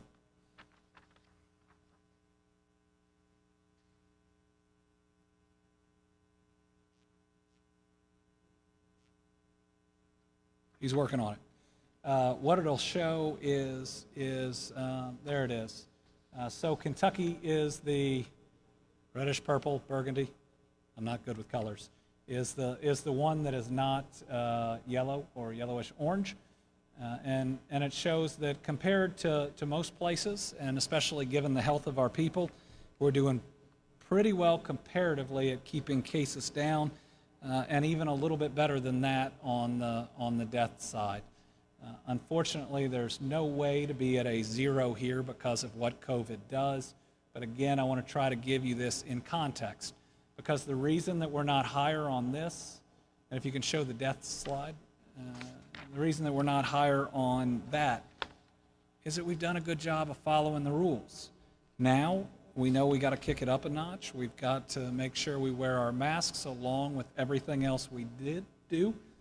Those in long-term care are depending on it. So with our cases increasing, we need to make sure that we continue to test at the levels that we have been testing to date.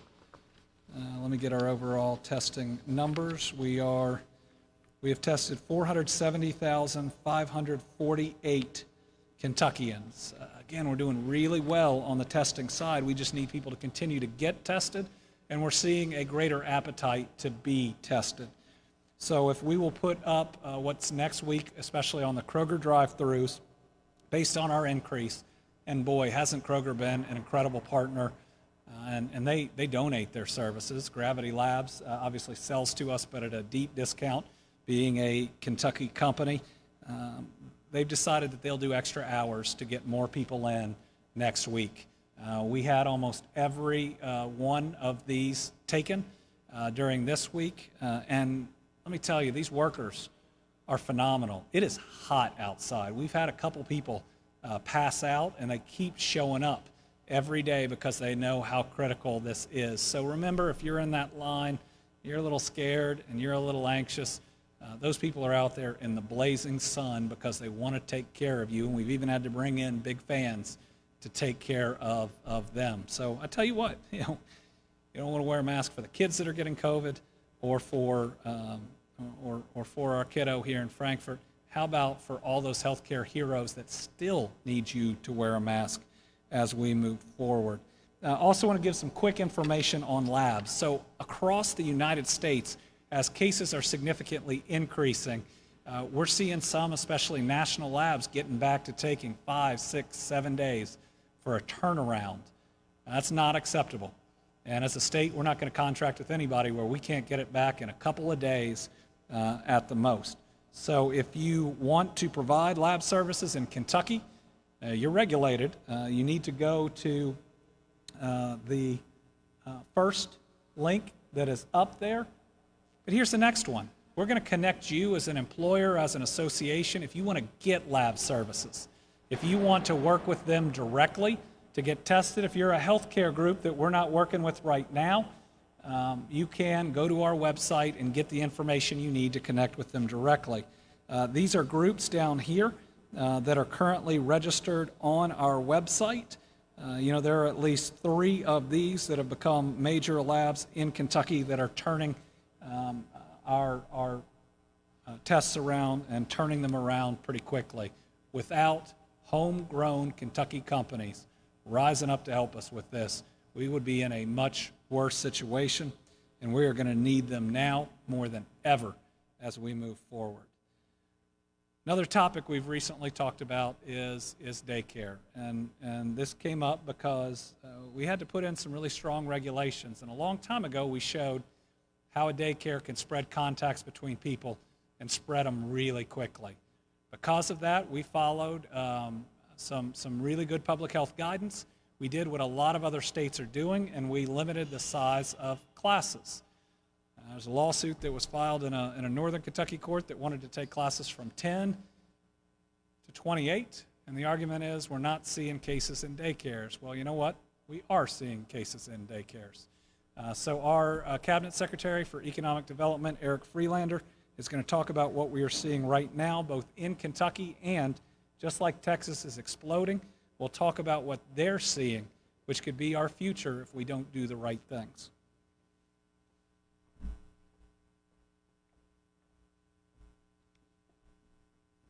Thank you, Governor.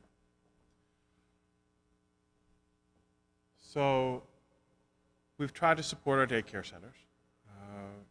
Talked about it a little earlier. We provided over $67 million to try to help keep them open.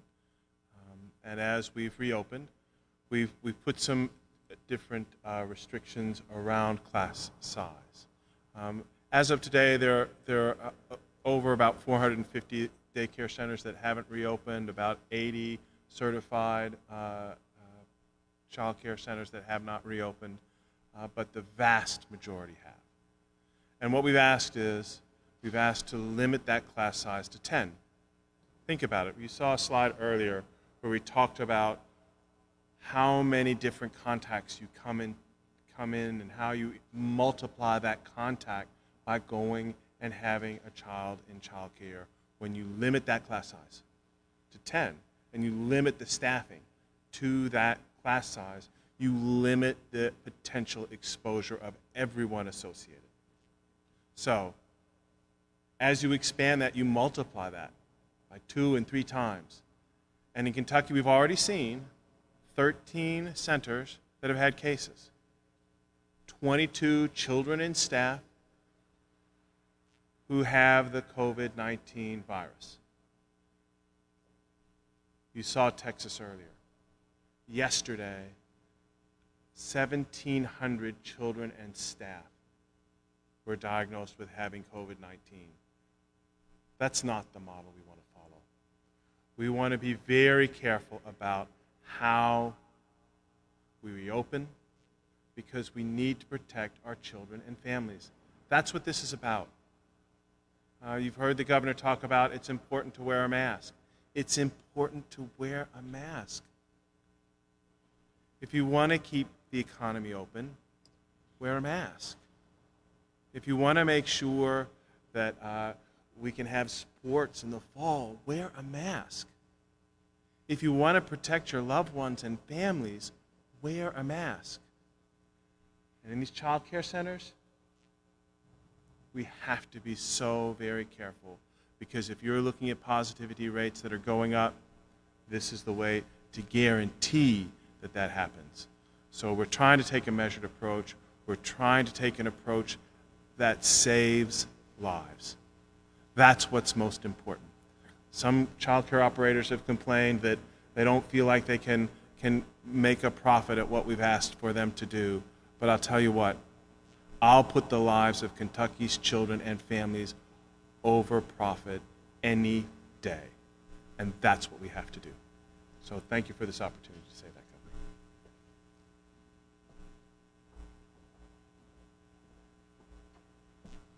Governor. All right.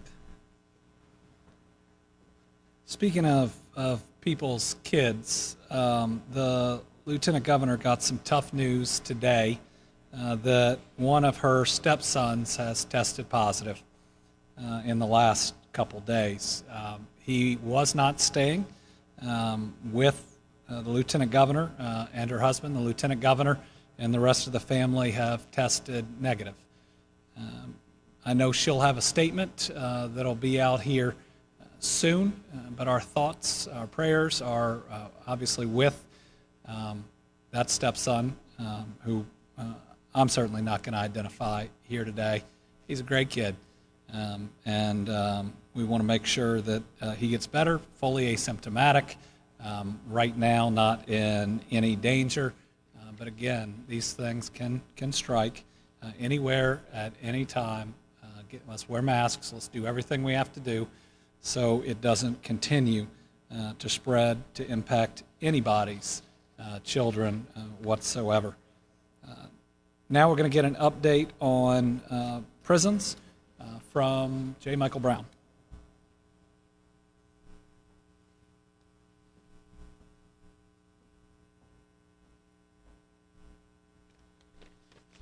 Thank you, Governor. We have been closely monitoring what's been going on in our penal institutions, and as you know, I've been here several times to talk about Green River, which is the first one where we had what you would call an outbreak of COVID.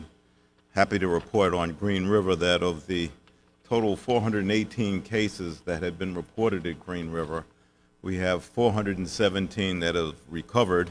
We had one inmate that actually went out to the hospital for a separate procedure, tested positive when he arrived, retested, and tested negative at the same hospital. But we are counting that in the total.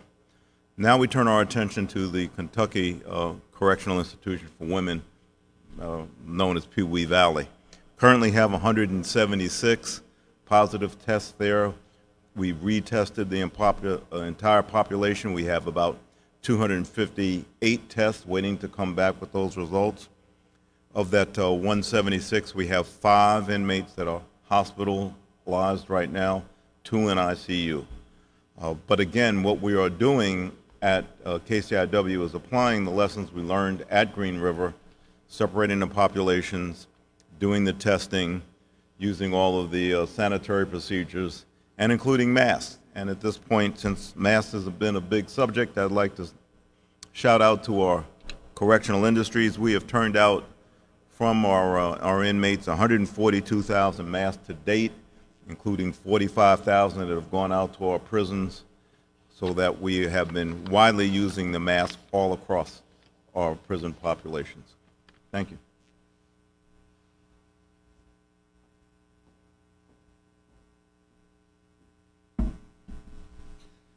Thank you, Michael, for that update, and thank you for reminding all of us that our fellow Kentuckians that are currently incarcerated, while they may be incarcerated for doing something wrong, if they're working on creating those masks, they're doing something really, really right.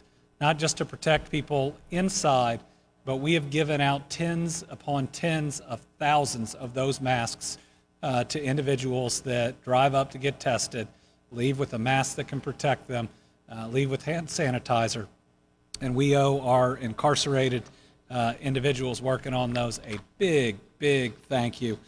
They've become a big part of this fight against COVID-19, and we appreciate it. All right, we're going to move straight into questions. We have a number of journalists that are here. I think I have 2 written questions that I can't find, but I will try to before the end. I think you started yesterday, so we'll start over here with Karen. We missed you. Governor, the message boards today in Kentucky have been filled with people saying several believe the numbers are up because testing is up. Can you explain how that works? Well, if the numbers were only up because testing's up, the positivity rate would be the same, right? If right now the positivity rate 2 weeks ago was 2-point-something%, so 2 out of 100 tests. This week it's 4-point-something, so double the number in the same number of tests, double the number of people are coming back positive. No, it's not a claim, it's not an argument, it is a fact that we are having an increase in COVID cases that is not attributable simply to more testing. I love that we're doing more testing, but we're having more people test positive. Our viewers are letting us know that all the appointments are gone for next week's Covington in-person unemployment help. Will there be days and appointments available? So our hope is that we will move in the future to have permanent offices. We certainly want to have one in the Covington area. What we're having to do with our limited in-person staff is to move that around the state right now. But can you put back up the number? We are calling 3 times more people today than we did at this time last week, and we're going to call 4 times as many people every day next week. So if you see this number, pick it up. We'd love to see you face to face, but if we can resolve your claim on the phone, let's get it done. And our hope coming out of this, my hope, is to have regional offices now into the future to never starve this system again and to give people the help that they need. Let's do the back and then we'll do Joe. Yeah. How many claims are left in March? I believe that we are, I'll get the exact number, I believe it's still in the 7,000 range. My hope is that we cut that down significantly. There are going to be some of those, though, that don't qualify under the federal requirements. There are going to be some of those that are going to require full-blown hearings because of disagreements. We know that we've done more than 90% of all the March claims, but I believe that of those 7-odd thousand, there's still a number where people accidentally checked a wrong box, that if we can get them on the phone, they can pick up, we can get it fixed, and we can get them their unemployment. Joe. Your mask order goes into effect at 5 p.m. today. Yes.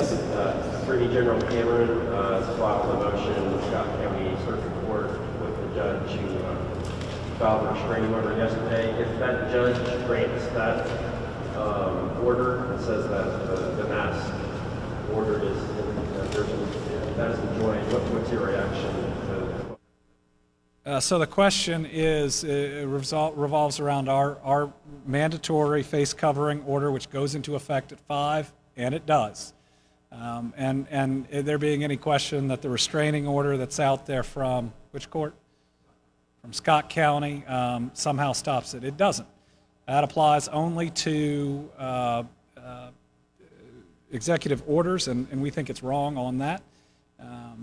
But we also did an administrative reg, an emergency regulation, separate and apart, that hadn't been enjoined, includes all of it, and is in effect. So everybody needs to know it's in effect. The Attorney General didn't file a motion to stop the masks. He filed a motion for a hearing for the judge to think about whether or not it violates it. If the judge wants a hearing, we've got some questions to raise about some undisclosed information that we think should have been available to the parties to ensure that we were going to get a fair hearing. Tom?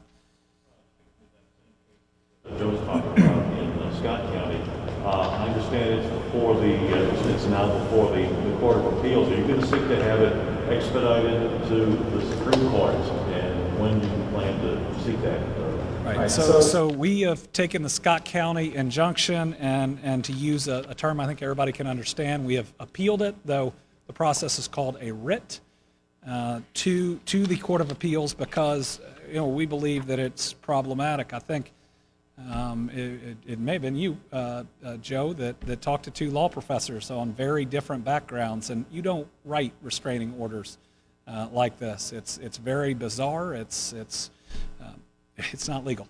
And we expect that the Court of Appeals, either in an initial motion or in a larger hearing in front of a panel, will overturn the restraining order. Now, once they make that decision, we can get that to the Supreme Court. But it's time, if we're going to get lawsuits on this stuff, that we go ahead and get in front of the Kentucky Supreme Court and get a final ruling. Listen, I know sometimes in media reports are on drama. It's the AG versus the governor. It's not. It's the people of Kentucky versus the coronavirus. Anybody who makes it harder to defeat the coronavirus, that costs lives, that results in people going through significant sickness. I just want to do the right thing to help protect our people, and I'll go through whatever courts we have to get there. Alex? You talked about how people who kind of willfully defy the mandate, which was to be effective about 20 minutes, will receive some sort of warning and then potentially a fine, but it's going to be enforced in part by public health departments and maybe law enforcement, I don't know. What is being communicated to public health departments about how to enforce it, and what do you do about just like individuals in groups, not inside business, who are willfully defying? Are they stopped by police, for example, if they put a mask on? So the question is on enforcement of the mask requirement. And every order that we put out, there's always been questions about how you enforce it. First, we shouldn't have to. I know we will. But with an exploding number of COVID cases, all these kids under 5, many of them under 1 year old, getting it, with people's lives on the line, with $10 billion of economic activity that we will lose if we don't do it, with us wanting to get our kids back in school, and a lot of that depends on whether we wear masks and stop the escalation, we shouldn't have to put penalties out there. But unfortunately, in some instances, you have to. So the number one way that this is going to be enforced is that a business that is in the order can't serve someone that's not wearing one. That includes every grocery store. Well, it's hard to eat without going to the grocery, and so just wear a mask. That'll be a good method of enforcement. Retail as well. And I will tell you that those businesses, and through their national and others, have asked us for this, have said it's important to protect everyone, and they know that we can't keep our economy open if we don't do it. On the enforcement side and other areas, we had a call today between our State Department of Public Health and our local health departments going through lots of questions. Our public health departments are warriors, our local health departments. Some of them are going to have to do this even when their county judge is grumbling about it and is not wanting to do it. And let's hope there aren't any of those out there, because that county would be less safe because of it. But I know that they are up to the task. We answered a full series of questions for them. A lot of what we're going to need them to do is go to the higher trafficked areas and make sure, in places where people have to wear them, that they are wearing them. Now, my hope is that law enforcement does the same thing they always do. They protect us. And whatever degree that is, okay.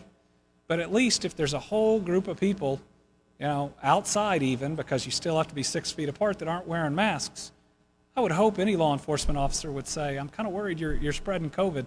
Would you please put on your mask? Enforcement's not going to be easy, but it's important that there are enforcement mechanisms. Thanks for being patient. Attorney General Cameron said if you had just come to him first and come to that side of the assembly first, ROs, motions, suits could have been avoided. I can see by your face you don't necessarily buy that. No. Can you put up the Mississippi legislators? We got almost half our General Assembly that when they meet refuse to wear masks. And the claim is if I'd only come to them and talked about a mask requirement, that things would be okay.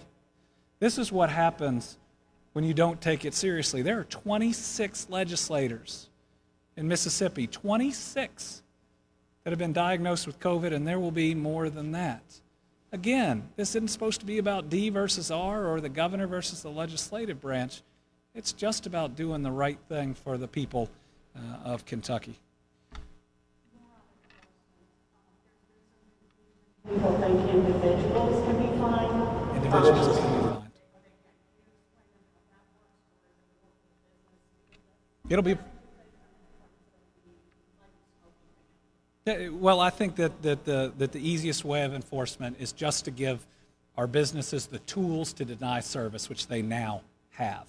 And I talked to a group of bars today, trying to work on bar owners and very responsible ones, trying to work on additional guidelines that can help us and make sure that we can keep things open that other people can't. And one of the first things they said is, thank you. This lets us just tell people what it is and how to do it. And it's going to go a long way. But if you have individuals that are chronically refusing to do it and walking into places of business that are trying to stop them, you can't blame the business for that. Now, please don't check them out. Please don't complete the purchase. But at that point, there's got to be an enforcement mechanism with an individual. And if you are intentionally walking around a grocery store symptomatic, coughing on everything, I hope everybody would say, Governor, make sure you do something to make them wear a mask. It can be done through the administrative regulation that we filed. Seeing an escalation of cases, but for parents who have to have appointments for their child to have a wellness check, you want to address that? Yes. Now we have an increase in cases, but it's important to know that shouldn't keep you from taking a child to a medical facility or to a doctor for their appointments. We've actually missed too many of these. We had to, for a short period of time, close down just about everything in the medical field except COVID. But now our kids and everybody else are behind on things that they need to get done regularly. Our hospitals are doing an amazing job at trying to control and prevent any outbreak at their facilities. The one thing I would like to see, though, is ensuring that their employees aren't going to a beach somewhere, because right now that's bringing so many things back. But yes, take your kids to their wellness check. It's gonna be safe. Your kids are more likely to be harmed by not discovering something else that could be serious than by this. This is real serious, but so is the rest of the health of your children. My daughter had a tooth issue. We took her in yesterday, and in a dentist's office, you got to be really careful. But they were following the rules. They were doing a good job, and our medical providers all across the board have just been all-stars, not just at treating, but at reopening.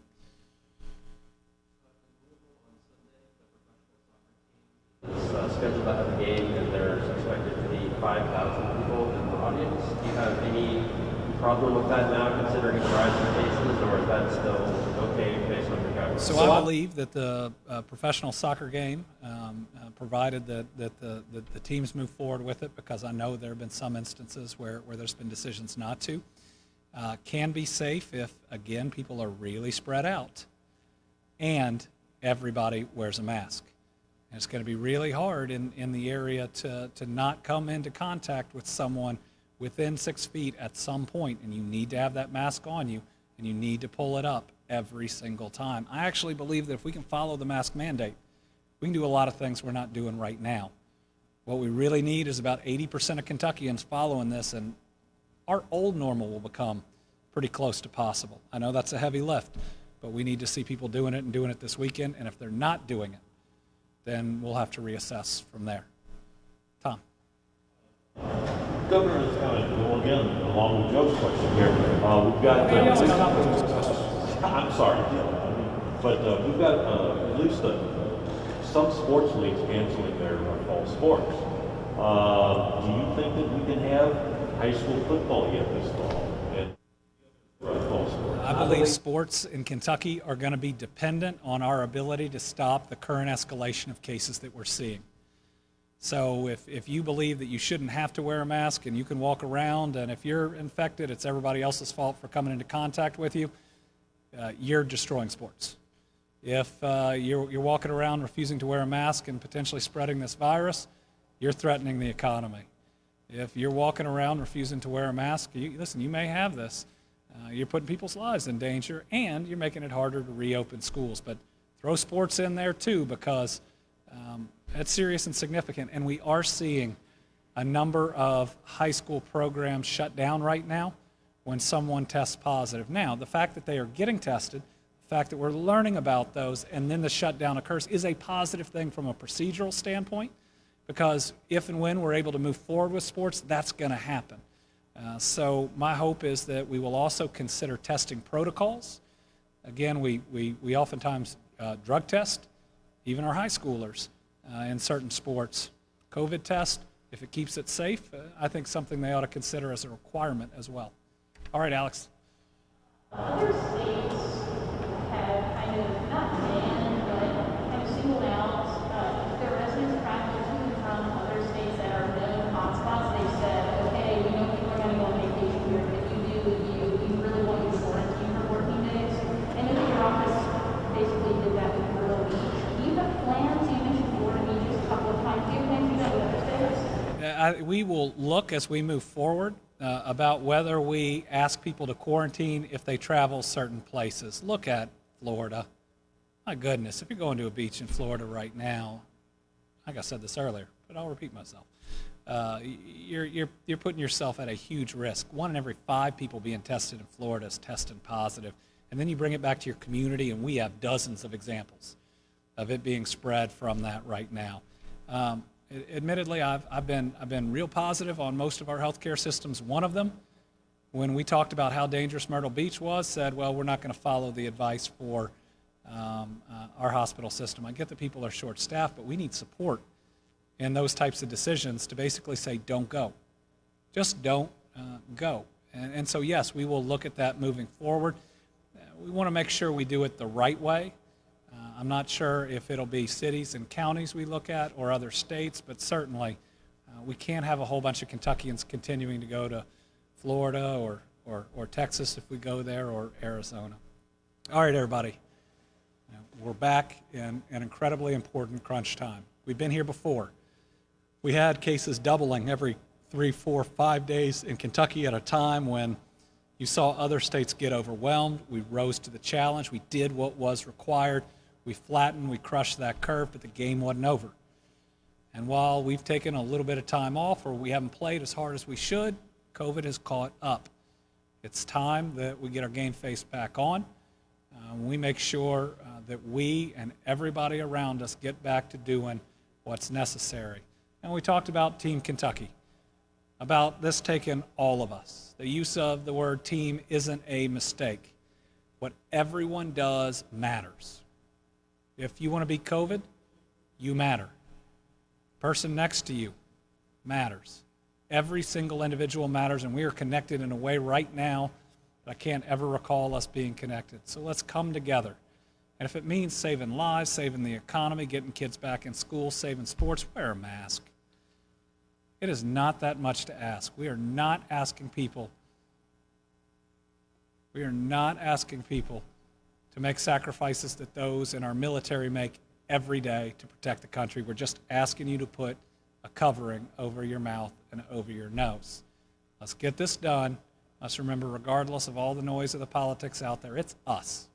It is us, the people of Kentucky, against COVID-19. So let's get it done. Let's keep each other safe. make sure you are safe this weekend. Thank you very much.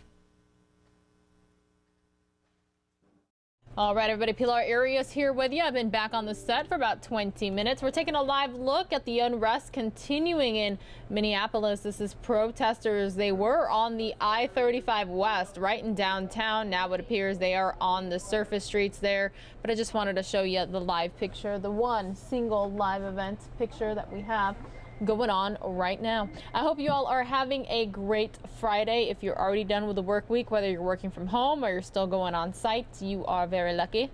But it is 3:50 here in Phoenix, Arizona. That means it's 6:50 on the East Coast. We don't have a picture anymore at Times Square, unfortunately, but we were seeing more people out there recently than we had been seeing for the past few months, and that's because stay-at-home orders were being lifted and people were able to get outside and the like. So I am going to now take you out to Houston, Texas, where Congresswoman Sheila Jackson Lee was actually calling for a new stay-at-home order. Let's hear her out. Agency and as well with the Texas Department of Emergency Management. Let me be very clear that these agencies are scrambling across the state to be effective. They're working hard with the resources that they have, but they are being called upon by so many in this state because the need is extensive. This morning they reported that there are 10,000 beds for COVID-19 patients. I want to particularly offer numbers that are probably dated as I speak, but it's important to reinforce that we're at, never would we have imagined, 3.22 million cases in the United States. We're at 136,000 deaths, which is more than the flu. The confirmed cases for Texas is 214,000 to date. We've had 3,050 cases of deaths. In Harris County, these are recent morning numbers, 40,919, deaths 423. Houston, confirmed cases 58,013 and 603 deaths. As I make that point, I do want to say this, that there is a way out. I want to thank Houstonians and people in Harris County for the Good Samaritan model that they've used in helping their neighbors. I want to thank all of the first responders that are still working, the EMS persons that are picking up people from their homes or discovering that they may have passed, all of the doctors and nurses in the variety of hospitals, large, small, and medium-sized, our police officers who have been engaged in helping us as the community has been out and any number of issues that they have addressed. And I think I said the nurses and doctors. Over the last 2 days, I've been working with the federal government on the issue of not enough medical professionals. The long list that I've gotten, and now doctors should comment on that, have been that there's a need for ICU doctors, ICU nurses, respiratory therapists, and as well nurse practitioners that can help with the present expectation of COVID-19 patients. We also have been on the Homeland Security call where it's been recommended, and I agree, that there should be isolation facilities for individuals who can't go home, who are not as sick to be, if you will, hospitalized, but they are contagious. We know that recent newspaper report says that there's a mutation in Houston that is more contagious than they have seen. That means that we have the responsibility to do something. And when I introduce my guest here today, I'm going to listen to them. But what I'd like to say in the backdrop of this issue of loss of lives, people who now have been discovered having died at home, having not been tested, that there are several things that need to be done. First of all, I will add to the fact that I was on a White House call, and there are members of Congress like myself asking that the federal government not pull out of testing. We know that we can embrace other vendors, and we think that would be a great addition. But they should not pull out of hotspots like Texas federal government testing. Everyone believes that, unlike national statements that have been made, that testing is a diagnostic tool that can help along with contact tracing, which is the federal government has funded, and that we expect to give more funding. So I want to read these words, if I might. In the Washington Post article, Dr. Farshad Fani Mavasti, Director of Public Health of the University of Arizona College of Medicine, Phoenix, said that a stay-at-home order is a blunt instrument.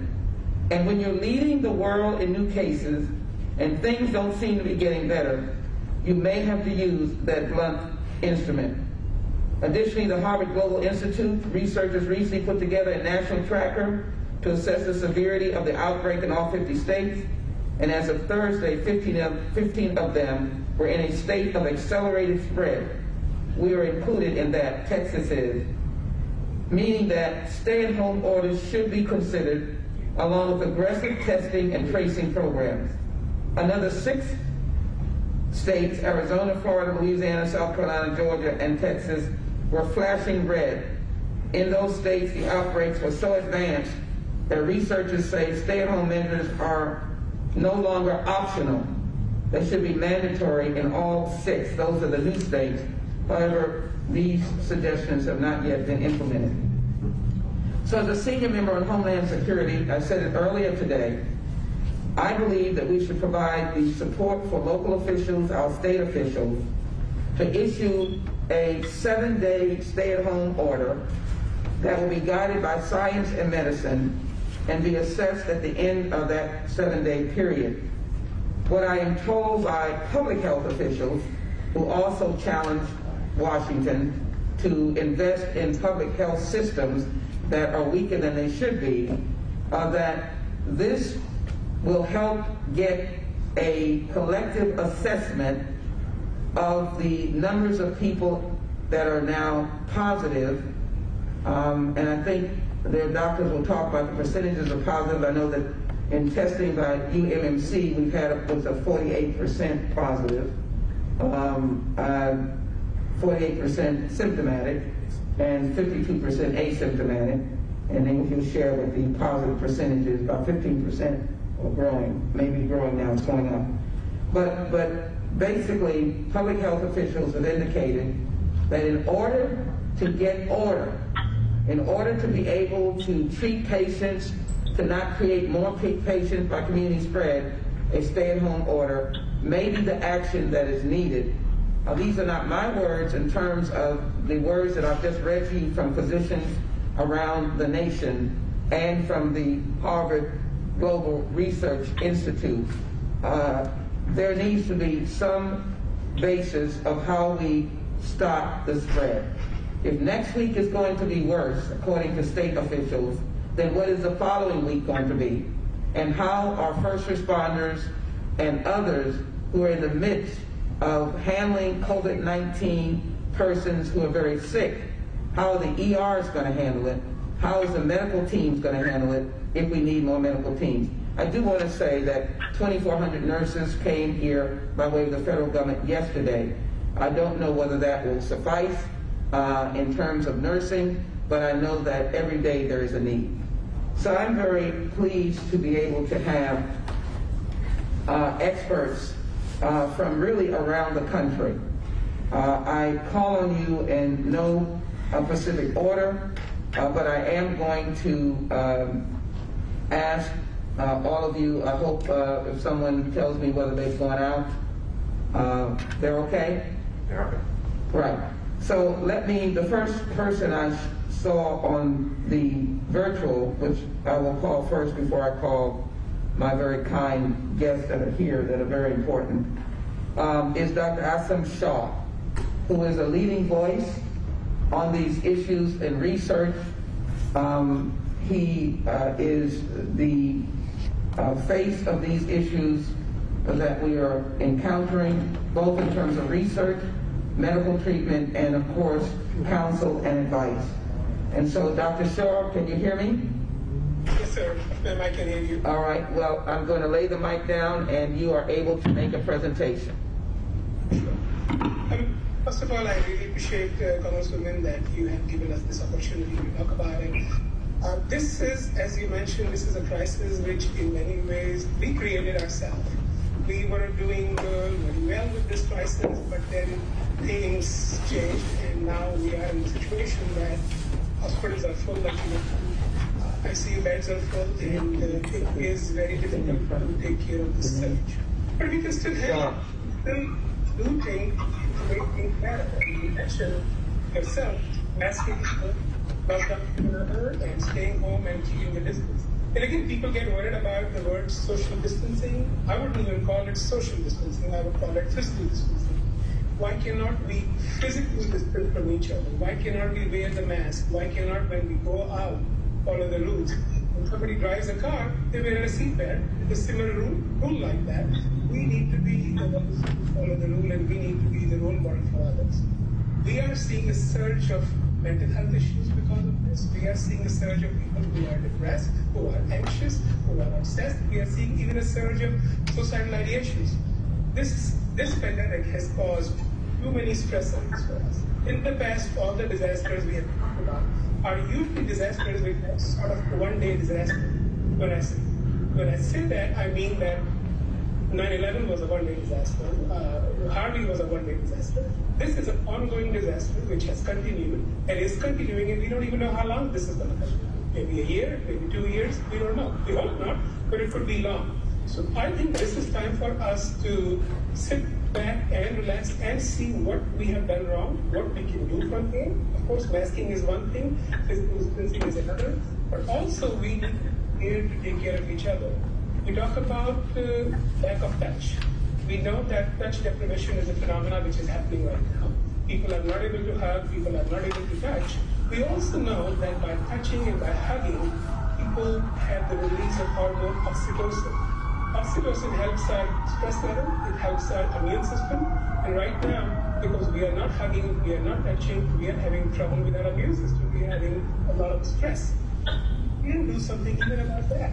One of the measures is what we're doing right now, which is Zoom.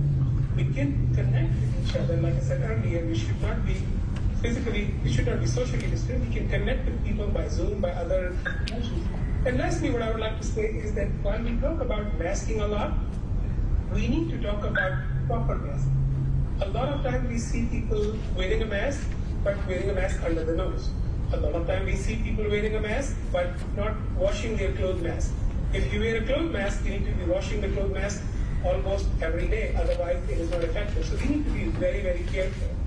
WHO has recently said that the disease may be airborne now because it's droplet, which means that the precautions should be even more so than we had before. So again, simple thing, it is a very contagious disease. The contagiousness factor of this disease is more than flu. It is not like flu, but it is more contagious than flu. The R0 factor is 2-3 times more than seasonal flu. So what we need to do, masking, staying away from each other, physically distancing, and trying to take care of each other. And I love you. Dr. Shaw, thank you so very much. That is what we need to hear, and how we combine all of that with the opportunity. We're going to listen in on a live event, everyone. We're going to head on out to Kansas City, Kansas, where the search for 3-year-old Olivia Jansen that started this morning has triggered a statewide Amber Alert. So let's listen in before they wrap up. It's the body of a 3-year-old, and describe kind of, it's in a wooded area. What is it? So up the street here, there's a walking trail off to the north that walks off to the north, and up, I don't know how far or anything up the road, but that's where they found the body. This has got to be tough. A 3-year-old, you guys have been out here looking for close to 12 hours, and for it to come to this sort of end. It's horrible. I mean, obviously nobody wants this to be the end. There's no way to describe it. You obviously, with a 3-year-old or any missing child. You want to find them safe and return them home. This is definitely the worst way that this could have ended. But now we need to focus on making sure that whoever's responsible is charged correctly, and we have everything in order to be able to do that. Are there signs of trauma? We have not got that far yet. We're not, again, when you get to my understanding, the body isn't just laying there, it's probably buried. So at that point, we have. All right, everybody. Unfortunately, it looks like we lost that feed, but we were able to hear that the body of a 3-year-old, presumed to be the one that they were missing, they were looking for from the Amber Alerts, has been found. So you heard them say not to the ending that they're looking for, and we just got the live feedback. So let's continue to listen in. Identify anybody at this time. That'll be part of the investigation, and we'll get to there. We'll get to that point. We'll identify somebody, but we got to make sure that we have everything lined up. You said it appears she was buried. Does it appear that she had been buried a long time, or is it fresh? I don't know. I haven't been up there. I don't know if she was buried or not. I'm just saying it sounds like she was probably buried. She wasn't just laying up there. The FBI is here helping us with the actual crime scene part of it. So it sounds like they're having to do a little more than just remove her, if that makes sense. Now, of course, I mean, you have family members that are off in the background, family and friends. I mean, what would the message that you want to spread to those folks? The biggest I think we could say at this point is, we have a great team. We have the FBI out here helping us. We will make sure that the person responsible for this is charged. That's unfortunately the best thing I can tell them right now. I can't imagine how the family's feeling right now, and I'm not even going to try to. For a 3-year-old, I have 2 children of my own. I couldn't imagine what's going through people's minds right now. You guys deal with death, as just in the course of doing the profession that you do, but it hits you guys differently when it's a child, right? Of course, because children are completely innocent, especially a 3-year-old. That child is, I guarantee you, never done anything that, other than make your parents mad a little bit every now and then. That child's never done anything that would make you mad enough to kill them. So, children are tough. Is there a special place for a person that did that? Always. There always is. Are you currently holding anyone? To my knowledge, I don't know. I don't know. We've had several people down at the Bureau today questioning them. I don't know who is still there and who isn't. Where does it go from here? How long do you think it'll take till they get everything until their charge is announced? That I don't know. Charges-wise, I don't know. Tonight we'll be here probably a little while. They're going to take this one very slowly. Again, nobody condones the death of a child, so this will be taken. I don't want to say a little more seriously than most, but we'll definitely spend a little more time on this one and make sure we get every piece of evidence possible to help lock up the person that did this. You said the body was found off of a walking or a hiking? So my understanding is right up the street here. There's a walking trail or a small path that goes into the woods, and it was back that way. I don't know how far or anything like that. Any idea if the person that Olivia was carried there or was killed there? I don't know. Do not have that information yet. Would it be fair to say that the story that you guys got this morning was bogus? Yes, very. Can you elaborate on that? I can't go into a lot of detail, but I think that we have had several stories throughout the day. None of them made very much sense. So I think, unfortunately, to find her where she is, the way she is, I don't think it was too unexpected, Stories unfortunately. from who? From various people. Are you ending the Amber Alert? Yes, I will be in it. Yes, when I get done with you guys, I will end it. Anything else? If there's just time for one quote, I mean, this will be tragic for everyone who hears, family, and people who don't even know Olivia. Sure. There's no way to explain, again, the death of a 3-year-old child.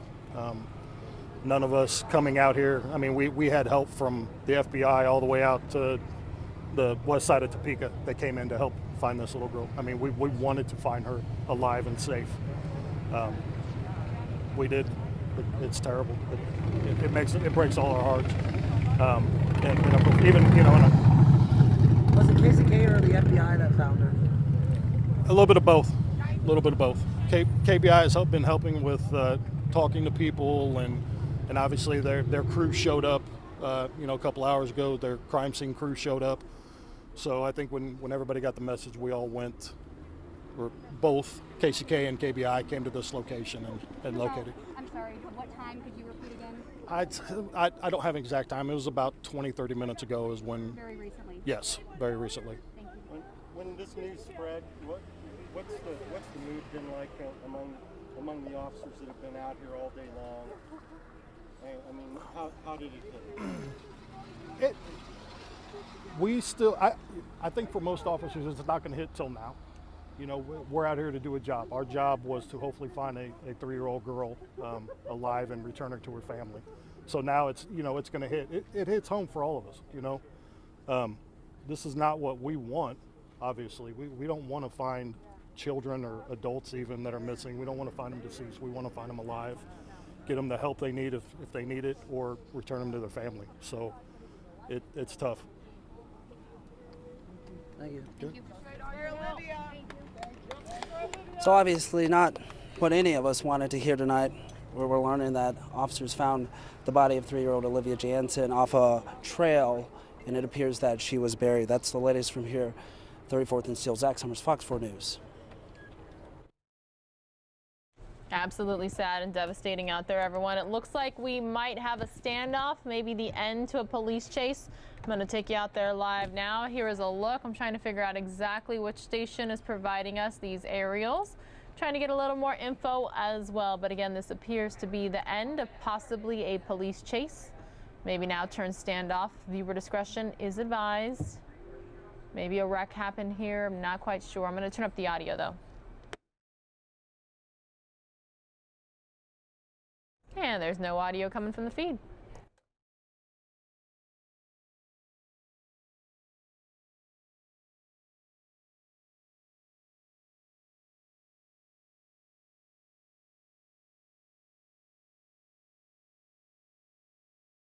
No information coming in either. That's all right. We've got other news to bring you across the country. We're going to head on over to Detroit, Michigan, where they are protesting the unrest continuing across the country. Don't forget, everyone, viewer discretion is always advised.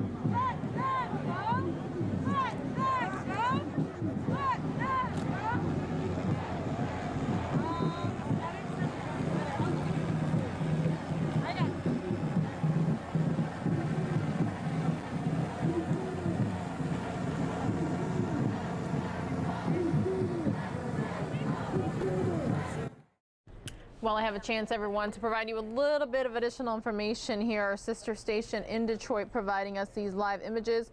Protesters are on the streets after a deadly police-involved shooting. They're marching to the Detroit Police Department 12th Precinct. Again, it is a live feed. Viewer discretion is advised. Not quite sure if the photojournalist understands that he or she is being taken live right now. But again, we certainly appreciate all of our efforts from our sister stations across the country.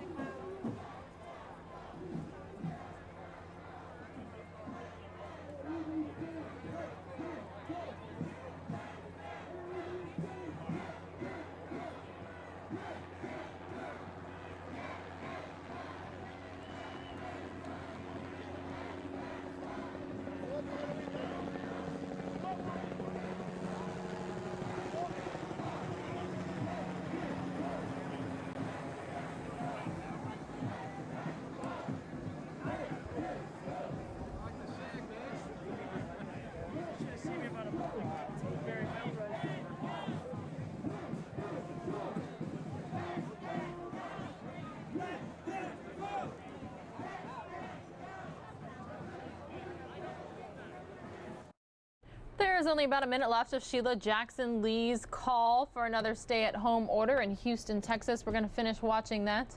And then I've got updates on the Naya Rivera search at the lake, as well as some information about a Hillsborough County Sheriff's Office deputy, or sergeant, excuse me, arrested and let go. Again, that's in Florida. So those updates are coming up right now on News Now.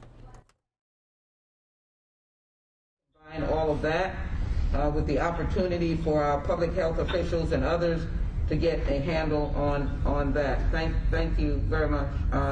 Appreciate it.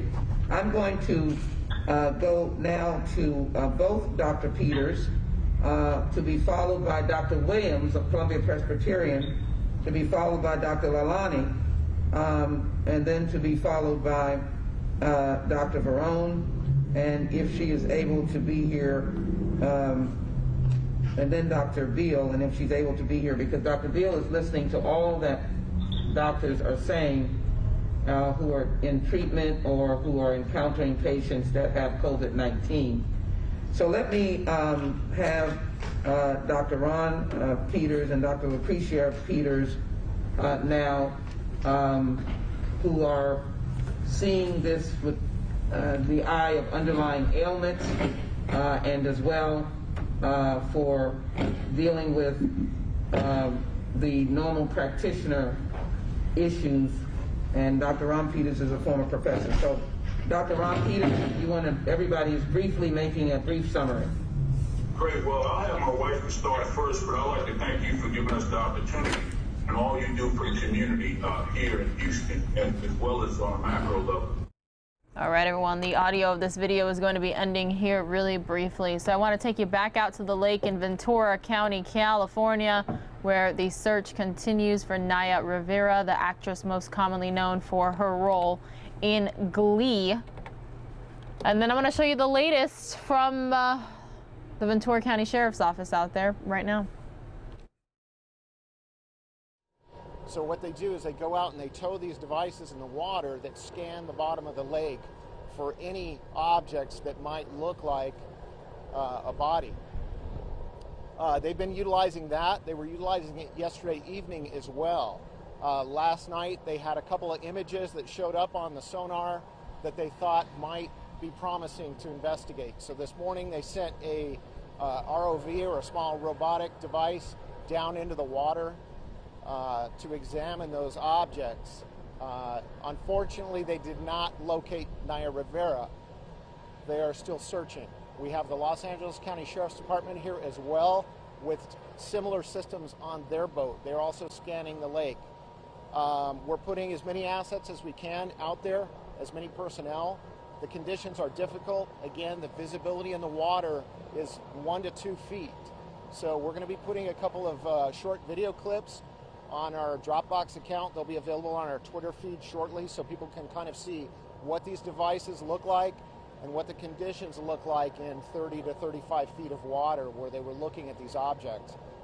It's very difficult conditions. We're still continuing the search, and we appreciate everybody's cooperation. We know everyone's concerned out there about this case and locating her and providing some closure for her family. So this is a situation, these are difficult because we don't know if she's going to be found 5 minutes from now or 5 days from now. So we're still going to be continuing this effort. I'll take any questions that you guys have at this point. Sergeant, is it the case that you can't guarantee the scale of search this will past Sunday? Well, each day we're evaluating what areas have been searched and what areas still need to be searched. So the level of personnel and equipment here may vary over the next 2 days. Today we have approximately 40 personnel on this. We're not putting divers in the water at the same pace that we were on Wednesday evening or yesterday. We're using the sonar to identify specific objects. It's very effective. They get a really detailed image, and then they can go down and focus on specific things rather than putting divers in the water where they're literally feeling around because they can't see. So the sonar is a very effective tool, and we're using it as best we can given the conditions that are out there. So the primary focus in this search is the north side of the lake and the east side of the lake. Based on where the boat was found on Wednesday afternoon at 4 p.m. in the north side of the lake, an area called the Narrows, we believe because of the wind patterns and the currents that it may have drifted from the east side of the lake here. So anywhere between there and that north side is being searched very heavily. What area have you guys been able to cover as far as the lake's concerned? You know, I don't have specifics as far as the surface area of what's been covered and how much down below. I would have to check with the guys on that. I don't have that. I'll have to check on that. What about the cadaver dog? How does that work? So the way it's explained to me is that the dog sniffs just above the water as the boat slowly travels through the lake, and that the dog can detect bubbles from gases given off by a body down below, and the dog will alert on those smells. They've been using the dog yesterday and today, and I'm not aware of the dog hitting on anything yet. Kevin, I don't know if has there been anything with that? No. The idea is that if the dog does alert, can you come to the mic, please? If the dogs do alert, they would record the GPS coordinates of that location, and then they would put forth a dive team with either an ROV or a diver to go in and check that. But there were no canine hits or alerts that we're aware of. Any other questions?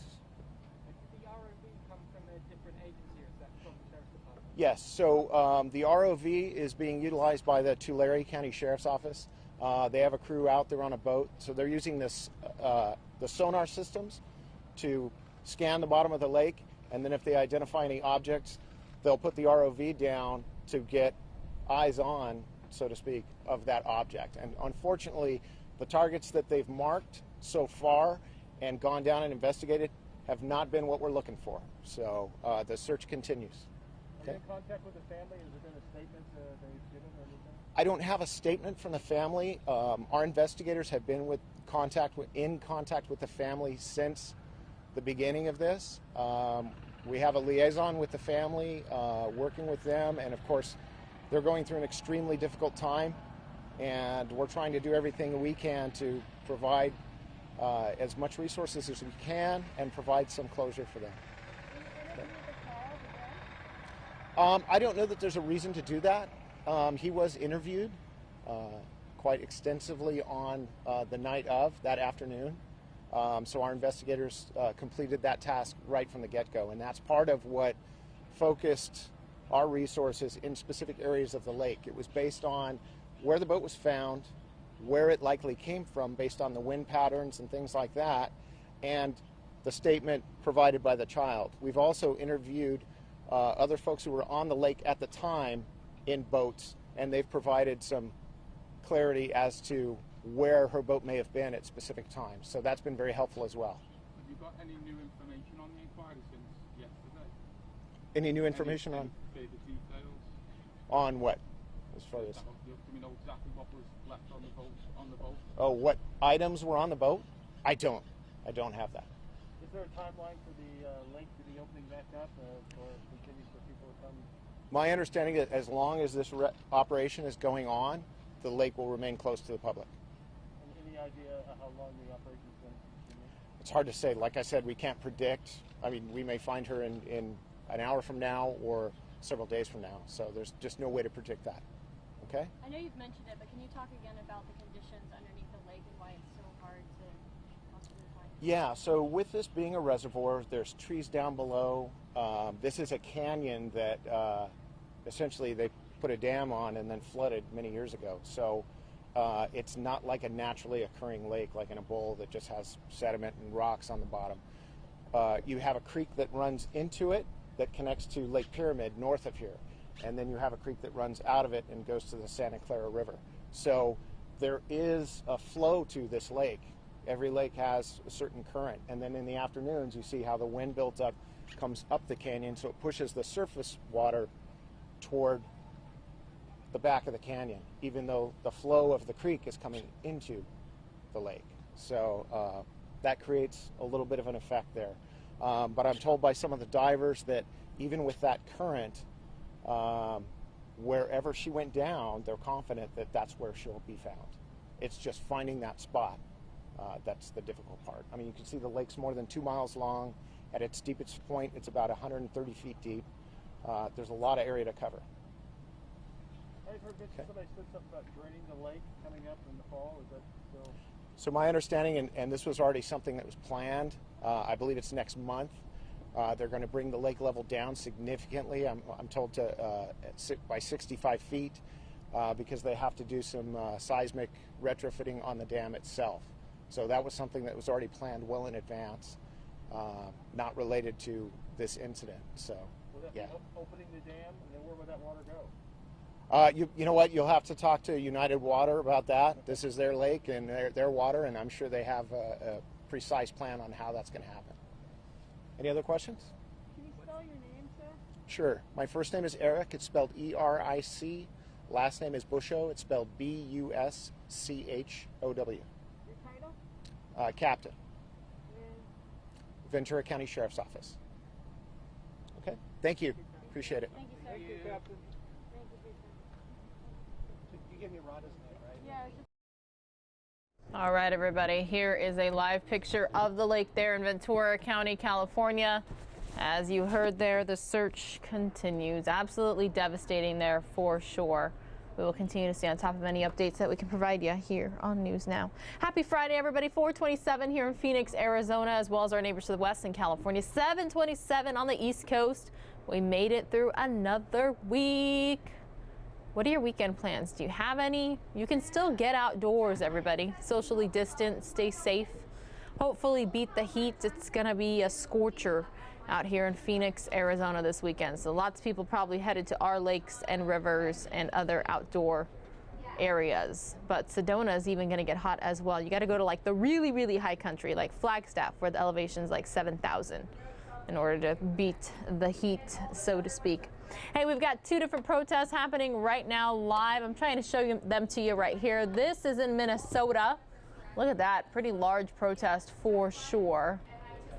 And then we also have a live look in Detroit, Michigan as well. So viewer discretion is advised. The photojournalist is marching here with the protesters, though, in Detroit. So I'm going to take the audio.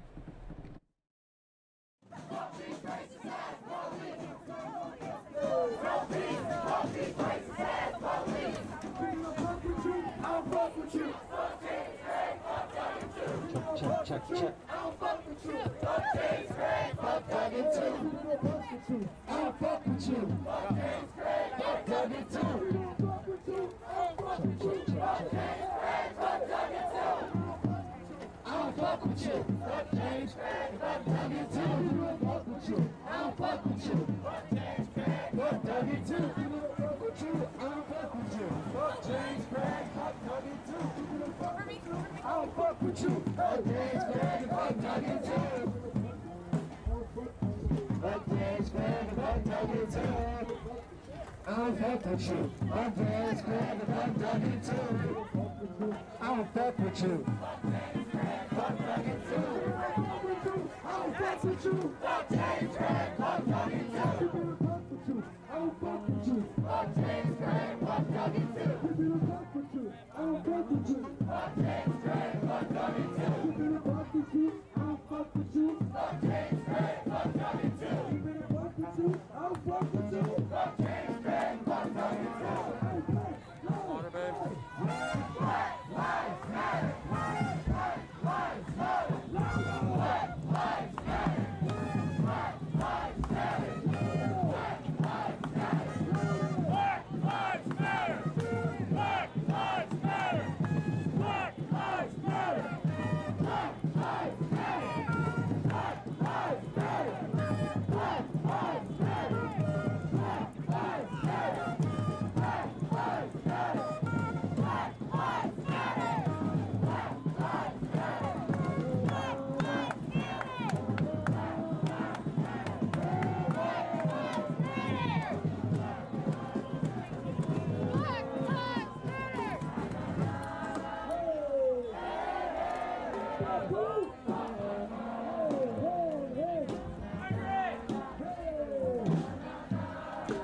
lives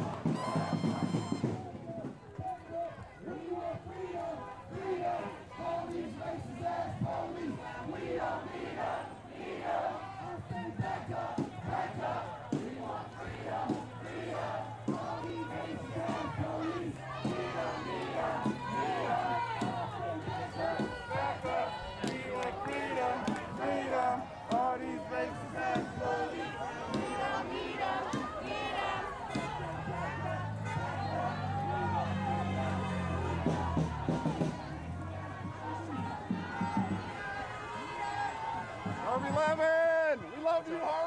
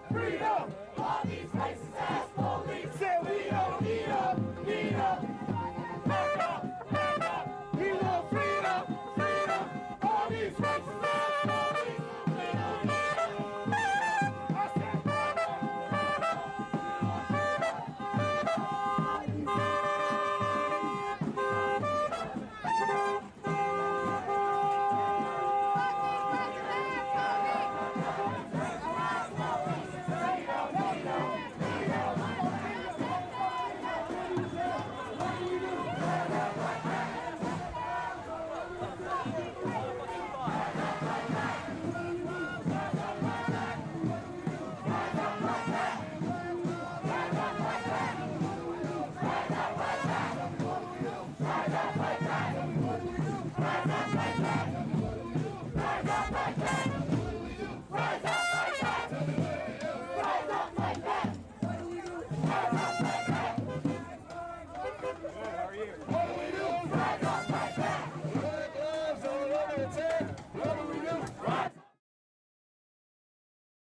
Speaking of Detroit, everyone, it looks like we're getting an update right now. I'm going to take you there live. Play 3 videos. Now, I think what's remarkable as we go through, and we'll stop so that there's clarity, but 8 shots fired in 5 seconds. 8 shots fired in 5 seconds. 4 fired by 3 officers. 1 officer fired 2 shots. 1 officer fired 1 shot, and another fired 1 single shot. And then 4 shots fired by the suspect. So again, we're going to run the first video, which is a dash cam video. The second video is from, again, body-worn camera. And because of the speed of the video, we think it's critically important that we then, this same body-worn camera video, we're going to play that in what we call slow motion, so that you can, it's not as clear as a normal speed, but you will be able to see what I'm describing. So with that, we can play video 1.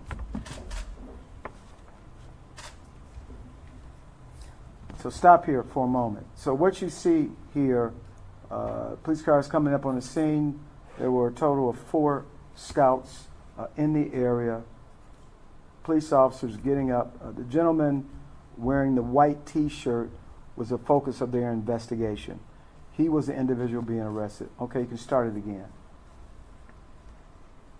Puts his hands up. He doesn't offer any resistance. Now stop right here. He's on his knees. The individual in the orange T-shirt standing very close to where his associate is Mr. Littleton. Okay, you can roll it again. can we back up because it came up a little quicker? So at some point, you just back up to the point where I described he reached. So he's got his hands up. He reaches in his left pocket. As you can see, he's leaning down. He right at this point pulls out a gun and he fires directly at the officer. We believe, based on our investigation, at that point he fired 2 shots in quick succession. This officer is a hero.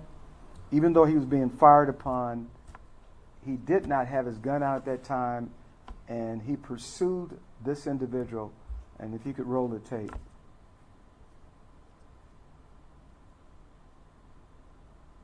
He goes and holds him down. We believe as he was going to the ground, the suspect, Mr. Littleton, fired 2 additional shots. In our investigation, we have recovered, again, 4 spent casings. The first 2, where you saw him in an upright position, there were 2 casings found in close proximity.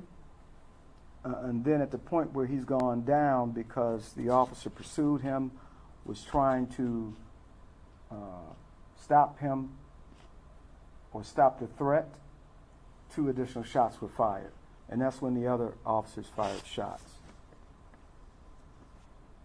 So this is the view again from inside of a police vehicle. Let's go to video 2. And again, video 2, is it, can we, was that video 2? Yeah, this is video 2. No, this is the slow, no, video 2, not the slow-mo. Video 2 at the normal speed.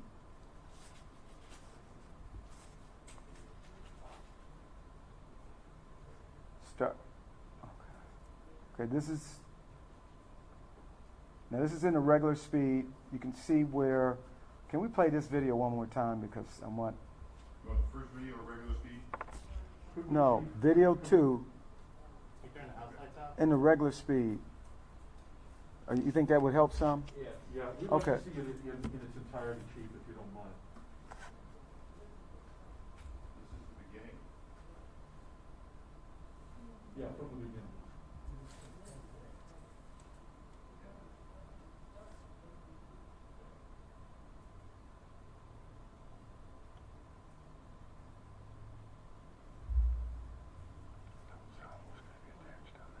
Hmm? I know, I didn't. I did. Okay, can we play this? This is the same body-worn camera video, just in slow motion.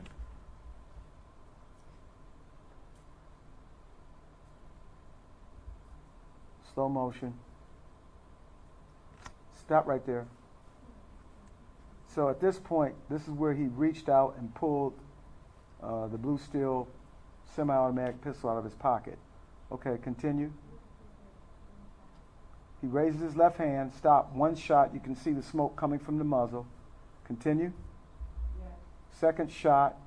The officer, as he runs away, is trying to gain control.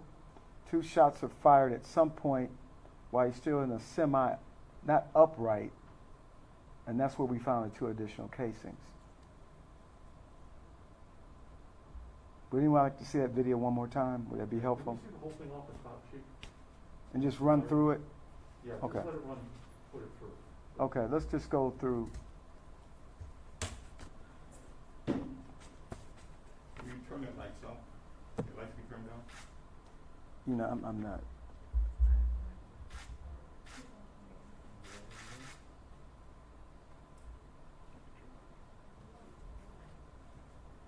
So at this point, as he's going down, he is still actively firing his weapon. And this is when the additional officers engaged him. But I just want to make note, as you can see in the video, that the officer who was initially fired upon showed tremendous courage in pursuing an armed suspect who clearly fired 2 shots in his direction. And it's simply a miracle that he wasn't struck in the head. We don't know how close, because he was aiming the pistol. As you can see, once he raised his arm, could you just stop the video right there?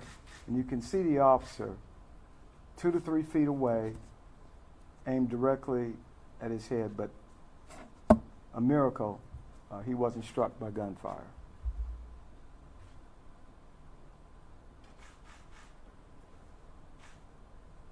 We believe he may have been hit at this time again. A total of 4 shots were fired by officers. A total of 4 shots fired by the suspect.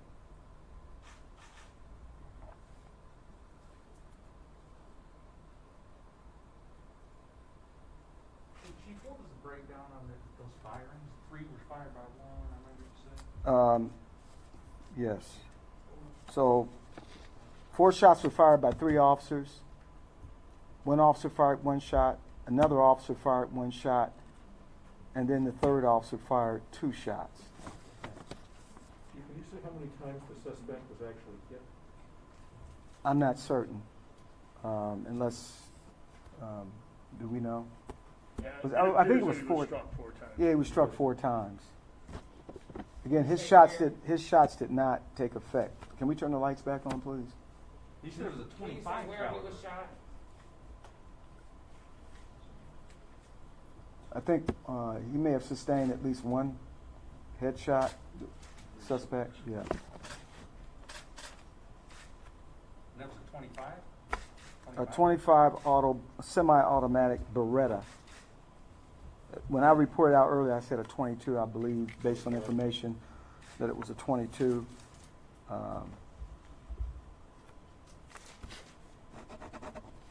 Anything to say, Chief, about, you said earlier that people are putting out false information that you think is leading to, Well, it was clear during the early phases of this investigation, once protesters got on scene, there was significant agitation. Then suddenly there were other individuals that were converging on the location who were equally angry, and one of the things that they kept repeating was what they got off of social media platform and what they were hearing. In fact, some of it ranges from he was unarmed. There was a report that he was unarmed, seated on the porch, and basically, in my words, not necessarily theirs, he was executed. Clearly, when you look at the video and what we know in the investigation, that was not true. And so it was so important for us to get this information out as soon as we can. This is unprecedented for the investigators to get it done. And again, the investigation is still going. But to be able to get the body-worn in-car dash within hours of this investigation. We talked about the miracle relative to this officer. And I had a chance to talk to him later, and he's clearly, as you would imagine, shaken up. But it's a miracle that we were able to get this together so quickly. Was this a fugitive apprehension team? Or No, it was not. This was, as I reported earlier, there was a mass shooting, if you will, on July 5th morning at a big block party where 8 people were shot. 3 died. Officers from the 12th Precinct and the Gang Intelligence Unit were there engaging in surveillance. They knew about this target that they went to arrest. They saw him, and as depicted in the video, he offered no resistance. In fact, he was taken into custody without incident. Chief, can you talk about the impact of erroneous information that he was didn't have a gun, didn't fire on the cops, the police executed him, and what that does to, incite violence? Yeah. And Well, it does incite violence, and I was deeply concerned over the erroneous information. I know we're in a very difficult time, not just here but across this country, and I've asked repeatedly that give us a chance. I know that the officer-involved shooting incidents that we've been involved here, the city has treated me and the department well. They trust this department. We give information as quickly as we can. In fact, this investigation was probably not even an hour old when I arrived at scene, was briefed on what took place, and I wanted to get the information out as quickly as I could. I run a risk? Absolutely. Because I know as investigations progress, facts sometimes change, and I was concerned about that. And so that's why it's always so important to get the facts right the first time, and I have to make adjustments, then I'll do that. But I think that has gone a long way in building trust in this community. And so when we say it happened a certain way, most people tend to believe that. Certainly there was an individual leading the protests who had another agenda. There was someone that's putting out false information, and it did have an impact on inciting what mostly has been peaceful protesters. Well, Chief, I actually saw one report that said the suspect was shot 15 to 20 times, which certainly... I'm glad you brought that up. That was another erroneous report that was put out. That didn't happen, as you saw in the video. Again, 8 shots in 5 seconds. 8 shots in 5 seconds, 4 by 3 police officers and 4 by the suspect, Mr. Littleton. Chief, can you talk about the agenda that this person that you were referencing and what your concern is with that agenda, if you have one? Well, it's clear that without facts, you make a statement that gets people upset, they're angry, and that's why it's so important as law enforcement that we set the record straight as soon as we possibly can. But we need to do a proper and thorough investigation. And it's not always as simple. Thank God for body-worn cameras and dash cams, because then it's me telling the story based on the investigation, and so it's difficult. I mean, I looked at one early video, and this is when I got concerned, where someone was narrating on Facebook Live and was literally saying, we ought to go out and kill some cops because they just killed this man and he was unarmed, something to that effect. So he was really trying to incite. Now, I will tell you, there were some at the protest scene that talked to a couple of the command staff that was there, and it was during that time that some said, well, that's what you said and that's how it happened. I'm leaving this. So that was very encouraging. I am told, I had not had a conversation with the family, but I know that a command officer did have a conversation, explained to the family or a member of the family what had transpired, and the family, of course, was saddened by the shooting, but certainly respected the fact that someone told them what happened, and they weren't part of the inciting. Clearly, and then you have folks who I've said before, many of them come from outside the city of Detroit, and people in the city of Detroit are tired. You know, we're the police department for the people who live and work here, and they respect the job that we're doing. And when we make a mistake, they understand one thing. We own it, we're transparent about it, and we do what we need to do so that there's not a reoccurrence. Anytime an officer has to use deadly force, it's very serious. We know it, and the officers know it.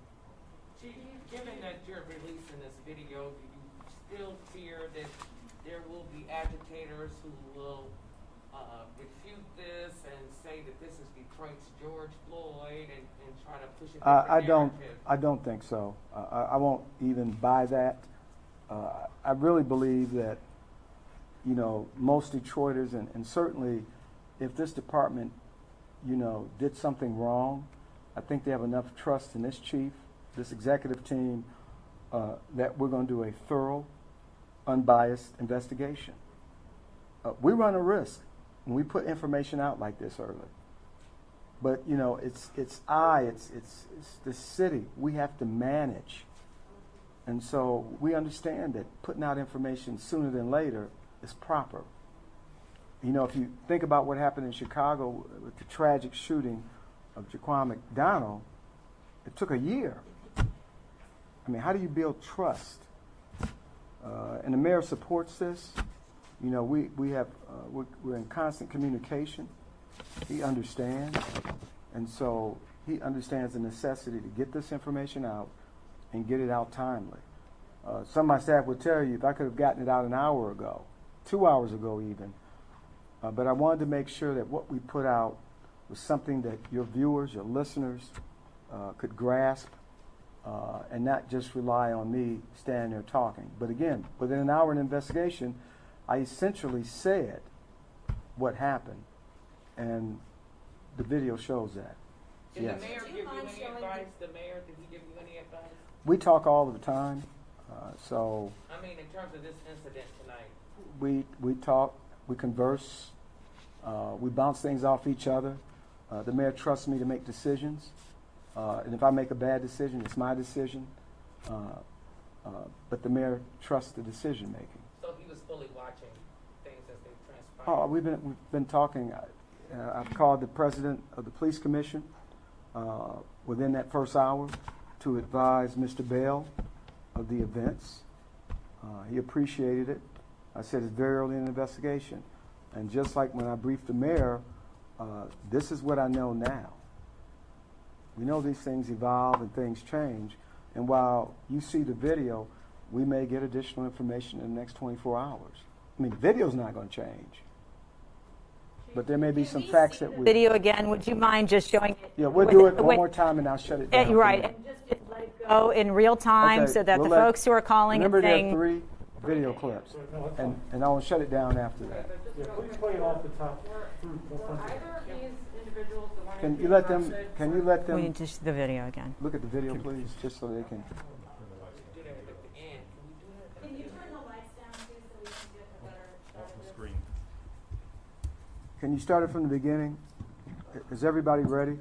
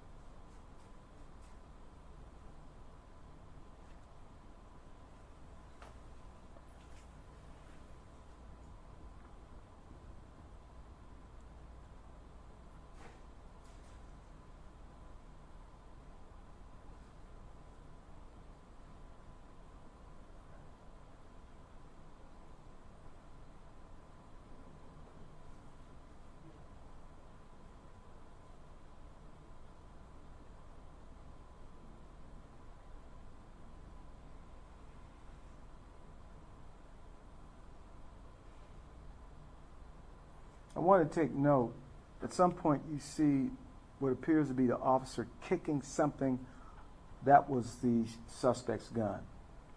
That's when you saw the kicking motion, he was actually kicking the gun away from the reach of Mr. Littleton. Can we turn the lights out? I'll take a few more questions. Can you talk about the officer who was fired at? I mean, he kept advancing and actually made what would have been an arrest had the suspect not expired.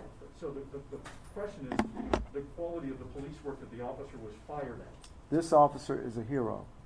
He is what I describe as an American hero. Despite being fired upon, and you saw it with your own eyes, he continued to advance. He didn't even have time to take his weapon out. He advanced. He wanted to secure, by putting his own life in jeopardy, he was trying to secure this suspect and minimize the threat.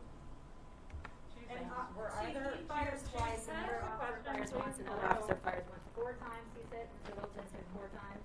Not the 10 or 15 that was out there in the press. I just said to you, not even a few minutes ago, that the rumor that was circulating on the social media platform, I don't know which one, that was erroneous. We don't know where folks are getting that information. Yes, and I want to be honor your question. Thank you very much. Yes. So just either of these 2 individuals, Mr. Littleton or the man who was arrested, do either of them, to your knowledge, have any connection to the July 5th shooting? We don't know that. Okay. We know that where the shooting took place, it was a large-scale block party. We do know that there was a local gang involved. We know, based on our intelligence, that both Mr. Littleton and Sylvester had ties to a local street gang. But we were there today to make an arrest of a person who had an outstanding active felony warrant for drugs. And again, he never resisted. He was taken into custody without incident, as you saw. Okay, and just a little bit more about Mr. Littleton, his full name, age, just sort of that.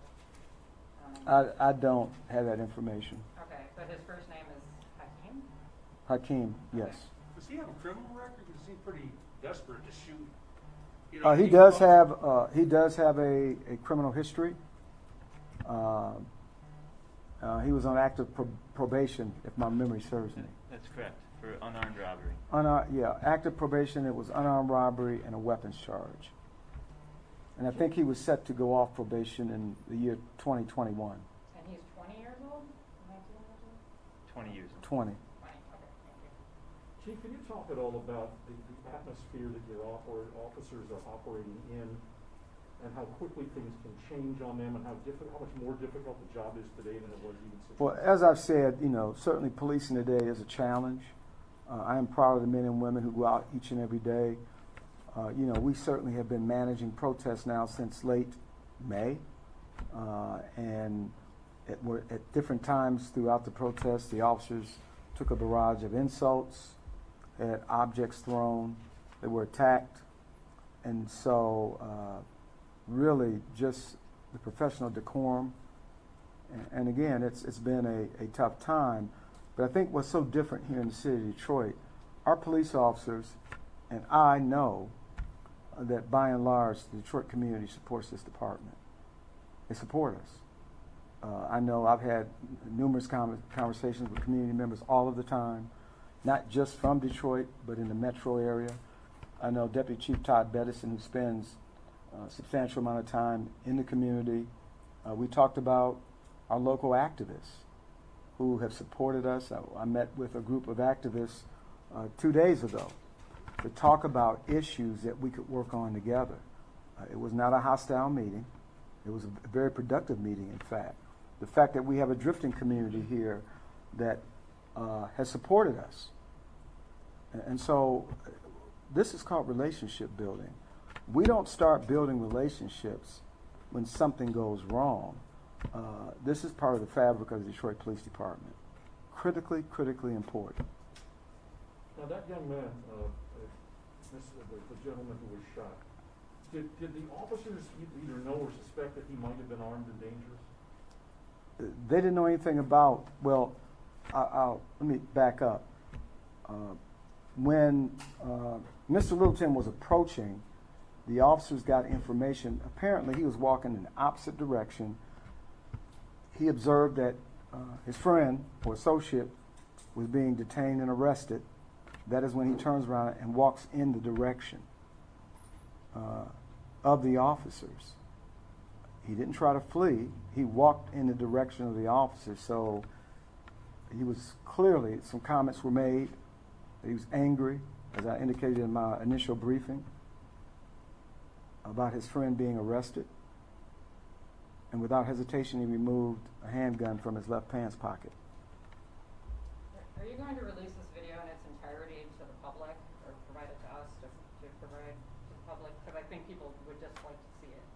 Well, we're releasing it now. This is the video we're releasing, and I want to just truly advise you that we're very early in this investigation. And so, I just ask that you be somewhat patient, and but we'll get you whatever you need. This is about transparency, and this is how we conduct our business each and every time. And Chief, in terms of the protest itself, with the officers engaging the protesters, vice versa, how many people were arrested, and anything you want to share about that? There were 8. Last count, there were 8 arrested early on when the violence started. And again, I want to stress, you use the word engage.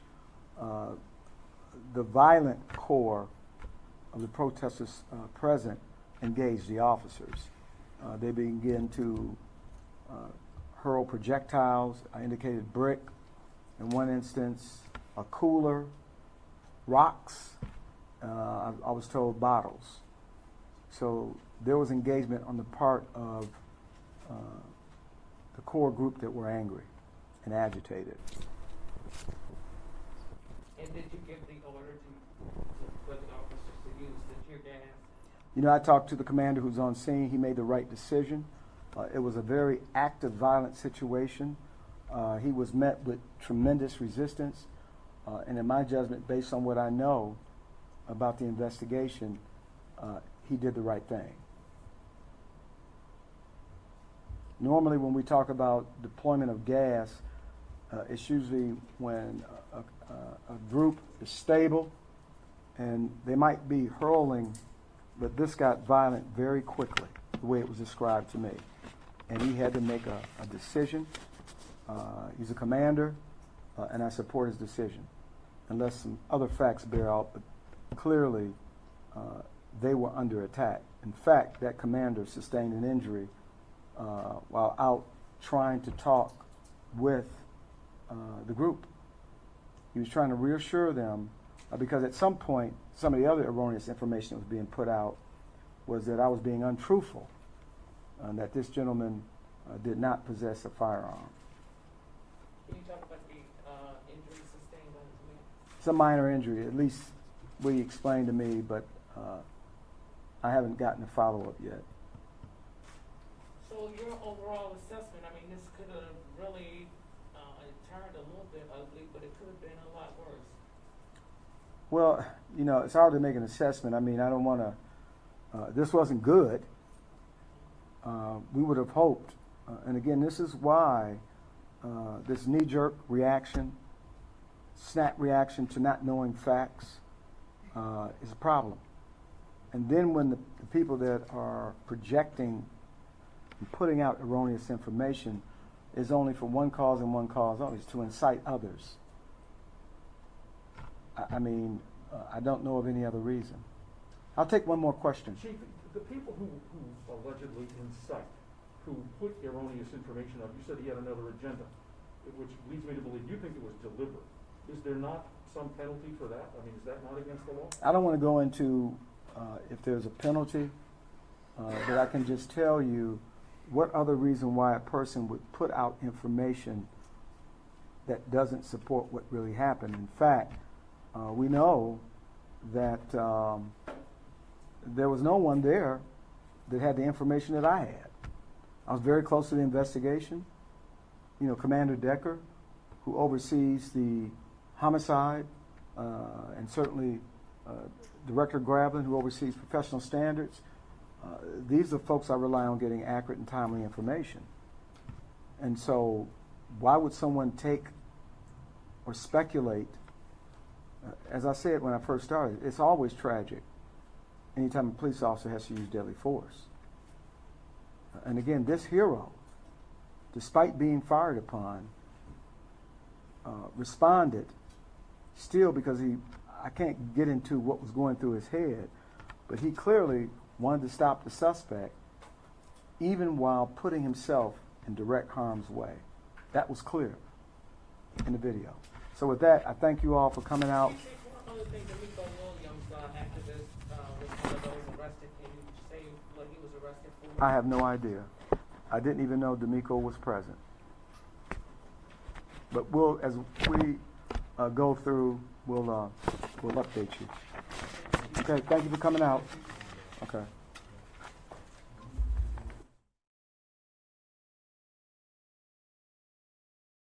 Coming up next, everyone, I'm going to take you out to Hillsborough County, Florida, where a sheriff's office deputy sergeant, excuse me, I keep saying deputy. I'm so used to saying sheriff's office deputy, but it's a sheriff's office sergeant was arrested, let go. They're providing us the details. And then we'll take a listen to President Trump's roundtable on helping the people of Venezuela, supporting the people of Venezuela. If any news breaks across the country or another live event comes up, we will definitely have it for you right here on the News Now stream. The Sheriff's Office fails to uphold these principles and acts outside of our established policies and procedures and violates the law, we will take swift and appropriate action, and such is the case today.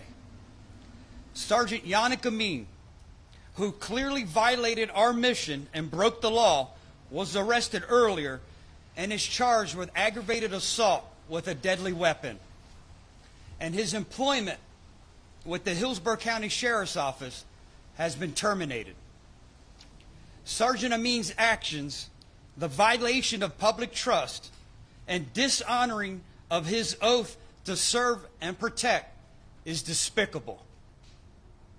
It's important to share with you that the complainants in this case are all fellow law enforcement officers who acted immediately and reported this incident. Before I go into the events of the last 24 hours, I want to thank the deputies who immediately came forward to report this most egregious incident. We expect, we demand that our deputies uphold the highest level of professionalism, and that means intervene when another law enforcement officer, even a supervisor, betrays the public trust and theirs. The Hillsborough County Sheriff's Office has a long-standing policy in place that requires personnel to intervene when they witness violations of our policies and our professional standards. In recent weeks, we re-emphasized this training through a training video that we required all personnel to watch. As I take you through the chronology of the events in just a moment, you will see that the policy and the training we provide worked. Within the last 24 hours, at the intersection of North Nebraska Avenue and Annie Street, we encountered an African-American male suspected of leaving DACO Behavioral Health Center after he was inadvertently transported there from our detention facility. This individual was escorted to the ground after he was found hiding behind a trailer, taken into custody and being held in a prone position where deputies attempted to positively identify him. Initially, he refused to confirm his identity. He was not armed and made no aggressive actions towards our deputies. Sergeant Amin, who was kneeling next to the victim, pointed his firearm at the victim's head and threatened his life simply because he refused to identify himself. Deputies and another supervisor who were on scene intervened to de-escalate this situation and were eventually able to positively identify the subject. Our command staff was notified of this incident and took immediate action. Gathering the facts and talking with every deputy who was on scene and witnessed again this egregious action of Sergeant Amin. And with the exception of the victim, all of the witnesses from this incident are sworn law enforcement personnel. The victim has been cooperating and confirmed that he was in fear for his life. I want to acknowledge that even though the victim of this crime is an arrestee, he is entitled to the same protections and rights of any victim of a crime. Last night, Sergeant Amin was immediately taken out of service, and we look for any additional evidence beyond the witness statements. We have been unable to locate any video evidence in this incident. However, witness statements from our personnel did confirm the allegations of the victim. As I stated, Sergeant Amin has been arrested shortly before this press conference, and I have terminated his 21-year employment with the Hillsborough County Sheriff's Office. As a result of this case being a criminal investigation, I'm very limited in what information we can share. There is no question this incident is detestable and not representative of who we are as a law enforcement agency. The nearly 4,000 men and women of the Hillsborough County Sheriff's Office are so very proud to serve and protect our community.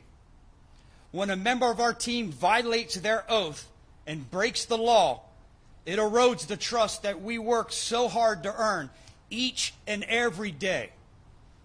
I will always fight for and protect victims while relentlessly pursuing lawbreakers, even if the lawbreaker is a law enforcement officer.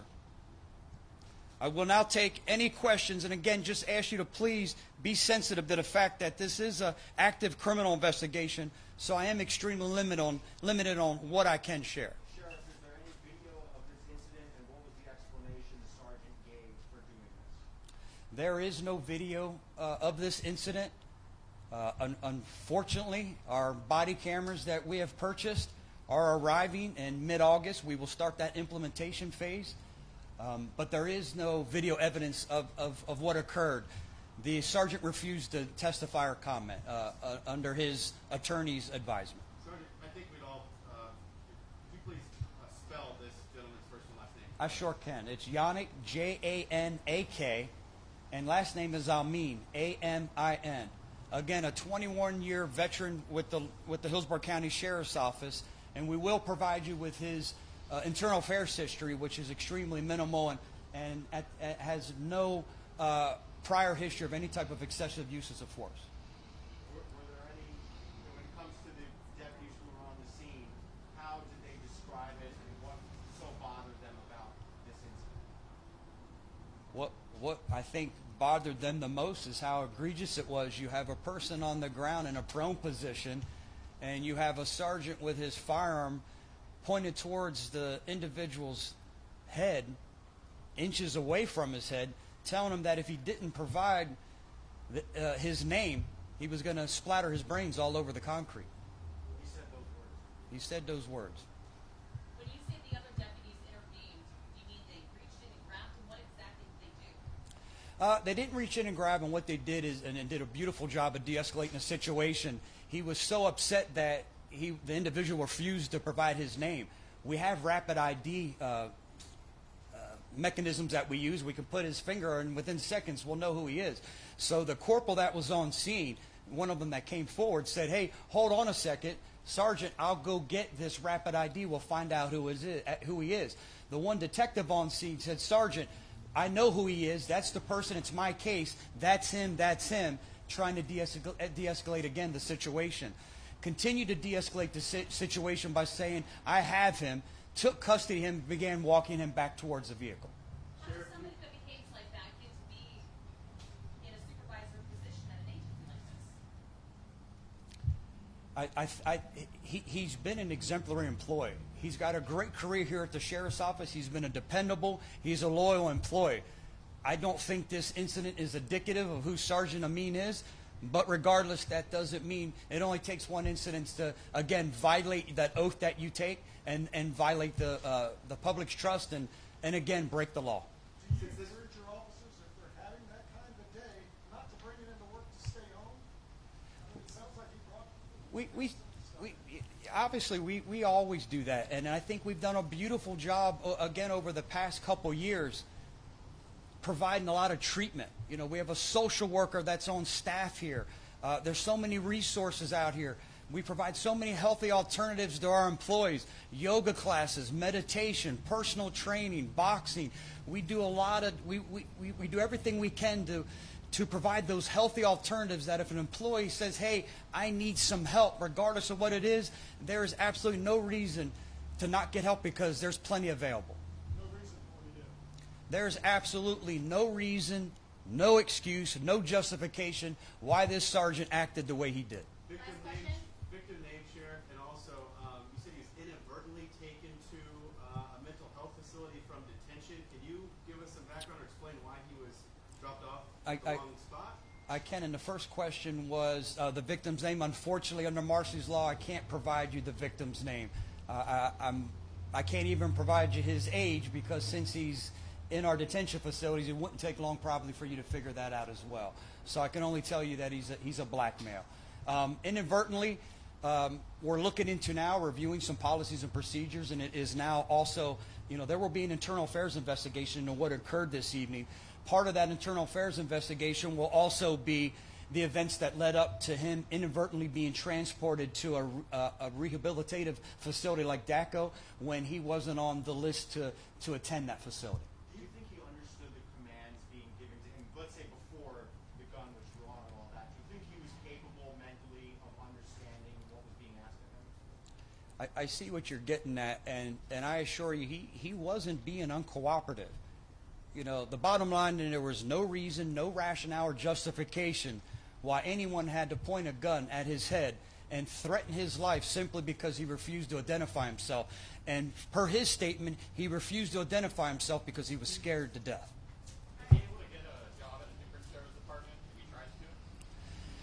That's hard for me to say. He now will have to face the criminal ramifications of what occurred. Then, at the same time, everyone's license or certification of being a law enforcement officer in the state of Florida, the Criminal Justice Standards and Training Commission up in Tallahassee oversees that. He will have to have a hearing there, too. So it's outside of our hands or our boundaries at this time.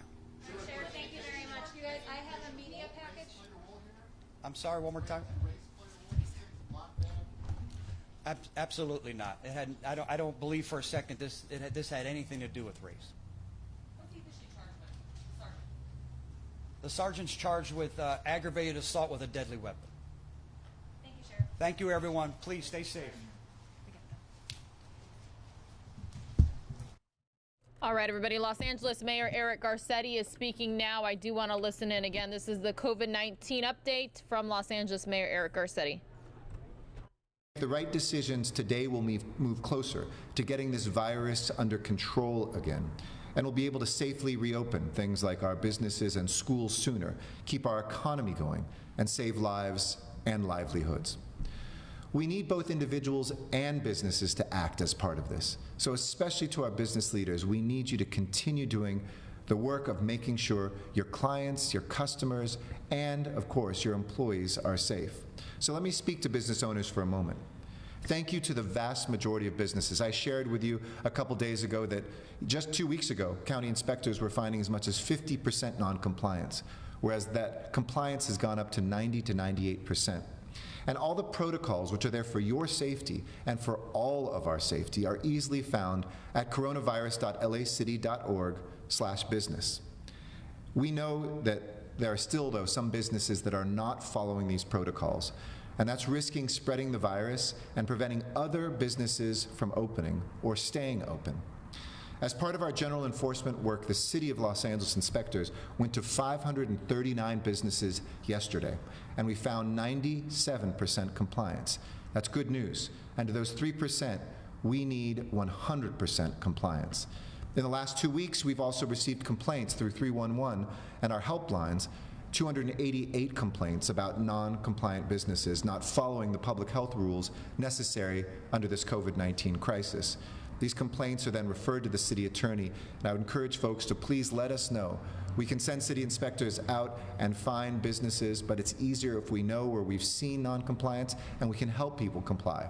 Again, we educate, we encourage before we enforce. So please call us and help all of us with this crisis at 311 or at coronavirus.lacity.org/violation. The city has then called these businesses to remind them to follow the rules, and if necessary, city workers conduct additional in-person visits.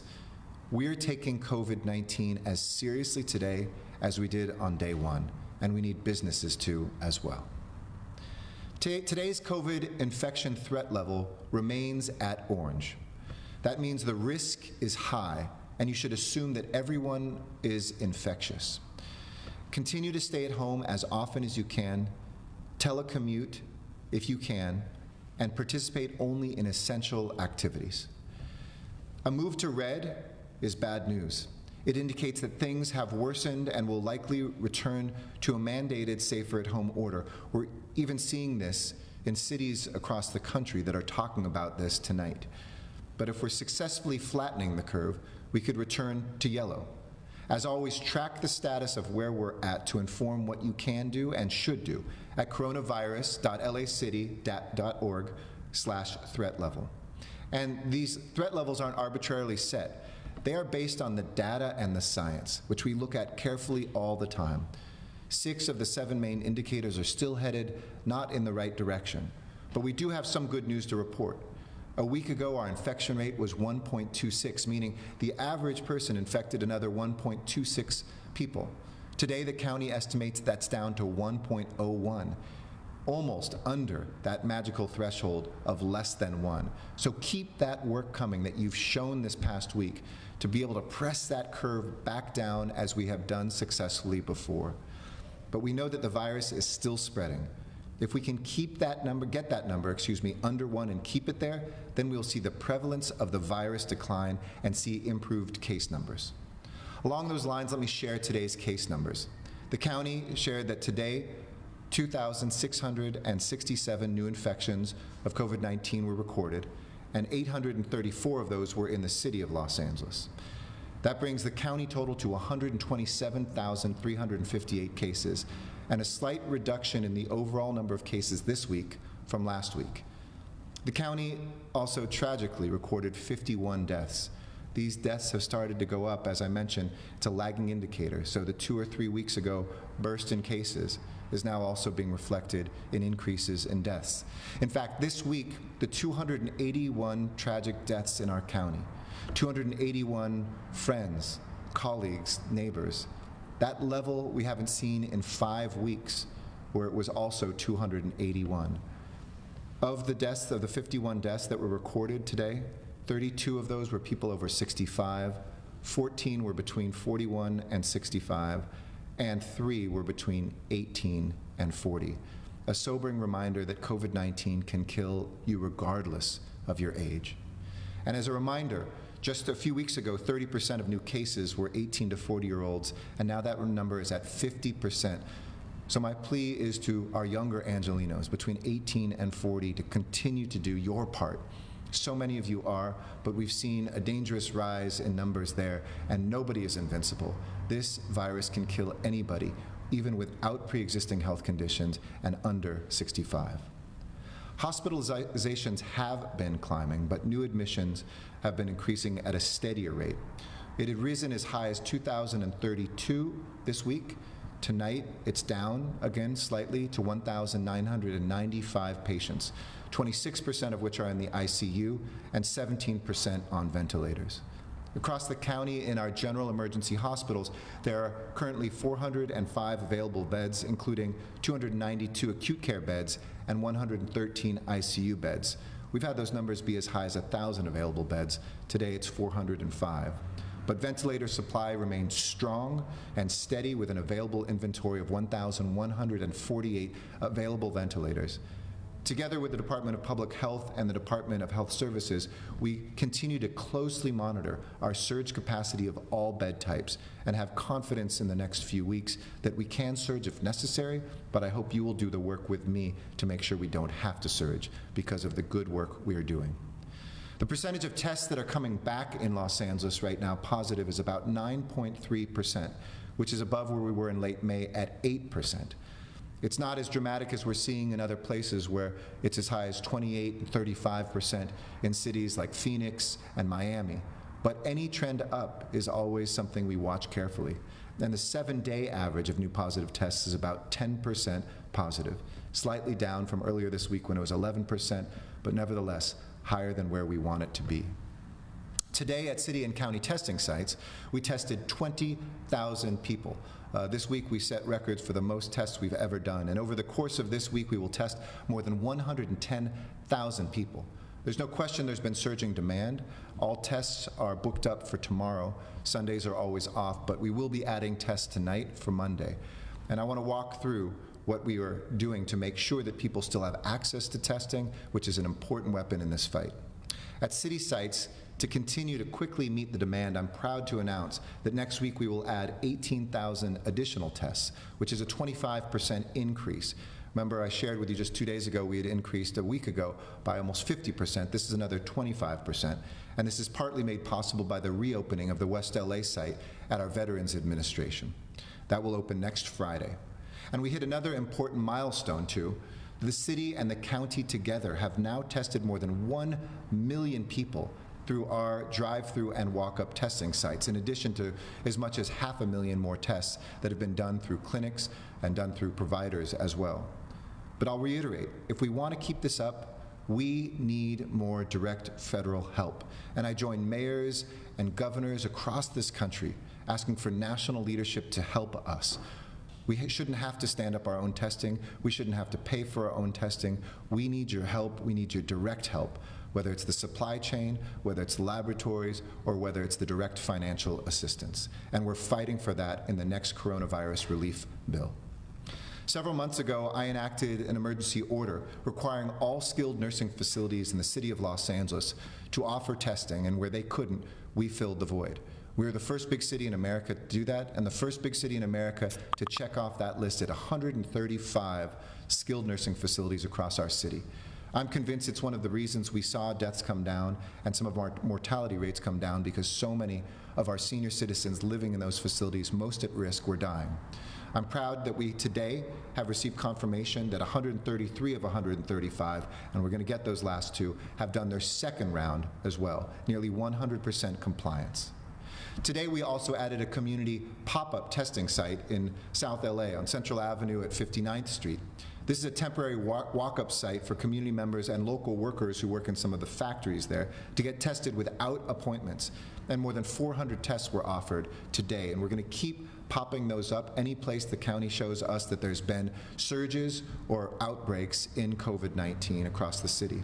And in our public housing developments, we've already brought pop-up testing to nearly 1,100 people in 3 different sites, and we're well on our way to offering comprehensive testing at every single public housing development in the city of Los Angeles for every one of those residents who wants one. The guidance on who should get tested is clear. If you think you've been exposed to COVID-19, go get tested. The city is still testing anyone with or without symptoms, but tests should be prioritized for people who have symptoms, who believe they've been exposed, or who are essential workers or work in a high-risk environment. I said it, and I know it picked up some headlines, but I'll say it again. A test is not a passport to party. It's not an excuse to go out. It is not something you do after you broke the rules. If you get tested, you still need to wear a mask the next hour because you could get infected, and please avoid gatherings with people outside your household. It's as simple as that. And you can also, I'd like to remind you, get a test from your doctor if you have any symptoms, and it is by law asymptomatic as well, that you are allowed to have tests, and we encourage you to do that through your own providers, where then if you do come back with a positive test, they can best serve your health as they do year-round. CVS and community centers also have sites, as well as new state sites that have popped up. To find any of the nearly 100 sites now available to help you get a test, please go to coronavirus.lacity.org/testing. And if you don't have access to the internet, just call us at 311 and we'll set it up for you. From day one of this crisis, this city has not rested in serving you and providing you with the services you depend on, and on mitigating the suffering that people are feeling because of this economic downturn. It's why we modified our parking enforcement regulations. We offered a moratorium on evictions. We launched a microloan program to help small businesses, which I look forward to growing and expanding with grants soon. And that's why we are also launching the largest rent assistance program in the country. Along with my colleagues, the City Council, led by our City Council President, Nuri Martinez, we will roll out on Monday the rent assistance program of $100 million that will go directly to landlords and directly help our renters. It provides $2,000 to our hardest hit households. It gives financial relief not only to those who rent, but those who rent to them. Eligible tenants have to just do 3 things: live in the city of LA, show the financial impact that COVID-19 has had on them, and earn less than 80% of the average income, the area median income we call it, in Los Angeles City. That's different if you're single or if you're with a family of 2 or 3 or 4, but for your average family of 4, it's $83,500, and everybody can apply. It doesn't matter whether you're a citizen or a non-citizen, doesn't matter what your status is, everybody can apply. So applications open this Monday, and we're anticipating, obviously, because of the suffering that's out there, a lot of people will apply. I want to let people know it doesn't matter if you're first. You just have to apply sometime next week. It starts at 8 a.m. on Monday, and it remains open till Friday/Saturday night at midnight. So Friday night at midnight, as it becomes Saturday, that's when the applications stop. You can go to HCIDLA, that's HCIDLA.lacity.org, on Monday to apply, and you can check out this weekend the frequently asked questions there, or call us at 844-944-1868, 1868, between 8 a.m. and 10 p.m. Monday through Friday next week. Again, remember, it's not first come, first served, so don't worry when you apply next week. We want to space out those applications as much as possible. There's also something important I want to talk to you tonight about that you can do to help our city get the resources we need to continue to deliver the services that you depend on, from public transportation to your children's education to the amount of dollars we have to pave streets and to invest in infrastructure. And that's completing the 2020 census. And I want to share some news with you as well on that. A full and accurate census determines how many members of Congress we have, how much funding we have for critical things, from our school lunches to our public safety programs to housing. And our response rate, unfortunately, is only 52% right now. It is far behind where we were a decade ago, and it's lagging behind California's response rate of 63% and our country's response rate of 62%. Don't lose out. Don't give money to some other part of this country. Get your money and fill out the census forms now. We need everyone to get counted. And you can go online to my2020census.gov, or fill out the form you received in the mail and mail it back, or call in, and you can actually do it over the phone at 844-330-2020. And for immigrant Angelenos who are concerned that the census might somehow take your confidential information and have it shared across government, it is a crime for the Census Bureau to share that with any other agency or department, so don't have any fear. And make sure you are counted too, because the census says everybody counts, including you and your families. The news I want to share with you is to help this critical census effort. Tomorrow, I'm going to be joining our Census Goodwill Ambassadors. These are everyday community members from some of our strongest community organizations that have been going out to help us get that count. But we're adding a little twist, because in addition to census flyers tomorrow, we're going to be putting masks and food bank boxes that are prepared at local nonprofit Urban Partners Los Angeles. And the following weekend, we're going to be canvassing hard to count census tracts and to distribute these masks, help you with COVID-19, get you the resources you need, and provide some nutrition as well. If you'd like to become a Goodwill Ambassador, I want to ask you to join us. Sign up at census.lacity.org to sign up today and to help us help people through this crisis, get the resources they need, and be counted by our federal government. Each week, I try to humanize what this crisis has been about.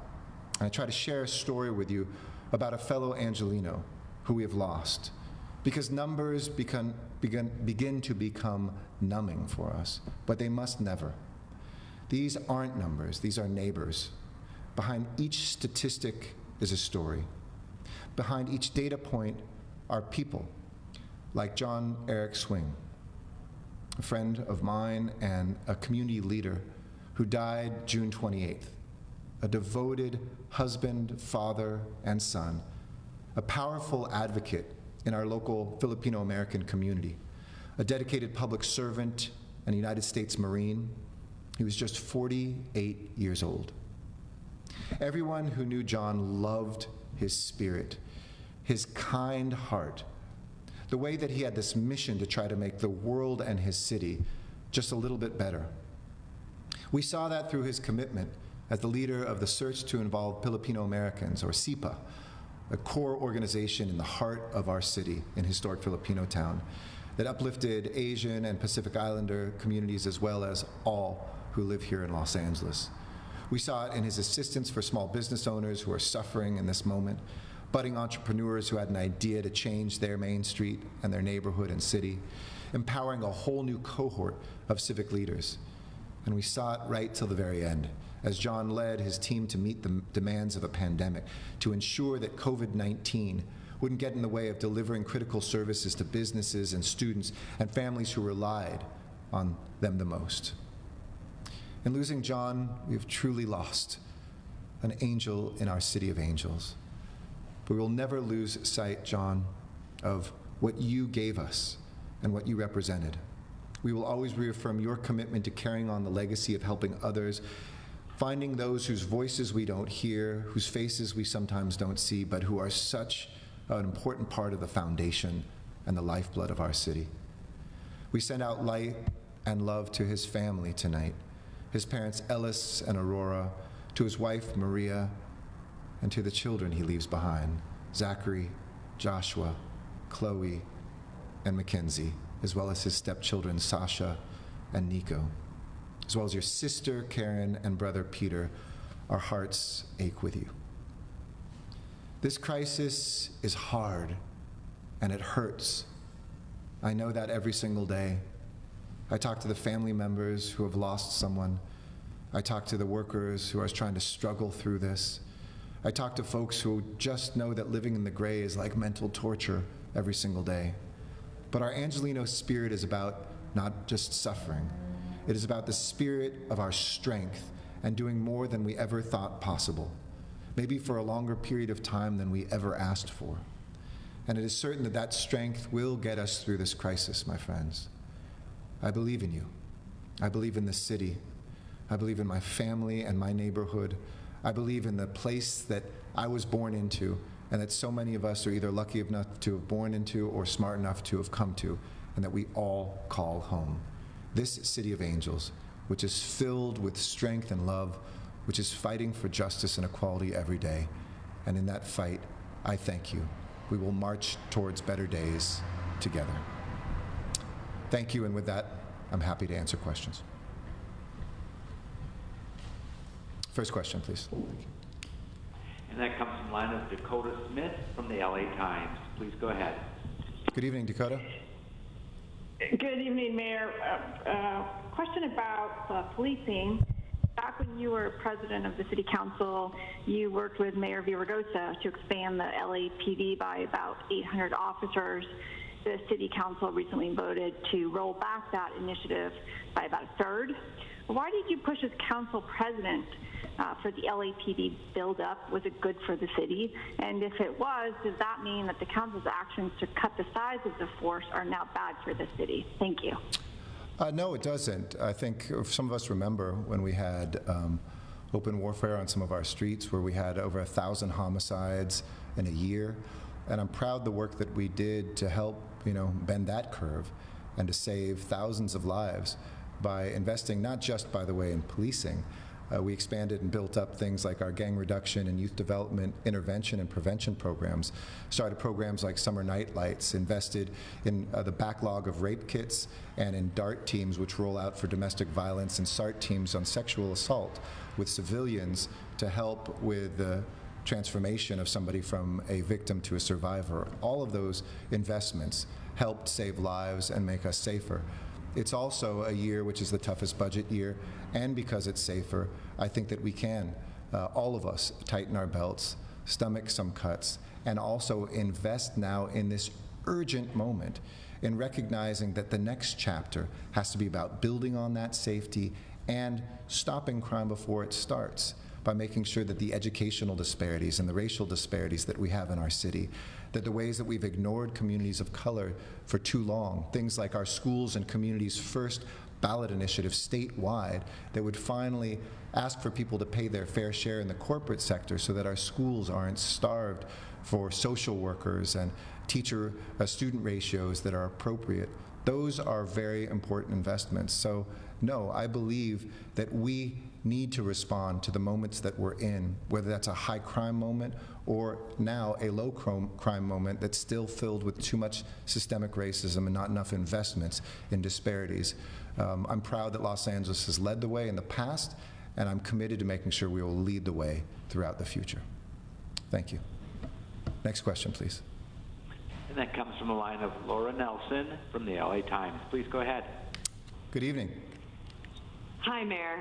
Thanks for taking my question. You bet. This afternoon, LA Metro bus drivers held a protest in downtown to ask for hazard pay for themselves and other transit workers. They say that their work during the pandemic and their heightened exposure to contracting COVID-19 should be recognized financially. Yes. As the new chair of the Metro board, do you support hazard pay for Metro bus drivers? I'm very sympathetic to that. We are working through, as many people know, we have about $1 billion deficit with a B at LA Metro. We're glad that the first round of CARES Act help fill some of that in for workers who at the most dangerous moments, and it still is an incredibly dangerous moment, are those essential and frontline workers. So I absolutely am in favor of trying to figure out whether we can afford to do that and helping that. I'm working with Phil Washington, and the board did authorize our management to sit down with our unions and to talk about that and to possibly see if we can meet the moment. I think it's appropriate. These folks are heroes who have been out there, whether it's been a bus driver, whether it's been a firefighter, whether it's been somebody on the front line. These are people who are putting their lives on the line each day. So as Metro Chair, absolutely, I support exploring that, and I hope we can find a resolution that would honor the work of our frontline workers. Thank you. Next question. Thank you, and that comes from the line of Joel Pollack from Breitbart News. Please. Hey, Joel. How are you? Hi, Mr. Mayor. Two questions. First of all, about the violation reporting. There are some criticisms that it sounds like what people in police states used to do in terms of informing on one another. So I was wondering if you could respond to that. And then also, the cases and hospitalizations are rising, but the number of deaths continues to fall, and it's happened for 3 weeks already. And I'm wondering if you could comment on that falling number of deaths despite the rising number of cases. Absolutely.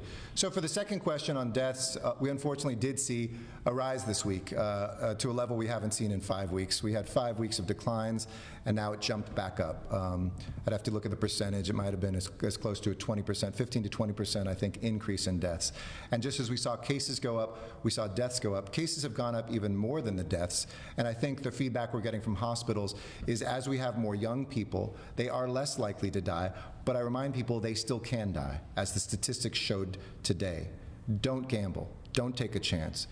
To younger folks who might engage in behavior that is risky, you can die whether you have pre-existing conditions or not. So the stays are shorter on average, but many stays are long, and too many stays are fatal.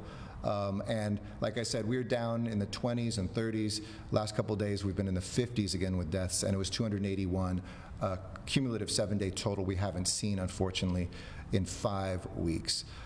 As to the first part, no. I mean, the police state is, we enforce things all the time, and we get business complaints for folks long before COVID-19 that are not compliant, whether it's noise complaints, whether it's trash complaints, all the time. That's what we do. That is part of what government in the reddest or bluest places is charged with doing by the people who demand that government provide with services. As I say, we don't go towards enforcement as the first step. To be enforced upon, you have to be very willfully disregarding and or breaking the law. It is first educate, then it is encourage, and then as a last case scenario, it's enforce. But people need to know we will enforce when everybody else is playing by the rules, when everybody else is helping to bend the curve. Those who would endanger our health could kill us, and we're going to take that seriously. Thanks, Joel. Next question. Thank you. And our last question in queue comes from David Zonizer from the LA Times. Please. Hey, Dave. Hey. So this is a little bit related to the first question. I'm wondering if high crime was the rationale for boosting the LAPD a decade ago, are you tying crime to LA police staffing numbers? And if so, how much would crime need to increase for you to reverse course on sort of the decrease in staffing? Sure. There's not a set formula on this, and I've always said, even back then, I think I was on the record saying, it's less important how many people you have in the force than how many deployments you have out there, how many patrols you have, how many hours. For instance, we didn't change the number. In fact, this budget, even before this year, would have reduced the police officer number by 100, but we still were able to expand the kind of community patrols that we heard all communities asking for to be able to make sure that they felt safe. Taking people from behind desk and moving them forward. Technology, for instance, you could have a much smaller, well, not a much smaller, you could have a smaller department as effective if we didn't have people spending 2 hours on filling out reports. So we've invested heavily in technology. And those things can be done without anybody's job being taken away, but by hiring less aggressively in years like this where we add things like technology. So I'm confident that we can keep our city safe. I see the heroism of our police officers every single day. We will always hold anybody, whether they wear a badge or work for the city, accountable. People can't break laws or rules. As we saw this week, there will be accountability for that. But it is really important to us to monitor those things and look at public safety, not always. I think it's been way too simplistic a formula to say X officers leads to this reduction in crime, X officers leads to this increase in crime. When things are safer, you have the flexibility, and we're not returning back to some level way back from a decade ago. We're talking about, I think, reasonable cuts in a very tough budget year where we can still maintain the protection that Angelenos deserve, and look at the model to wonder, are we throwing too much on the backs of our police officers, and what can we do?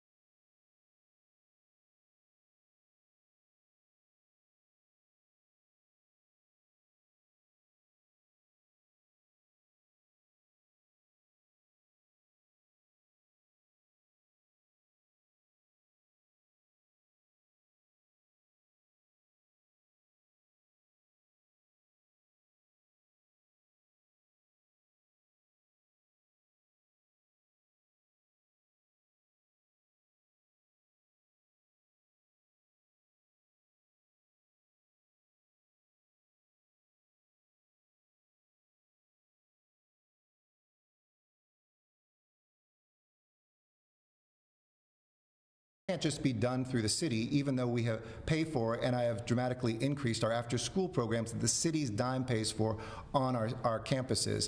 I've raised private money to help us get to a place where community college is free. I've worked with the county on things like homelessness, where mental health and social services, which are county responsibilities, the city is willing to pitch in and help on. When it comes to the general fund, part of the reason the general fund amount has gone up for public safety is because we've wanted to protect the non-police budgets. So for instance, Measure L, something we put on the ballot after the libraries faced cuts in the last economic downturn, we said we don't want to ever do that again. So we wrote into the charter that there are restricted funds for libraries. Our charter also does that with our Recreation and Parks Department. When you do those things to protect those funds from being stolen and being put into other departments, like it could be put into public safety, police, fire, it shows that you uphold those things. You build a wall around library hours and librarians. You build a wall around our Rec and Parks staff and programs because you don't want any future administration or group of leaders to ever be able to take that away because you see those as core values. The flip side is then you have a higher percentage of your general fund. For instance, one of the things that drove that percentage up was that for a long time we had renters subsidizing the trash pickup of homeowners. Everybody was paying a fee, essentially, when the general fund was subsidizing trash collection that most renters didn't even have in a city that is majority renters. That changed. That was something I worked with Mayor Hahn on, and Mayor Villaraigosa came in to implement. Again, that boosted a percentage up of what unrestricted general fund dollars went to policing, but it didn't necessarily expand the department. Similarly, the number of officers that are there, the number of people that we were paying for that provided protection didn't change, but when folks who were doing security services suddenly became LAPD officers officially, yes, the number of officers went up, but the number of people under employment doing police and security work didn't. So I think it is really important to get under the hood and to understand those things.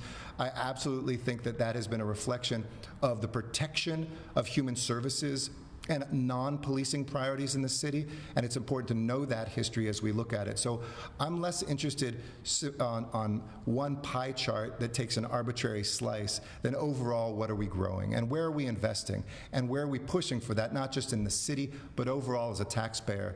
That's why I'm so behind Schools and Communities First in November, why I've pushed things like, Measure HHH and Measure M for transportation. These things put more money into priorities that are wider than just policing, as important as that is. Thanks, Dave. All right, I'm going to go to Spanish now. I don't think we have any Spanish questions now. I want to just thank everybody again, ask everybody to do your part. Remember the 3 C's, and please remember those 4 things of keeping your distance, staying at home, wearing a mask, and cleaning your hands and surfaces. Congratulations on what is a better week, but we've still got a long way to go to be in the right place. Muy buenas tardes, Los Ángeles. Este fin de semana.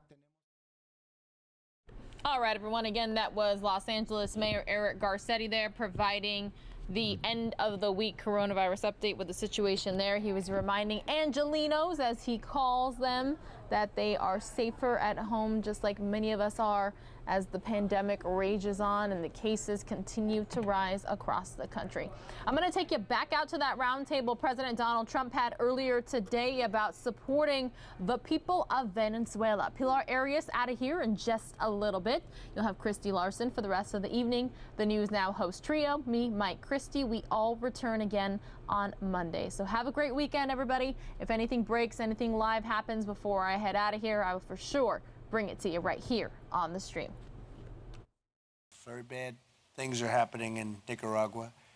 And I ended the Obama-Biden sellout to the Castro regime in Cuba. We've been very strong on Cuba. Cuba's not doing so well. Joe Biden has pledged to reinstate the pro-communist policies of the Obama-Biden administration. They were pro-communist policies. The deal he made with Cuba was ridiculous. It's ridiculous. What he did for Cuba and what they did for Cuba is ridiculous. And I guess it's why the Cubans gave me the Bay of Pigs Award just before the last election, if you remember. I got the Bay of Pigs Award, which was a great honor. I have it very proudly in my office. Republicans are the party of freedom. Democrats are the party of socialism and worse. That's what's happened. The Democrat Party is a whole different deal. They tear down the monuments and they think it's good. Nancy Pelosi made a statement, well, that's okay. That's no big deal. And the reason she said that is she has no control over it. She didn't say it because she really believed it. She said it because she has absolutely no control over what these people are doing. And we do.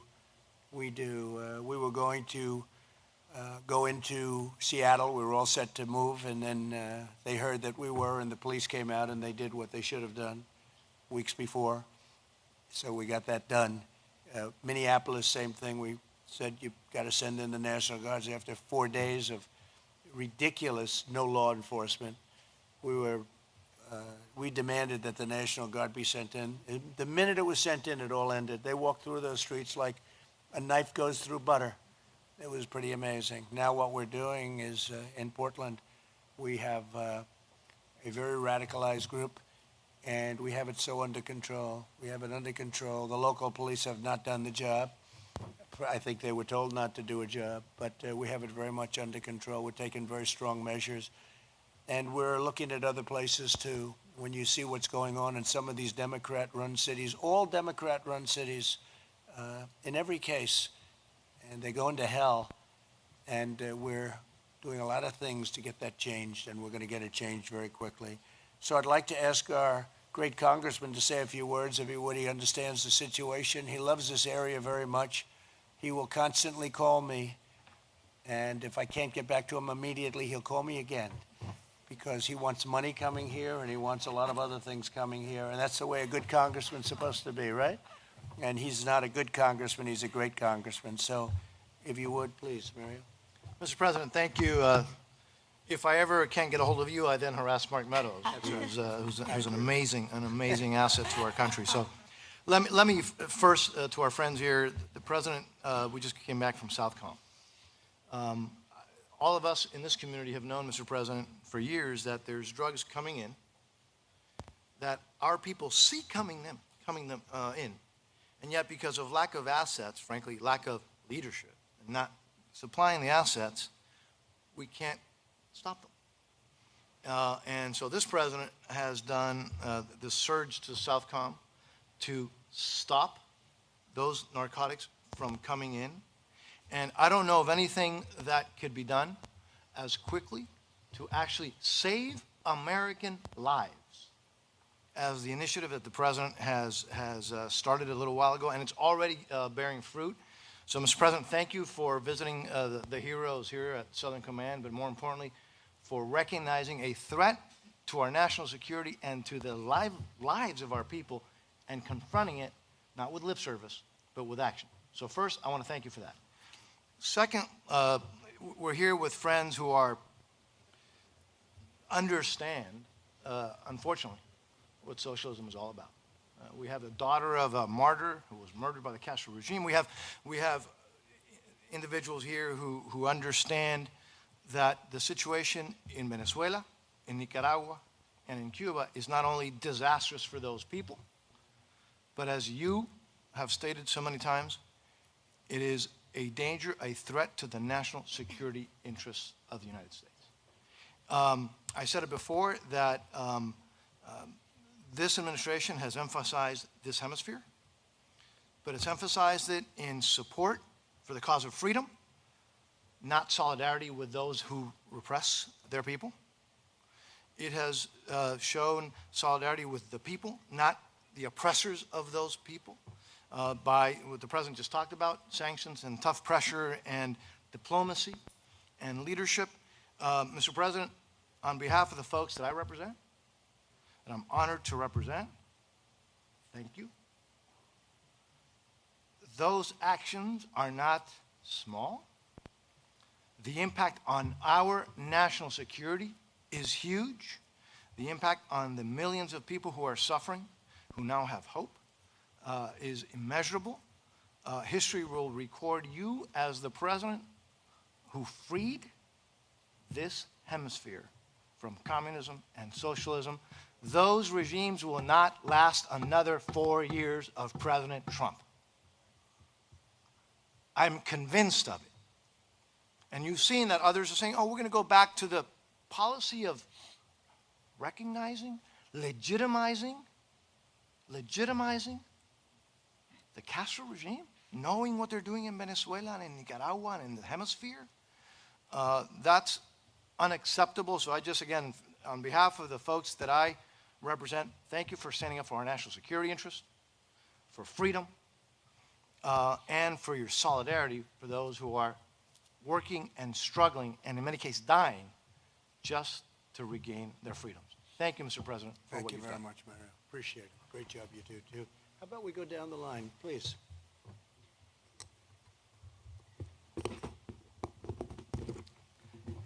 Thank you, President Trump, for having me here today and letting me express my feelings about my homeland, Venezuela.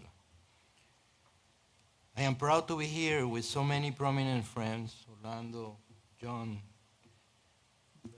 Congressman Mario Diaz-Balart, Rosa Maria Payá, Lorenzo, Lulu. My name is Ernesto Ackerman, and I'm the president of Independent Venezuelan American Citizens, more known as IVAC. My organization has worked over 18 years, very hard, lobbying in favor of Venezuelans in Congress of the U.S. And we were the first ones to work with Congresswoman Ileana Ros-Lehtinen and my congressional brother, Congress Mario Diaz-Balart, to achieve the law of sanctions against the narco-terrorists in Venezuela. I am the son of a concentration camp survivor. She is currently 97 years old, living still in Venezuela. I think that she feels that she is again reliving her time in a concentration camp. I left Venezuela in 1989, and only 45 days after the rallies that were called El Caracazo, very similar to what happened here some weeks ago. The excuse in Venezuela was gasoline. Was it here George Floyd? Then in 1998 came the elections and Chavez was elected president of Venezuela. They started by controlling the weapons and ammunition that people could have. Is that similar to eliminate our Second Amendment? Then came changes in the police. For example, all the police in the municipalities, Policía Metropolitana as an example, became Policía Bolivariana, and the colectivos appeared. Is that what means defund the police? Then from being the richest country in the region, today we are the poorest. No medicine, no food, and something so essential like drinking water. That is what socialism brings to a nation. I became a citizen of this great country in the year 2000. I have a wonderful wife, 3 daughters, one of which is an ex-police officer, and 4 grandchildren. What future would they have in socialism? That is why, Mr. President, being a proud American, I will work hard to prevent socialism from penetrating this great country, and count with me to support to achieve it. Mr. President, that's why today I want to make you 2 requests. First, that we eliminate the germ of socialism from its essence in Venezuela, Cuba, Nicaragua, etc. And second, help the people of Venezuela to get rid of the narco-terrorists who have kidnapped our nation. They alone cannot do it. The countries of the region must have a greater participation since they are also affected by this situation. Your leadership is necessary to fulfill this goal. Thank you, Mr. President, and I am working for you for more 4 years.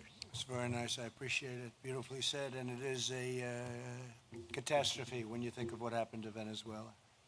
Thank you very much. Thank you. Thank you, Mr. President. It's an honor to be here with you and to hear these stories on why the fight for freedom can never be forgotten. Mr. President, your campaign and the Republican National Committee are building the largest grassroots movement in American history because of you and your steadfast commitment to always put America first for every American. The Republican Party is growing by the day because Americans know that you're standing up for our freedoms and what makes America great, no matter the criticism. And because of that, the Republican Party is now the party of freedom, thanks to you. As we say here, somos el partido de la libertad. We're the party of freedom because we stand for freedom of religion, freedom of speech, freedom for the unborn, freedom of commerce, if it's free, fair, and reciprocal trade, freedom at home and abroad. The Hispanic and Latino community in Florida knows the horrors of life without freedom. They've seen firsthand how leaders who value control, not freedom, destroy prosperity, security, and opportunity. That's what happened in Venezuela, in Cuba, in Nicaragua. That's what socialism does. Mr. President, freedom and faith in America are now threatened by the same radical left ideology seen in places like Cuba and Venezuela, as that ideology now controls today's Democrat Party. And the only protector of our American freedom and American greatness is you, Mr. President. That's why everyone around this table and the communities outside of this church are working hard every day to re-elect you as our president for 4 more years. We're registering voters. We're knocking doors. We're sharing this Republican message of freedom in English, in Spanish, telling folks why you need 4 more years for America, Mr. President. When you declared before our union that America will never be a socialist country, the words made clear to freedom-loving people across our hemisphere that you stand with those who love freedom. And the community here in Doral knows that. Thank you for standing up for America, for standing up for our freedom, for our greatness. Only you can rebuild the economy, this economy, to secure our safety and prosperity for future Americans. Americans saw historic low unemployment for every community across America under your leadership, including Hispanic and Black Americans. And with God's help and with your leadership, we know that the best is yet to come. Thank you for your time today, Mr. President, and thank you to all the great leaders at this table. I want to get that speech. Do you mind giving me that speech? I could use it. How good was this? Oh, who's your speechwriter? You write that yourself? You want to work for me as a nice speechwriter? He's too big. He works for me anyway in a different way, but you've done a great job. That's a beautiful speech. I want to thank you very much. It's true. I want it. You think I'm kidding too, don't you? Thinks I'm kidding. It's true. The Republican Party has grown incredibly from where it was, and we have a whole different group of people in the Republican Party. Like, people don't remember, nobody ever heard of it until I came along. Nobody remembered it for a long time, or they didn't use it. At least I use it all the time. Abraham Lincoln was a Republican. You know, you say that, people say, I didn't know that, but he was a Republican. So we're doing a great job, but that's a beautiful job. I appreciate it very much. Thank you. Please. Sir, my name is Orlando Gutierrez Bornat. I represent the Assembly of the Cuban Resistance. It's the main coalition of pro-democracy organizations in the Cuban exile community. And what I want to do is very briefly share with you 4 memories of my life that helped me understand what socialism is, or communism is. Okay. First of all, I want to thank God for this opportunity for many different reasons. And it brings back one of my clearest memories of Cuba, which was sitting in one of those big, beautiful Havana churches, and the church was almost empty. My grandmother, myself, 2 or 3 more people, the priest doing mass. People were afraid to worship. People were afraid to go to church because they would put mobs outside to insult you when you came in or when you walked out. And you would be discriminated if you believed in God, persecuted. Rosa Maria's family knows that experience very well. And everywhere communism and socialism have come to, the first freedom they strike at is religious freedom. Why are they knocking down the statues of Jesus? Because they've done it everywhere they've gone. Whether it's a synagogue, a temple, a church, that's their target. St. Augustine said that the source of all other freedoms was religious freedom. The right to believe or not to believe, to have faith or not to have faith, that's fundamental. And that's one of the first things communism in Cuba tried to eradicate. They tried to wipe out Christianity in Cuba. For this very powerful reason, and for many others, free Cubans, Cuban Americans, have been at the forefront of the struggle against communism in Cuba and around the world. Thousands of Cubans have died in that struggle. Thousands have been imprisoned. Many are still in prison today. It's been a very long struggle, and this community has been visited many times by different leaders who made a lot of promises. Few of those promises, the most glaring being the Bay of Pigs, have been kept. And that's why, one of the reasons why I thank God for being here is that I wanted the opportunity to thank you, because you came through. I was there when they gave you the Bay of Pigs award. I was one of the speakers at that day. I was honored to do so. Right. And what you said that day, what you've been working on ever since, closely with Mario, who's untiring, relentless in the struggle for Cuban freedom, you've come through. And you know, Cubans have been without a homeland for so long. We've been in this struggle for so long that one of the things we cherish is loyalty and gratitude. And we are grateful to you. And we're good friends to have. Because once someone has served the cause of freedom in Cuba and behaved like you have, we will be loyal to you forever. Title III, Title IV have empowered Cubans legally to fight for justice. The strategic sanctions aimed at the military and the intelligence and security sectors have weakened them. That's why we've seen in the past months, in the past few weeks, protests against this regime in Santa Clara, in Moa, in Holguín, in key cities in Cuba. Every time Cubans see that the state is weakened and they have a chance to fight. They go out and they struggle.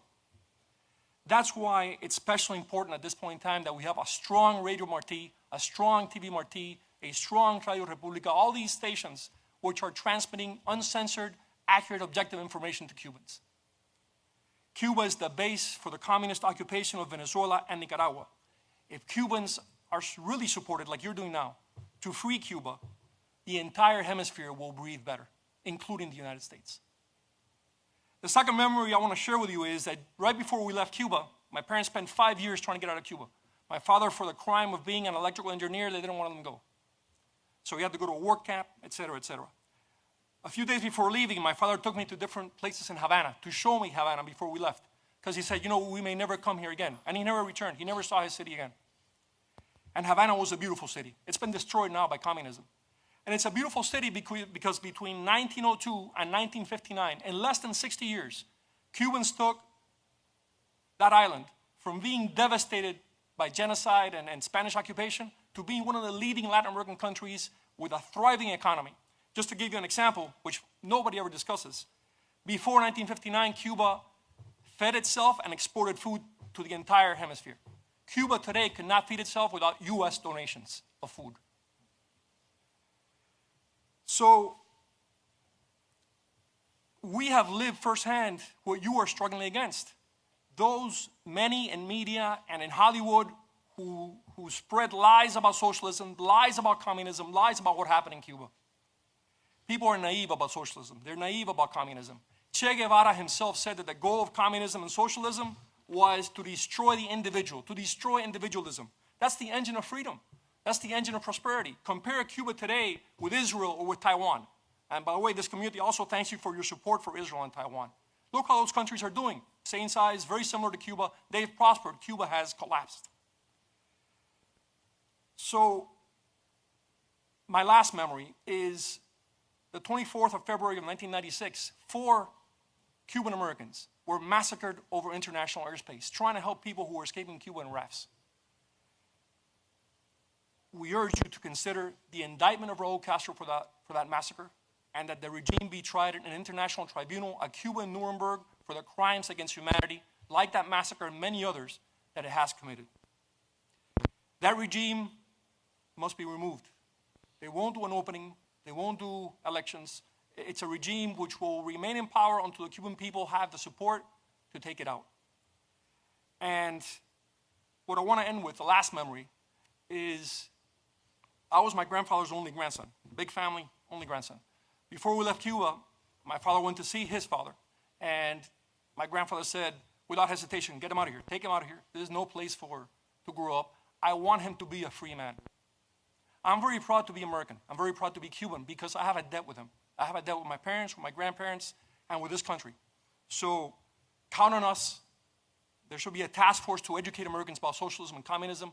And we're here to fight for Cuba, but also for the United States. Thank you so much, and God bless you. Thank you very much. Great job. Thank you. Please. Go ahead, please. Yes. You sure? I'm very sure. Listen, before I start, I need to first thank you for your sacrifice and the job you have done. And I also want to make sure that we understand that you are surrounded with very good people here in the state of Florida. And just to mention a few, we have the best governor and lieutenant governor in DeSantis and Jeanette Nunez. We have the best 2 senators in Mario. Mario is a congressman, but the 2 senators, Scott and Marco, the best congressman for sure. Guy sitting to your left, my dear friend. And I cannot forget somebody who is just being promoted very recently, or I hope he gets vetted in front of the Senate, our dear Carlos Trujillo, a very young man with a tremendous future. Thank you very much because you have selected those people, and I assure you they will be eternally loyal to you, and they have your back. I assure you of that. Now, my story is very simple. We always talk about socialism. Socialism is nothing but communism during Halloween. There's no such a thing as socialism. America has always been the most socialist country in the world. We're definitely the most generous. Look at the people in this table. Look at our backgrounds. Just think that in 1961, as a 13-year-old, by myself, in my way to Spain, I wasn't even coming here. I arrived in this great country, and almost 60 years later, I'm sitting next to the President of the United States, talking about the American dream. the only country in the world, no other country in the world, that you can start a business from the trunk of your car. And within a very few years, with hard work, commitment, and all the core values that we learn from this very culture of ours, we can become very important to our future. We can become those people who make the next generation better than the one before. This is the only country. Why do you think you had to close the borders? Because everybody in the world wants to come over here. Nobody's ever forced to come over here. We come over here, in my case, because my parents chose that I would not be indoctrinated by the communist country, by the totalitarian country, by the totalitarian regime. All right, guys, gonna stop playing that since it's something we've already brought to you today. If you want to go back and rewatch it, you can always do so on the stream or on our videos tab. Going to bring you fresh content, things you haven't gotten to see yet here today. And that's because we always like to bring you items that have developed throughout the day. So again, if you want to go back, rewatch that whole round table, you can do so. It happened already earlier on our stream. So what we're going to do is go to West Virginia. They had a COVID-19 update. It's an item we haven't brought to you yet, but we are going to do that right here for you on News Now. Hello, everyone. It's Friday, July the 10th. I'm going to start off with something that I'm absolutely delighted over. We do not have an additional death. Since Wednesday we had no additional deaths. We have not had an additional death in West Virginia since Monday. That's great. And I urge everyone, again, we've lost 95 people.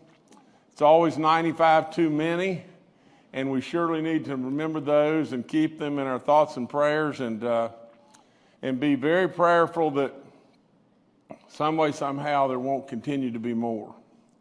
I want to go over just a few numbers with you, and I'll go over them very quickly, but we had another 60,000 plus cases in the U.S., a new record in the last 24 hours. In West Virginia, we had 130 new cases. Our daily rate was at 3.86. Just remember that we had many daily rates that dropped below 0.5%. 3.86 is not where we want to be. We have the highest number of active cases in West Virginia today that we've had in 1,074 cases. This is an increase of 437 active cases since last Friday. Our RT number is at 1.36 in West Virginia, and that is the second highest in the United States. Our hospitals are still in great shape. We only have 50 people that are hospitalized right now. All of us know that there could be a hot spot, at anywhere, and today that hot spot is no question but in Mon County. We have 246 active cases in Mon County and well over 400 that are positive cases that we have accumulated in Mon County. Now, if I could just talk to you just 1 second about Mon County, and it's just this. We need to understand that my executive order said mandatory. Mandatory in public buildings. Now, that public buildings is churches. It's mandatory to wear masks. Now, we have held the reins back as far as making some kind of penalties or whatever it may be, and we don't want to drive ourselves into a situation of to where we're divided, in more of a stringent way. I trust West Virginians. I trust you to be honorable, really, really good people, and I know you are. And I know at the same time what we have got to do, and we've got to do it now. The other day we made it mandatory. We're making great strides. If you go in a Walmart or a store, you see it, and you see it all over the place. People are doing a lot better. But we need to be almost flawless. 80% is what we surely have to have, but we want to be 99.9. And if Cousin Eddie doesn't want to wear a mask and everything, some way somebody's going to have to convince Cousin Eddie to wear a mask too. Now, I'm surely not being derogatory towards anyone that believes it's not their right to wear a mask, but I am pleading with them to tell them that in this situation, absolutely we're going to have more people get sick and more people die. And it is an inconvenience that is so minuscule that please wear your mask. Now, as far as Mon County goes, what we have to do is just this. We have to be looking now at closing the bars. We have to be looking now at closing indoor dining unless we get a real movement and moving in our direction. It's the last thing we want to do. The very last thing we want to do.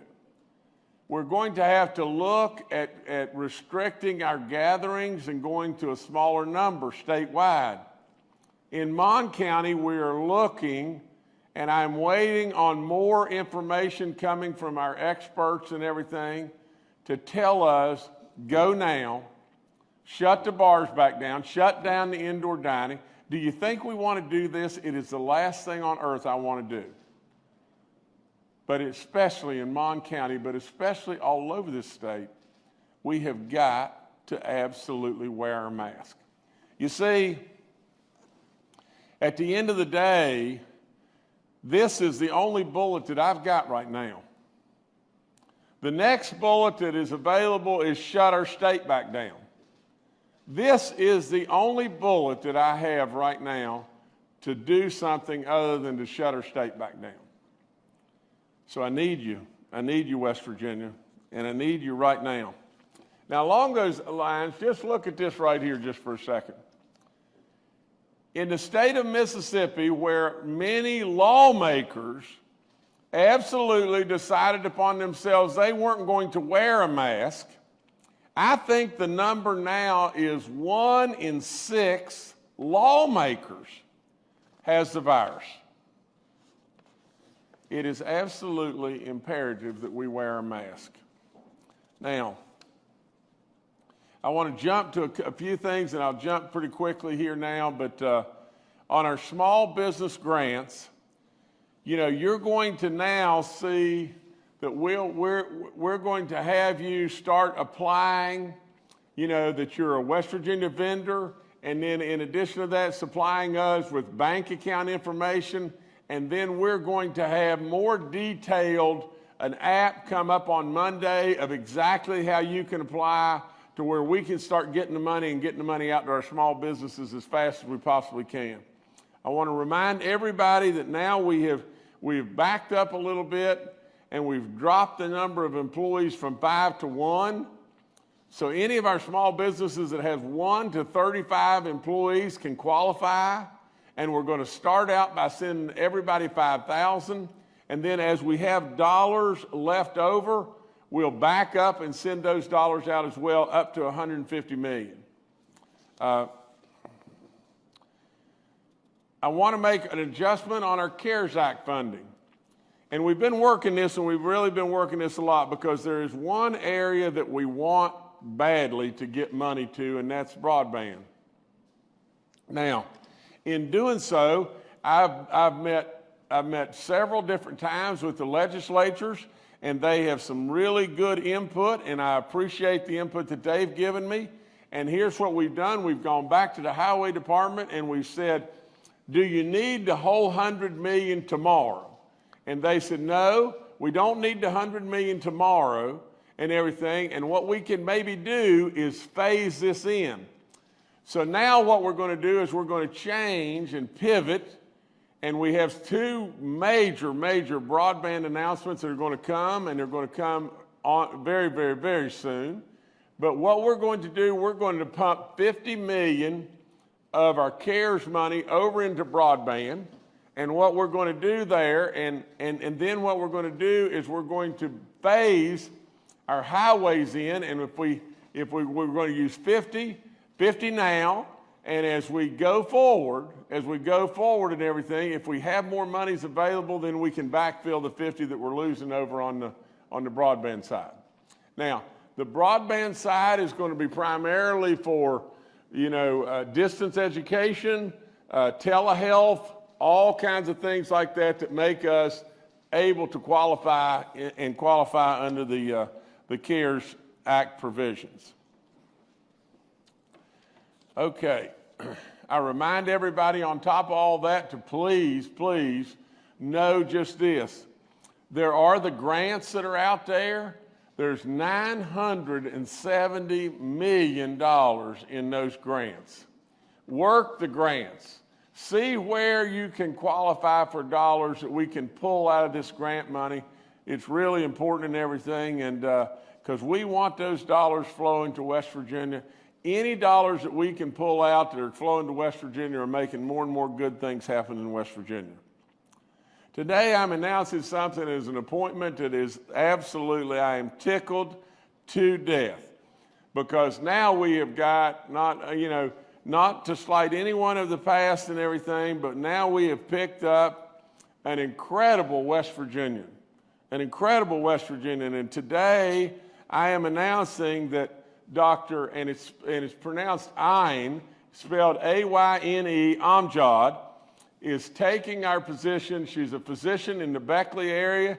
I've known of her work on and on and on. She is absolutely a star beyond belief. She is going to be taking, our position as our head health officer in West Virginia and the commissioner of the Bureau for Public Health. And so I could not be any happier. She is a practicing medical doctor in Beckley, specializing in internal medicine, and she also has a master's in public health. I mean, she has done so much stuff. She has an incredible resume, and she is excited about being a part of this team. And there's not very often are we able to reach out and really snag a real superstar, but she is just that. She's a Marshall graduate. She's MD. I mean, you'll hear from her in just a few minutes, but boy, we're really, really proud to have her. That's for sure. And she comes. You talk about wading in to the pool when there's a lot of activity going on there. There's a lot of activity going on right now, and it's activity that's going the wrong way. And I'm sure she'll be a tremendous, tremendous help. I'm going to go through these real fast now. Our free testing, we're going to be up July 10th and the 11th in Mercer, Upshur, Mon County, Marshall County, Preston, and Wayne counties. Again, we go on and on and on. We're going to be up next Tuesday, Thursday, and Friday in Harrison, Barber, and Mercer counties. We missed some people the last go-around in Harrison. I salute our National Guard and all those that are really working this really hard, DHHR and everything, to get back to Harrison County. That's really good. So go get tested. It's free, especially our minorities show up. The more information we have, the better off we'll be. We have now tested in West Virginia 199,383 people. We are pacing, right with now the national testing average and significantly above all of our neighbors, whether it be Virginia and Pennsylvania, Ohio, Maryland, Kentucky. So keep going and getting tested, West Virginia. The more we test, the more we know. We've now sent out $38 million to our cities and counties. We have awarded $38 million to our cities and our counties, and those dollars are going out. I just got off the phone with our state auditor. J.B. McCuskey, and J.B.'s doing an incredible job, and I appreciate all he's doing and all the great people that work over there and how they're helping us get this money out and everything is really, really, really important, and so I really appreciate them. We've only heard from 143 cities and counties so far There's a lot of cities and counties we don't have apps on yet. We encourage everybody to do so and get those apps into us as quickly as you can. Our summer feeding program, now we're up to 690 sites from 670. You know, we're trying to make sure that everybody in this great state is fed and nobody's going hungry. So please, you know, see the maps, follow the guide, follow the website, and if you need help, call 211 and we'll get all the help to you, and we'll get it to you as quickly as we possibly can. Now, last thing I have is the census, and then I'm going to turn this over to the head of our SSAC, Bernie Dolan, and Bernie does a fabulous job, as all those people with the SSAC. You know, Bernie's going to give you a whole bunch of information in regard to sports. You know, when I came today, and I'm coming right into the Capitol, there's probably, I don't know, there may be 60 or 70 kids out there. And those kids are there saying that we want to be able to play. They want sports in the schools. Well, there's nobody that wants sports to be going on more than this gentleman that I'm going to turn over to you in just 1 second, nor myself. We want to protect all those that are, you know, in school, and we absolutely want our kids back in school. We want to do it in a way that is absolutely where we know that it is as safe as we can possibly make it for our students, as well as our teachers and all those that are there working with those kids from service personnel right on down. Now, in doing so, Bernie and I surely recognize the importance of sports. You know, sports give us so much. They really give us so much. And at the end of the day, they teach us so many life lessons. And just to tell it like it is, sports are an enabler in a lot of ways that it helps us to retain and keep kids that we may very well lose if we didn't have them. They're important to our communities, and we love them in every way, and they bring us together, and it means so much.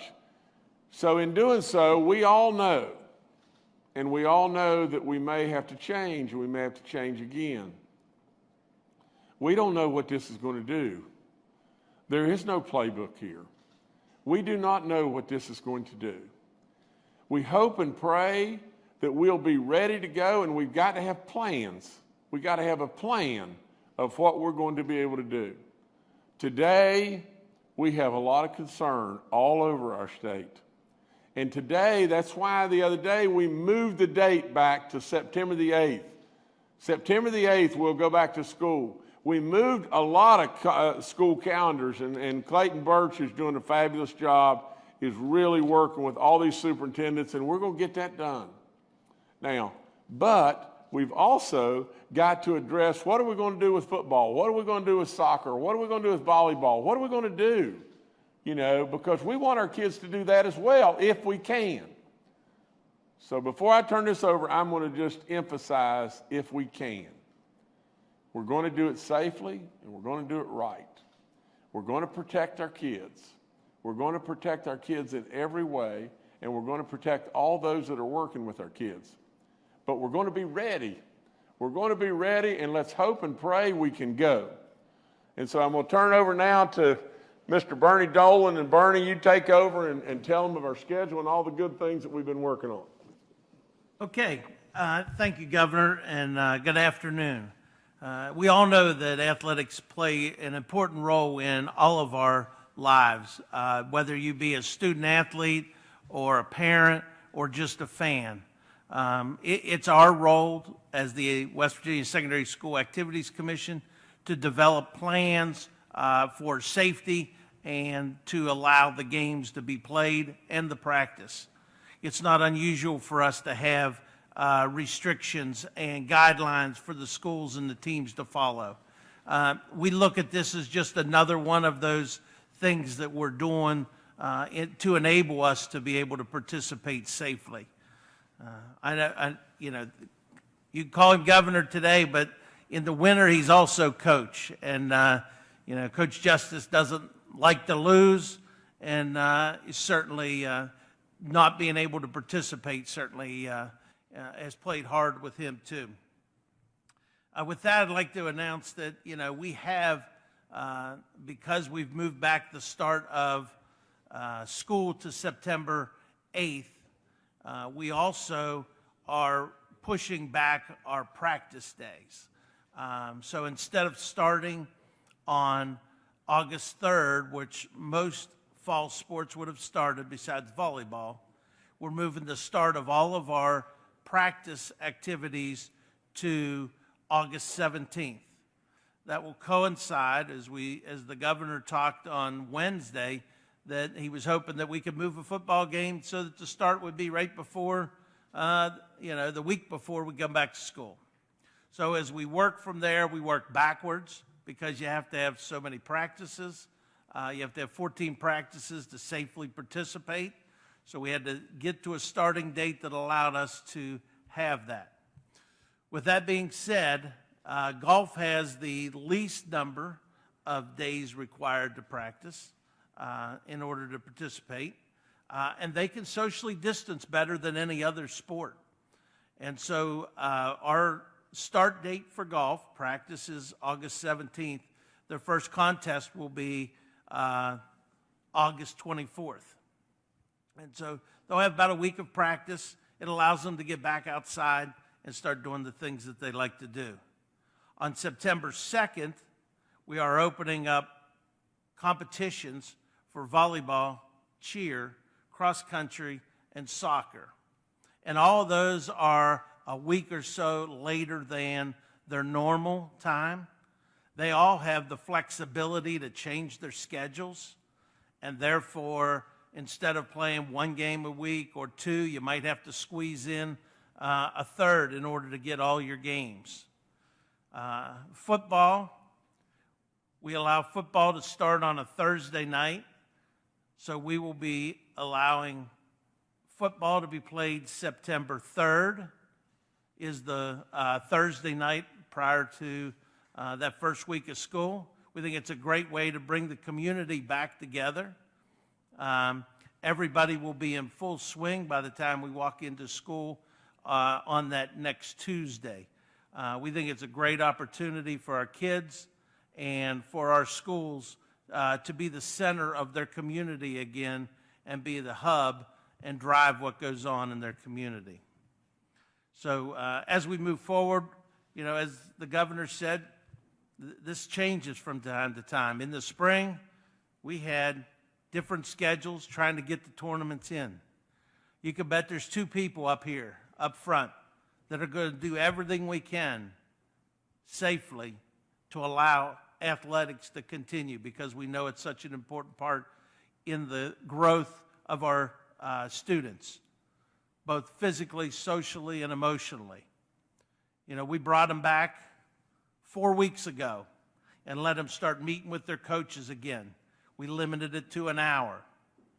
Just the ability to get back and see your coach and be able to talk to your friends again in a structured, relaxed environment. All the coaches that commented back to me and the players that you saw tweeting and on social media, they were just excited to be back. And then the second 2 weeks, you allowed it to extend. They could build a little bit more, get in better condition. And then this past week, we've been able to start our 3-week window, which you're allowed to actually practice with some limitations. And we've had great opportunities for our kids. They're excited. We're going to allow the 3-week window to play out, whether yours started this past week or it starts next week. You'll be able to finish that under our current guidelines. Most of our activities are outside, and you can socially distance pretty easy. And then there'll be a break before we start our August 17th start of our practices again. So it'll give the kids a time to relax and then to get back in condition and allow everybody to regroup. So with that, Governor, will be releasing these things both on social media and to all of our principals, ADs, superintendents, and obviously to the media Tell them about social distancing at the games. You know, right now we have, you know, if you can't be, you have to wear a mask. And I think you're going to need to be socially distant and wear a mask, especially indoors and outdoors, anytime you can't do that. And I tell people, it's up to the public to decide whether or not we're going to have athletics come this fall, because you're the one who will wear the mask and take the social distancing and wash your hands. It sounds like it's an easy thing to do for everybody to get on board. So if you're the one who's not socially distancing, not wearing a mask, you very well could be the one.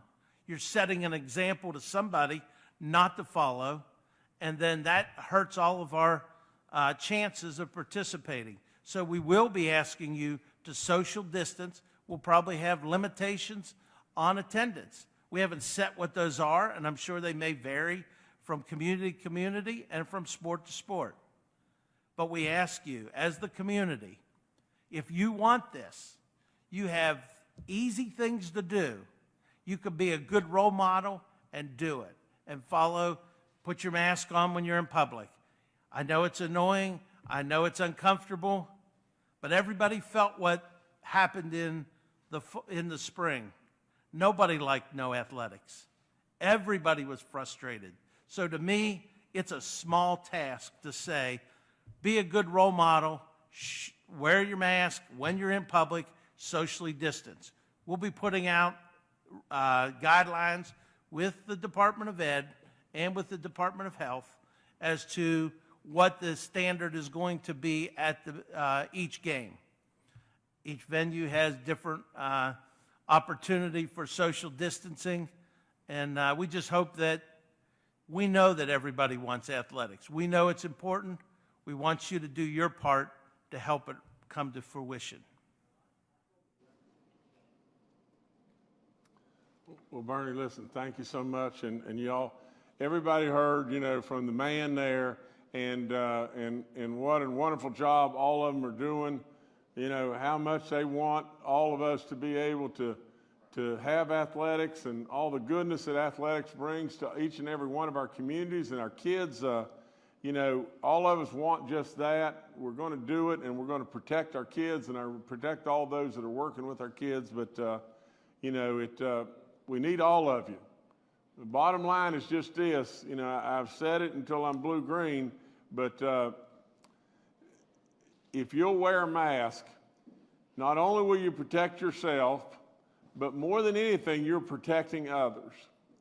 And as you do that, just like, you know, Mr. Dolan just said to us, just think about this. Just think for just 1 second. You're setting an example. You're putting a stake in the sand that says, this is what we should do in our communities. You're setting an example that absolutely our kids and everybody will learn from. And so please do this. We're going to be all right and everything, but we need you. We really need you really badly right now. Anything bad, but I've got to tell you this, that just in a few days, next Wednesday is the 15th of July. The dreaded April 15th filing date that all of us kind of dread or do dread in a lot of ways, the filing date on our income tax returns, we moved to July 15th.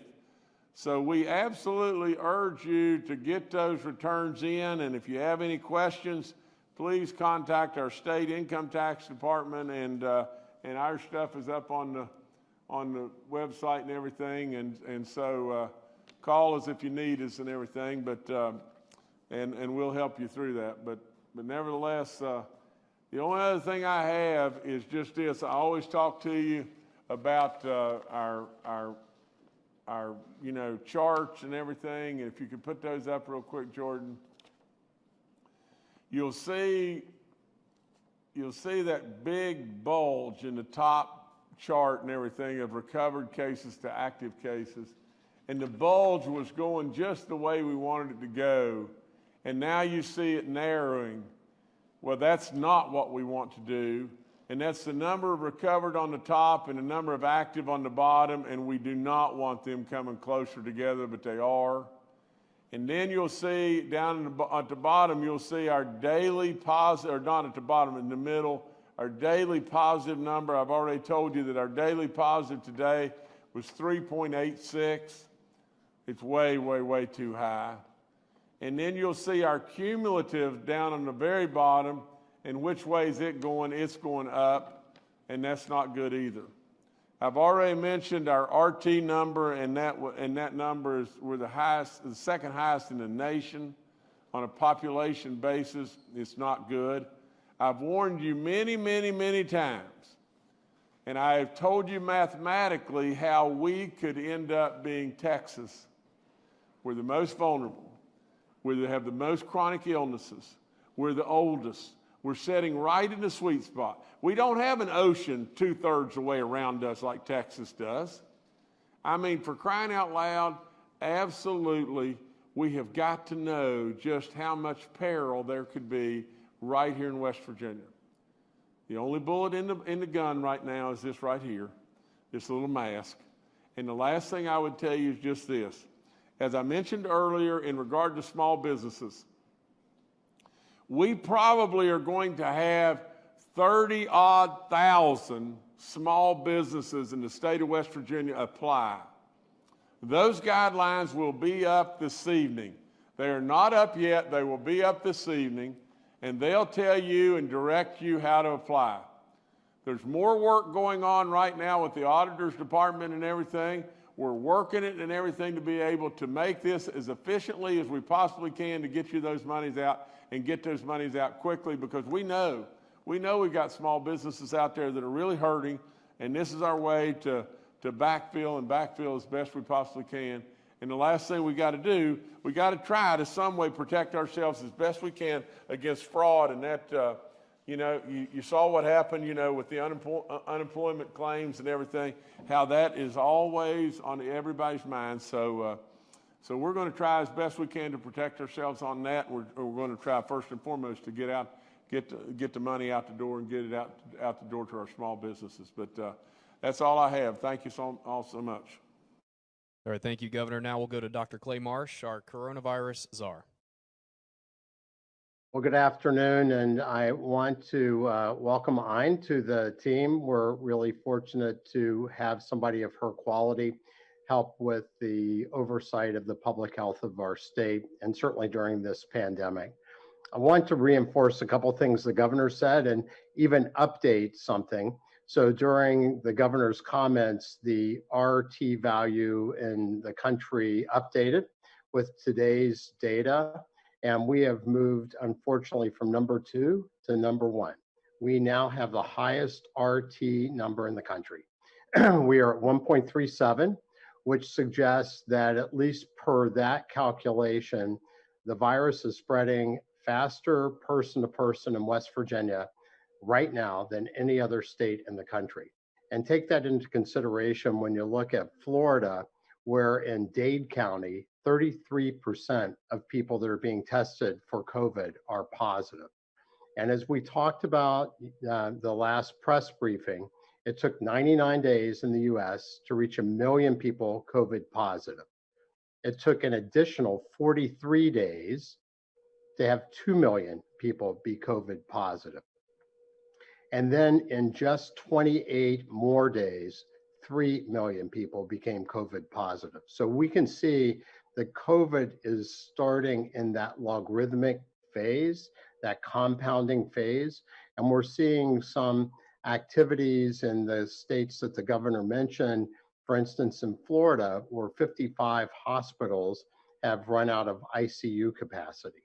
And many people might say, well, we still look okay. Our deaths are still only 95. And while that's 95 West Virginians that have died, if you look across the country, that's still very, very good. But we know that the RT values and seeing more cases, and the governor said earlier that we have more active cases today than we've had ever since the pandemic has started. And by my calculation, in the last 10 days to 2 weeks, we've about doubled the number of active cases. But we know there's about a 2 to 3 week lag. And when we start seeing a lot of activity and seeing the virus start to spread much more rapidly, and then when we see people getting really sick, and we see hospitals starting to see more people with COVID and ICUs seeing more people with COVID. So I'm not saying that to scare anybody, and this is not unexpected. Unfortunately, as we've said, COVID is a pandemic. No place is spared. Every place is susceptible. And given that West Virginia is more rural in many ways, we know that the second part of COVID is more likely to have an impact on us. But it is really critical that we mitigate very aggressively today. In the initial phase, we know that if we don't do things today, 12 days later, we're likely to see a significant uptick in the people that are sick